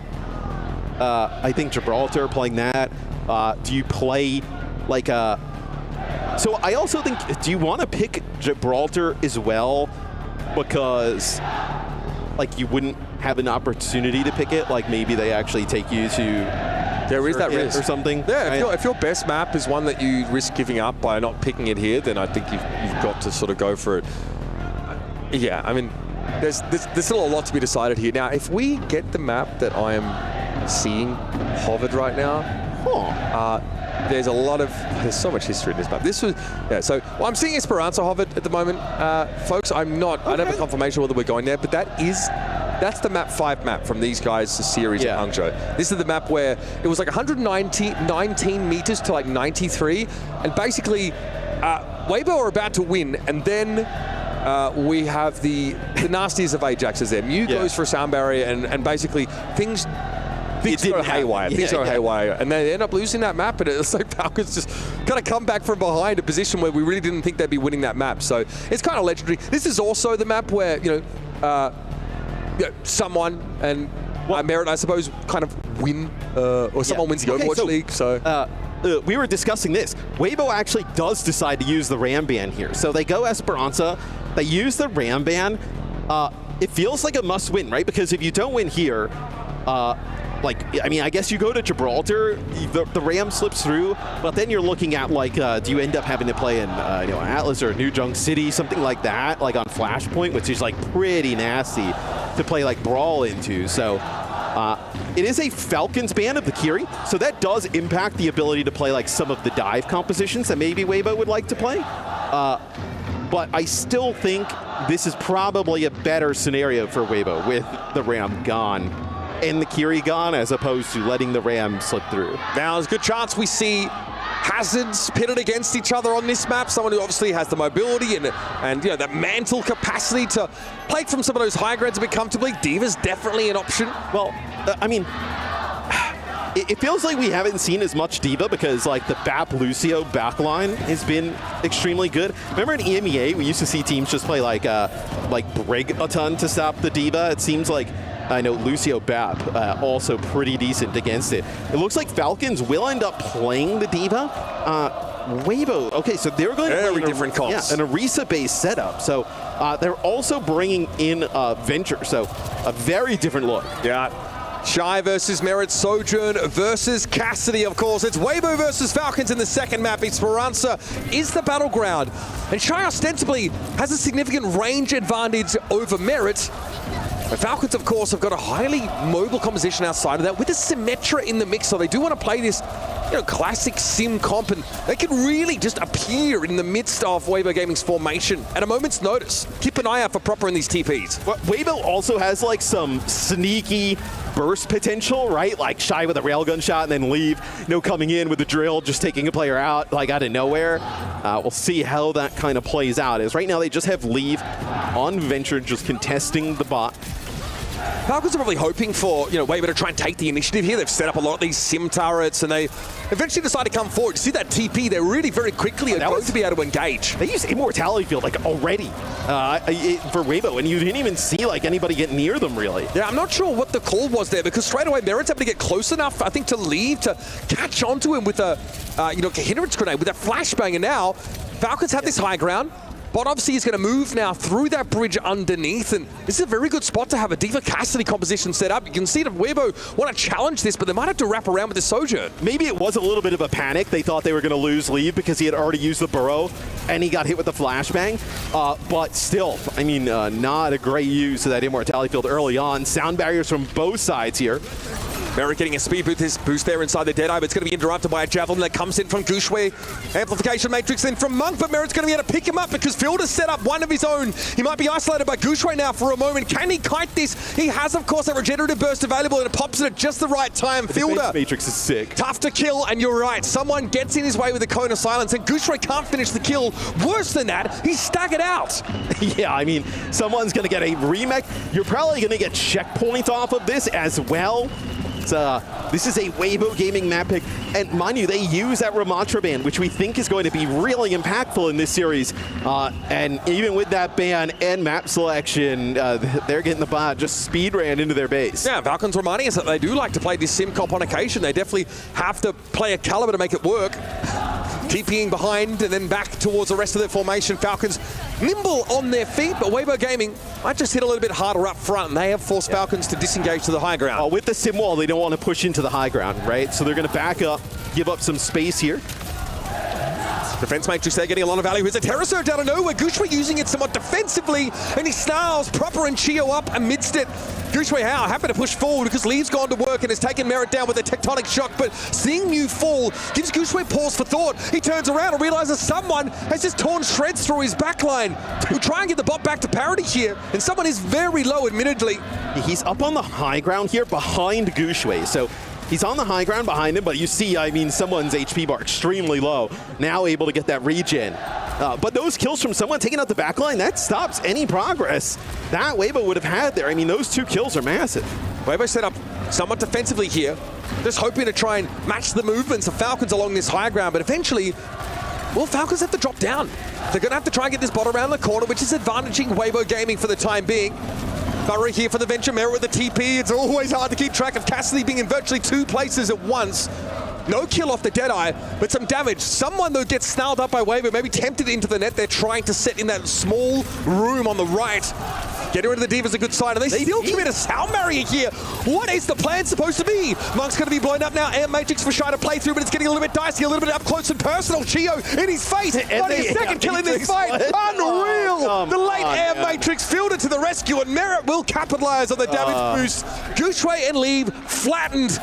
And this is looking much different to the matchup we saw last time between these 2 squads. I mean, they're just playing with him now. I mean, that is like a 3-player sound barrier, and then Chio on the Lucio gets into that small room while Monk has the Amp Matrix going. Starts knocking heads together. And then Fielder's got an Amp Matrix on the backside of the door.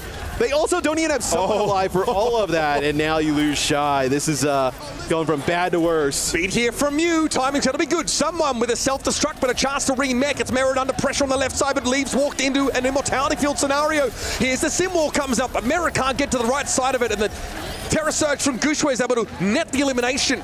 Someone also desuited, so Falcon's definitely in a power trough, but Proper is charged up, ready to rumble. Unfortunately, it's too target-rich an environment for him to handle. We're already halfway through the game, though, and you got 102 meters and nothing there. That is a really tough mountain to climb here for Weibo Gaming. So see if they're able to do it. Shy up in the high ground with Overclock. You get a pick or 2, you win a fight. You probably need a second fight to get checkpoint, but still puts you in the right direction. Yeah, look how quickly, though, they've got to give up that bridge because instantly Falcons TP up there, challenge him for that space. Cassidy much more within his optimal range, but Chio there just doesn't quite respect the railgun adequately enough. Shy's able to pick him off comfortably. No, this is Weibo getting a bit of space and potentially a first checkpoint. That was bad from Chio and Fielder. I mean, that's a rare time where you're just in a really bad spot. And I mean, look, Shy's got an overclock. He's coming around the corner. He can't be just wall riding in that small corridor. So this may actually open up the opportunity for Weibo. It's going to be the tectonic shock here. So potentially you're going to be able to get the checkpoint out of this. Oh, Hinder comes through. Oh, the Leave, though, it's sick movement, able to finish off Merit. Lee will top himself back up again. Weibo find themselves finally in a more commanding position, but the pot has been snuck away from them. So, you're going to have to get their ducks back in a row here. Someone leading it across the map. This guy is trolling. He's able to get away alive, of course, because that's what Diva does. And that has given Falcons another chance to set up here and defend around this first checkpoint. And the clock is just, I mean, since Weibo's gotten the bot in their control, we've got like about 2 minutes off the clock here as well. Sound barrier from Chio, going to connect with just about everybody here, but Amp Matrix up on the high ground, going to deter them from running around. Yeah, not really a great use case for the sound barrier in that fight. Shy, though, a bit of a nuisance here from that flank position. There's a TP in play off to the right of the screen, so Falcons might be trying to group up amidst this entire chaotic mess. Fielder, Immortality Fielder, just keeps him alive, but Shy will try and chase this kill. He is. Fielder is hard to kill even on his worst day, and Shy will deal with him. DMAC here on someone, and it does feel like momentum getting behind Weibo. Yeah, it definitely feels like it's turned, where now you're actually going to lose Merit here towards the end. So this should be checkpoint here for Weibo Gaming. So you're going to be able to get the checkpoint here. You're going to have this Terror Surge, which we've actually seen Gushue do a really nice job picking up some kills with it. You're still probably 2 fights, though, from taking the lead, and Now you're below 3 minutes. So really, Falcons, if you win one fight, kind of send it back towards basically their checkpoint, you're in a really good spot because you're looking at that as probably below a minute. Someone wanted to harass Shy, but I think he bit off more than he could chew there. He gets chunked down fairly low. We're now proper. It's going to have to deploy this sim wall. He punished for it, though. Leaves Ava to pick him up with a drill rush here. Merritt, though, sees an opportunity to at least generate or emanate some threat and force Weibo back. Terra Surge now, who's caught inside of it, but Fielder, and he lacks the lateral mobility to get out of it. Sucked in, blown up. Weibo Gaming now taken into the cleaners. 79 meters and counting.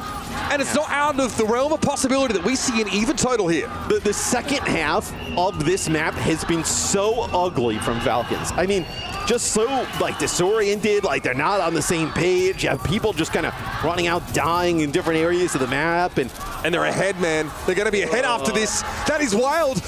Proper has to recall. Now someone switching over towards the Orisa, trying to stake his claim to the space, but oh man, the wind is in the sails of Weibo Gaming. He leaves Tech Shock, leaves Merritt reeling. Proper now with a sound barrier. Falcon's getting a little bit desperate, and Shy just picks him off like a clay pigeon in midair. Oh, Gio never had a chance to touch the ground. And here come Weibo Gaming, now in the lead, a minute 16 to play. This was 102-0. With like 3:30 on the clock. I mean, they have just dominated Weibo from that point on. And now an opportunity for them to finish the map. I mean, it doesn't even really seem like it's fueled by ultimates. Really, Leave on the bench doing a nice job assassinating players. It's fueled by vengeance, man. Pure and simple. Chio not quite picked off there. Leave had an opportunity to go in after. Now the emergence under Proper's going to force out a recall. Boy, this guy is just throwing damage out. It's going to force Proper out of the fight for a small window. Can that be made use of by Weibo? Kushui's going quite low, gets an immortality field, so we'll stay in the mix for now. And Monk's got an air matrix, he's going to let go basically immediately. Leave trying to challenge those airborne targets, and there's Shy. Railgun accounts for Chio. Air matrix to get him topped up, and in we go. Overclock at the ready. Terra Surge for Gushui ties them all together, and Shy wants to FedEx them out of this map. But Monk's down to a pulse bomb. Mew at least able to find the trade, and someone's off the map. Team Falcons are floundering, and Weibo Gaming charging headlong towards the end of the map. Last time they saw Esperanza, it was a disaster for this team. This time, it's a different story. They go down 102 meters to nothing, and they run the entire map back the other direction. That is so rare for a push map, and it kind of feels like that was their series on the line a little bit. You go down 0-2 there. You've used your Ramatra ban. Feels like we're just buying time before the Falcons can celebrate on stage. And now we got ourselves a game. Weibo kind of remind me, Matt, of Ash Ketchum. It takes a long time for him to win the Pokemon League, but he remains the protagonist. Main guy. Yeah, and he, it's a long time before he gets that goal that he's looking for. But every step along the way, he's loved by many. That is Weibo Gaming, folks, and they always give us a show. They looked listless, absent in the first part of Esperanza, but they've now come to play. They've come alive, and they've done it here again with this Orisa-based composition. He gets hindered, and even with the immortality field there, I mean, Leave just makes a play. And I think you also saw a way more aggressive, like, Leave and Shy during that one, right? Like, Shy was really coming alive there on the Sojourn. It felt like early on when they were like TPing the Cassidy around, it felt like that was pretty good for Falcons. But once it actually went into a Soj head-to-head, Shy was just kind of rolling. Spirits now high for the Weibo Gaming crew, but of course it's going to take more than that to silence the Falcons Ultras here in the STC Esports Arena. Some discussion. Of course, Weibo Gaming have to decide how they respond to the map pick of Falcons. Of course, that will give Falcons first ban as well. Now the Ramatra ban will no longer be available to Weibo Gaming. They're going to have to find other ways to try and put some pressure down or find an advantage. We've got to a break, folks. When we come back, map number 3 of this Group A decider between Weibo and Team Falcons awaits us.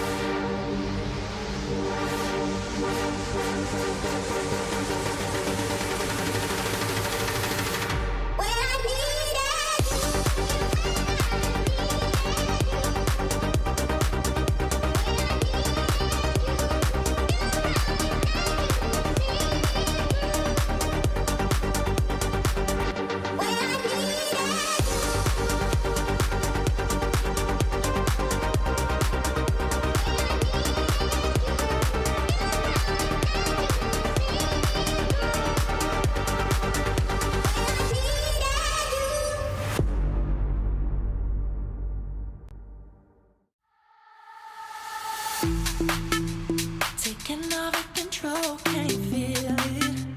Our body's moving closer, is it real? Trying to lose myself on the night shift, outside, yeah. Baby, can you feel me? Can I try it? I'm ready to move for the night, yeah. Trying to lose myself on the night shift, outside, yeah. Taking over control, can you feel it? Our bodies moving closer, is it real?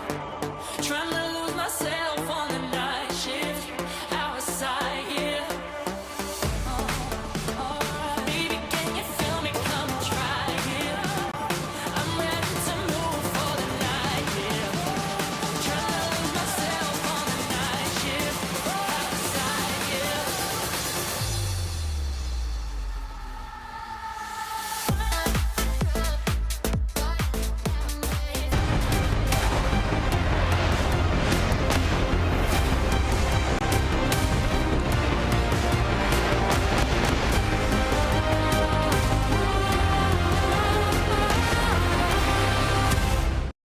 Well, night has fallen here in the Kingdom of Saudi Arabia, but nothing is cooling down, I tell you that. Not the weather outside and not the atmosphere here inside the STC Esports Arena. Falcons and Weibo renewing a rivalry forged over years and years of clashes are even in a 1-to-1 series. This first to three already has been delivering. Oh, man, and dude, this stage looks so sick. We walked around the boulevard a little bit earlier. A venture ban here for Falcons, so you could tell that bothered them a little bit there. Rustled the jimmies somewhat. Yeah, and a Baptiste ban for Weibo, so this is quite interesting, right? Takes that option away from Fielder. So we go into the next map. So taking a look at the map pool, it will be New Junk City, the selection here for Falcons. So if Falcons were to lose this, right, they still have some pretty good maps available. Like you could go to Circuit, you could do like a Blizzard World, let's say, play like High Ground. Play. You could take us to Chimbali and force that sort of rush style that Ramatra or Orisa sort of setup was be very much available to you. The maps definitely favor the current flavor of the month, that current rush approach. And Baptiste here out of the mix will likely send us into Kiriko, Lucio territory. And honestly, it's not all the time that we see Lucio available to play on these Flashpoint maps. Many a team like to ban that hero out coming here. Forcing us into like Juno Kiriko looks where the backline's a little bit less mobile, a little bit easier to pin down. So do we get Lucio Kiri, right? It depends. I think, well, if you're going to play Ram, you probably play Juno. Not in every case, but yes. I mean, you could obviously do a lot with that orbital ray. The Kiri, though, supplements your Tracer play a lot. Like, you play on the fringes. You can try and, assassinate backlines. You've got a lot of kill pressure. So it's not a given, that we see that Juno brought in, because sometimes she feels a little, I don't know, a little vulnerable, a little floaty. Easy for Tracer, Kiri combos to pick off on the other side. Kiriko just has insane survivability. The ability, we talk about how good Sim is, able to like TP the whole team around the map. Kiriko can just do that. Yes. Yeah, I mean, this comp is disgustingly mobile. They can basically pull up anywhere at a moment's notice. Deep strike and like space All right, so we will see Juno. Nope, we're actually going to see them swap back. So just the speed ring here at the start, just to get everybody out. Save the Lucio speed for a little bit later. Yeah, cases can be made for both of those looks, I think, but Kiri is going to be the play for both these sides out of the gates, and it is a Sojourn Mirror. This time around, Merit's off the cast. Do not want to let this one slip through their fingers. Falcons have to be disgruntled after the loss of Esperanza. Here's Merit again, just appearing in the middle of nowhere. Now, though, Weibo want to respond to this, try and pressure that front line down, and Fielder just gets a little bit caught out. It's a boot there from Mute, so puts Fielder in a really rough spot, and Weibo does not want to play the Sim thus far. They want to leave on the Tracer and let him do work. His proper answers here, taking out Shy, you're going to lose Mew as well. So although Falcons gives up the point, feels like they're going to be able to take it right back. They'll have it back in moments. And I think what Weibo are trying to do is exploit that like a 2 to 3 second window after the Falcons TP comes in where maybe their backline is exposed or there's a chance to run at some of those heroes who would like to try and put the bulk of their tank between them and their opponents. So it's a slim window. And there's no guarantee you win the fight from there. I think Falcons are short-handed and still come away with the dub because Proper gets charged up and someone stays alive by throwing up that guard stance. Yeah, so Weibo will now work their way back towards the point. It feels like you're a little bit behind in terms when you're playing the Tracer. Like, Leave needs to, like, be a massive difference maker because the Sim feels like with just the mobility and the scaling damage, you're going to get some, like, there's, like, obviously there's a higher ceiling with the Tracer play, but I think with the Sim, it's just the floor's lower. Easy, yeah. I think because sometimes that Kiriko can just kill you as Tracer. Right. Harder to do now. Again, it's a little bit easier to challenge those backliners with the DPS passive changes, but it's a very, very real possibility at this level of play. Sound barrier in the hands of both sides. It's going to come out from Chio first. Weibo holding onto their ultimates. Now it's going to be a beat from you. In they come. Proper. A little bit exposed here. Where's the front line? Where's someone? League doesn't really seem to care. Pulse Bomb's going to force a swift step now out of Fielder. He'll get back to safety with the rest of his team struggling as someone attracting as much attention as he humanly can. Gets shy and Mew, but is in no position to contest the point. Yeah, and it was just Fielder there. Fielder gets out, TP's back to someone, and I think they're trying to regroup here. Maybe make a fast push on in. We should be very wary about this. He does know someone has just used that annihilation. Needs to find the right context to make use of his. Weibo having to give up the point. They see the Kitsune Rush come in, and they respect it heavily. Looking out for an overclock. Charged up, Shy. Trying to find Merit, who's going to pop the overclock of his own. And now with a Sim wall in play, is heavily favors Falcon. It means Merit really has his pick of the litter in terms of these firing angles to take. And he might be looking to ask for more. On that low ground, someone was able to accost Leave. Apparently the Tracer could not get away. And so Team Falcons have locked up this first flashpoint well and truly. A bit of stagger as they transition to the next. Yeah, and when Leave dips out from the point, Gushue is there to take control, but he gets so low right away. They're not able to get anybody within the line of sight to be able to heal him up. Even though he's power blocking, you're not able to have him use that like annihilation. You may have wanted to use that close quarter area, so you end up giving up the point. Off to the next one here, and Falcons already have the gantry way secured. Weibo going to have to force their way in, and they've got to be careful of these repositioning. But Mew just beats Chio out randomly. Okay. Throw back to the time I called him a newcomer because he changed his name from Evil Tail to Mew, which is a different Pokemon. Should have known better, honestly. And Chinese players like to change their names quite a lot. Being able to get the point, though, for that cheap, right? Just being able to have Mew take out Chio from across the map when Chio would have had beat, it's quite massive. Yeah, you don't always like chalk up your win condition being Mike Lucio kills your Lucio. Right. But if it ever happens, you are not going to look a gift horse in the mouth. The 28% and counting here for Weibo. Start they were looking for. Gushue holding onto the annihilation from that previous flashpoint. Never had a chance to use it in order to achieve their aims of capping it. Proper extremely low, has to back up. They're going to have to use the beat to keep him up. Not good for Falcons, not good. They've had it forced, but someone gets forward with a burst of momentum and a bubble pulse from Leave. Might have flipped the fight on its head yet again. It's Merit and Chio going down, and Gushue swinging for the fence, turns Fielder into a smear on the ground. Somehow, this back and forth fight, Weibo are able to prevent the capsize and maintain control. Look, when you have Shy and Leave, even if things don't start off great right away, you can turn it in your team's favor. Oh, buddy. Oh, filthy stuff there from Leave. That's what you want to see. And of course now 96% and counting. Weibo Gaming have taken the second flashpoint, another even game. Of course, no time to rest, so the look on Lee's face, he's already scoping out his next quarry. It's going to be a rotation here. Yes, both teams are actually really close to each other on the rotation because it looked like Falcons was going to actually try and contest that. So both teams going to get here at almost the same exact time. Yeah, off to labs we go. It's Falcons with priority though. Weibo's still playing from outside. They opted just to take a beat and regroup. They're trying to get Shy on an off angle here with the Lucio because he's got this overclock to work with. Someone has built an ultimate in the time it's taken Gushue to use his. Anyone have a chance to use it in this fight either? Soundberry is not going to save the Ramatra from Weibo, and instantly they pull the plug on that fight. That is a free, well, virtually free flashpoint capture take, at least here for Falcons to start us off. Yeah, and that time Leaves Pulse Bomb doesn't connect with anything. He's got 3 players on him, no recall. It's just a matter of time before he falls. So you're not going to have him now for quite a bit. So this is a pretty dire situation now for Weibo. And this is like, what, 3 or 4 fights where you haven't had Gushue end up using the annihilation? Yeah. Someone's built another one already. Yeah, he's actually saving it for the Esports World Cup in Kadia. Yeah. In like 6 years. Just looking for fairer passes to make use of it. Shy, though, not afraid to make use of that overclock. Glancing already came in, and Isuzu forced out of Fielder. Chia with a sound barrier now. Shy goes a little bit low. Barrett happy to fight him, especially with that sound barrier and playing Gushua. Oh man, talk about holding onto an ultimate to only have it used in extremely underwhelming context. That was a stinker, folks. Yes, this is going to be probably Team Falcons taking this flashpoint, right? Setting themselves up in a fantastic spot here to take this map. But if you're a Weibo, even if you lose this map, I think you still have to feel pretty decent about how you played in this Ram head-to-head. Like escort map still in the pool, Matt. Yep.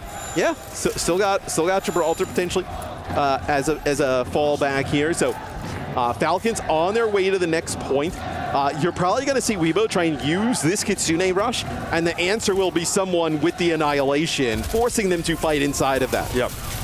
Well, they have that option, though. Kitsune Rush will give Weibo the chance to disengage should they choose to and actually shift into like a poke stance in that fight. Someone says, "Fight me, coward!" Gushue might acquiesce now.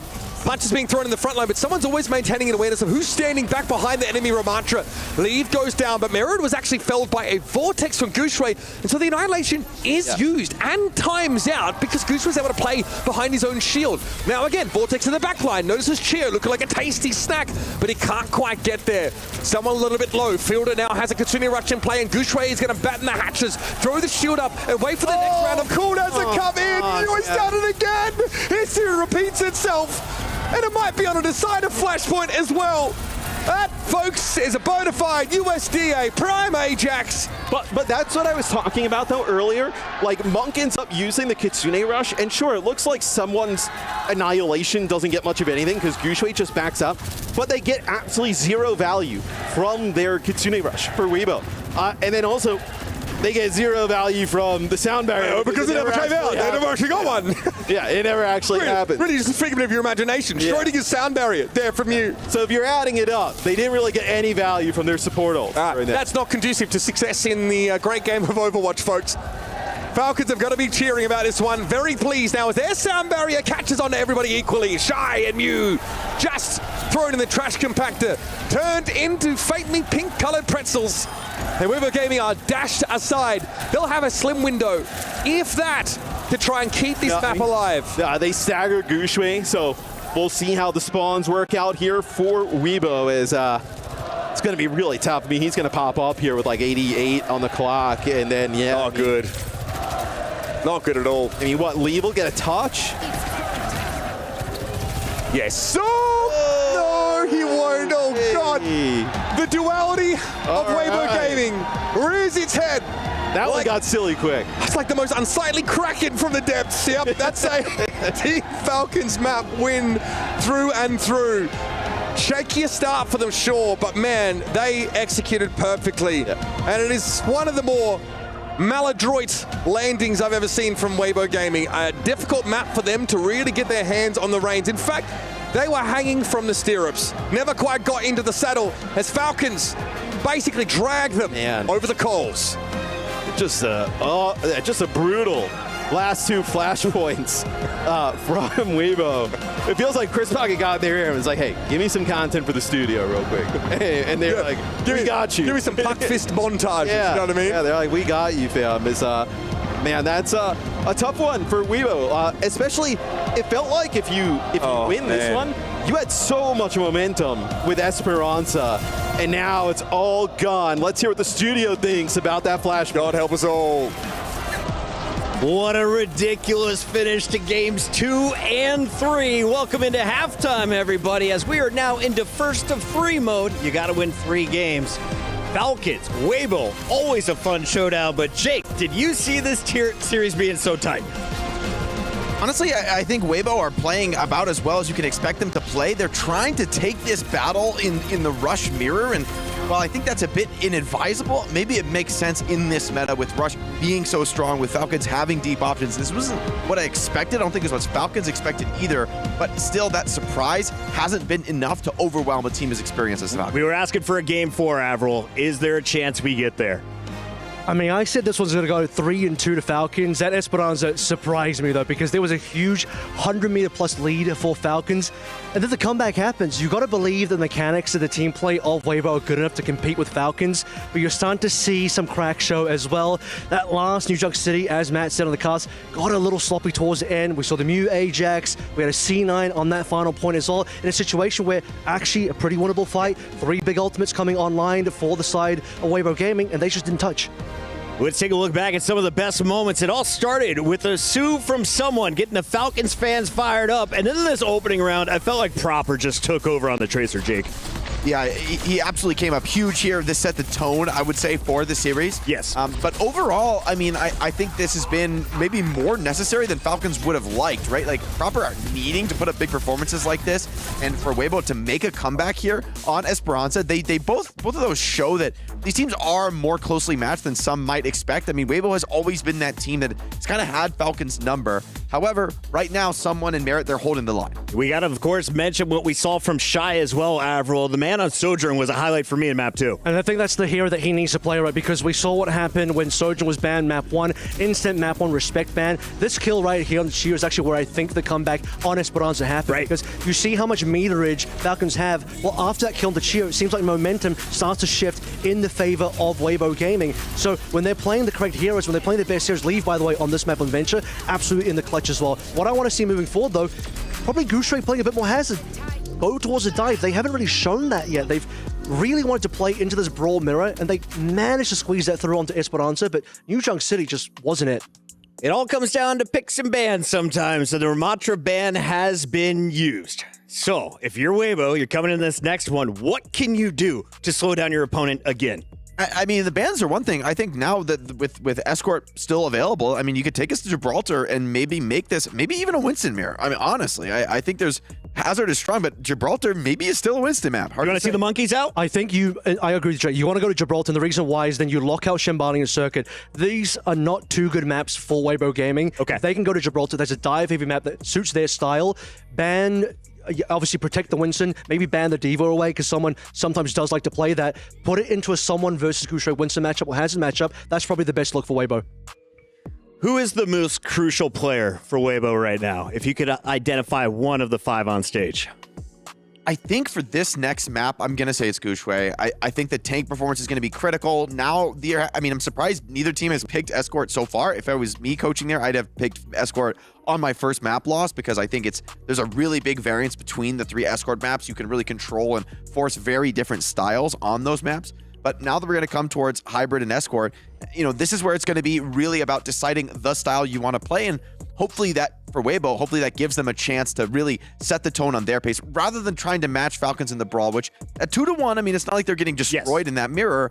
However, you're not on pace for a series win. And I think Alvaro's right. You kind of do need to change direction. You have the opportunity. We got to switch it up. It's got to get different. It's got to get weird in Game 4 if you want to force a game number 5, the first here for Overwatch 2. Quick update, though. This is Group A, and over in Group B, Crazy Raccoon just dropped a game, I'm told. Let's check in. It is Raccoon going up against Team Liquid, the NA squad, able to get the bob going their way. Yeah, this is a really nice win for Team Liquid just to even get that single map win because they're not favored in this series. Crazy Raccoon, a strong favorite for the entire tournament. The most recent champions from Hangzhou Champions Clash as well. Crazy Raccoon, they don't want to go into this event losing to another North American team. They lost to Nightmare in Hangzhou. They want to make sure they can clean up every NA team. So the fact that Liquid is able to bring it back a little bit on a map like Coliseum, that's a great look for them. Overwatch 2 bringing fans in from all over the world. A big shout out to everyone tuning in from their home bases, though. Make sure you open up both streams and catch all of the action because we have 2 stages up and running with the best players in Overwatch 2. Crazy Raccoon, the world champions from last year, looking to go back-to-back at EWC, 1 map away from securing their spot in the playoff.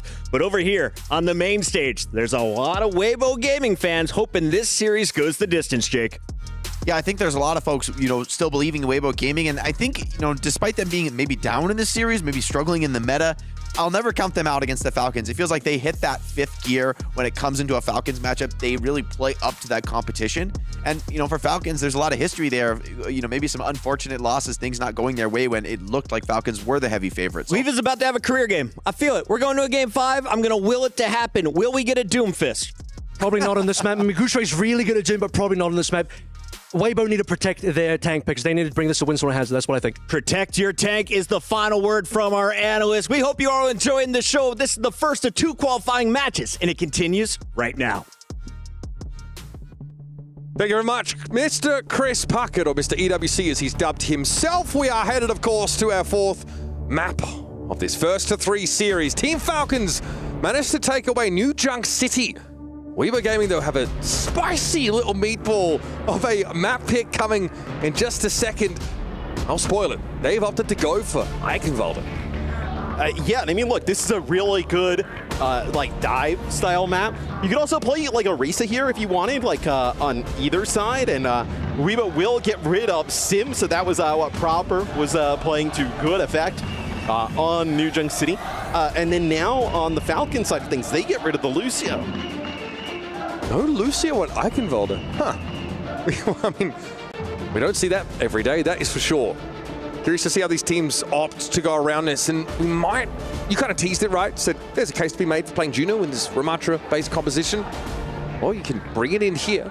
The absence of Symmetra does make things a little bit awkward, because teams that like to use her get so much value from her, not only on the castle phase, right? That seems obvious, just by being able to, access that high ground, but even on the first point, getting to go from the choke, try and wrap around towards the Hunter's Lodge on the attack side, and even as defenders to get up on the bridge behind the attackers at that first point. There's just a ton of things available, and I'm hyping it up, and you're not even going to get to see it. That's how terrible of a person I am. But a lot of other options you could take here. Tracer and either Freya or Sojourn, of course, are pretty reasonable picks. You could bring the Cassidy in there as well, and that is an Overwatch World Cup jersey with the name Leave on there. That one is quite a relic. Of course, they stopped just short of quite an incredible run back in 2023.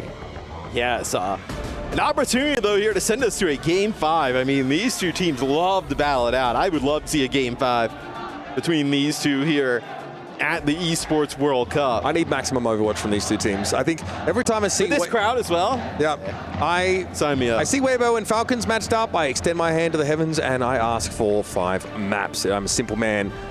We're jumping in just a moment. You'll note that Weibo Gaming are starting on the attack side here, as Falcons were able to choose the map.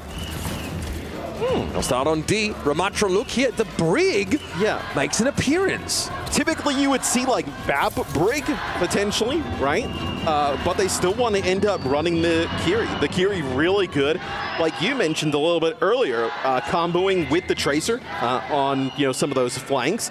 On this map especially, it's really good. Yeah.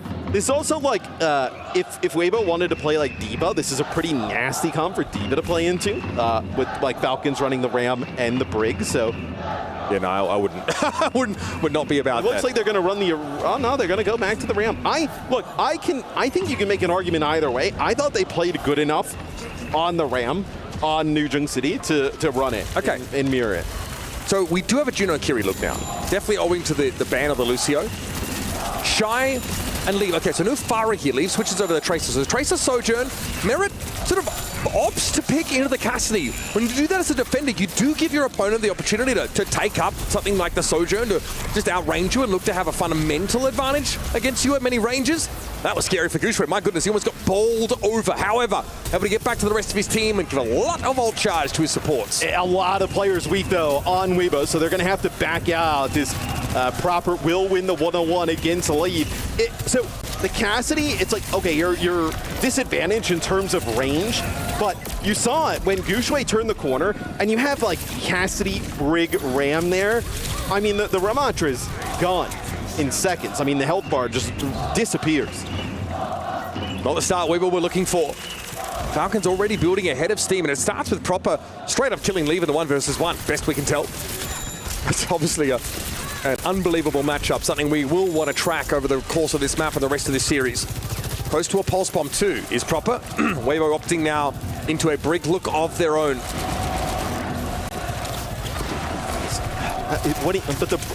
I like the Juno on offense just to give you the speed ring to turn the corner and close the gap. Maybe you're that worried about Proper, though. Proper has been a nuisance in the back line. He warps the game just by being in it sometimes. Merit is just hitting too hard there. Jushua's got nothing to do but to throw up the Dukes and play defensively. Mew as his head popped like an overripe cherry, and Monk ain't far behind. That's what I was talking about with like Gushui's health bar just disappears within seconds. I mean, he's just power blocking, slowly walking backwards through the choke for like 5 seconds. And the Kitsune rush was going for Falcons. Pretty difficult spot to be in if you're Weibo. And I mean, you go Brig to steal or proper, it doesn't matter though. Yeah, and that is just the most logical target for that pulse bomb. Brig, easy enough to catch. If you don't stick the pulse to her shield, you've got yourself basically a guaranteed kill. Monk has to be patient here. He's going to have to wait for an opportunity. This Kitsune rush will be critical. And he's aware that Proper is hunting and getting ever more audacious with some of these pushes. Monk, chunk very low, almost got one clipped. And yeah, he's going to go for the rush right about now. In we go. Vortex got cleared out, but a Deadeye being popped defensively for Merit's going to buy a bit of time for Falcons. Weibo, got to think on this. Someone bowled over though. Mew still getting taken low by Proper in the backline, but Shy's able to take Geo, and that's the Brig advantage for Weibo. Finally, able to break through. Kitsune rush. It's great value for a Chinese squad.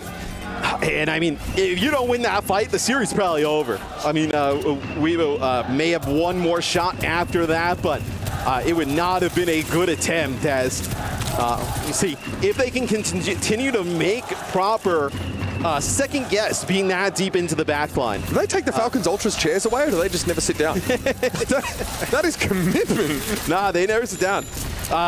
Merit goes over to Freya.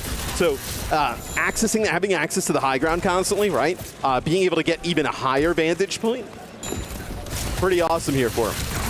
If someone can try and hold Weibo in place here, especially with some of those vortexes cleverly employed. He's not really that interested in fighting Gushui at length. Yeah, into the backline we go. Mew spotted, forced out into the open. His ID's exposed. And so is his corpse. Team Falcons here, good hold. Looking to buy a bunch more time back after a relatively solid first point defense. And these are some of the worst scenarios in Overwatch where you're having to think about using ultimates to get out of the spawn, right? Where here, if you're Weibo, 2:20 on the clock, let's say you end up using an ultimate or two, you end up losing that fight, you trade the ultimates. I mean, you're like a little bit above a minute left. I mean, you're in a horrible position. That is a huge pulse bomb, though. Chio had rallied. And that was after Chio already knocked him back with that whip shot. Yeah, Leave does not care. Good opener once more. Weibo's been able to find their way in, but can they land a play? There's going to be proper running over Shy. Someone holds ground, but this is going to get a little bit ugly now as the Annihilation comes in from Gushui, and it's just disrespected by someone. He does not care because he knows it's all bluff and bluster. There's nothing backing Gushui up whatsoever. He'll give him the maximum Annihilation duration. He'll feed him the damage, and then he'll fall back and continue to hold this choke. Oh, but I think he actually gets... what happened? Proper is behind someone here, and I think he's weak and just trickles into the vortex. Someone here, okay, flattening Gushui is big. Just has to go forward, find a way to even the odds, but does overextend a little here. Merit instinctively falling back with the loss of his tank. There's only 90 seconds or less than on the clock. And Shy caught out Fielder. What a pick. That is going to give Falcons a chance to get someone back in the fight without giving up any ground whatsoever. I mean, they are so aggressive with Fielder on the Kiri and then Proper on the Tracer. I mean, those two players are just constantly on the flank. Everybody on Weibo is supposed to like turn, try and make a play. They even go break to try and stop it, and they have not been able to do so. Bowler shot at the ready. It's going to be a Kitsune rush from Monk. He knows he needs to be the one that starts the action off. Someone's very isolated here. At risk of being run over, but it's going to be a rally and play. Good response from Chio, but he gets stunned up. Mew had the empowered shield bash to get the CC on his opposite number, and Chio as a result couldn't stand tall, which means the effect of the rally is also now absent. Fielder needs a couple of moments at least to get his Kitsune rush online, but they've already lost Proper, and Falcons will be advised just to sit back and take the next engagement if they can, but Gushui might have got a little bit too close to the sun. And it's a Falcons Kitsune rush up on the high ground, so they still have control of this key pivotal area. Shy goes over to Freya. Does not matter. Merit kind of two-taps him out of the sky. And now, you were in last fight territory. Explosive shot landed on the shield. Fortunate for Mew, that one's able to drop, but keep an eye on Proper. Pulse bomb yet again. Time is short in the round. Less than 10 seconds. Gushui's already down to half health. Now stuck inside a vortex. Being battered around. Knocked back. Annihilation has to be used here for Weibo's tank. And Merit will be waiting on this off angle, but he takes a big hit from elsewhere. Quickly to the rescue comes Fielder. Now topped up. Gushui eventually fell. Bowler shot should account for the Brig. Mew goes low and they're shoved off the cart. That is the kind of defensive hold that wins you series here Falcons had to be pleased with it. Crowd, I mean, you mentioned it. They don't even need to put seats. They're not allowed to sit down. Yeah, they'll happily stand and cheer on their hometown team. And, you know, when their hometown superstars are making plays like this, you got a reason to cheer. It felt like for the first, I don't know, minute or two of the game, it felt like Proper was like invisible to Weibo. He was just in the backline basically by their spawn, just doing whatever he wanted. Nice explosive shot there. Takes out Shy. So just a quick push here from Falcons away from securing the series. Yeah, so little of the map explored there by Weibo Gaming. Losing about 2 minutes on that first checkpoint and then essentially being stopped in their tracks. And Falcons performing pretty well in those short-handed scenarios where maybe they're in like a 4v5, 3v4. You know, Fielder on occasion just pops up with the Kiriko and finds a big kill, and all of a sudden any of the momentum that Weibo could generate by trading upwards or trading positively just dissipates. So, I don't know, do you need to change anything up if you're Falcons here on offense? I think you're probably deciding like Freya or Sojourn. Let's see. So I imagine Fielder, because you're playing the Tracer, plays the Kiri, but yep, he's going to do it. Just speed ring here at the start, get things moving. Him and Proper have been so good on the flanks. And then you even see it with someone. He'll TP to someone, use a Suzu right on top of him while he's, I know, brawling it out. Yep.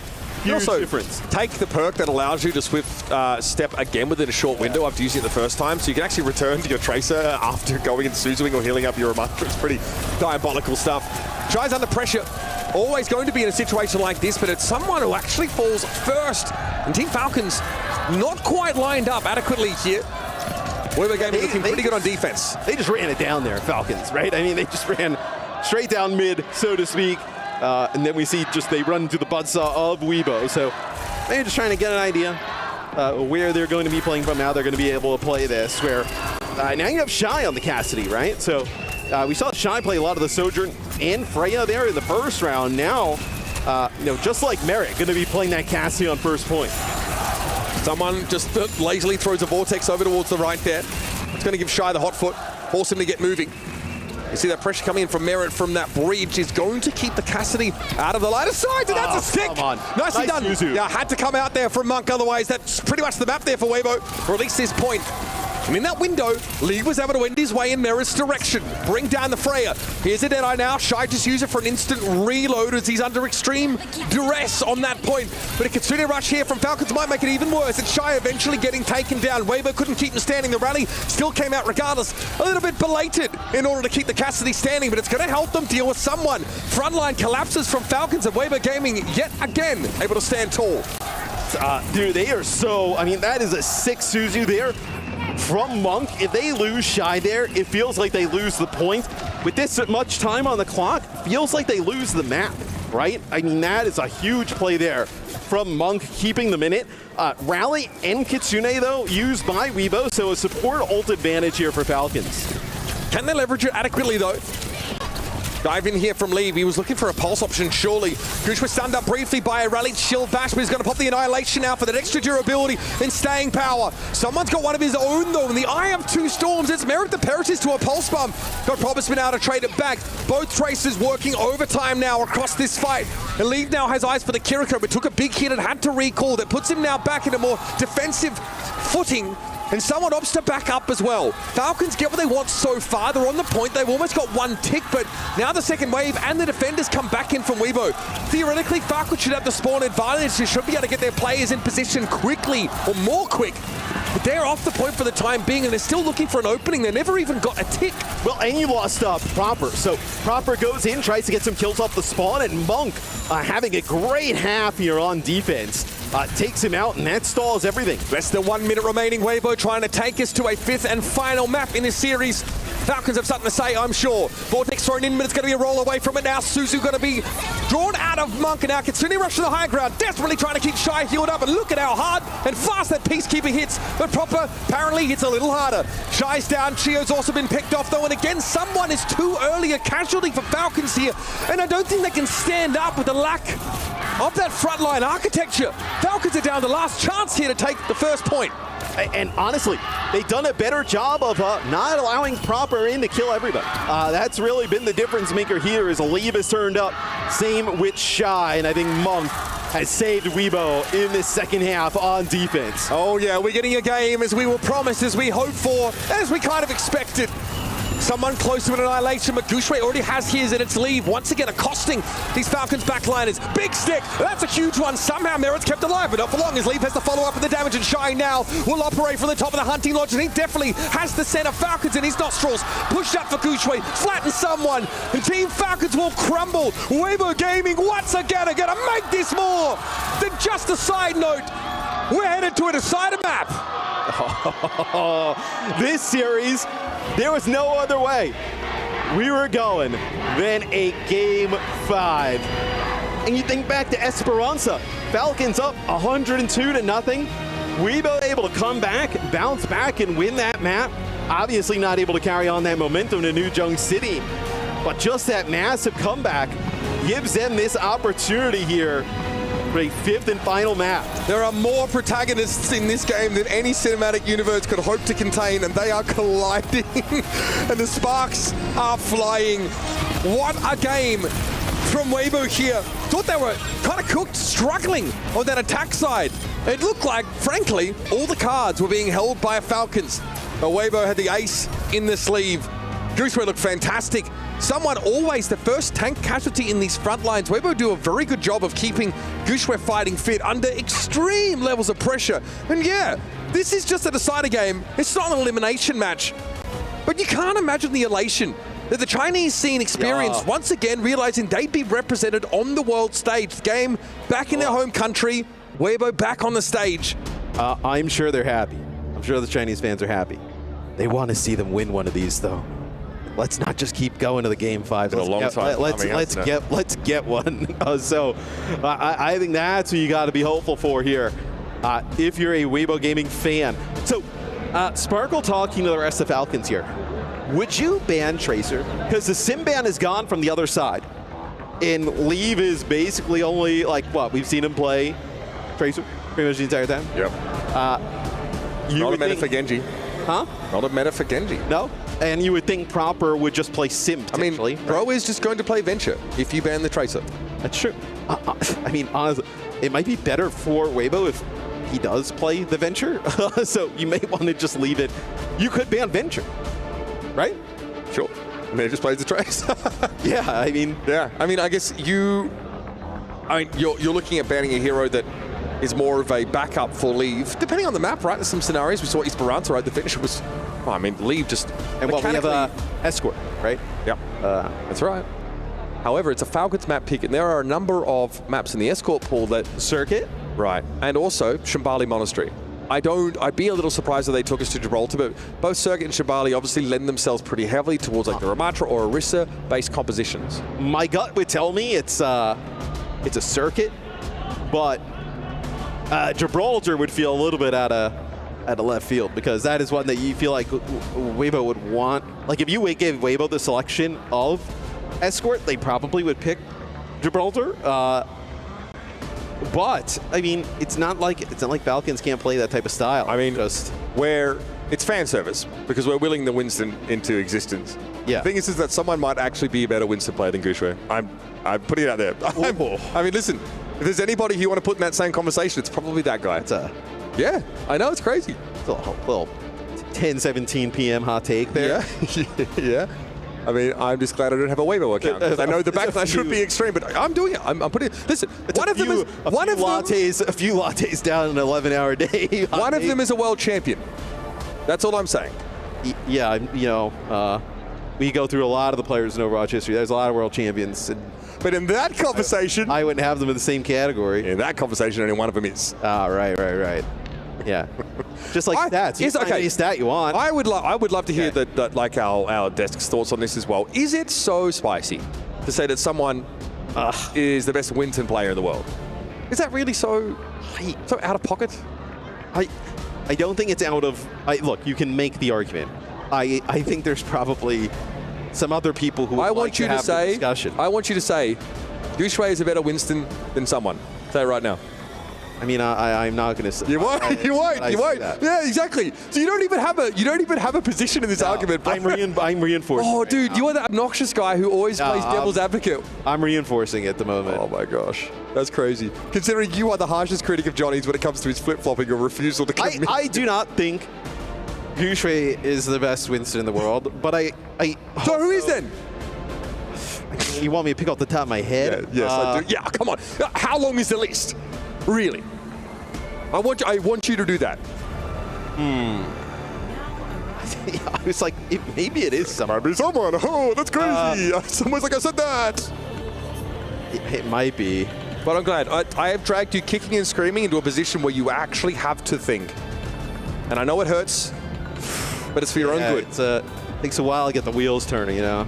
Yeah, that's just inertia. It happens. Or it comes for us all, folks. You might be giggling out there at Matt's cognitive ponderousness, but trust me. Well, at least they're giggling. When you talk, there's no giggling. Everybody's like, oh man. Finish that sentence. Go on. Let me know. Everyone. I mean, they're like, this Australian guy. Oh yeah. Okay. We're going to save you, Matt. We're going to drop you into Shambali Monastery, which is going to be our 5th map. Selected, of course, by Team Falcons to try and put a stop to this Weibo Gaming research. It's because I'm not going to lie, they looked sublime on Eichenwalde. Yeah, so Weibo will actually, the Tracer does go. That's what I was talking about. So they do get rid of Tracer. Interesting, potentially forces Weibo, like, Leave could play like an Echo, you could play Pharah, maybe they bring out the Venture again. We'll see what they decide to do. And then Weibo gets rid of D.Va here. So really kind of cementing ourselves into this Ram head-to-head. Yep. Looks like they're more than happy to go there. Gushui obviously not known as a D.Va player. Like I said, someone who's got a much more focused tank hero pool.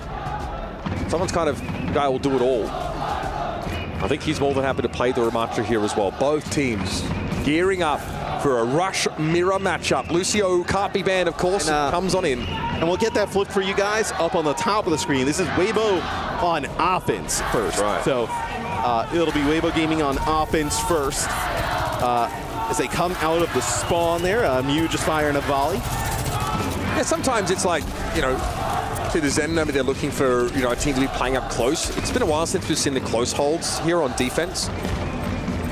We'll have that flip for you in just a second. Attack side here is for Weibo. Leave, who obviously is not pictured there in that camera shot, will be going over towards the Venture. Which is a little scary. This might actually be even better for Weibo. Like, they looked really good when Leave was playing Venture on Esperanza. Interesting though for Falcons, they go with like the Freya and Sojourn combination. So a lot of poke damage from the high ground. There it is. He's hitting all the buttons, Matt. That's why when I was like, when we were talking about the Tracer ban, it was like, well, he was so good on Venture. You might want him to just play the Tracer. I mean, right? Leave is giving them all forced nose jobs out there. That is crazy. Oh my goodness, what a sequence. Now, talk about the kind of player you'd want to see get in the driver's seat of the Venture. Leave putting on a show for us here. Whereas Falcons, of course, are playing this like double sort of ranged concept. This is the best look. Like, you know, Shy was playing some Sojourn and some Cassidy during it, but this is probably the best look they had during the series, right? This is when they were really crushing on Esperanza. Yes. So. Yeah, do Falcons have an answer to this, or do they find themselves now in a quandary as to how to deal with this Venture look? Here's a Kitsune rush from Monk. Fielder just develops his in time and he'll set it out a little bit later and have it in play a little bit longer. Weibo here with a sound barrier now. Chio is a long way away from his beat. Weibo having to crush Falcons as a result. Hitting them hard and fast. And of course, with an extra durability, now eyes are turning towards Chio and Leave makes short work of the Lucio. And when Venture can start like cycling their cooldowns inside of the Kitsune rush, yeah, lights out. Yeah, almost they alongside the Ramattra like benefit so much from that haste buff. Yeah. Now you have a tectonic shot coming in. Falcons still committing to the Freya and Sojourn combination. I suppose here it's fine. You've got enough space to work with. Well, you also take the Tracer out of Proper's hands, right? Yeah. Freya I thought if you were going to do this, you would play Sim. Oh, tech shot from an off-angle. Lead doesn't linger too long and expose himself. Still has a couple of more of those charges, and it's done well to keep Falcons at arm's length, but they're eventually going to come to collect here. Here's the sound barrier. League looking to emerge, ideally with a good timing. Shy doesn't have a great sideline here for this overclock whatsoever, but is going to wait on it instead. Annihilation for Gushue. Keeps Weibo in the fight, but eventually that's going to expire. Yeah, can he get there in time to keep Gushue alive? It looks like he might be able to. Yeah, Gushue's still in the fight. No rush, though, from Monk. It looks like Weibo, low as they were, said, let's just get what we can out of Falcons here. Yeah, they decide to hold on to it. Wait a minute! I with 3, excuse me. Okay, they lost 2-3 plays. I don't even know. Shy's going to run them over. What? Why not? Out of absolutely nowhere. Well, we talk. There's like these games where he just is unkillable and does not miss for 3 minutes straight. That time, able to just casually finish off all 5 players. He had such a poor sideline at the start of that fight. Now you're proper going to the venture. Okay. Soundberry here from you. Let's it go. Here come Weaver Gaming yet again. Merritt just flattened by Shy. Couldn't do much, of course, with that sound barrier disadvantage. But Shy is not stopped. 7 kills in a row. Make it 8. He is working Falcons in every way possible. Someone yet again falls at Weibo now. To say the wind in their sails would be an understatement. Yeah, if we gave Falcons a redo on the bans, they probably would have discussed it like we did and say maybe get rid of the Venture instead of the Tracer. He's got such a sick position to play from as well. He's very much out of the fight. Yeah. He's hitting these railgun headshots like crazy. I mean, this is what the Chinese Overwatch fans have waited for a really long time. Obviously still in groups, right? Not a tournament-winning game by any stretch, but gives you a lot of good vibes moving forward. Merritt finally able to silence Shy, even if just for a moment. It's enough for Falcons to catch their breath, to take a beat, try and be relevant in this engagement. Leave pops up a little bit dangerously, tantalizingly dangled in front of Merritt, and Code proper will be able to clean up the Annihilation. So this can be a difficult spot to make it through for Weibo, right? Maybe you're able to get a hold here. If you are Falcons, you'll have Sound Barrier to work with. I guess for Weibo, like there's an opportunity here, like try and force support ultimates out, hold on, then come back. We'll see if that's how they decide to play this. Here with yet another beat. Will be matched by Chio in this next fight. We're actually very even on ults across the board, Matt. Could be a 10-0 fight. Advantage, though. Beat from both sides here. You're right. Monk is well ahead of Fielder with that Kitsune Rush, but anything could happen. Things could change in the next couple of moments. Tech shock for Leave, overclock for Shy, and in they come. Weaver Gaming, no, this is their opening to try and take this attack side. In they push, but someone's still healthy. Proper's Tech shock expires, and Fielder's going to have a very late Kitsune Rush now. That comes at a pretty decent time, all things considered. Chio's able to stave off Leave, handles him comfortably. Someone falls, though, with Annihilation in hand as Mew takes him down, gives him a rough case of tinnitus. Merritt sees Gushue protecting himself in that Annihilation and finds some more juicy targets to deal with. He'll turn his attention back to the Ramatra. As Weibo fall, 2 minutes on the clock here to get this round done. And it's always just like a few seconds in Overwatch, right? They have an advantage with that Kitsune Rush for like 5 to 8 seconds, and they're not able to produce any kills with it. For Weibo, that allows Fielder to end up drop his, and then now you get a fight win there for Falcons. A little bit of progress for Weibo, but not anything to get excited about there. They spent everything. So much committed to that fight. These beats are already back up. Yeah, I mean, these Lucios are doing the most right now. Leave going upstairs, might have found Proper, takes him low. Proper has to burrow away himself. Sound Barrier for Chio, needs to get this one off. It's too late to keep Merritt alive. Gushue pummels him before Chio can even blink. Here's Leave now again, wants to try and get past someone if possible, and it definitely hopes that now with the Annihilation that is draining his life force. But the damage on someone is good, and he lacks the backup, so he will fall. Shy, though, is the cost that Weibo play in order to take this Ramatra away. Proper emerges, has to duck back. Gushue a little bit low. Tectonic shock now. A bit of a problem as Leave was caught by it. Stunned up and removed. Gushue now at the edge of the map will be forced over it. And we're inside the final minute for Weibo. They made good progress here, Matt, but for that real peace of mind, they'd want to get Shambali cleared. I mean, Falcons are clutching up on defense. It felt like all the momentum was going in favor of Weibo, and Falcons, they move off of the Freya plus Sojourn combination. And since then, it has been a different game. Lead pops up to contest. Someone not taking the bait, doesn't want to overextend here. Katsuna Rush comes out, Fielder repositions and will hold on to his for as long as he possibly can. Merritt's got an overclock ready to go as well. Fielder getting pressured lead, tries to get up into the back line here and force some movements out of the supports. It's Proper though that goes down first. The attackers now have it 5 versus 3, make it 2. They are going for it, and it's going to pay off. Shia with a sound barrier just to keep himself in the game, but everybody's looking at the Lucio. And Weaver Gaming looking at an attack side completion. It is so important that they finish, right? Because it feels like they can play for a low clock here, and you feel like you're going to put together 2 or 3 fight wins on defense just by the map geography alone, right? On that third point. This was an unbelievable sequence. I mean, this is crazy. And it's not just like a cheese overclock, shoot everybody with like 150 charged body shots. That was something special. And you know, if I really let Matt start talking, we think the fight's over. We think it's done and dusted. Boy, were we wrong. Yeah, if Mitch allows anybody on the broadcast to speak, it means there's not a fight going on. There's nothing interesting and free to talk about. Yeah. There's not a kill feed to talk about. So I let everybody else go. know where my bread is buttered. And I've done this for years. You have? And no one's fired me yet. Not even once. Okay, there was a one time. It was close, but here I am. Because I'm here. Anyway. So the Falcons, I want to see them I want to see them run the Venture up the start. I did not like the Freya Soj combination. Well, they never had any room, really, did they?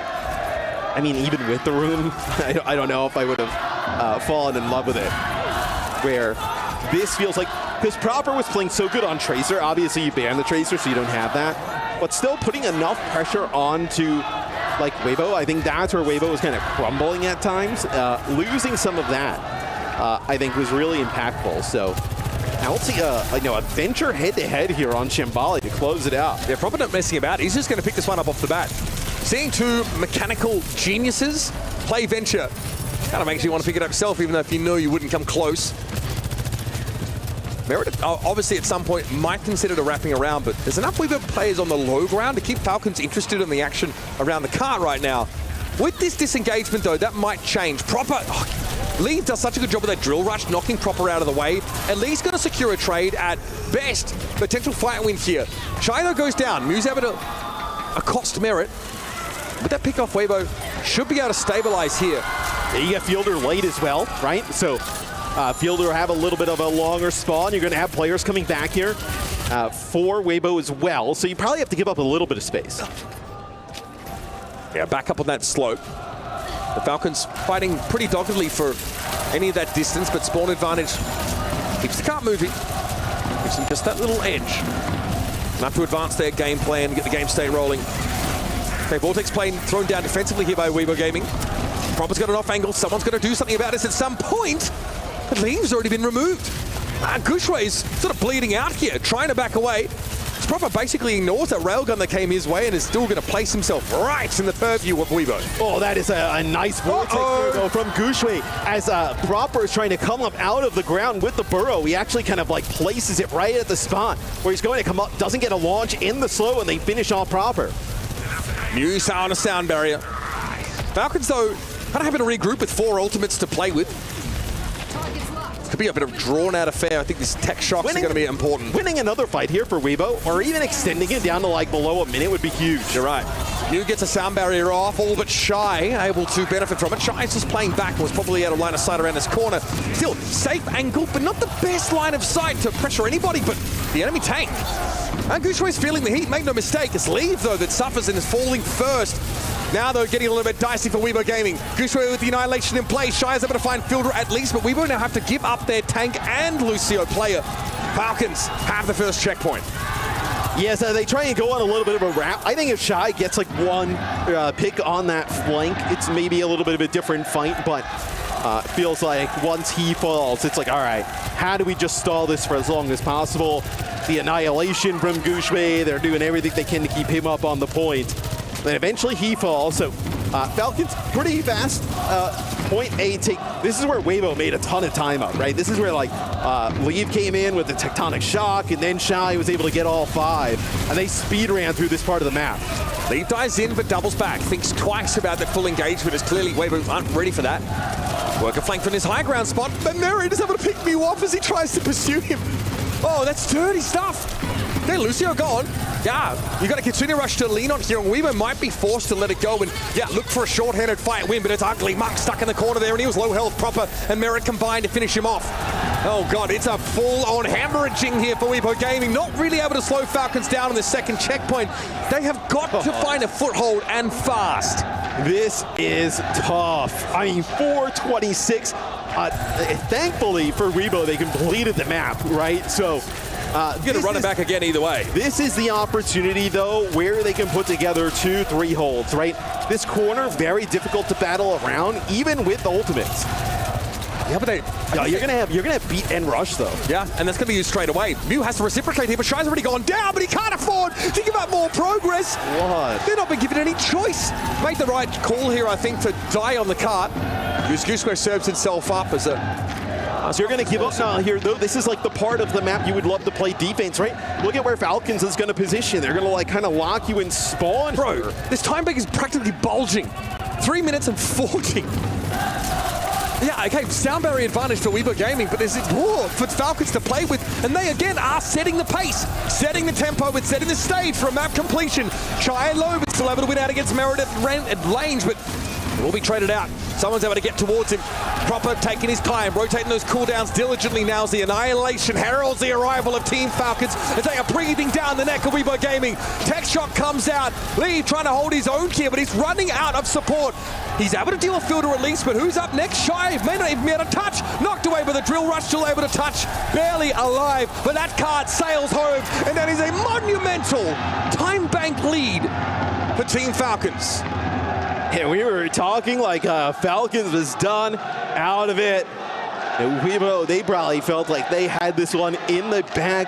We were talking, oh, it's great for Weibo to be so close against these teams. You can't play defense like this. I mean, it feels like they won one fight. The first fight was pretty good, but they still had to give some ground. Yeah. That was the pickoff, right? First fight was good. The issue was the second, the third, the fourth, the fifth, sixth. I mean, all the fights after that. First fight was good. All they got to work on is map control, hold economy, positioning, aim. Yeah. Just work on everything past the first minute 30 and you're good. I mean, for a series that has been so tit for tat up until this point, we're a little surprised to see such a decisive showing. I still don't even think Weibo's out of it. Like, and that is fair. Okay, like 4 minutes is a lot of time. But let's say you get close to second checkpoint here. I mean, even, look, you complete first and get it up the ramp.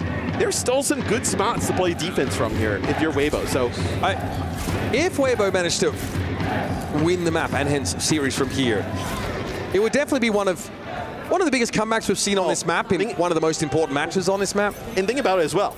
They would come back in the series to win. After being down 100+ meters on Esperanza, and then having a almost 3-minute time bank disadvantage on the 5th game. Yes. The odds are not on their side, folks, but that's the magic of this game, and honestly, it's the magic of a team like Weibo. It's never really seemed to matter to them anyway. Leave on the Farah. There's a bit more of a meticulous game plan, slow roll approach. They really would love this first checkpoint, but it's going to take a minute to get there. Leave, of course, with a concussive blast perk that draws people in, and of course that mobility during barrage. Getting some good damage here, but taking a while to build up towards that ultimate, and unfortunately, Farah might not be moving the needle quite enough for the attack side. I understand the reasoning, though. Like, Venture can't really engage with the Farah, right? They got one more chance at this. They're going for a mercy moment from Mew, but Shy's already down. Hey, good use case for the resurrect, folks.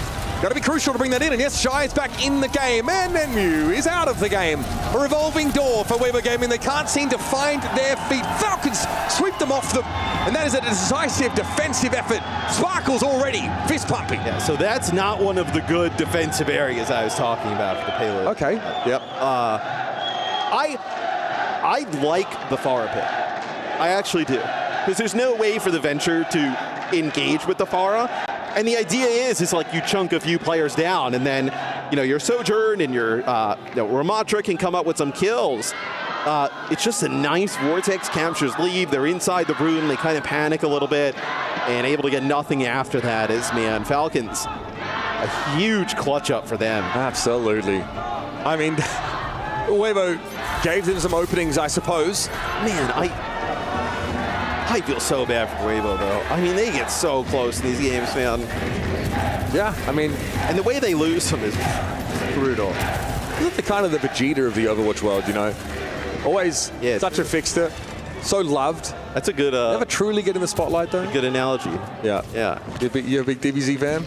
There's no way, dude. Not a clue. All right, you would have teased other kids for watching it back in school. That's probably accurate. Probably true. It's crazy that you wound up here, actually. I think it's your divine punishment. You have to sit next to me and let me talk about anime, and you have to pretend to be nice about it. It is kind of wild. Yeah, it's justice. I imagine this is just a Sonic. See what they're running. Yeah, 3:59, excuse me, on the clock. A lot of time for Falcons. Proper on the Widow, sticking to it, in fact, at least for a moment. I mean, one pick off. There's no way. You can't be giving the prince that was promised that easy headshot off the rip.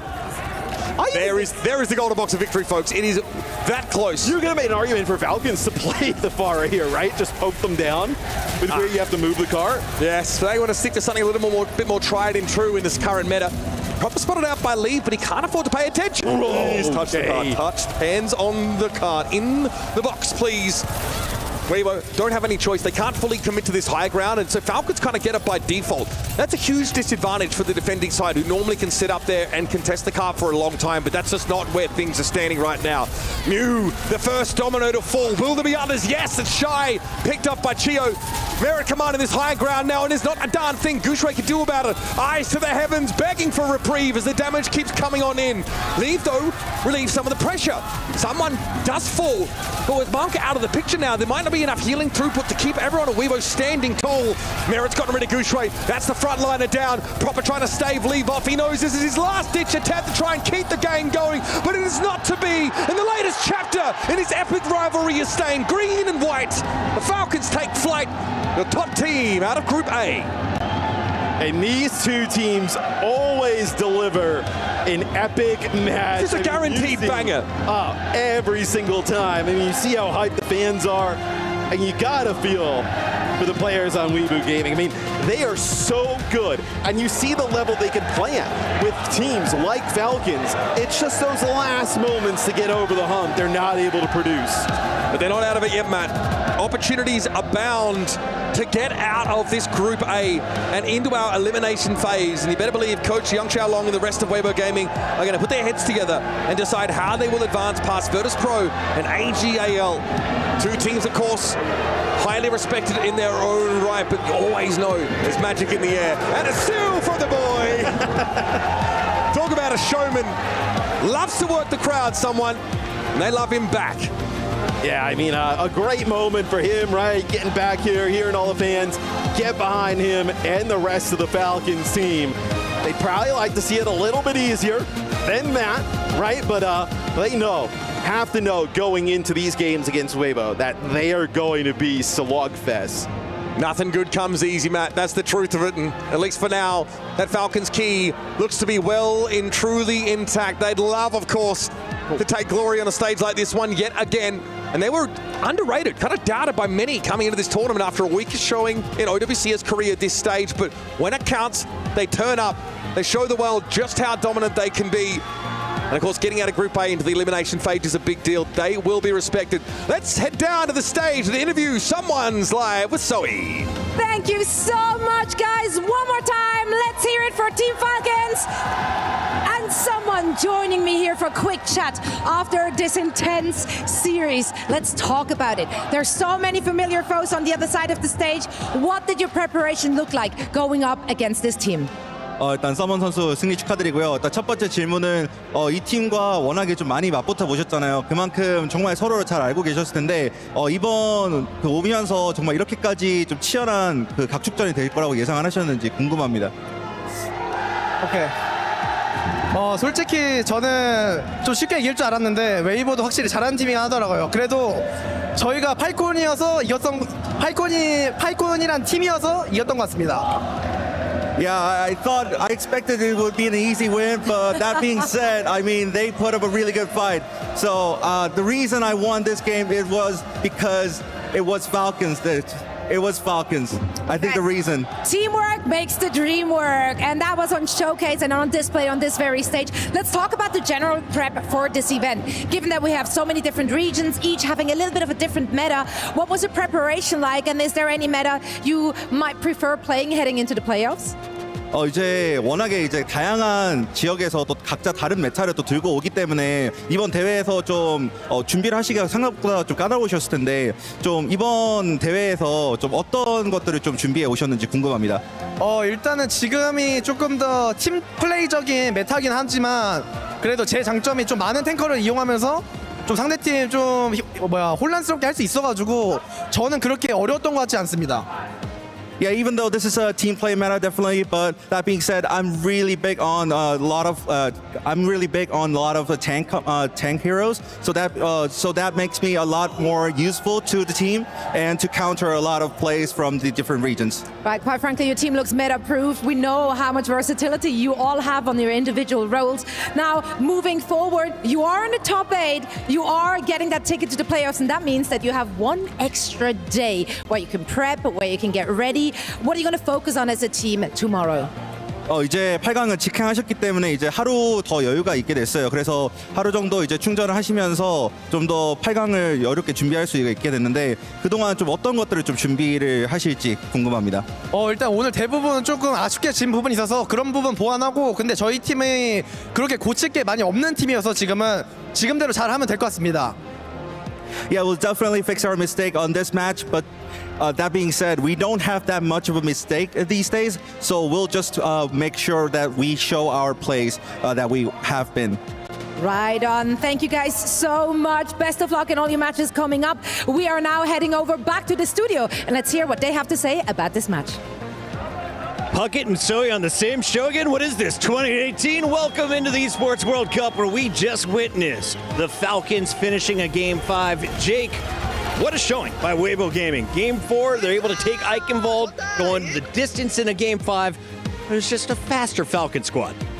Guaranteed banger. It always is, it seems, between these two teams. And, for Falcons, I think this is a big win for them, right? To immediately qualify, solidify that position into the elimination stage, ensure that they're going to be taking home some club championship points. And in the form they're looking in right now, maybe more than just a few, right? This is a team that is showing that they can come from the last chance qualifier, but potentially go all the way here at the Esports World Cup. Avril, I'm about to buy a someone jersey. Has he always been this much of a showman? I remember him doing the suit last year at the Esports World Cup. Now he has an entire crowd doing it with him.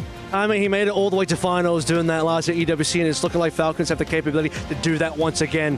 What a game, though. Like Puckett, I did say 3-2 because I expect these teams to go the distance. Falcons, though, they are going to be able to edge it out because, well, we get to that Shambali. Jake and I had a little bit of discussion. This really should have been probably maybe a Gibraltar on map 4, then save something like the Eichenwald or save one of the hybrids for map 5. But even that map 4, man, that was an incredible comeback because we thought this could have been over 3-1. Jake, there's no stalker here. It's all Merit and Proper, and it's Proper's whose highlights I want to visit first. You said this guy's getting a lot of praise. He's doing a lot of damage. Where's he most dangerous? I mean, right now, I think the Tracer is as good as Proper has been historically on Tracer. Like, the eye test for me is ridiculous right now, the way he's performing. This is maybe one of his best performances I've seen on Tracer. So consistent in the couple matches we've seen from him. And just watch some of these kills. Like, this is disgusting. He's playing against some of the other best players in the world, and he's kind of making it look easy. I think Merit is another crucial factor. The Freya is immaculate from him, and I think this team has really solidified around Merit and Proper, no longer doing DPS swaps, and that stability seems to be paying dividends. If you're a stats nerd out there keeping track of the pulse bombs, please let me know how many players did he stick, because a few of those were getting double kills, Avril. Yeah, certainly. I think this is where, unfortunately, Leave does lack a little bit. He hasn't been performing on that Tracer. He's looking much better on the Venture, and then Proper goes to Venture on map 5 as well. This is probably where things got a little bit lacking for the side of Falcons earlier on. We saw the sort of double hit scan, double long range out of Falcons. They don't do good on that one. Freya, not typically one of Proper's good picks. That's normally Merit's here. Proper would normally be playing the Sojourn if they were going to play both at the same time. He eventually goes Venture. Suddenly you look at this mirror, and then Proper performs on this hero as well. Without a doubt, to me, in this series today, maybe even the entire day, he's been the player of the match. He's been the MVP. We got to give a big shout out to Weibo Gaming, though. They are not done in this tournament despite falling down to that elimination match later. But if you're looking for highlights, was it Leave leading the way, or who caught your eye in this match? I mean, it's got to be Shy, right? For Weibo Gaming, I think the Sojourn was time and time again the tip of the spear and really one of those crucial factors that's opening up and making some of these maps feel possible.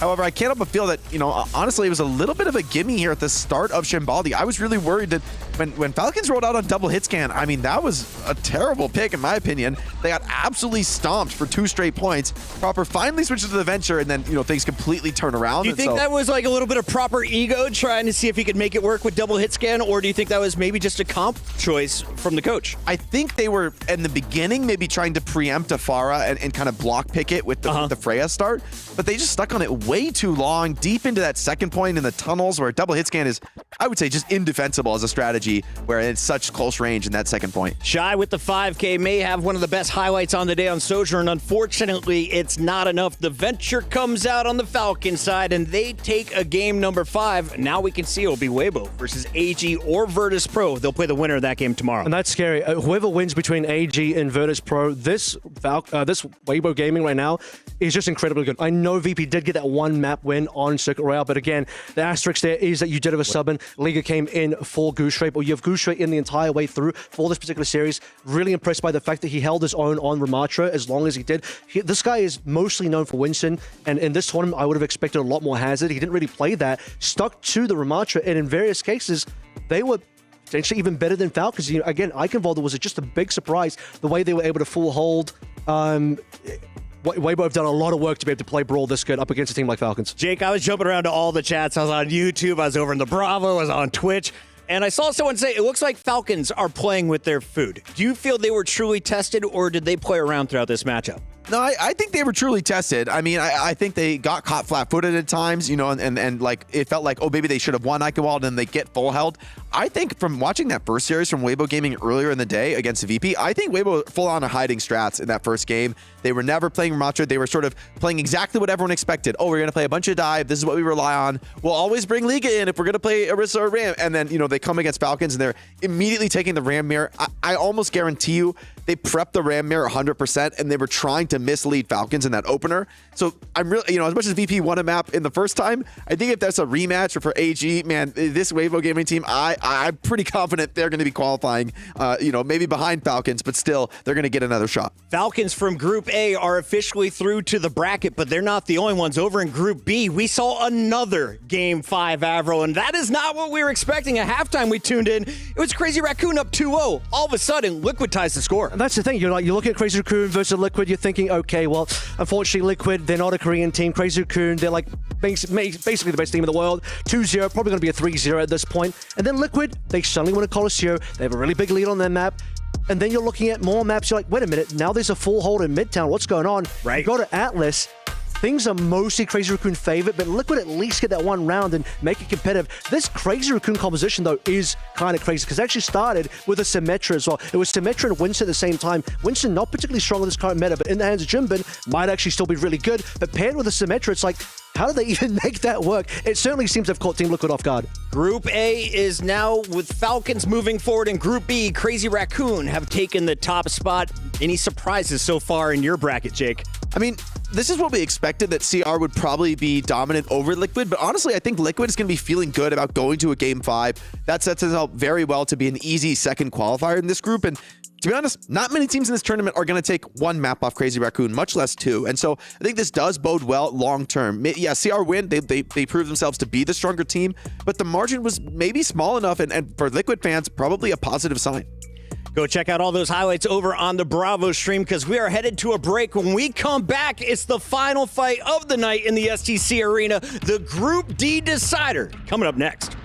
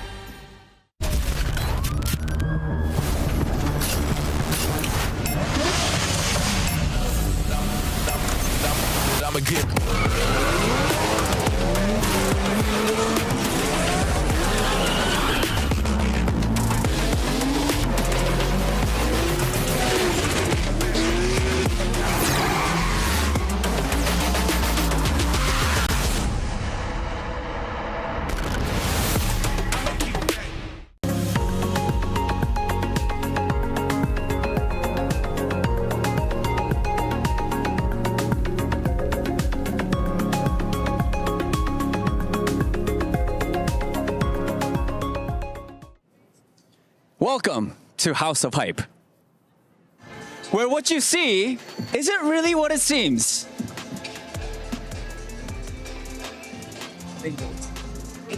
Yeah, okay. Do you guys understand what I'm talking about? Look at this. Hello, EWC.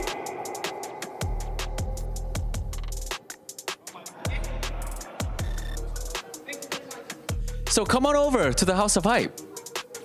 Trust me when I say this, you definitely won't regret it.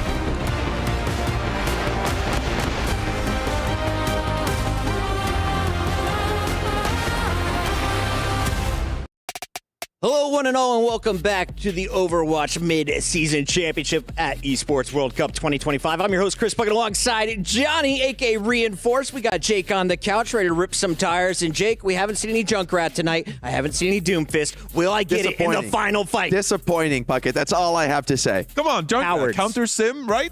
Right? That's what I'm saying. We're gonna talk comps here in a moment, but first we got to introduce the competitors because there's a surprise team from NA trying to make a statement tonight. They go by the name of Sign Esports, formerly known as Nightmare, and they pulled off the 2-1, a Game 3 win over Twisted Minds that caught all of our analysts, including you, off guard, Johnny.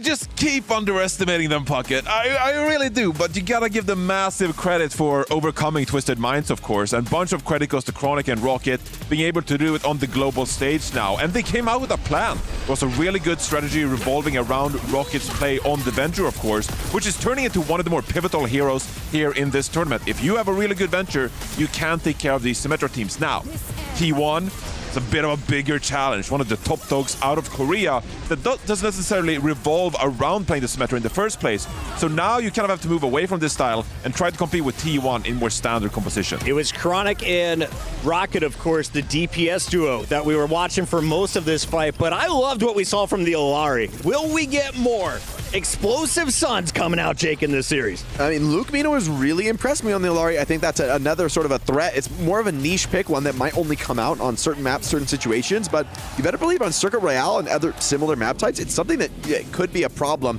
I'm also thinking, I don't think we've given enough credit to Painkiller. Painkiller has looked very rock solid to me on the Ramattra, which is, talking about pivotal heroes this meta, yeah, Ramatra's not the flashiest, but constantly he was coming out over the top of KSA, living longer in the fights, getting the better tank trades, and I think that presence from the Ramatra is crucial. It's a must-win situation in your tank battle, and yeah, there's a lot of pressure on your team to support that play, but Painkiller's in position, the coordination is there, and I will say, defeating Twisted Minds is one thing. T1 is a different animal, an even tougher test, one that is more versatile. You go up against Twisted Minds, you know what to expect. They're a sim team. They want to play these rush comps. T1 can bring that. They can also go in very different directions. And so, yeah, they win one, upset Sign, but can you win another? This one's a little bit of a tougher ask. Well, Sign has Rocket, and Rocket has Venture. We caught up with him before the match.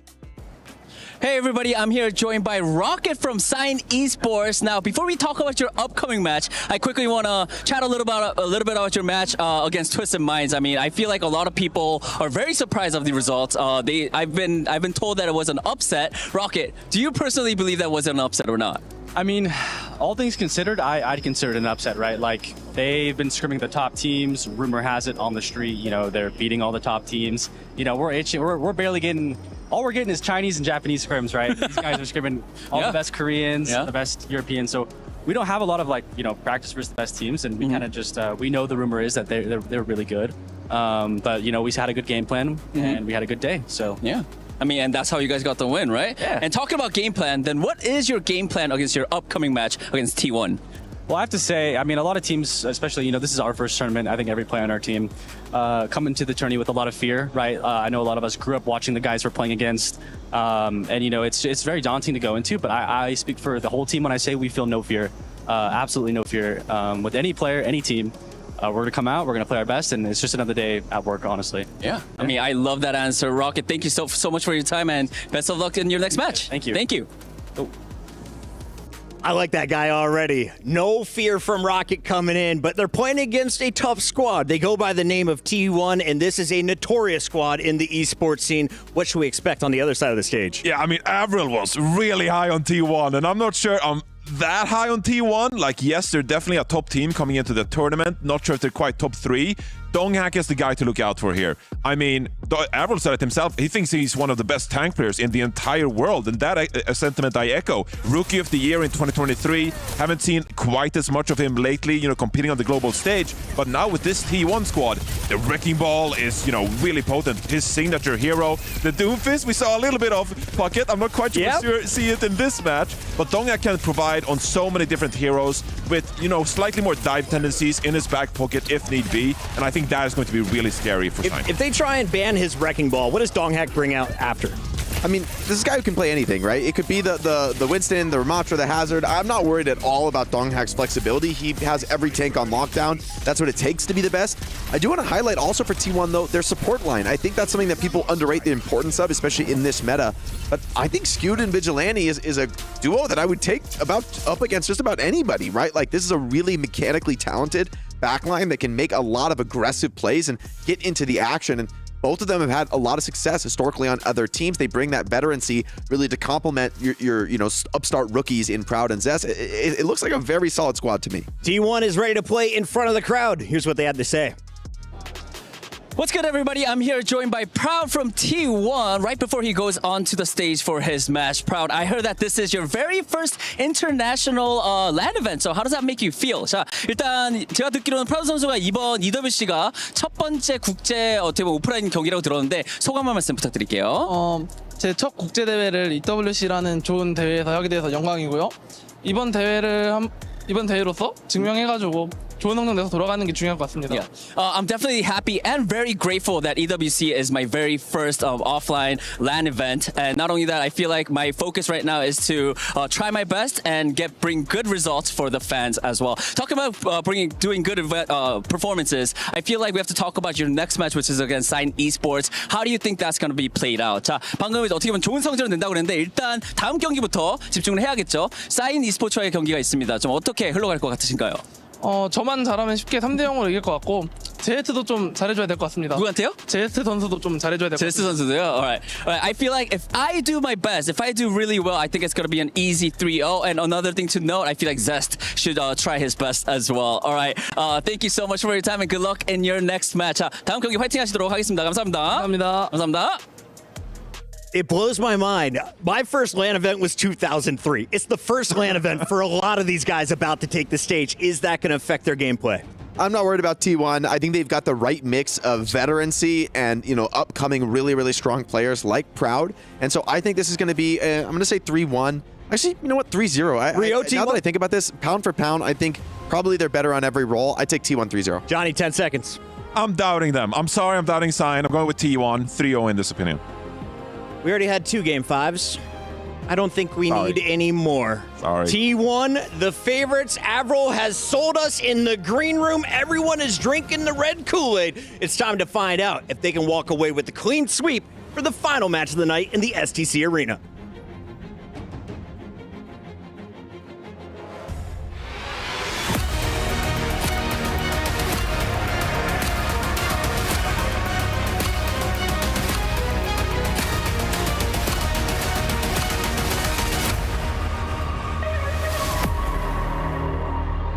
our first playoff spot on this broadcast is locked in. 2 more to go because Crazy Raccoon have locked a spot as well on Stream B, so be sure to keep tabs on that to know who our final 8 are. That's right. Watch all the streams, all the Overwatch, all the action happening on this very stage, where we're now down to our last match of the day. And this one is between 2 teams that have real potential to make a deep playoffs run here. 2 dark horses clashing, if you will. What a dream come true. Absolutely, but one of them is facing a nightmare.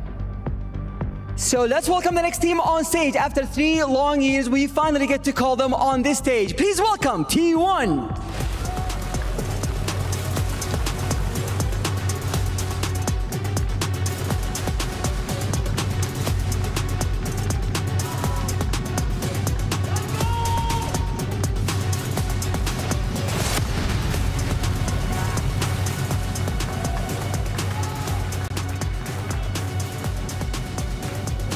Going up against a team that just took down one of the top EMEA squads, already exceeding people's expectations. Makes a nose for Sign Esports.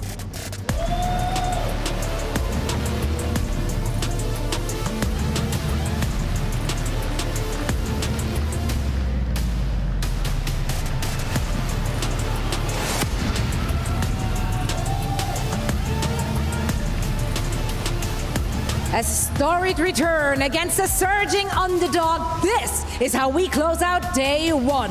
Let's get into it. Thank you very much, Zoe and Fancy. Down on the stage, T1 versus Sign Esports. A lot of green faces here. Sometimes, you know, half of them are their first LAN event. Lemon and Sign come off a big win earlier on today, but T1, they're just going to be a different beast to contend with entirely. Yeah, maybe not a beast that Rocket said they faced at the boot camp before, like scrimming a lot of the Chinese and Korean teams. I don't know if T1 was under that list, but hey, they already beat Twisted Minds. They think pretty much any team is beatable, and they show up to this with no fear. I think that speaks to the plot armor and maybe the birthday buff that Lep brings to the table, and we'll see if that's run out. Sure, they still got some of the cake in the hotel room, surely. Surely. All right, T1, what do you got for us? So a little bit Viper earlier on, but the T1 DPS starting lineup is going to be Proud and Zest. Donghak as well, a mean tank player, and Johnny alluded to it on the desk too, talking about how maybe Avril thinking one of the best tank players to exist right now. Diva banned away by Team 1, and a Tracer banned by Sign Esports as we head to Busan. Yeah, just to start on the map pick here for T1, they're the higher seed coming in as number 2. Their map choices have varied a lot throughout the stage. Oasis being their weakest, but their strongest, Nepal and Busan. They actually beat Falcons on Busan, so I'm looking towards T1. They definitely have the edge, but getting rid of the Tracer, I definitely think is going to cripple T1. This is Zest's kind of signature hero, and Nightmare have shown that Rocket has versatility away from that. He's been playing a lot of the Venture. That's how they were able to dismantle the Simcom from Twisted Minds, so we'll see how that affects T1. You're going to come off such a massive high, though, if you're Sign. Like, everybody expected Twisted Minds in that series. Crowd 2, by the way. 2-0. Went to 3 maps. Sign Esports take it to a thunderous, not applause, but boos in the audience. And Rocket especially took it in stride, leaping and bounding across the stage. That's the energy you got to kind of bring as well, right? We're not afraid of everybody. And clearly, there doesn't seem to be any nerves either.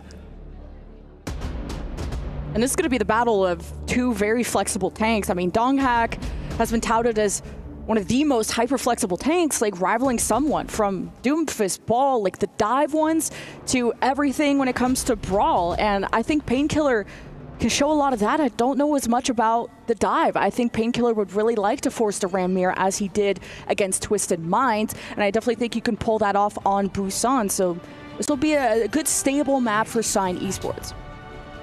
Yeah, most definitely. Painkiller very good on the Mauga, back in the Mauga meta. Thankfully, those days are behind us. Only seeing a little bit throughout the tournament. I know KSA was whipping it out earlier. But this has been the big pick. It's been fairly popular throughout the later half of Stage 2. This Venture so scary. You saw what Proper could do with it earlier on. Same, to be fair, same with Weibo Gaming. DP out for both teams. Chronic, Rocket are on the Venture and the Sojourn again, but Proud and Zest, the same comp here. Only difference is Painkiller on the Ram and then Donghak on Orisa.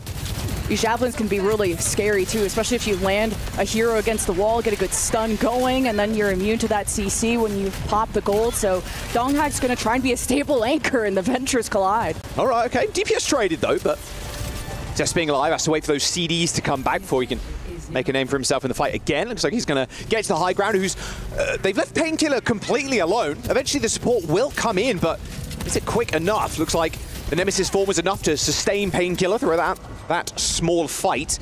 They do cap first. Yeah, unlucky you end up on Mecha Base when you would have liked to hit Downtown or Sanctuary to maybe see the Donghak Hammond come out, but now going to swap to the Malga to just try and collapse onto Painkiller and out-brawl him. Will succumb to poke, and there it is. Chronic deals with him. Oh yeah, Vigilante and Proud though end up picking up big kills, and Chronic is super low. Gonna get healed up eventually. Zesh trying to counter Burrow. Rocket there does eventually get the kill. Should be a fairly easy flip there. There you go. Vigilante with 3 in that fight on the Kiriko. He's been the big difference maker. He has elevated this team to a top position, and Tier 1, T1 are now a favor in this tournament. Like, a lot of teams have been fearing them. Now they'll be able to defend with a Kitsune Rush coming up. And Luke Mito has the same thing, though. They're actually, Sign Esports going to counter-rotate to the opposite side. Man left once again kind of falling victim to a later sound barrier. 65% to Skewed's beat. Painkiller's in a lot of trouble now. Stomp attempted there by Donghak, but this rush on the high ground just so deadly to deal with. And Zest now finding an off angle, forcing the supports away. Tectonic shock. Oh, a 180. Chronic didn't see that one coming. Very 10 feet under now. Rocket gives him the business though as he dashes over him and just punches him in the head. T1 losing members thick and fast here as Rocket takes control. Led with a late sound barrier, connects with 3 and Skewed. Not even unleashing his. They're going to get some extra percent, but a good little boop there is going to stop Donghak from retouching. I like that risk from Lep. Like, he was kind of too conservative with his beats before and sometimes got picked. And I like that he's just going to take control while hitting a 3-man beat to get control back at the point, but here's the counter. Yeah, really nice sound barrier there from Skewed. They know they got that advantage, so they just throw it on in and insta-kill Chronic, who's looking a little quiet currently. It's the Rocket show right now, but he's pretty low, but still manages to take care of Skewed. Donghak with a 1v1 on the point. Painkiller versus Donghak, who's closing in on this cage. Rocket retreating slightly there, low HP, but the cage locks Painkiller in place and picked up by T1. Wow, after all the work that Rocket did to pressure the backline, it's just been a tank diff now with Donghak taking full control, popping his ult. They'll get to defend, no ults coming up, but Kitsune Rush advantage for Luke Camino is how they're going to break through. They did counter-rotate to the other side, but they may just want to hit this head on and run into Donghak if they can get him low enough, especially when they crack that armor. Going for the right side rotation again. Got to be careful of this stomp. If Painkiller pushes too far up, that stomp could be deadly on the back line. Looks like a small flank here from Proud as well. Good push in, easy fight win there for T1. To be the final fight here too, Sign Esports didn't really want to use the rush too early, didn't want to use it to get out the choke. Very easy disengage from T1 there, or it would have been at least, but 15% to go, first team wipe there. Yeah, Sign Esports just creating a lot of space between them and the opponent is just to allow Chronic to poke down Donghak, but T1 are bringing the dance to them, and speaking of that, it could be the final one. T1 are at 96.4% to cap the first point. Tectonic shot by Zest instantly goes into the burrow though, now looking for Lep, dodges out the way for the time being, but Zest still just laying ruin to Sign Esports' front line. Painkiller dancing on the point, no Nemesis form to be had. Lep finds 2 kills, but will it be more? There's 3 players huddling around these columns right now. Chronic picks up another. Hey, with Luke Camino, somehow they end up coming out on top. Vigilante, despite that rush being used fairly late there, you'd think that's a better rush, but T1 go down. Malga's been really weak in the meta because he is so weak to poke, but Sign Esports can't keep the distance between them. They're not trying to follow through on the bridge. They kind of get stuck in the corner, and Donghak is literally just tossing them up and of mainly affecting this backline. Lep's beat has to be everything to save this round for Sign Esports. I really like this switch though onto the Orisa, getting something that shoots back at the Malga. A lot of easy ult charge for the Orisa. Zest, sneaky beaky like on the left-hand side.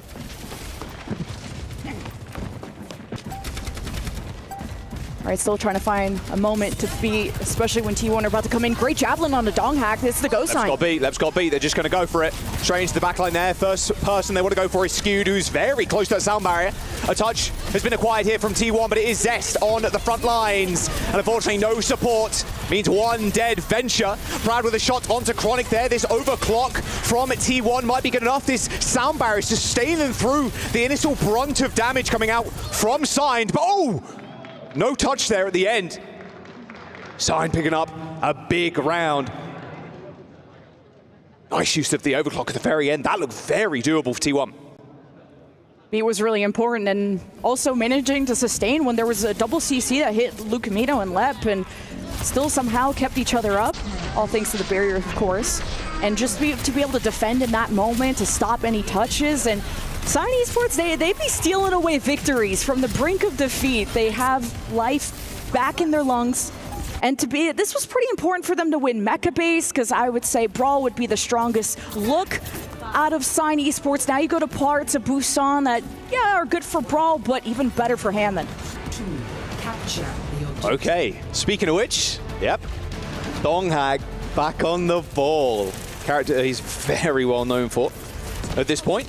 Proud on the Freya though, Lemon. See how long that lasts, thinking we'll have the distance. Doesn't need to be the Sojourn, he just wants to have the more consistent damage. And he's already feeding right into Sign Esports. That's a big knock-up. Yeah, too easy possessed there, it felt like.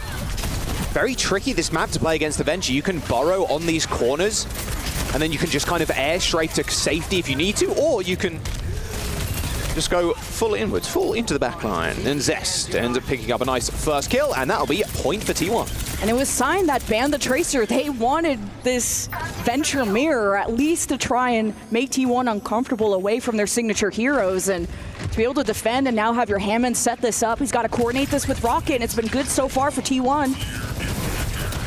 Nice spot out there by Lep, calling Dong Hack's position on the side, but Rocket's the first to fall. Oh, dearie me. This Mauga pick up from Sign. It's good to kind of force the ball away. It's a bit more difficult for the ball to kind of interact with, especially with that stomp.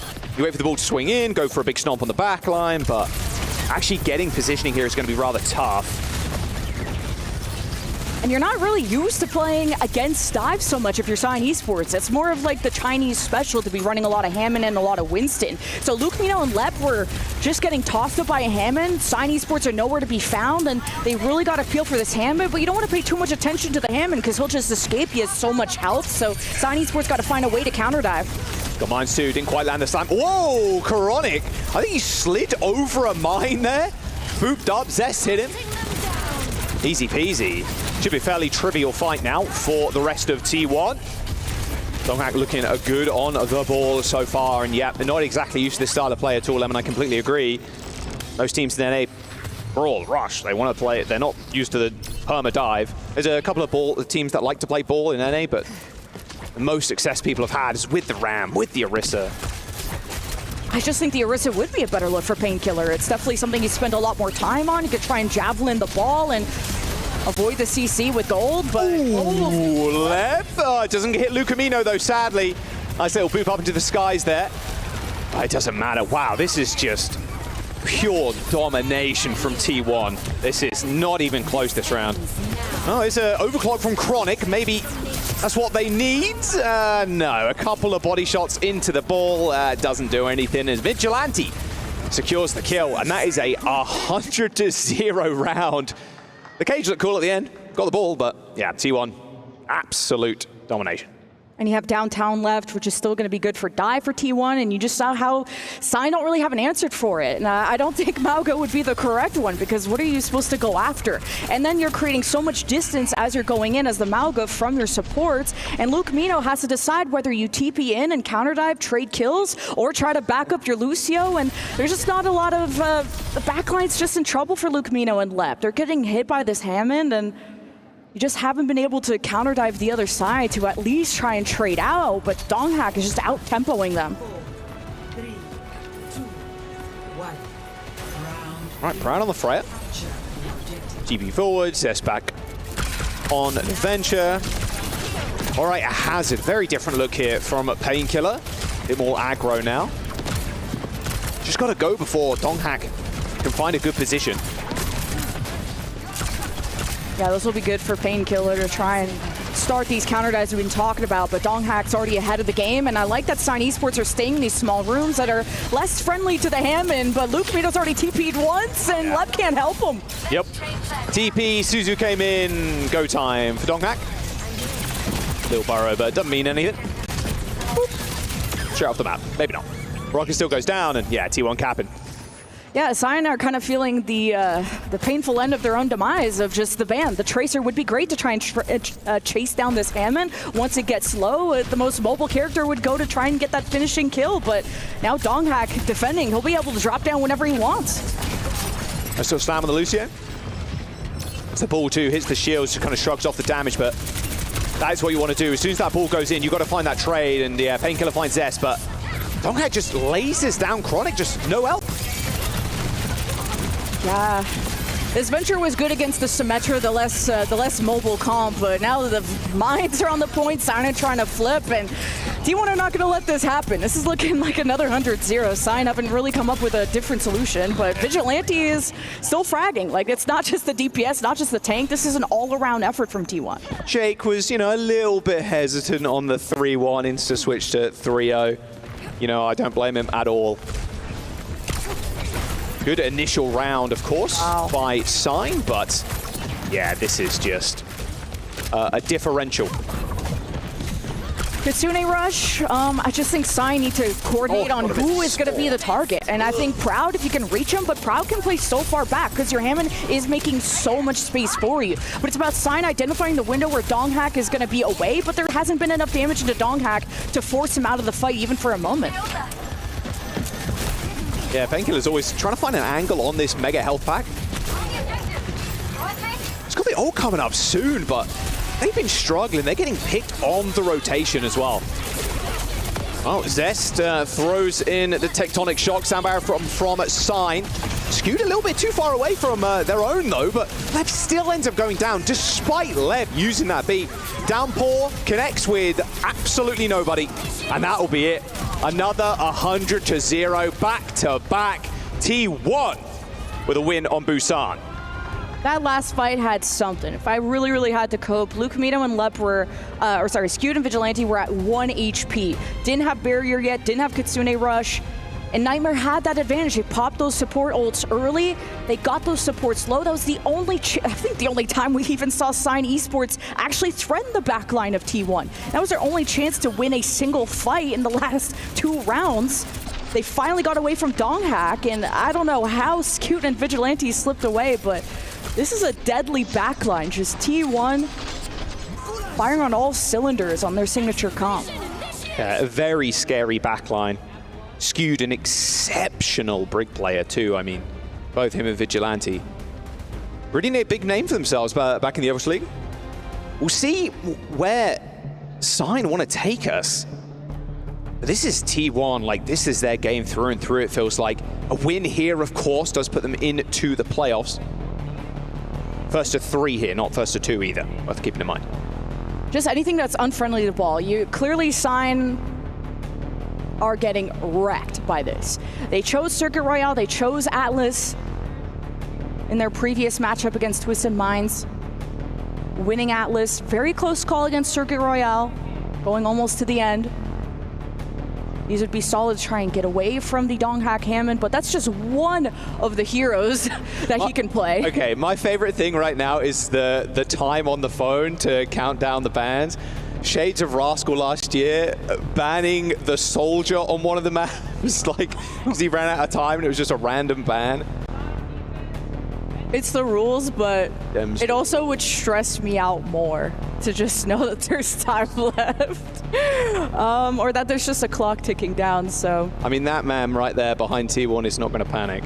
That is for sure. Fleda, the GOAT. I want to see the Donghak Doomfist. That's something you don't see again. I mean, they've had a little bit of it earlier.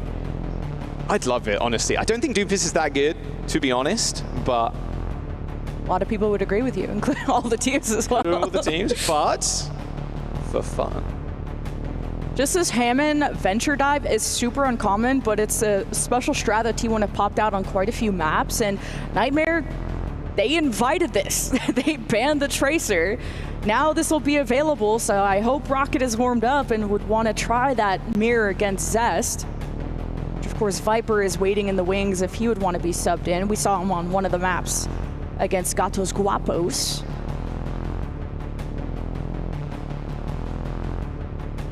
But for sign choices, like I said, yeah, Circuit, Atlas, I mean, they've gone to, don't want to go to Hollywood, New Junk City, they've chosen before. They feel very confident about that for their Flashpoint. I think you'd want to avoid Flashpoints against Donghak for sure. Definitely. I do think it was really interesting in that little interview Danny was given with Rocket earlier, and how they've only scrimmed. They scrimmed Varel. They scrim in some of the other teams that, you're not talking like T1, Raccoons, or anything like that. Like, they're scrimming some of the teams that are theoretically on the lower end of the totem pole in terms of power level. So they come into this unable to secure scrims with any of the Korean teams, which, for good or for bad, gives you a lot of good practice, a lot of insights, but they've done well so far. Venture ban for T1 and a Lucio ban and a Circuit Royale pick here for Sign Esports. Yeah, going for the flex support, double flex support backline against Skewed and Vigilante. Good luck.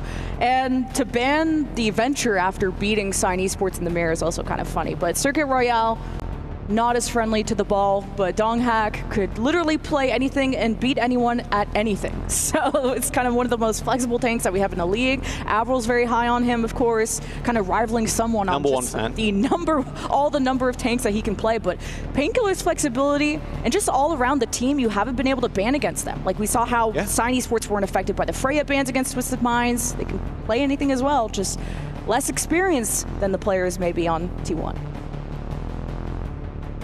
Yeah, experience definitely against scrimming and playing against some of the top teams and the top talent Overwatch has to offer, right?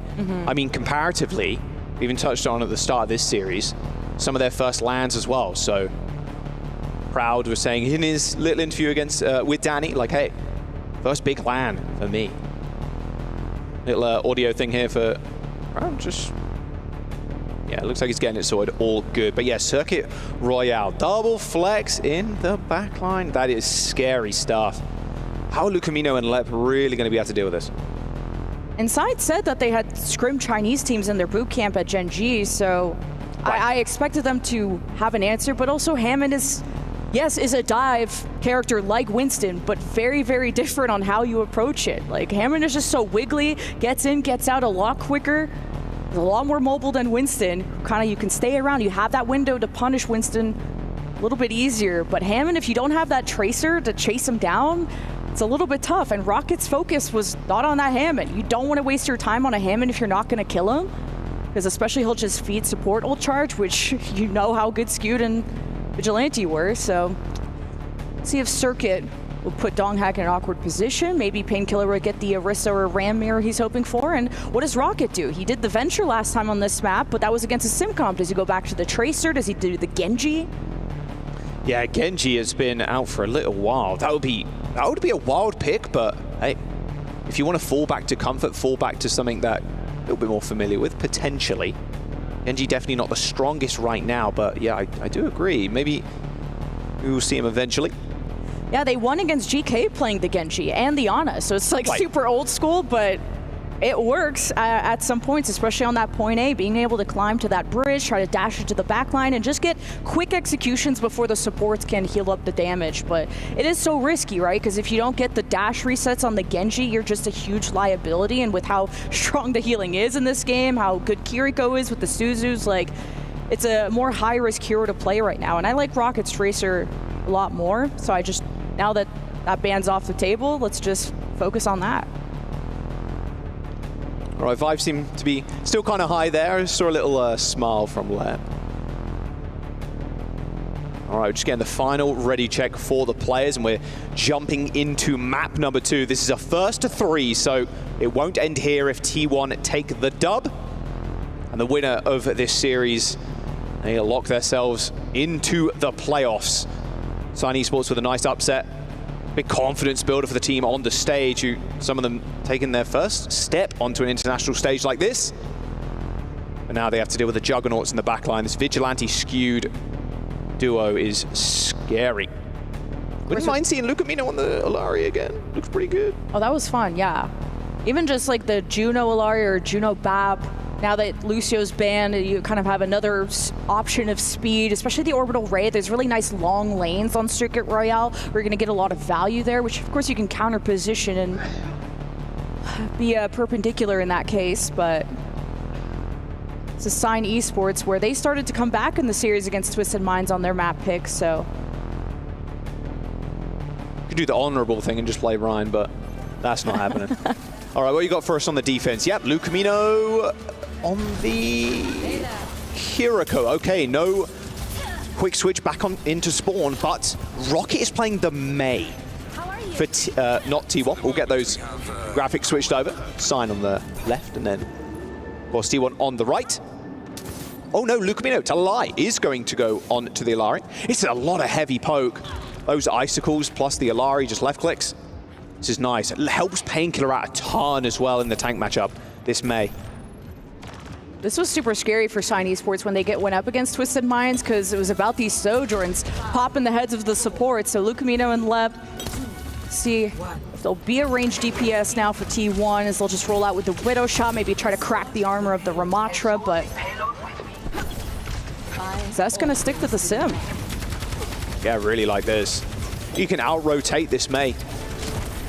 Teleport up into the high ground. The wall is going to be very valuable here. You can obviously wall the TP if required. Just wall it off, run away. They lose that kind of element of surprise, but the wall for Rocket is going to very much help Painkiller win this tank matchup, or, you know, stabilize in this tank matchup. Yeah, for T1, this is like their Midtown comp, but they're going to treat it as such. Just try to put as much damage at range and keep the distance. But look how far back Sign Esports are playing. Giving up that first corner is really crucial. Managed to wall Zest off, but Zest is still kind of chilling. Actually receives the lamp, goes for an aggro P. Here's the right click on Rocket. Okay, Lucamino goes for a wide swing too, but speared off of the map. Oh, good headshot by Proud there. Yeah, it's going to force everybody from Sign to back up. Yeah, Rocket's playing on an off angle, quote unquote, I guess over at the statue. I thought he would have given Painkiller a better edge in the tank battle if he would have gotten like an isolation or something, but maybe he just tried to have not the attention on him. Very fast cap for T1, and that's just kind of waiting for so much setup out of Rocket for a May wall or for something to happen. I think once this Blizzard comes out, if this still doesn't work for Sign Esports, I hope the Tracer comes out. Or Venture, especially against the Sim. Oh, aggressive captive Sun. An extra someone in the backline. Oh, Lucamino does it again. That lamp doesn't stop him either. Nice triple as he just quad taps Proud. Okay, Lucamino. Yeah, you ban the Lucio, you're going to invite this kind of pain. And yeah, no Venture counter, of course, that's banned. So Rocket may just have to do the traditional Tracer, but building very slowly up to that Blizzard. This has to be the win con, and T1 still have an uphill battle, literally to go up on the highway to try and draw Sign Esports into this window. Oh, try for the bonus in the air. Yeah, not a connection there, unfortunately. Skew does one better, though. Takes down Chronic. Says, you can fly, so can I. T1, we're going to wrap this fight up. That was a very aggressive push, by the way. Zest TP Donghak up into the high ground. Donghak flanked around to the bend here. Just being a menace. They had to deal with Donghak, who just used all the CDs imaginable. Didn't even need ult. I was surprised. T1 won that fight with less ults. I'm starting to get really worried for Sign Esports that this is going to be a quick series if they don't get something out of this Blizzard. Please kill the little turrets. Okay, yeah. I mean, Painkiller was getting dominated by them. Nice window usage as well. It's going to stop Sign Esports retaking this corner, and they're going to pile on the pressure, even putting that wall down too. So pretty much invulnerable at this point, and they've isolated Painkiller. He's got a couple of cooldowns to his name, but unfortunately, the same can't be said for the rest of the team. They don't even get one. It was merely a half a kill on the lamp. And this time bank, Lemon, is extending even further. Such a disgusting barrier, too, from Zest to separate Painkiller from the rest of his team who are trying to play at the main door. So you throw the Blizzard just because you're like, screw it, this is not working. Swap off the hero. Don't care about the ult. But that kind of threw the entire point A for Sign Esports, where honestly even May is stronger here. There's more narrow choke points. Either way, Rocket's going to try and mirror this. You don't see this out of Rocket too often. Usually likes to counter the sim, not mirror it, but... Donghack is in your backline again. There's teleports all over the place. Teams don't know which side they're playing on, to be honest with you at this point. Lucamino goes down, mid-captive Sun. There's the Annihilation on the high ground. Might be able to tag and get the kill onto Proud. He can, but the teleport away is going to help Zest escape. Same with Donghack, who has just been... he might as well be playing Portal 3 at this point. Come on now. Painkiller and Chronic do end up coming up with kills, though, but Donghack is still alive and kicking. He's got all four feet to kick with as well. This is a very tough spot for Sign to be in. They've got to deal with the Captive Sun. They've got to deal with this Terror Surge that Donghack has been holding on to. And Luke and Skewed has been so disgusting with the Captive Suns too. Sign Esports may just have to fight for this power position on the window, which Donghack is gonna have to give up, but could have even Terror Surge and try to pull people off the high ground if he really wanted to be cheeky. But Sign Esports now to the Diva, which isn't always the best into the Orisa, but Sign Esports are getting desperate with the swaps for sure. Yeah, I mean, this is all falling apart, unfortunately, for Sign. Another clean fight. No one's going to go down. They're going to stagger the Baby Diva for half a second. And yeah, this is going to be really painful. I think Painkiller's going to catch this wave respawn with Lep at the very least. Oh, Rocket! It was skewered like a kebab. All right, there it is. That is going to be T1 completing the map. Unless a miracle can come through. Nope. Unfortunately not. 2 minutes and 50 seconds in that time bank. Yeah, I don't know if Sign Esports just kind of overthought this. They came up with a different plan playing the Mei, which they really liked either the Genji or the Tracer with a Brig, Lep on the Juno, but they're trying something new here. Didn't really kind of get to a good comp until point B, and then they got really close to wiping T1. They had about 2 of their players left, but then respawn advantages for T1 at the start of point B. And then he went to Diva, which is countered by Sim and not good into the Orisa, so really tough call there for Sign. Okay, I want to point out that Chronic went Widow at the very end and jumped onto the point. It would have looked cool if he got a headshot. Unfortunately, he didn't. He instantly died. Aramco sideswap now for both teams as T1 get their chance to defend. Not going to mix anything up. If it's working, why fix it? Just keep it rolling. There's not been a lot of teams in T1's region that have been able to force them off of their comfort picks, off of their set comps. In Sign Esports, they swap the things, not like, I don't want to say based on vibes, because that's kind of discrediting, obviously, their read on the game, but it is on the fly, and it didn't work out against T1. And a 3-minute time bank is very GG, in my opinion. But Sign Esports, I like this look a lot more. Hey, that's okay. You can pick something off. Oh, that was a double hit as well. Oh! Ooh, okay, Proud. That's what I'm talking about. Yeah, Chronic, of course. We're bigging him up earlier and going to continue to do so. It was the scariest Freya in NA for Stage 2. No one could match the Freya performance. But Proud just kind of puts him in the bin. Yeah, and to kind of go toe-to-toe with Quartz and to struggle like this, but Chronic was more of a late bloomer in that series. It took some time for him to ramp up, and it's still a best of 5, so there's time, but Sign Esports, you hope this doesn't ding their confidence too much. Here's a teleport over at the statue's side to get pressure on the Skewed and Vigilante. Yeah, nice fully charged being there by Rocket. Deciding Sim is probably the best way to go, especially against these Orisas. Needs health though, but again, full charge on the beam is rather scary, but Lucamino and Painkiller already dead. Nice kill from Rocket, but gets his revenge at least, I suppose. And now Vigilante will get to defend with a window coming up, so you can almost, if you're T1, let Sign Esports round the corner right into the window, but maybe you want to take this long lane fight with the windows. A lot of places to hide, so I'm interested to see how Vigilante is going to place this and what's Sign's reaction, how they're going to try and hide away. Because if you're out in the open, even for an extra second, you're cooked by a window. See, maybe they can combo with this Captive Sun. There's no connecting, but my word. Lucamino from afar, trying to snipe Proud. A nice little beam heal there onto Painkiller, but unfortunately, again, it's all kind of falling apart. Little turrets being quite annoying to Lucamino, but he does end up tagging Proud there for half a second. No teammates to follow up with those kills. They do trade fairly well, considering the position of the attackers, but even at this point on this map as well, the lines for engagement are just, they're so similar. Like, it's very easy to come back on the defense here. And then if you really need it, you can hit wall from spawn as well if you're Zest. Like, it's, yeah. Yeah, Chronic has to create enough threat that T1 round the corner and Shiny Sports actually can approach. And not the best sim wall I've ever seen. Won't be able to take full advantage of it unless they round the corner. Captive Sun skewed in the skybox. I don't think they're even connected either. Needs to heal up Donghack as quick as possible. Oh, the shift a little bit too early on that one, unfortunately. And yes, Screwed will pay the price. There's a Terror Surge straight into the bolus too. Donghack, though, still alive. Hits that Fortify. And Lucamino caught slacking there behind the sign. Painkiller now turning tail and running. Even eats the spear too, does Donghack. He stands tall for T1. Zero emotion on that face. Stone Cold Killer. Less than a minute.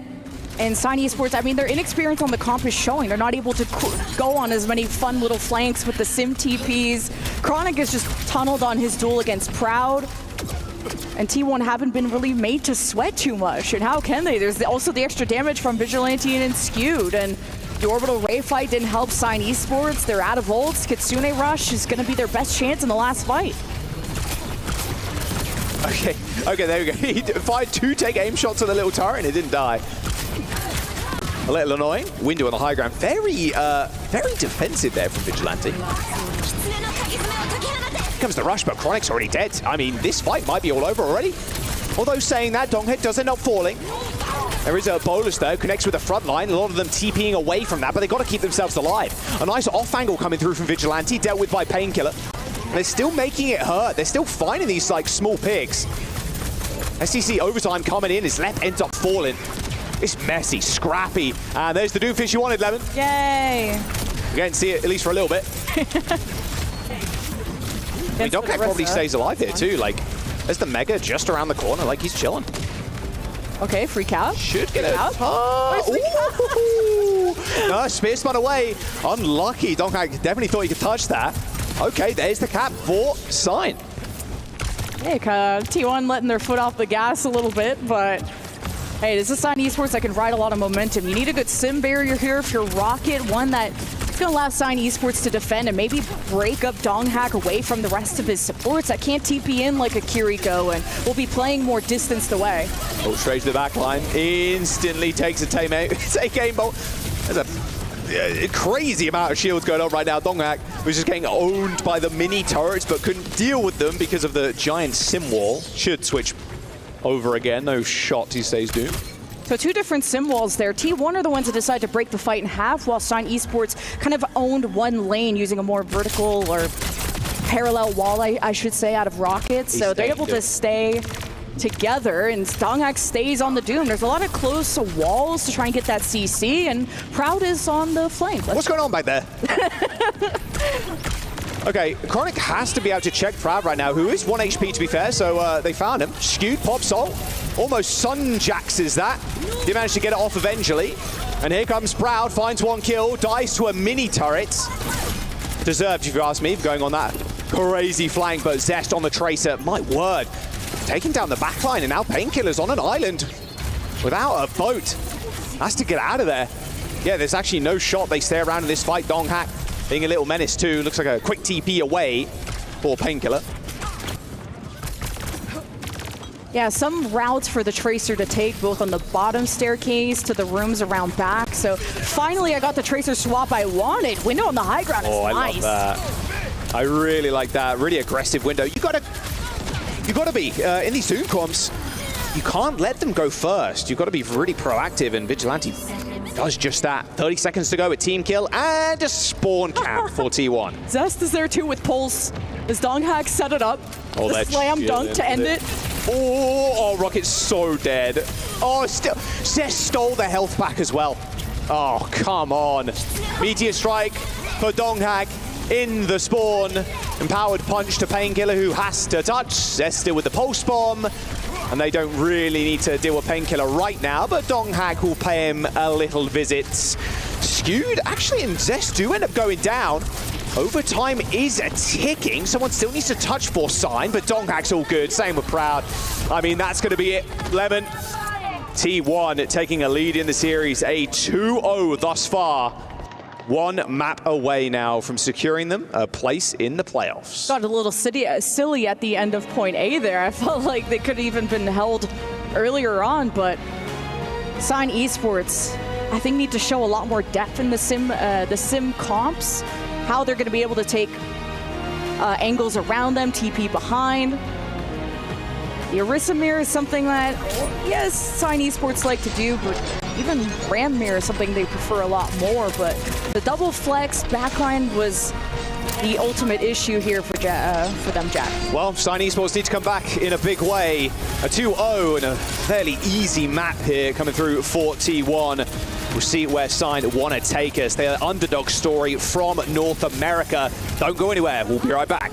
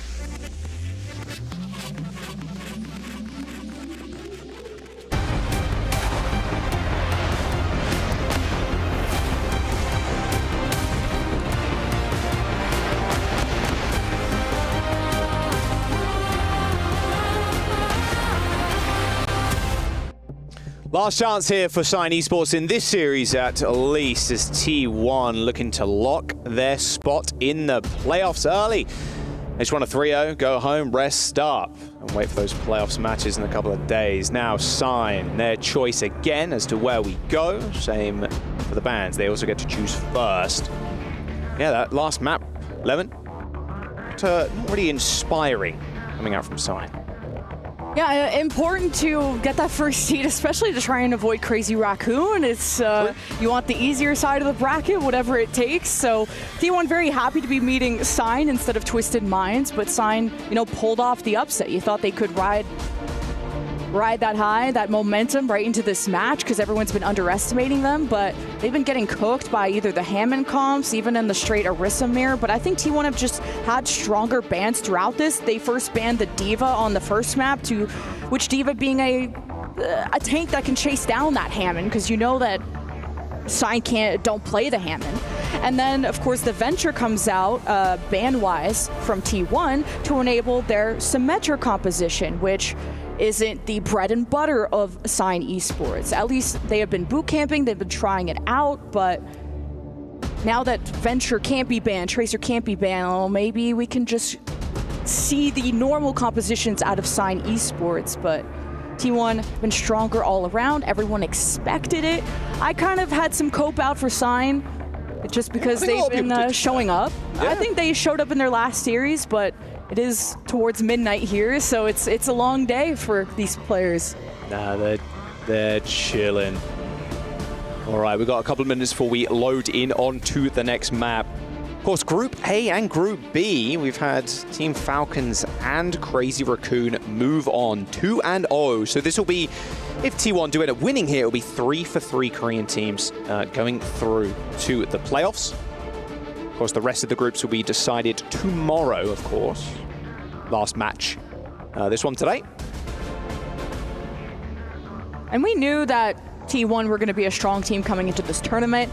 I wanted to see them face a true challenge, and nothing against Gatos Guapos, but more of a team on T1's level, what they were going to look like, how were the bans going to affect them. But this is just a T1 are just a team you can't really ban against, at least in the tank department. And even from trying to get rid of the Tracer, get rid of the Venture, it hasn't affected T1.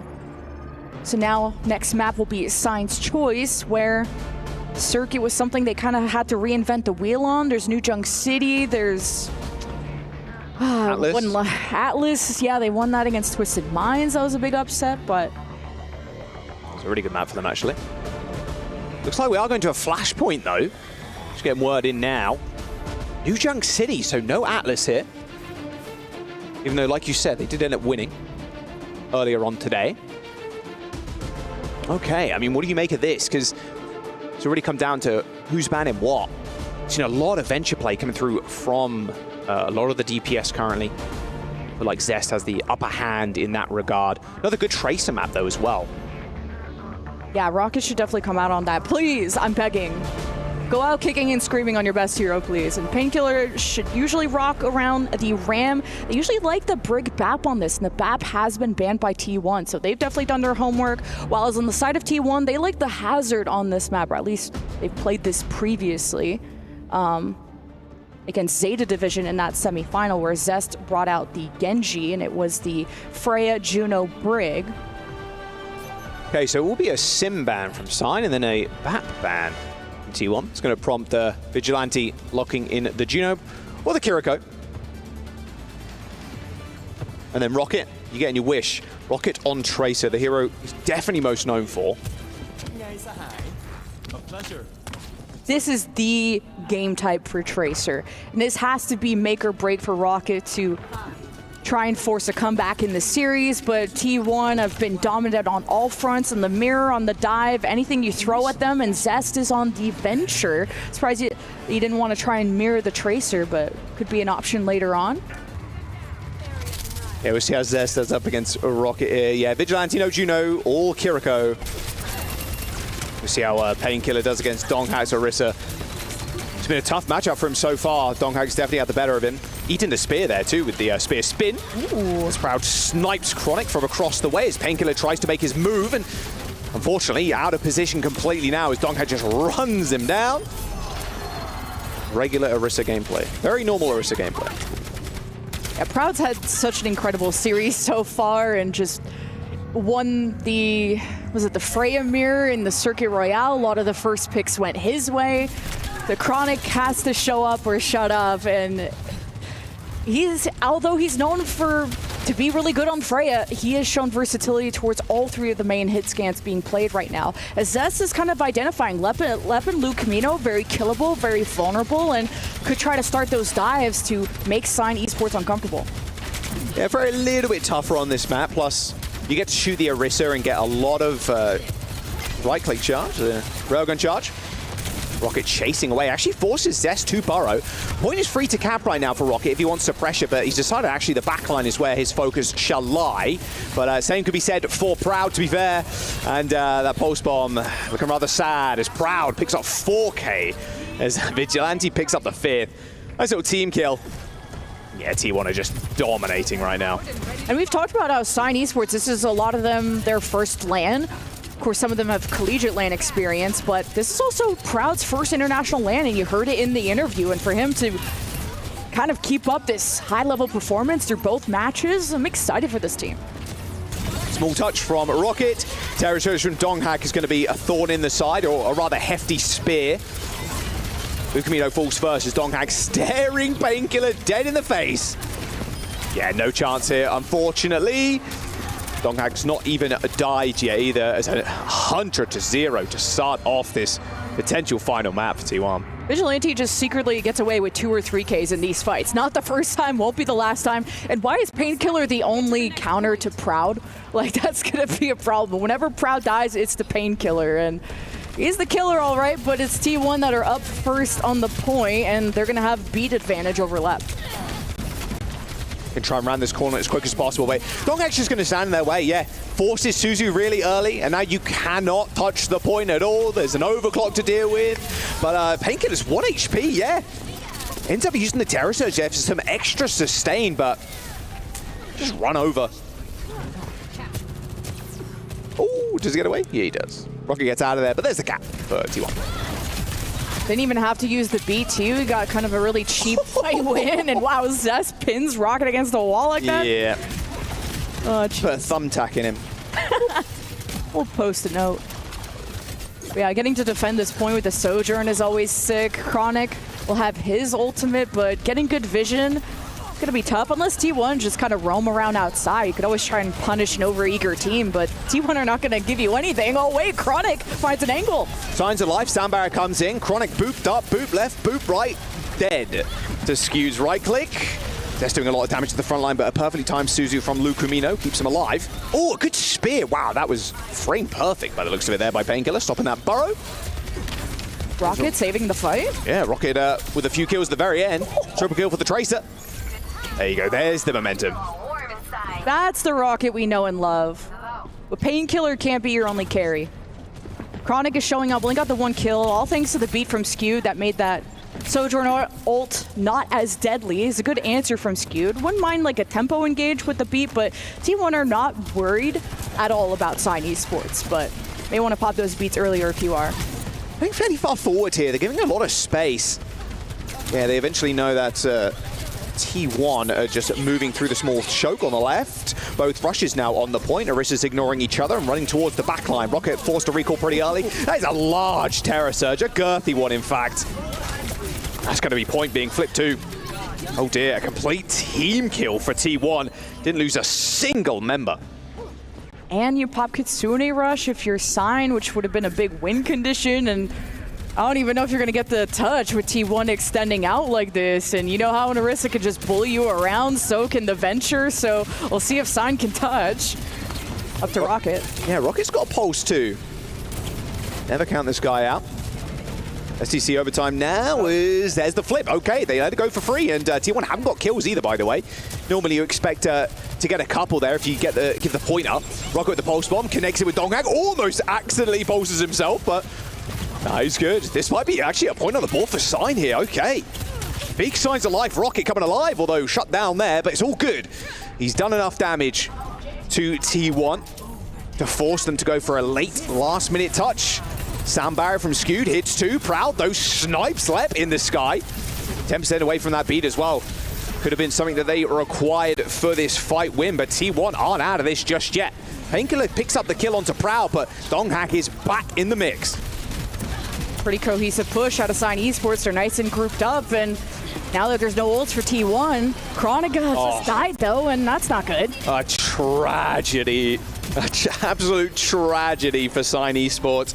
That looked like a guaranteed point win there, but yeah, you forced the errors from T1.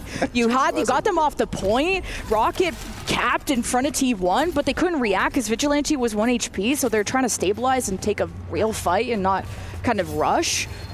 But then Donghak just kills everything. It's kind of a tank off there between Painkiller and Donghak of who's going to carry their team. Yeah, very rarely do you see the two-person beat work out, to be honest with you. But Skewed and Proud got it done, and, well, they got the Tectonic Shock now. Not the best point to do it in. Not a cover to be found, of course, but this high ground, everybody's kind of carrying away from Zest. Zest pops up. There's the rush, though, on the point. Tectonic Shock, though. Lucamino in trouble. Here comes the counter rush, although the beat from Lep is going to make sure they survive any incoming damage from that Tectonic Shock, as Chronic has already found a 2K, 3K in fact, with the overclock. That'll be point cap. Massive beat for Lepto to save that fight. A lot of people were half HP just from the Tectonic Shock from Zest, and so a lot of the cohesion from T1 as they brought the fight towards the point, and Lep saved everyone, allowed Chronic to not only take the high ground and ult, but to stay there and actually just focus on aiming and not escaping everyone diving him. Big thing for T1, though, is going to be their sound barrier now. Skewed just got it online, although losing Proud that early is not good. Already going to call for a swift reset. No heroics here from Skewed, as Zest also booped up away from that burrow. This is really do or die for Sign Esports. It's 0-2 on the map, 0-2 in the series, and you got to defend this with your life. Rocket, Pulse Bomb, tough to hit when you have Beat on the other side. You have Suzu from Vigilante. Zest can burrow and just be elusive. Proud will jump away. Donghak has 1 trillion armor, so Rocket's been more of a tank shredder, but Beat first. Yep. Beat connects. Oh, the Pulse Bomb whiff there from Rocket. We've got a slight hit marker there, but it's not going to matter. Terror Surge as OT approaches. Vigilante does end up going down to Painkiller, but Donghak now trying to trade their Kirikos as Lucamino falls. Proud in trouble, though, on the high ground, dueling out against Rocket. Still, point in contestation as Sign Esports are trying to just use every cooldown possible to push Donghak off, but overtime Wick takes a long time to burn, sadly, for Sign. Donghak now in trouble. He's still got this Terror Surge for emergency's sake. Does end up using it to sustain. Actually kills Rocket as well. But the flip should end up coming in.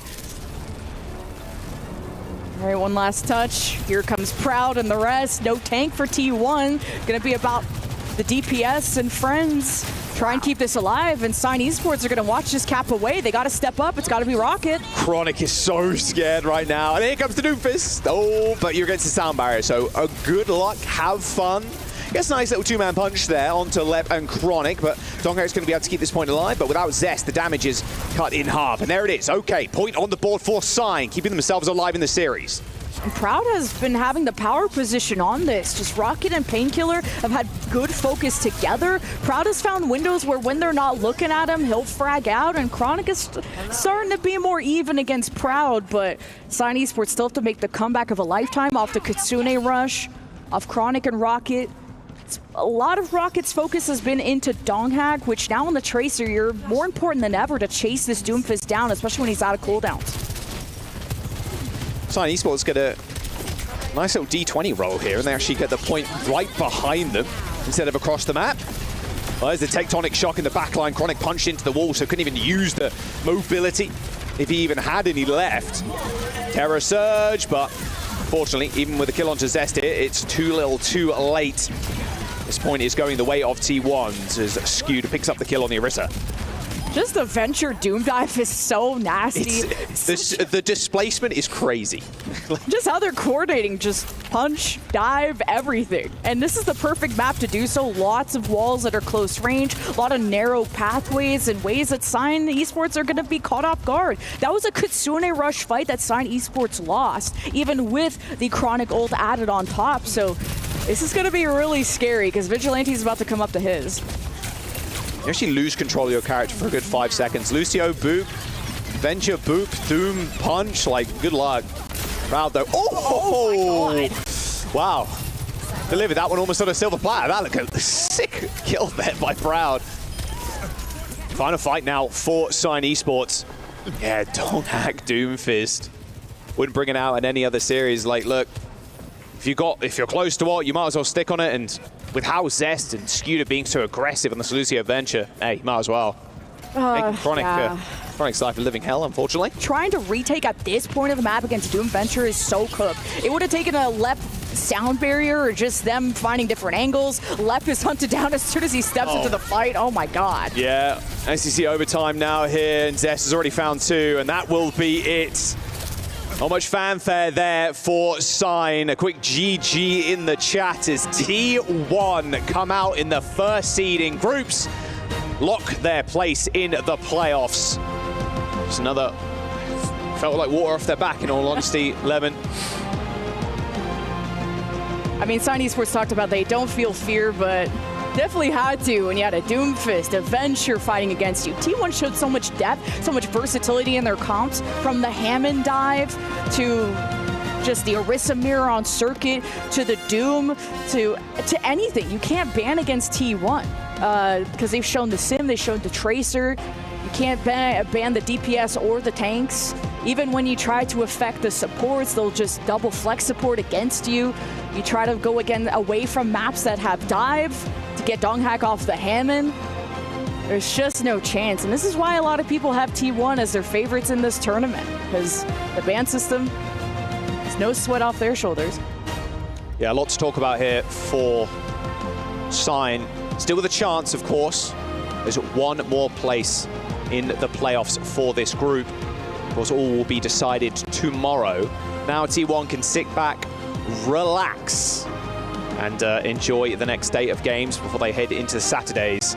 Let's jump down to the stage, though. We got the wonderful Fancy down with Vigilante. Thank you so much, gentlemen. I am back on stage with Vigilante for the Amazon winner interview. Just got a quick questions for you before you go off on your rest day. So you and Sign Esports came into this tournament as dark horses. What do you think gave you the edge to win this match? 일단 비질란테 선수 승리 축하드리고요. 첫 번째 질문은 일단 사인 e스포츠랑 T1 모두 이제 다크호스로 평가되는 팀인데 서로 만나보신 적은 처음이잖아요. 그래서 이번 매치에서 좀 어떤 점이 T1에게 좀 승리의 요인이 되었을까요? 우선 저희끼리 소통을 되게 열심히 했고 무엇보다 팀이 하나가 되려는 소통을 많이 했어서 그게 좀 큰 성과로 거두어진 것 같습니다. We focused on more communication and then more cohesive communication, so I think that led to the victory. I mean, absolutely. It was a sweep. It was in your advantage from the first map. But I do want to ask, now that you're in the playoffs, is there a team that you're already keeping an eye on? 이제 플레이오프로 직행하시게 된 만큼 이제 플레이오프에서 만나게 될 팀들을 좀 눈여겨보실 필요가 있을 것 같은데 좀 상대로 좀 눈여겨보시는 팀들이 있는지 궁금합니다. 크레이지 라쿤 이유는 이제 저희가 오버워치 코리아 결승전에서 졌었어가지고 여기서 이번엔 결승전에서 꼭 이기고 싶습니다. Yeah, definitely we're keeping an eye on CR because we lost to them in the Korea finals, so we definitely want the revenge. Absolutely. I mean, Crazy Raccoon, they have a target on their back coming into this tournament, so you guys definitely would love to face them.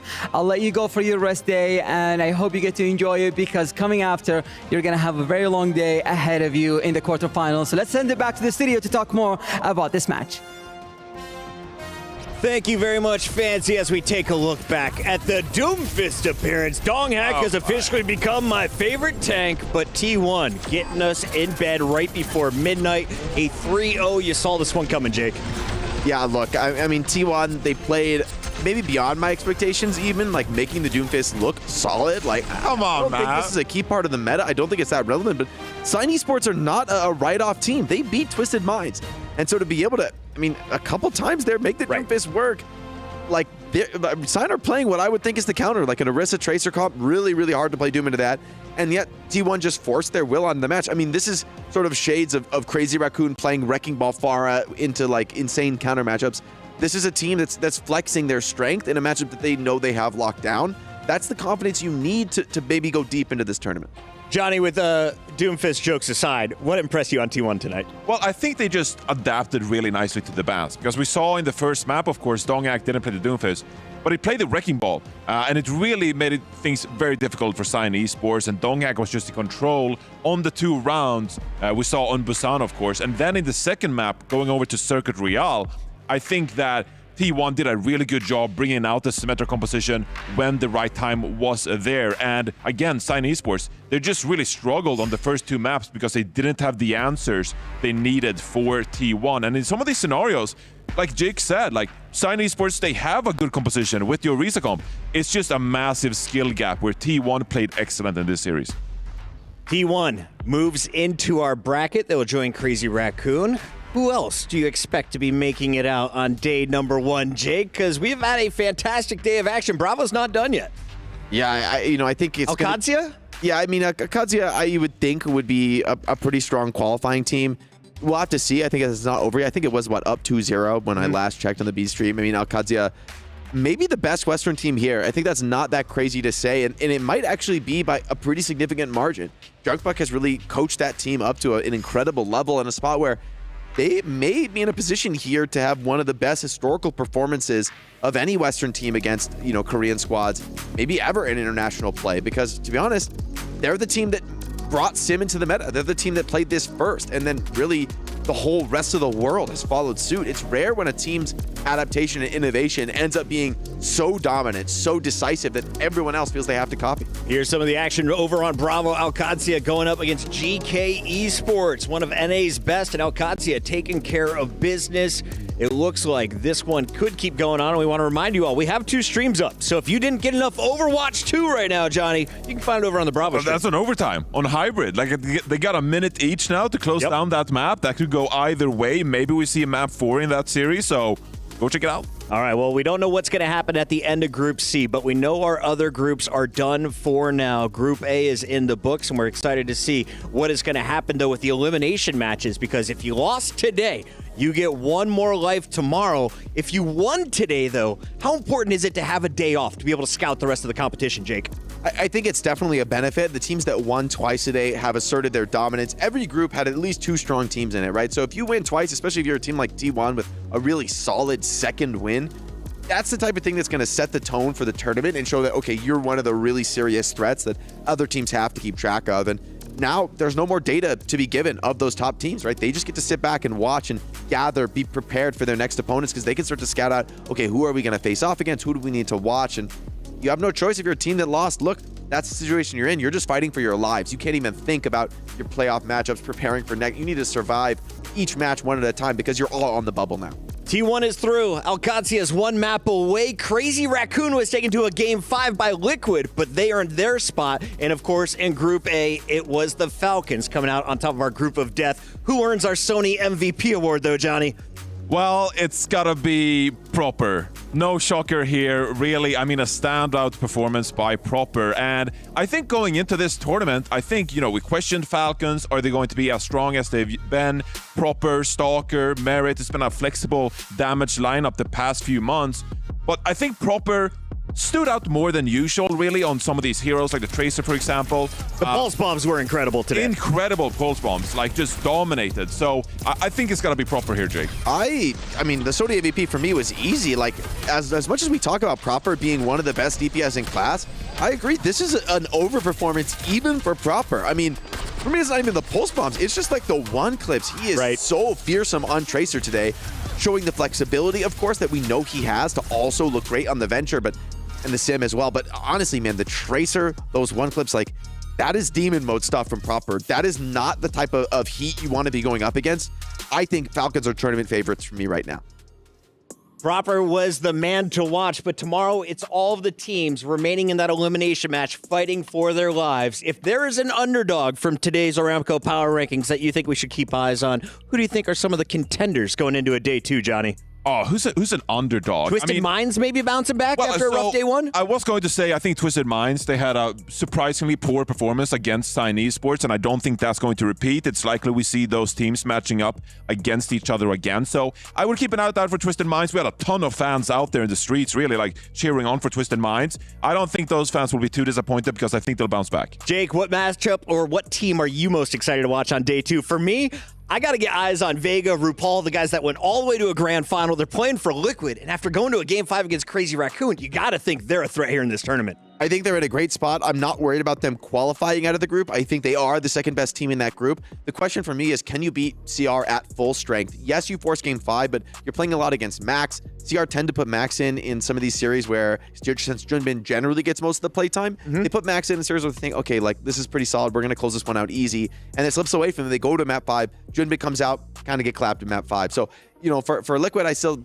put a little asterisk over their strong performance here. However, I think they can build momentum and maybe continue on deeper into the tournament. Okay, so thank you for crapping on my team that I was excited to watch tomorrow. Who are you excited to watch tomorrow, Jake? Original question, back to you. I want to see Weibo Gaming. Please, me too. And they've had some solid performances. They still have a couple serious threats in their group, right? Virtus Pro, I'm less worried about for them, but all gamers, there's always a chance, right? If they can, get things really wild and crazy with some ball comps, with Milgaru maybe bringing things out, you'd think, Weibo Gaming is the type of team that's going to just mirror that and play dive and take that chaotic matchup. But that's the type of spot where anything can happen, and maybe the rookies could come out with a big win.